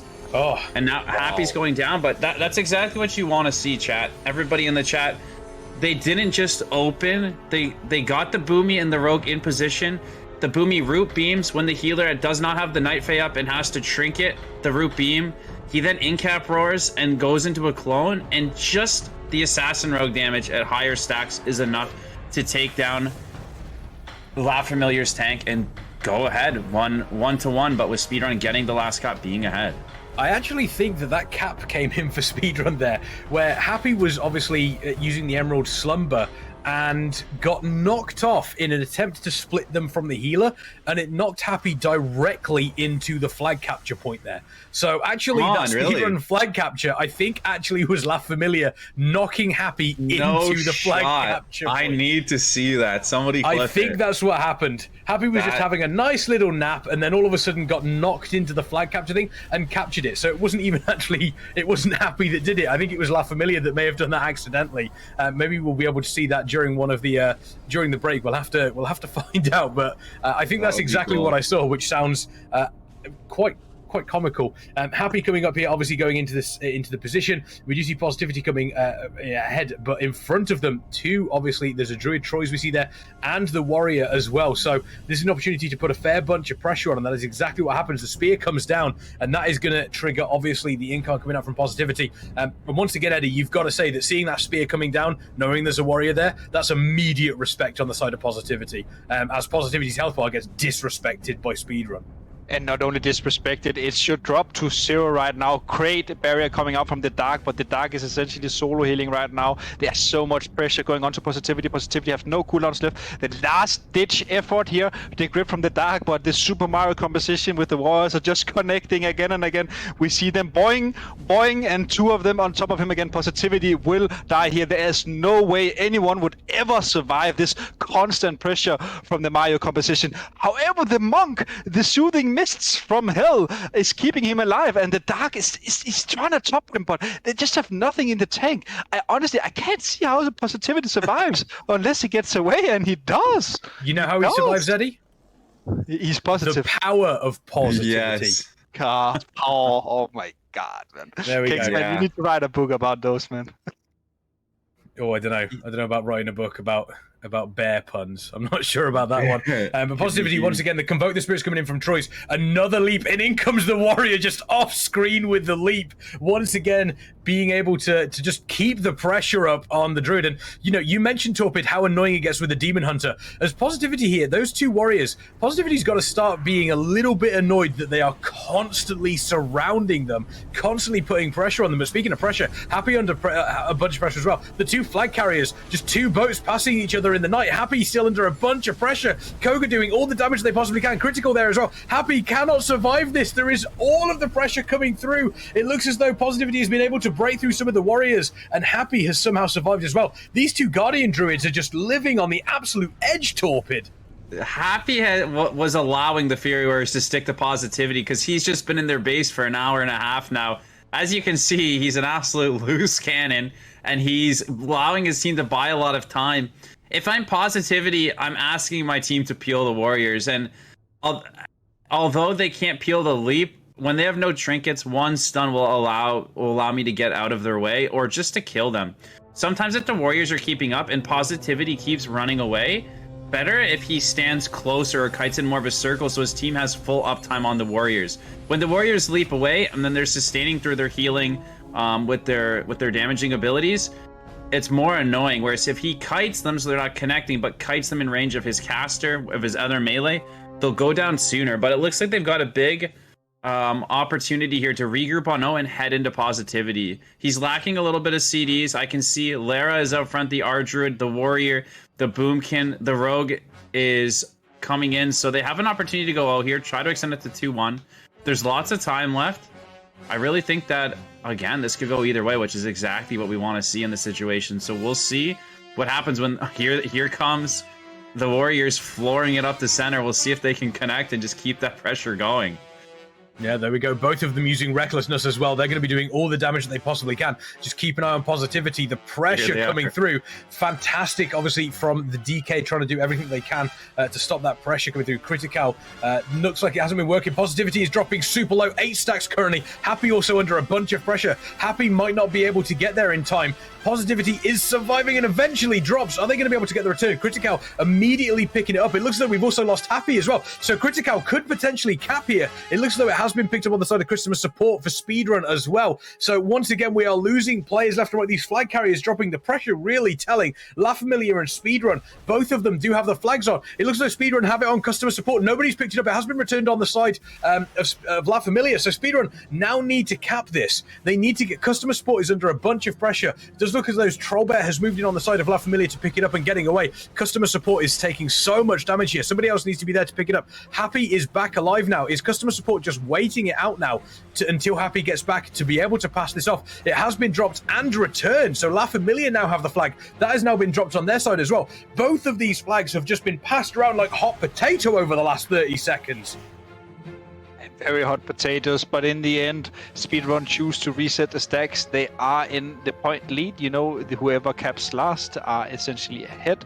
So they should just reset the stacks, get their Guardian in position, and just wait for Positivity to start crossing again. And we see here Trollbear picking up the stacks. Still. Yeah, 10 stacks. This is this. I mean, I like the idea, but it's completely useless. You are essentially just wasting your team's time. Now, Speedrun is not going to return the flag. That's another 15 seconds into the bank account, and then you have 5 minutes left of the game. So, I mean, I think at least that Trollbear, he probably didn't know. He probably thought that the stacks would be off when he picked it, and he noticed that it weren't. But still, like, there's no reason to picking it at that point. Yeah, I think you're exactly right. If you're Team Speedrun, you don't need to be in a rush here. Great cross skills from both teams. Really good, keeping the pressure up. Again, anybody's game, a cap each, good cross skills. I think you're looking to get an Emerald Slumber somewhere off the screen. Try to get all your CDs back. It looks like Happy has everything in 20 seconds, I believe. And Positivity just incarned as soon as he grabs. So Positivity's looking to make moves early with his incarn. Happy probably getting into position. You can see he's up on the rock here, not in a rush.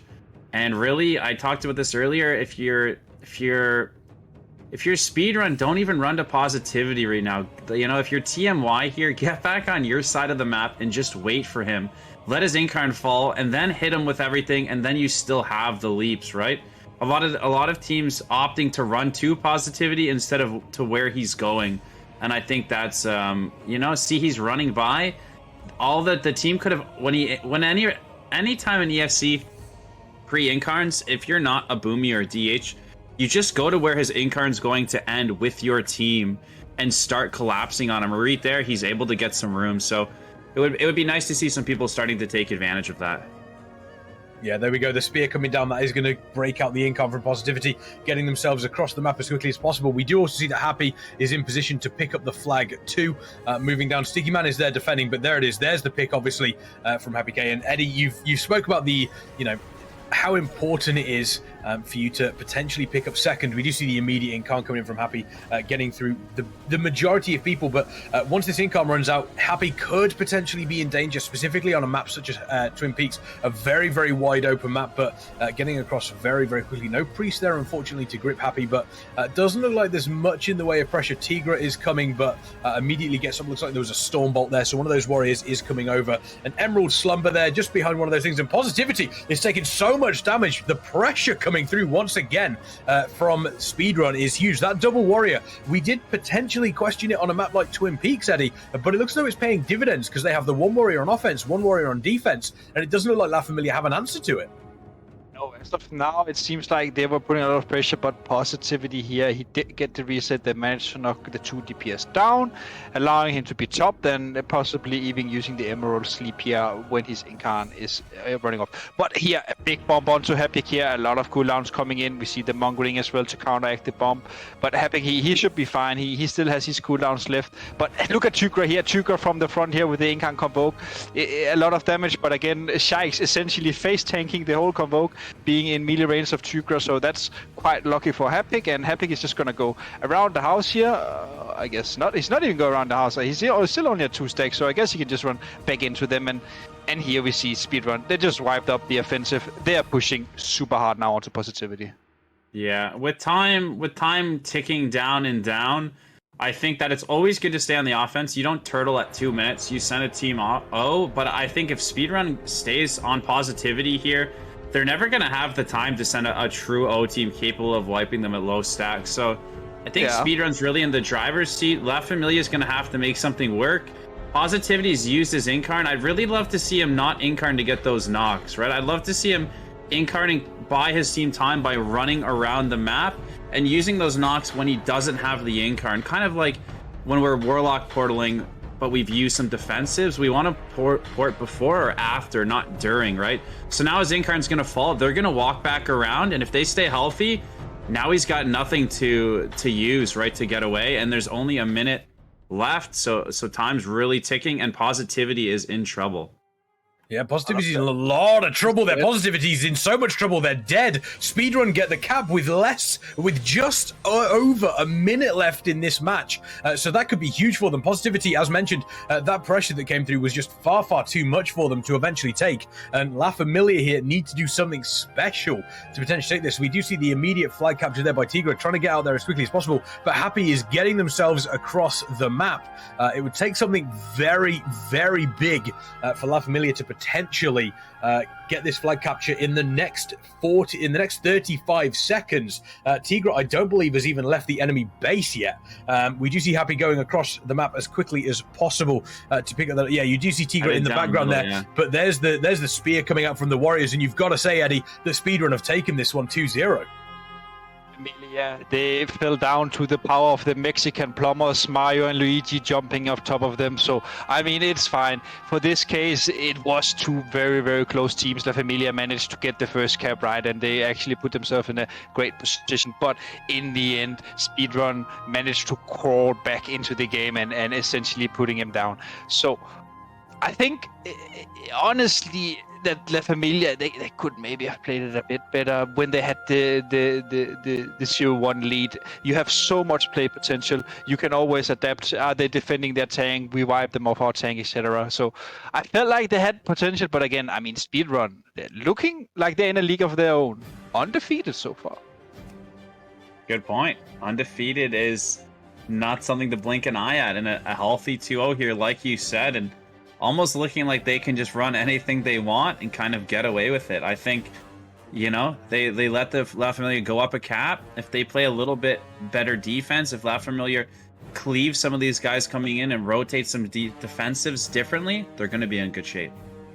Yeah, Speedrun doing a phenomenal job. They do take that best of 3 series 2-0 against La Familia, which once again is, you know, it just shows how powerful Speedrun have been. They haven't lost a series yet.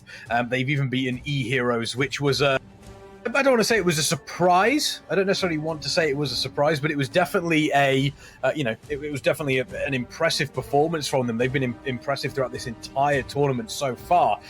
We are coming up to the last series, obviously, of the day. But looking back on that Twin Peaks, once again, safe to say, Eddie, Speedrun not doing anything special, not doing anything flashy, not doing anything spectacular, but the pressure from the Double Warrior definitely showed. And their basics were, they just got them right. They just got them right, and they looked relatively comfortable that entire time. And honestly, maybe just a great meta read from Speedrun. If you remember in the early start of the broadcast, I was talking about the Warrior nerfs coming in, but apparently it hits next week and not now. So honestly, utilizing the fact that Blizzard has nerfs coming and they're pulling out everything they can.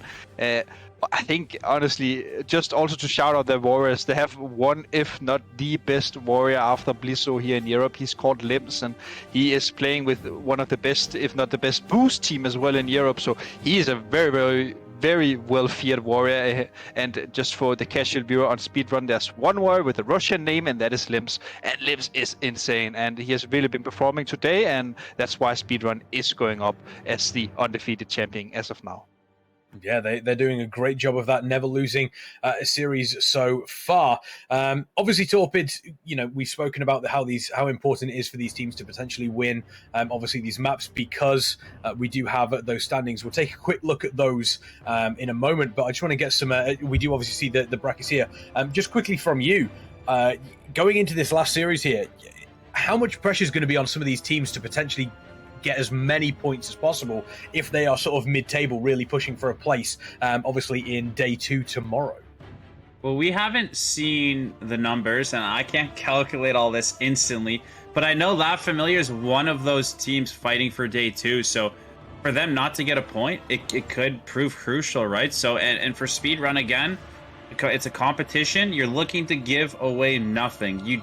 We as casters and as RBG lovers in the chat, we want to see great close games. We want to see the tiebreakers. But when you're a competitor in the game, you don't want to give them squat. You want to beat them every time. You don't want to give them an edge. You don't want to give them momentum. You don't want to give them points.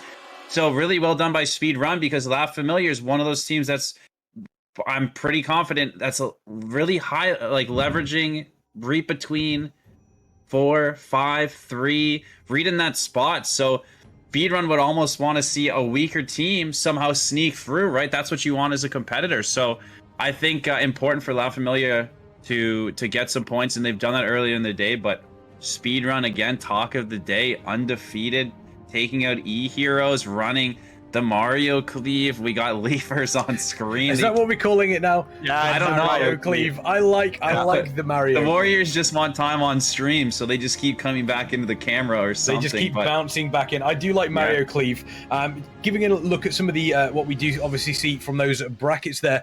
We did obviously have Eheroes versus Clown back again. Obviously, first map that we did see looks like it was a temple map between those two, and Clown Back Again came out of the gate strong, actually keeping up with Eheroes, up to about 700 to 600 points, and then Eheroes managed to gain momentum. However, a clean team wipe on the side of Clown Back Again did mean that they were able to pick up all 4 orbs up and regain some lost ground, but unfortunately it wasn't enough, and Eheroes did close out the game to go 1-0 up. And then obviously we had Battle for Gilneas as the second map between Eheroes and Clown Back Again, and it looks as though Eheroes were able to take a quick Waterworks cap, and they also looked to 3-cap them after capping the mines. However, Clown Back Again did manage to ninja Waterworks, but it wasn't enough in the end, and Eheroes did take the 3-cap and the victory.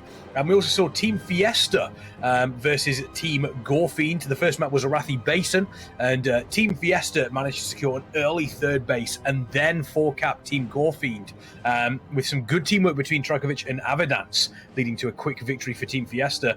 And then obviously we had game number 2, which was a Silver Shard Mines, which looked to effectively be an all-out brawl between both of the teams, both of them leading at various different points during the match. However, the final cart came down to an all-out team brawl, and Fiesta won that final fight to end the game 1,500 to 1,366, winning the series 2-0. So we've got some fantastic games that happened, obviously, during those ones. But we do have one more series left. It is Gorefiend Main versus Speedrun, our final series of the day.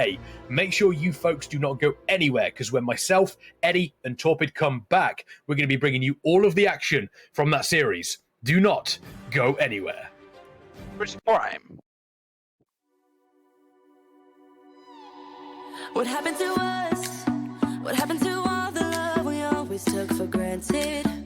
Are we stranded? Is it too late? Is it too late to color feelings that have faded? Complicated. I'm waiting for an answer, waiting for a sparkle to come to ignite love. I need no second chances. I'm tired of romances without love. So where do we go when we can't find our way? I don't wanna be alone. I need you tonight and I don't wanna wait. I want you to show me the way. 'Cause I'm a satellite around you tonight. Nothing's gonna bring me down. As long as the stars in the sky, as long as the stars in your eyes, as long as the stars in your eyes, as long as the stars in your eyes. It's breaking my heart, it's breaking my heart to see you acting like you don't care, like a nightmare. What happened to us? What happened to all the love we always took for granted? Are we stranded? I'm waiting for an answer, waiting for a sparkle to come to ignite love. I need no second chances. I'm tired of romances without love. So where do we go when we can't find our way? I don't wanna be alone. So what do we do when we're lost and depraved? I need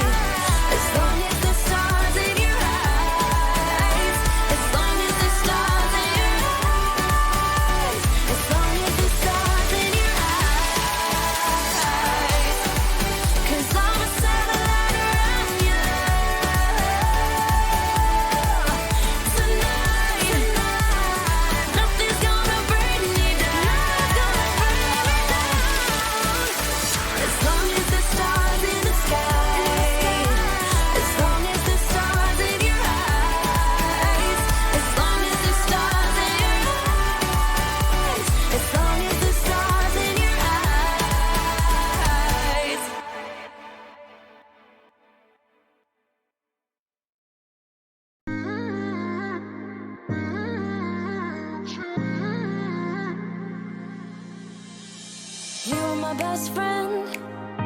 Didn't care about the rules, good on the weekends. I'll be in fools, drifting to deep space. So brave and so stupid, just like the movies. I was gonna stay in the fight with you, just thinking we would do this until we couldn't do it. Each and every high, every night with you. You and me so clueless. We were just broken, shattered, singing along to nothing matters. Stray around like nighttime rumors. We were in too deep. In your worn out sweaters, thinking we'll be young forever. Driving in your mom's old hatchback, and we were in too deep.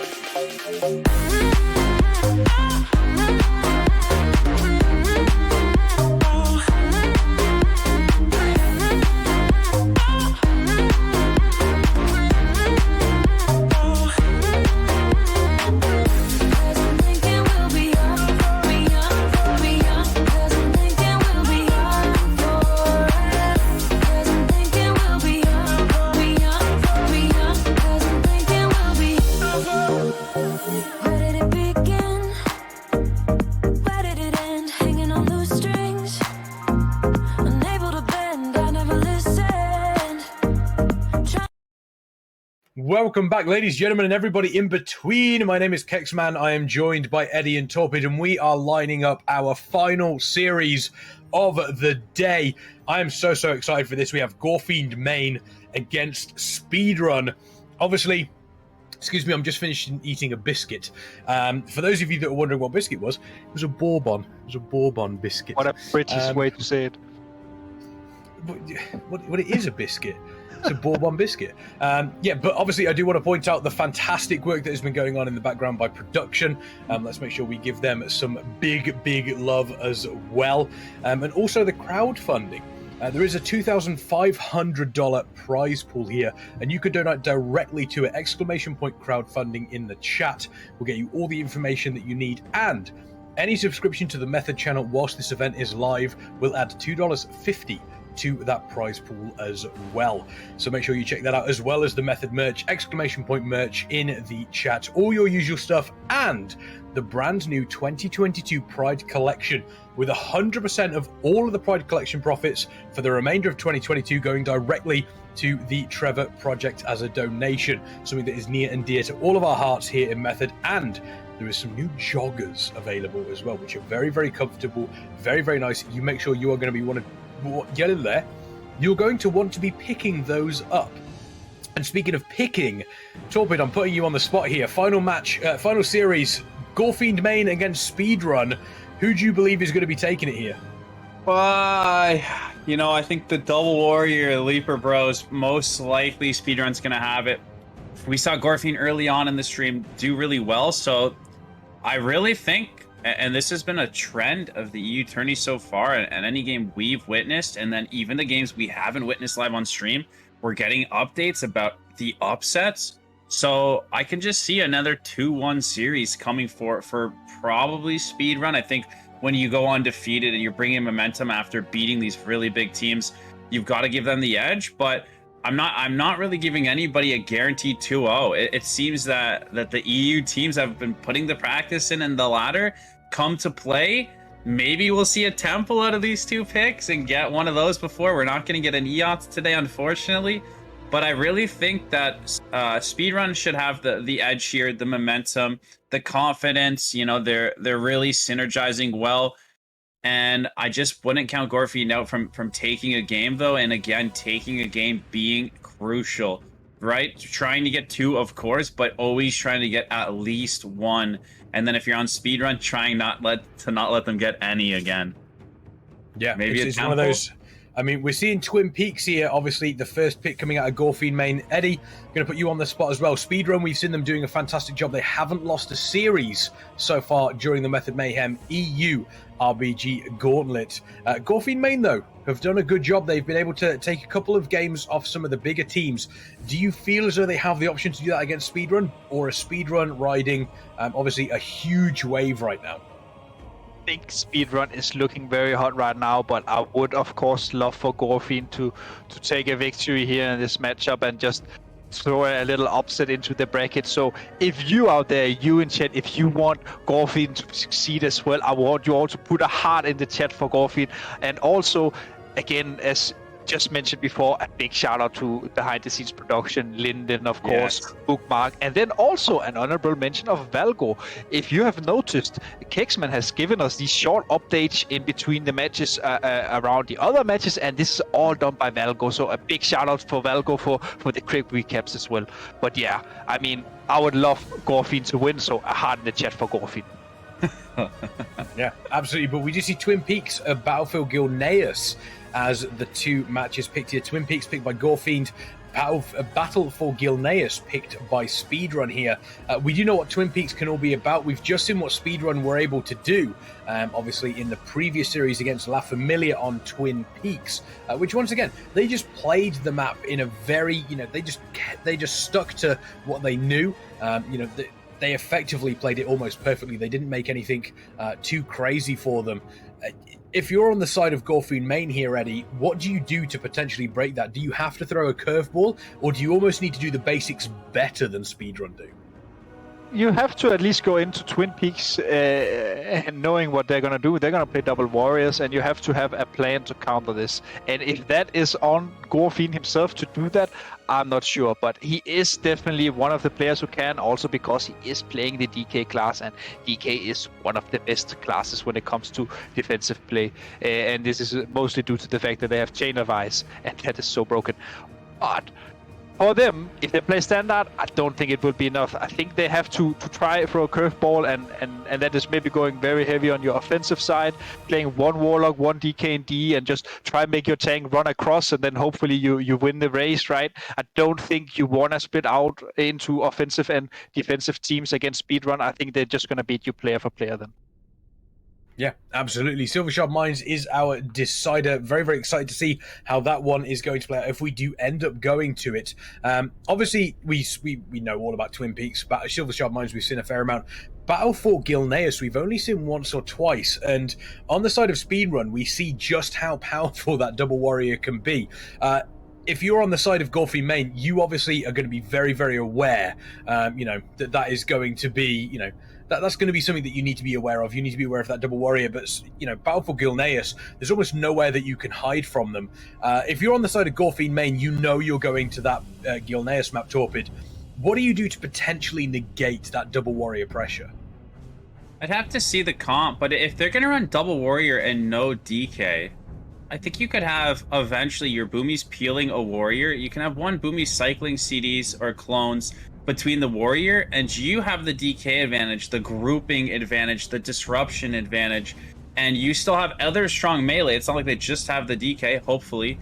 So I think what they can look to do is CC the warriors when it gets to a certain point. You can dome through the first big impact from them, but CC them and look to push past them. If they get too focused on the warriors can be great to kill once they've trinketed. You can look to land a kill in the stun, but I think look past that and play your game and push deep, right? And grip in their casters and just CC the warriors and then turn to them when you pressure their team. When you send the DK to the backlines and that pushes their team away, then you stop and turn on the warriors. But if you just play their game of hitting the warriors, they're just going to cleave you down. So if they're going to play the DK warrior, I'd love to see the DK warrior push, RBG Kari CCing on Gilneas, and then have Eagle Blaster hitting either the warriors alone, because Hunter can almost kill something or sometimes can kill something on their own, or pressure the Warlock and then swap to those warriors.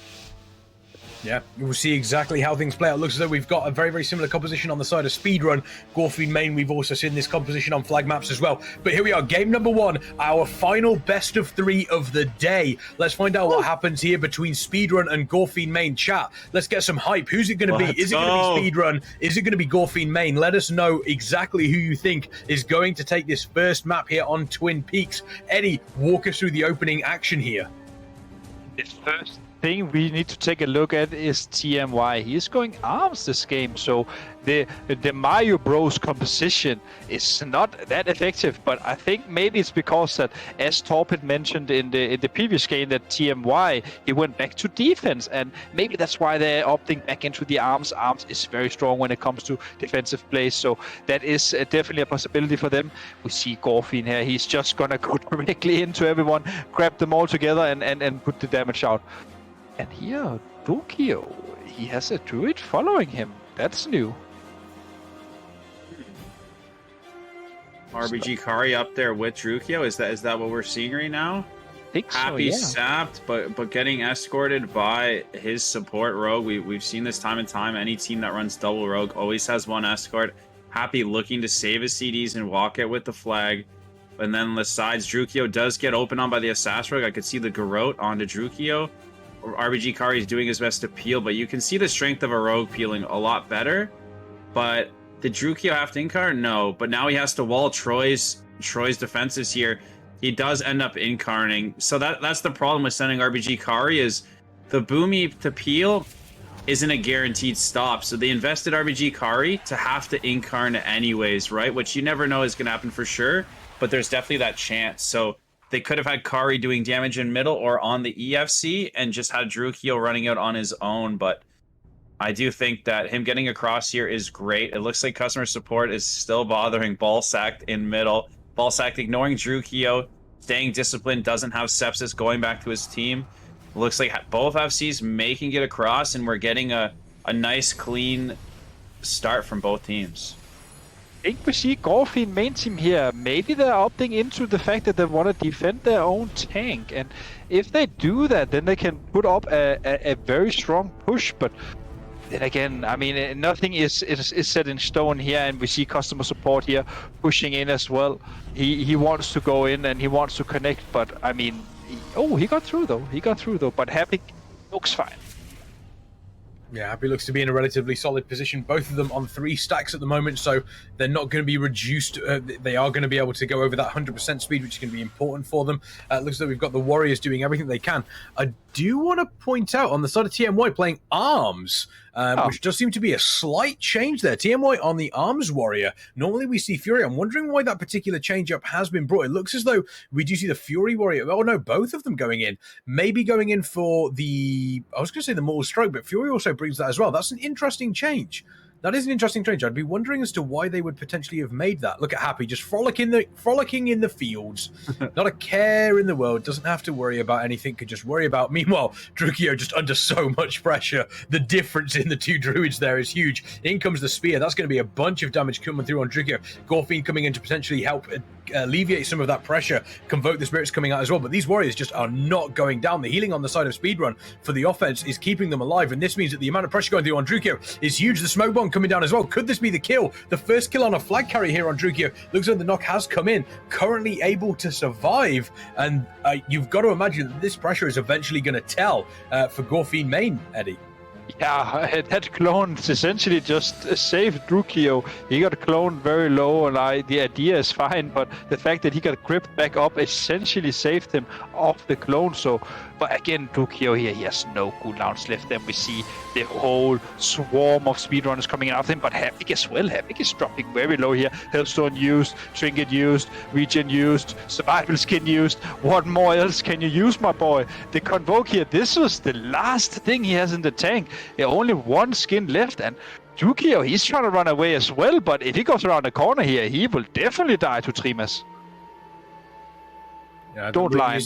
Oh, there we go. I don't think he has lined, but we do see the spear coming down. That has been able to have been avoided by Drukio there. Obviously, able to get away, because if they'd have been caught in that, that could have been disastrous. Convoke the spear's coming up and just gets absolutely deleted. Drukio dies. Happy needs to go and get the recap here. Looks like the flag has been picked up by Fruity Tooty. So Fruity Tooty is able to live a little bit longer, but as a warrior, you don't really have the Enraged regen is down. You don't have Rallying Cry. There's nothing else that Fruity Tooty can do but die here. And that is exactly what happened. Ego Blaster picks it up, but it looks as though it has been. Alovi is now picked up on the side of Gorefiend main. They are looking at eight stacks currently, so Alovi is going to get deleted relatively quickly on this priest. Looks like they are trying to get away as quickly as possible. They are surrounded, obviously, by the warriors, but there we go. Down they go. And we do have the cap on Speedrun there. So pressure on both sides. Happy and Drukio taking a bunch of pressure, but it looks as though Happy is the one that is able to cap the flag here, giving Speedrun the 1-0 lead, Torpid.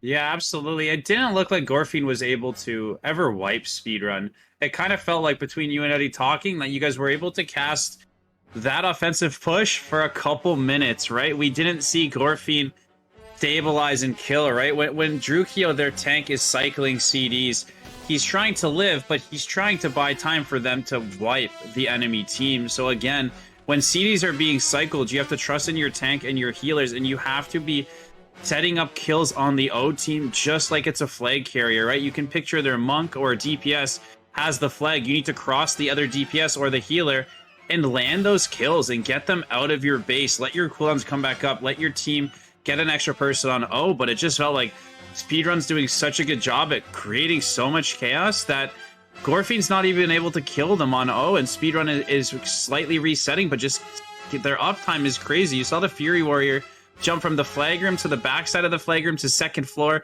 and was connecting right after the guy wild charged to sleep. So Gorefiend main maybe needs that extra DPS or to match an extra number to wipe Speedrun up and then start playing the push in and defend game, because right now Speedrun is just permanently connecting onto Drukio, and that's not an ideal situation.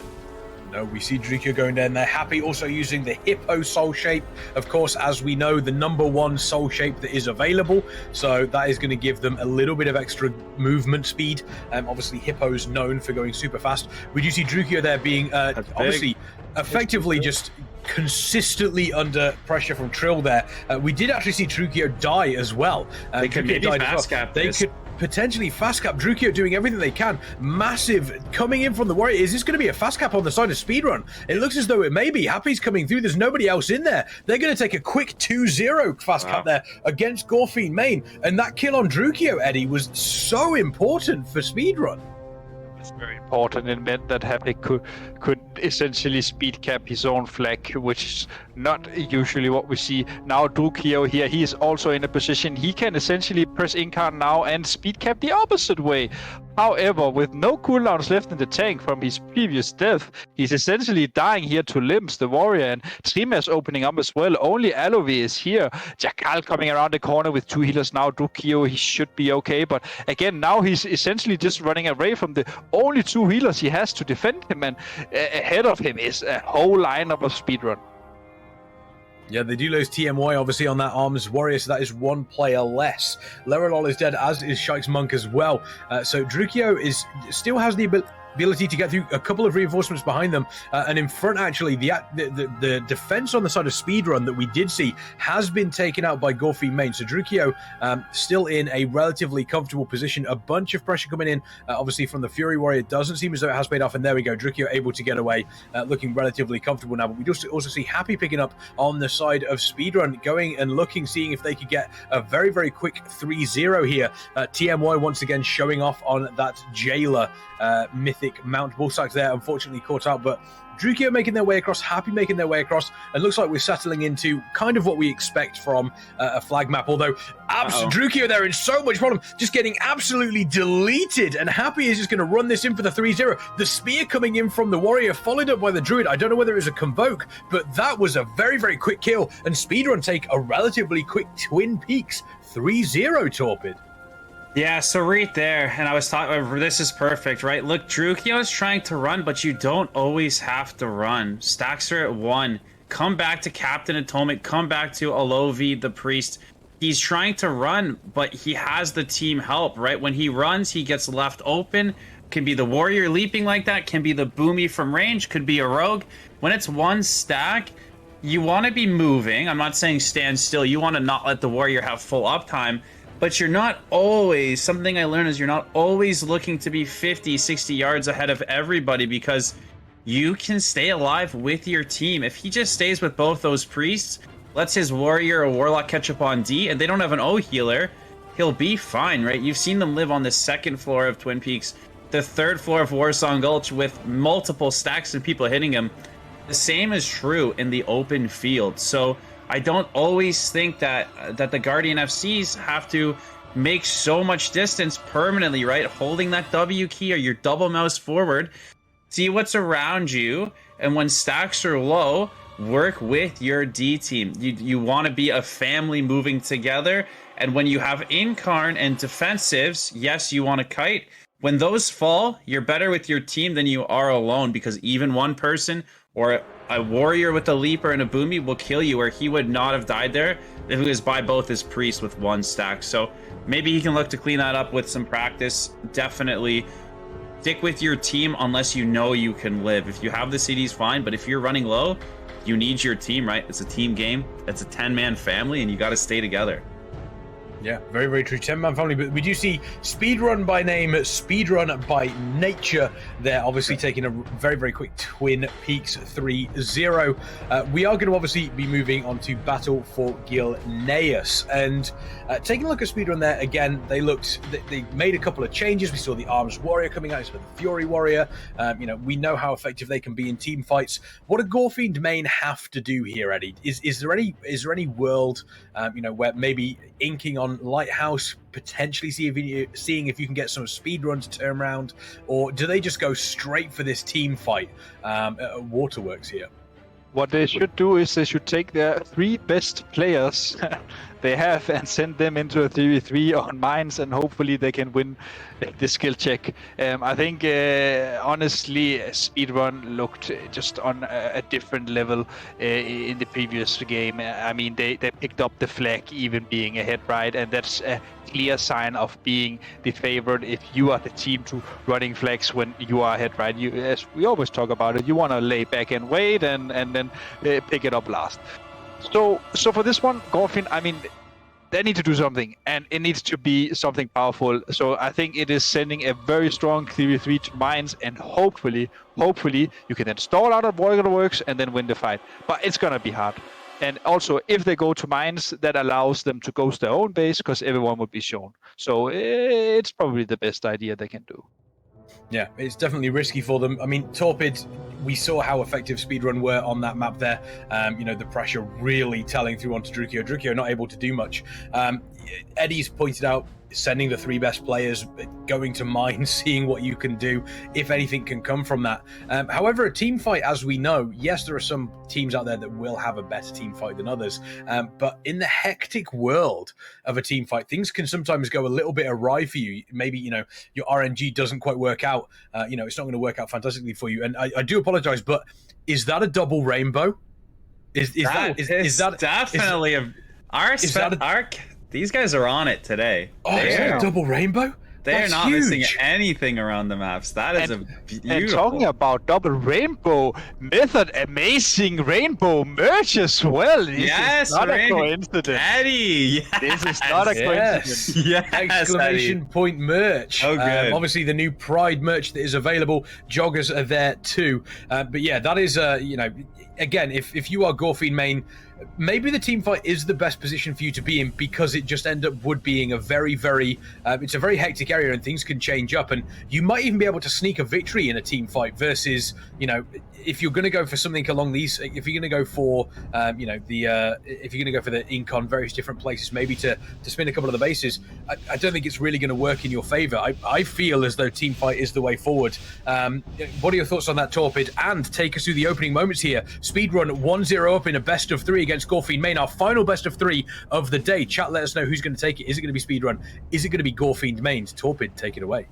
Absolutely. So you can see here that they're not going double warrior. They know the team fight. They want to keep it serious. They want to make sure they go for that 2-0. So they're running what I think is the strongest 3, plus their rogue is outlaw. So potentially looking to make a play. Or no, they're playing the guardian. So they have 4 melee alongside the boomy warlock. Speedrun has a crazy comp here, right? You have the single target and then the crazy outlaw CC of Trill. So I do think that team fight, it's always worth giving it a shot. If you're Gorefiend, this is Shadowlands, you might be able to rock 1 or 2 people and then present a lead. But Speedrun going to come in here. We're going to see CDs traded early. There's the darkness on top of the dome. The A-bomb limb coming out from both teams. You can see the warrior on Speedrun's team getting low, but he's got his CDs up. He should be okay.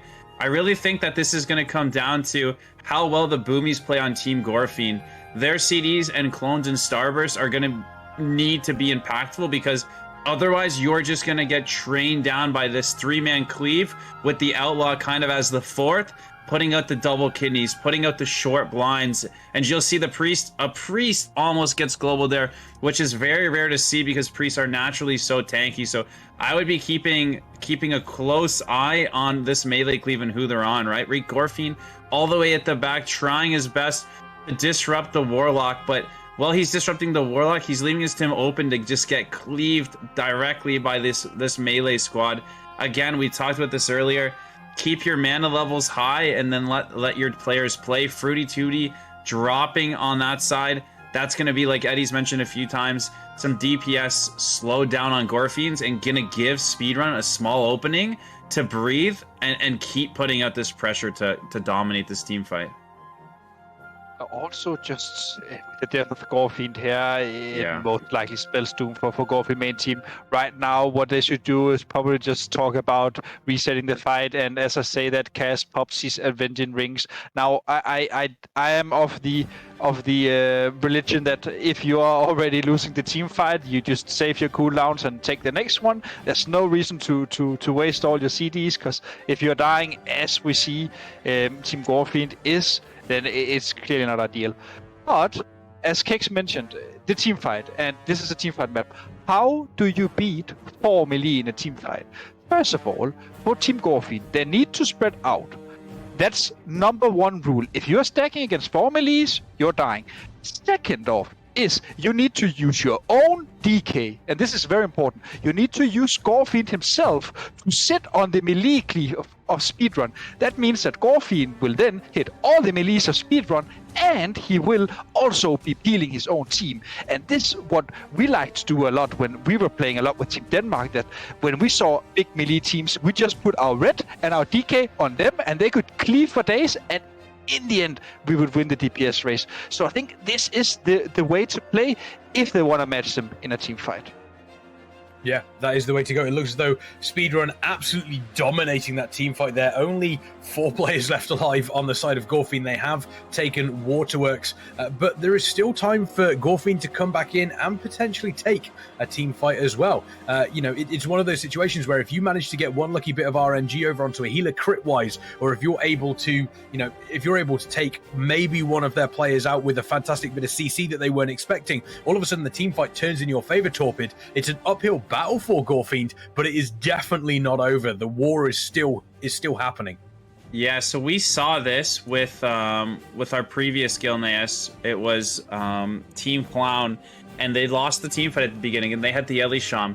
Now the pressure of the flag is gone. Okay, so you're coming back into Waterworks with a new mindset of they have that 4 melee. Let's pull them back away from the flag, right? As Eddie perfectly mentioned, you want to spread out. And now that they don't have to keep an eye on the map or the node, and they're just trying to win the team fight, they can spread out literally wherever they want. They don't need to watch the flag, and that might give them the edge to turning the team fight. So look for them to take advantage of not having to push in, right? Keeping their warlocks safe and keeping their boomies out of it, looking for starbursts to run in, looking for clones. And I like what Eddie said, get Gorefiend on the melee, help cleave them down, and make sure that you're keeping in mind Gorefiend's by the melee, giving him some CDs from the healers. And it looks like, honestly, like they're really holding their own. You can see everybody is trading CDs, and neither team is getting a quick cheesy kill. Happy is going down there, maybe pushed up a little bit far. Boomkins not as strong as they used to be. Not a bad target to train if you're stopping the clones, if you're stopping the big CDs, then honestly training the boomies is really strong sometimes when they push up. They're not immune to anything. You can see Cornmaze, like I said, he's able to stay at the back in this team fight, and he's able to just do damage. He doesn't care about how close he is to the flag. Cass stays alive. So honestly, a really good fight from both teams right here. I think Ballsack could maybe look to do something. I really doubt that Troy's would ever go, so he could, like Eddie mentioned in the last game, come middle, try to blow up a healer, and head out. Because, look, they took down the Warrior. Gorefiend, now they don't have the pressure of the flag, really doing a better job. Yeah, and honestly quite sad that Gorefiend, they lost Jakal. You can see Jakal is coming back in now. Yeah, oh, and we see the ink here. They are going for the 3 cap, and honestly, this would be a 3 cap. What we will see now is Troy's is gonna cap. When he gets zapped, he's gonna Trinket raw. Haptic is gonna clone Ballsack down. Even though Haptic is gonna raw him. I mean, this is, yeah, he is gone. Oh, the clone. There's the raw, the clone coming out. It looks like there it is. There's the clone. GG's. And they've got it. There's the 3 cap. Outplayed. Oh my god. And Eddie, I don't know whether you can see into the future, but that is exactly what we just saw there. It looks as though it was a very, very easy pickup for them. Obviously, Ballsack now obviously doing what they can to get through that. And the team fight's still happening over on the side of, over at Waterworks. It looks as though, take a look at the healers though. I do want to point out, on the side of Speedrun, Nefu and M-Shield completely tapped on mana. They are running on fumes. Scheissmonk currently looking at about 40% mana. On the side of Gorefiend main, Alovi and Cass, they do have a little bit, but they are getting low. But Jack pretty much full on mana at this point, so if there is ever a time for Gorefiend main to take the advantage at Waterworks, this is it.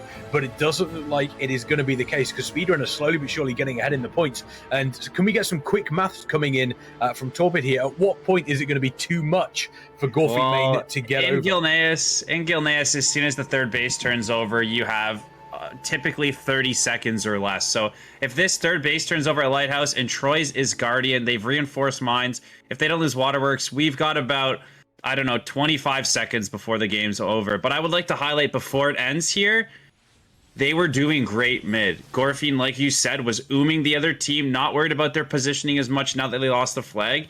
And, you know, maybe if they had played, if he was able to get that spin, really wanted to highlight Gorefiend's mid fight there the 2nd time around. It was going really well.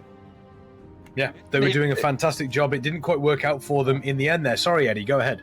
No, I was just saying, and imagine it seems like Gorefiend and the DAs was hitting the melees of Speedrun again this map, and I mean the 2nd time, and we saw how much pressure it gave them, and that's what you need to do. If you're playing into 4 melees and they're stacking up, why would you not hit them? It's quite basic, and they adapted, but sadly didn't lose. And also just for the casual viewer, why did Ballsack lose the base? So. Essentially, if he needs to outplay that, he either pre-vanishes or, and this is even easier, he just presses blind on the druid who's capping, so he doesn't have to go melee range. But he went for the sap, he got rawed out, and he lost it, and it happens. And now he will probably learn for tomorrow. Yeah, there we go. It looks like it is a fantastic, obviously, Battlefield Gilneas there from Speedrun. As mentioned, Torpid, Gorefiend main did a great job in mid getting that healer mana relatively low, but once again, Speedrun just showing that, you know, as long as you do the basics right and you don't panic, it's very, very easy, you know, for you to overcome pretty much anything, even if your healers are pretty much, even if they're tapped on mana. So we saw that obviously from NA. I think Team Camel are very, very good at that, doing the basics just incredibly well. And congratulations to Speedrun, but Gorefiend main doing a great job. Obviously, that was the final series of the day. We will be taking a look at just seeing exactly what's going to happen, obviously, in day 2. These are the brackets that did that were happening. Team Fiesta versus Clown back again. It does look as though Gilneas Fiesta managed to slowly work Clown back again in map number 1 of their series, captured Waterworks, and when Clown back again pushed into Waterworks again for another team fight, it looks as though they were able to, Team Fiesta were able to sneak out and actually ninja gold mines, securing a 3-cap and winning the game. And then when it came to game number 2 in Arathi Basin, Fiesta managed to be successful across the whole map, winning fights at Mines, Blacksmith, and Lumbermill to secure an early 4-cap. Clown back again, managed to retake Lumber Mill, but at the cost of stables. Once again, Clown pulled back to 2 bases, but after getting wiped at all of the bases, Fiesta actually managed to 5-cap them, securing themselves 2-0 in the series. And in Eheroes versus the Big Dogs, game number 1 on Twin Peaks, we did actually have an early fight from Big Dogs, managing to keep the game tied 0-0 for the first 10 minutes. That's good. Nice. Before, unfortunately, they did falter, and Eheroes captured a flag to go 1-0 up. And Big Dogs kept up a good fight, but Eheroes were able to cap a second time, and they did win, obviously, that game at 2-0. And then in Cop Mogu was actually the second map between Eheroes and Big Dogs. Eheroes did show dominance throughout that entire map, wiping Big Dogs relatively fast at the start. Big Dogs did manage to get 2 orbs on the board and kited Eheroes well, but eventually they just bled out, and Eheroes killed all the orb carriers, secured a lead, and won the game really comfortably, obviously taking that series 2-0 there as well. I just wanted to go to Torpid, as I mentioned before that, as production go to this one here. We mentioned how important it is for these teams to be playing, obviously, tomorrow. We do see, obviously, the top 4 teams go through. So Speedrun, Eheroes, Fiesta, and La Familia are going through to tomorrow.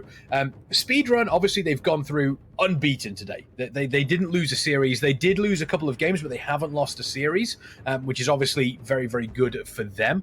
But on the side of Eheroes, you've got to say that they're only 1 point behind. They still have belief that they can potentially take this tournament. Of course they do. I mean, you can never count Eheroes out, and especially, I think for them, they're very happy that the game wasn't streamed, because if that game was streamed, I'm not gonna put anything into their head, but it would definitely have been hard for their morale if the community saw them lose live on air. Just to be completely honest. But it didn't happen, and luckily for Eheroes, they're probably going to come into the tournament very, very strong tomorrow. I'm not sure they want to drop a game live on stream, so we're going to see how they adapt. Keksman, any last words? Last words? Well, I was gonna go to Torpid, obviously. I was gonna go to Torpid for one. So this is obviously what we do have for tomorrow. Those were the brackets. Obviously, it is a double elimination tomorrow. So once again, some really fun games going on there. I mean, taking a look at what we do see here on the side, Speedrun, Eheroes, Fiesta, La Familia, those teams going through. Speedrun, Eheroes, the team to beat, but we have seen some really solid games from Fiesta and La Familia, and they are going to be going in tomorrow. They will know a little bit more about the teams. They're going to know a little bit more, about what potentially they may be coming up against. We have obviously seen them, they've probably seen each other on the ladder. And as mentioned there, Speedrun versus La Familia and Eheroes versus Fiesta. Are you expecting Eheroes and Speedrun to win, to be the final tomorrow? Or can you see La Familia and Fiesta potentially, giving us a little bit of an underdog going into that grand final? Yeah, so just before I go there, I just want to give a quick shout out to the other 3 teams that didn't make it and say truly, with no sense of a lie here, everybody did amazing today. Like, I'm really happy that all 7 teams were competitive, that the top teams were being upset, that the middle teams were close. We didn't have any games that really snowballed out of control. So I think that if you were in this tournament, if you're still in the tournament or were in the tournament, you should really give yourselves a pat on the back, because EU really showed out, exceeded my expectations. And to answer your question, at the beginning of the day, we're thinking it's going to be Eheroes and Fiesta. And now we've got Speedrun jumping into it. And then we've got La Familia, who's been able to watch all of this, right? And doesn't matter what happens today now. I mean, they got to take that experience, but they start fresh tomorrow, right? The losses from today mean nothing. They made it today too, so I'm expecting chaos, but competitive, controlled chaos. I'm expecting not a blatant winner in the finals. I don't think anybody can tell me this person's going to be there for sure, because at first we thought it was Eheroes and Fiesta, and now look at Speedrun coming out of nowhere, and then who knows, La Familia tomorrow could be the Speedrun of today. So I'm going to wait for tomorrow before I have any predictions, and as we get into tomorrow, I'll give you some. But I really think that nobody would feel safe betting on one team. I really think that we're going to have great games tomorrow. I really think EU's shown out, and I'm excited for it tomorrow. The chat should be excited for it tomorrow, and I'm thankful for this tournament and for the RBG community as a whole, because who knows who's going to win tomorrow. I'm excited. Yeah. It's going to be really good fun to see how these teams play out. I do want to give a second. You've already touched upon it, Torpid, but chat, let's get some love. Let's get some hearts in chat for Gorefiend main team, Clown back again, and the Big Dogs. Those three teams, unfortunately, dropping out here at the end of day one. Let's get some hearts in chat for all of those folks. They are absolutely incredible, and I'm really looking forward to seeing how these games go. When we do have that double elimination, the grand final is going to be interesting. It's a best of 5 in the grand final rather than a best of 3. Before we end today, though, Eddie, any final words from yourself about the games that we have seen today and what you can expect tomorrow? I'm very happy to see how equal all the teams are, especially the last 4 here going into the knockout brackets. I honestly think that this is some of the best gameplay we have seen from Europe in quite a long time. Now you can argue that Eheroes is maybe not looking as hot as they used to, but the bottom level is just racing for each tournament. Speedrun, La Familia and Fiesta playing really well. So honestly, I think this is going to be an amazing knockout stages. I hope that you come and tune in tomorrow, because I know maybe if the last tournament was boring in the knockout stages, I will swear right now tomorrow will be amazing. So tune in. There we go. And from yourself, Torpid, any final words about what we've seen today and what we're going to see tomorrow? I think today was amazing. I think, and we'll talk about this tomorrow, but everybody in the chat is a big fan of the RBG community, and I think that this tournament is so unique, and you guys are the only people doing anything for the RBG community. So my takeaway today and tomorrow, and for every day, will always be that I'm thankful you guys got the collective competitive scene together, and I'm thankful for the players for coming to play, because it kind of goes both ways. So I want to thank the players for coming out today. Everybody stood a chance. Everybody played awesome. And then, of course, thanking Method for keeping the tournament together and organized and doing everything from your end, because this has just been a great experience. We all want to see RBGs rise. We've got an expansion at the end of the year, and this is only going to help RBGs get bigger. Maybe we'll get some new maps. Who knows? You've got to have faith in the RBG community. So I can't wait for tomorrow. Yeah, it's going to be great. A couple of final things before we go. Chat, I want you to give production, which is Lind, obviously Bookmark, all the people that have been doing admins, the folks that have been controlling the cameras. Put some hearts in chat for those folks. They are incredible, incredible people. So make sure you are doing that. They truly are, they truly are the unsung heroes. We wouldn't be able to do this without them. They're absolutely incredible. Torpid, for the folks that have watched and enjoyed your casting, where can they find you on the internet? Yeah, so I'm live every single day, streaming full-time as a job at twitch.tv/nevertorpid. Not just Torpid, Never Torpid, running viewer RBGs at all CR, keeping it positive and fun and trying to grow the community, trying to be the change that we want to see at twitch.tv/nevertorpid. We want people supporting each other. At the end of the day, we need love in our lives. It's fun to compete and laugh and play together. So come check out the channel for sure at twitch.tv/nevertorpid. There you go. Love to see it. And Eddie, for some of the folks that don't know you, I know you have a lot of fans, obviously, in chat. A lot of fans. But where can the folks find you on the internet as well? If you want to check out more from me, I don't stream that much anymore, but you can find me on Twitch to be EddieLol1, and usually I like to stream in the night, so that would be the time zone you can find me in, and I'm of course an European streamer. And otherwise you can check out my Twitter, my Instagram if you want, or find me on LinkedIn if you need a job. I'm a recruiter, so yeah, I can help you with everything. Yeah, there we go. Eddie is fantastic. And if somehow you've enjoyed what I have been doing, I don't know why you would, but you can find me on Twitter. You can find me on Twitter at Kexman. You can also find me twitch.tv/thekexman. The little banner below me, I recently changed my name, so it is just The Kexman, not Kexman WCR. Twitch.tv/thekexman. But from all of us here at Method Mayhem, I want to give a massive shout out to Twitch, who helped us put on these fantastic events for you folks as well. But day one of the Method Mayhem EU RBG Gauntlet is over, but day 2 is going to be even more exciting, starting at the same time, 4 p.m. BST, I believe. If I've got my timing right, it's 4 p.m. BST.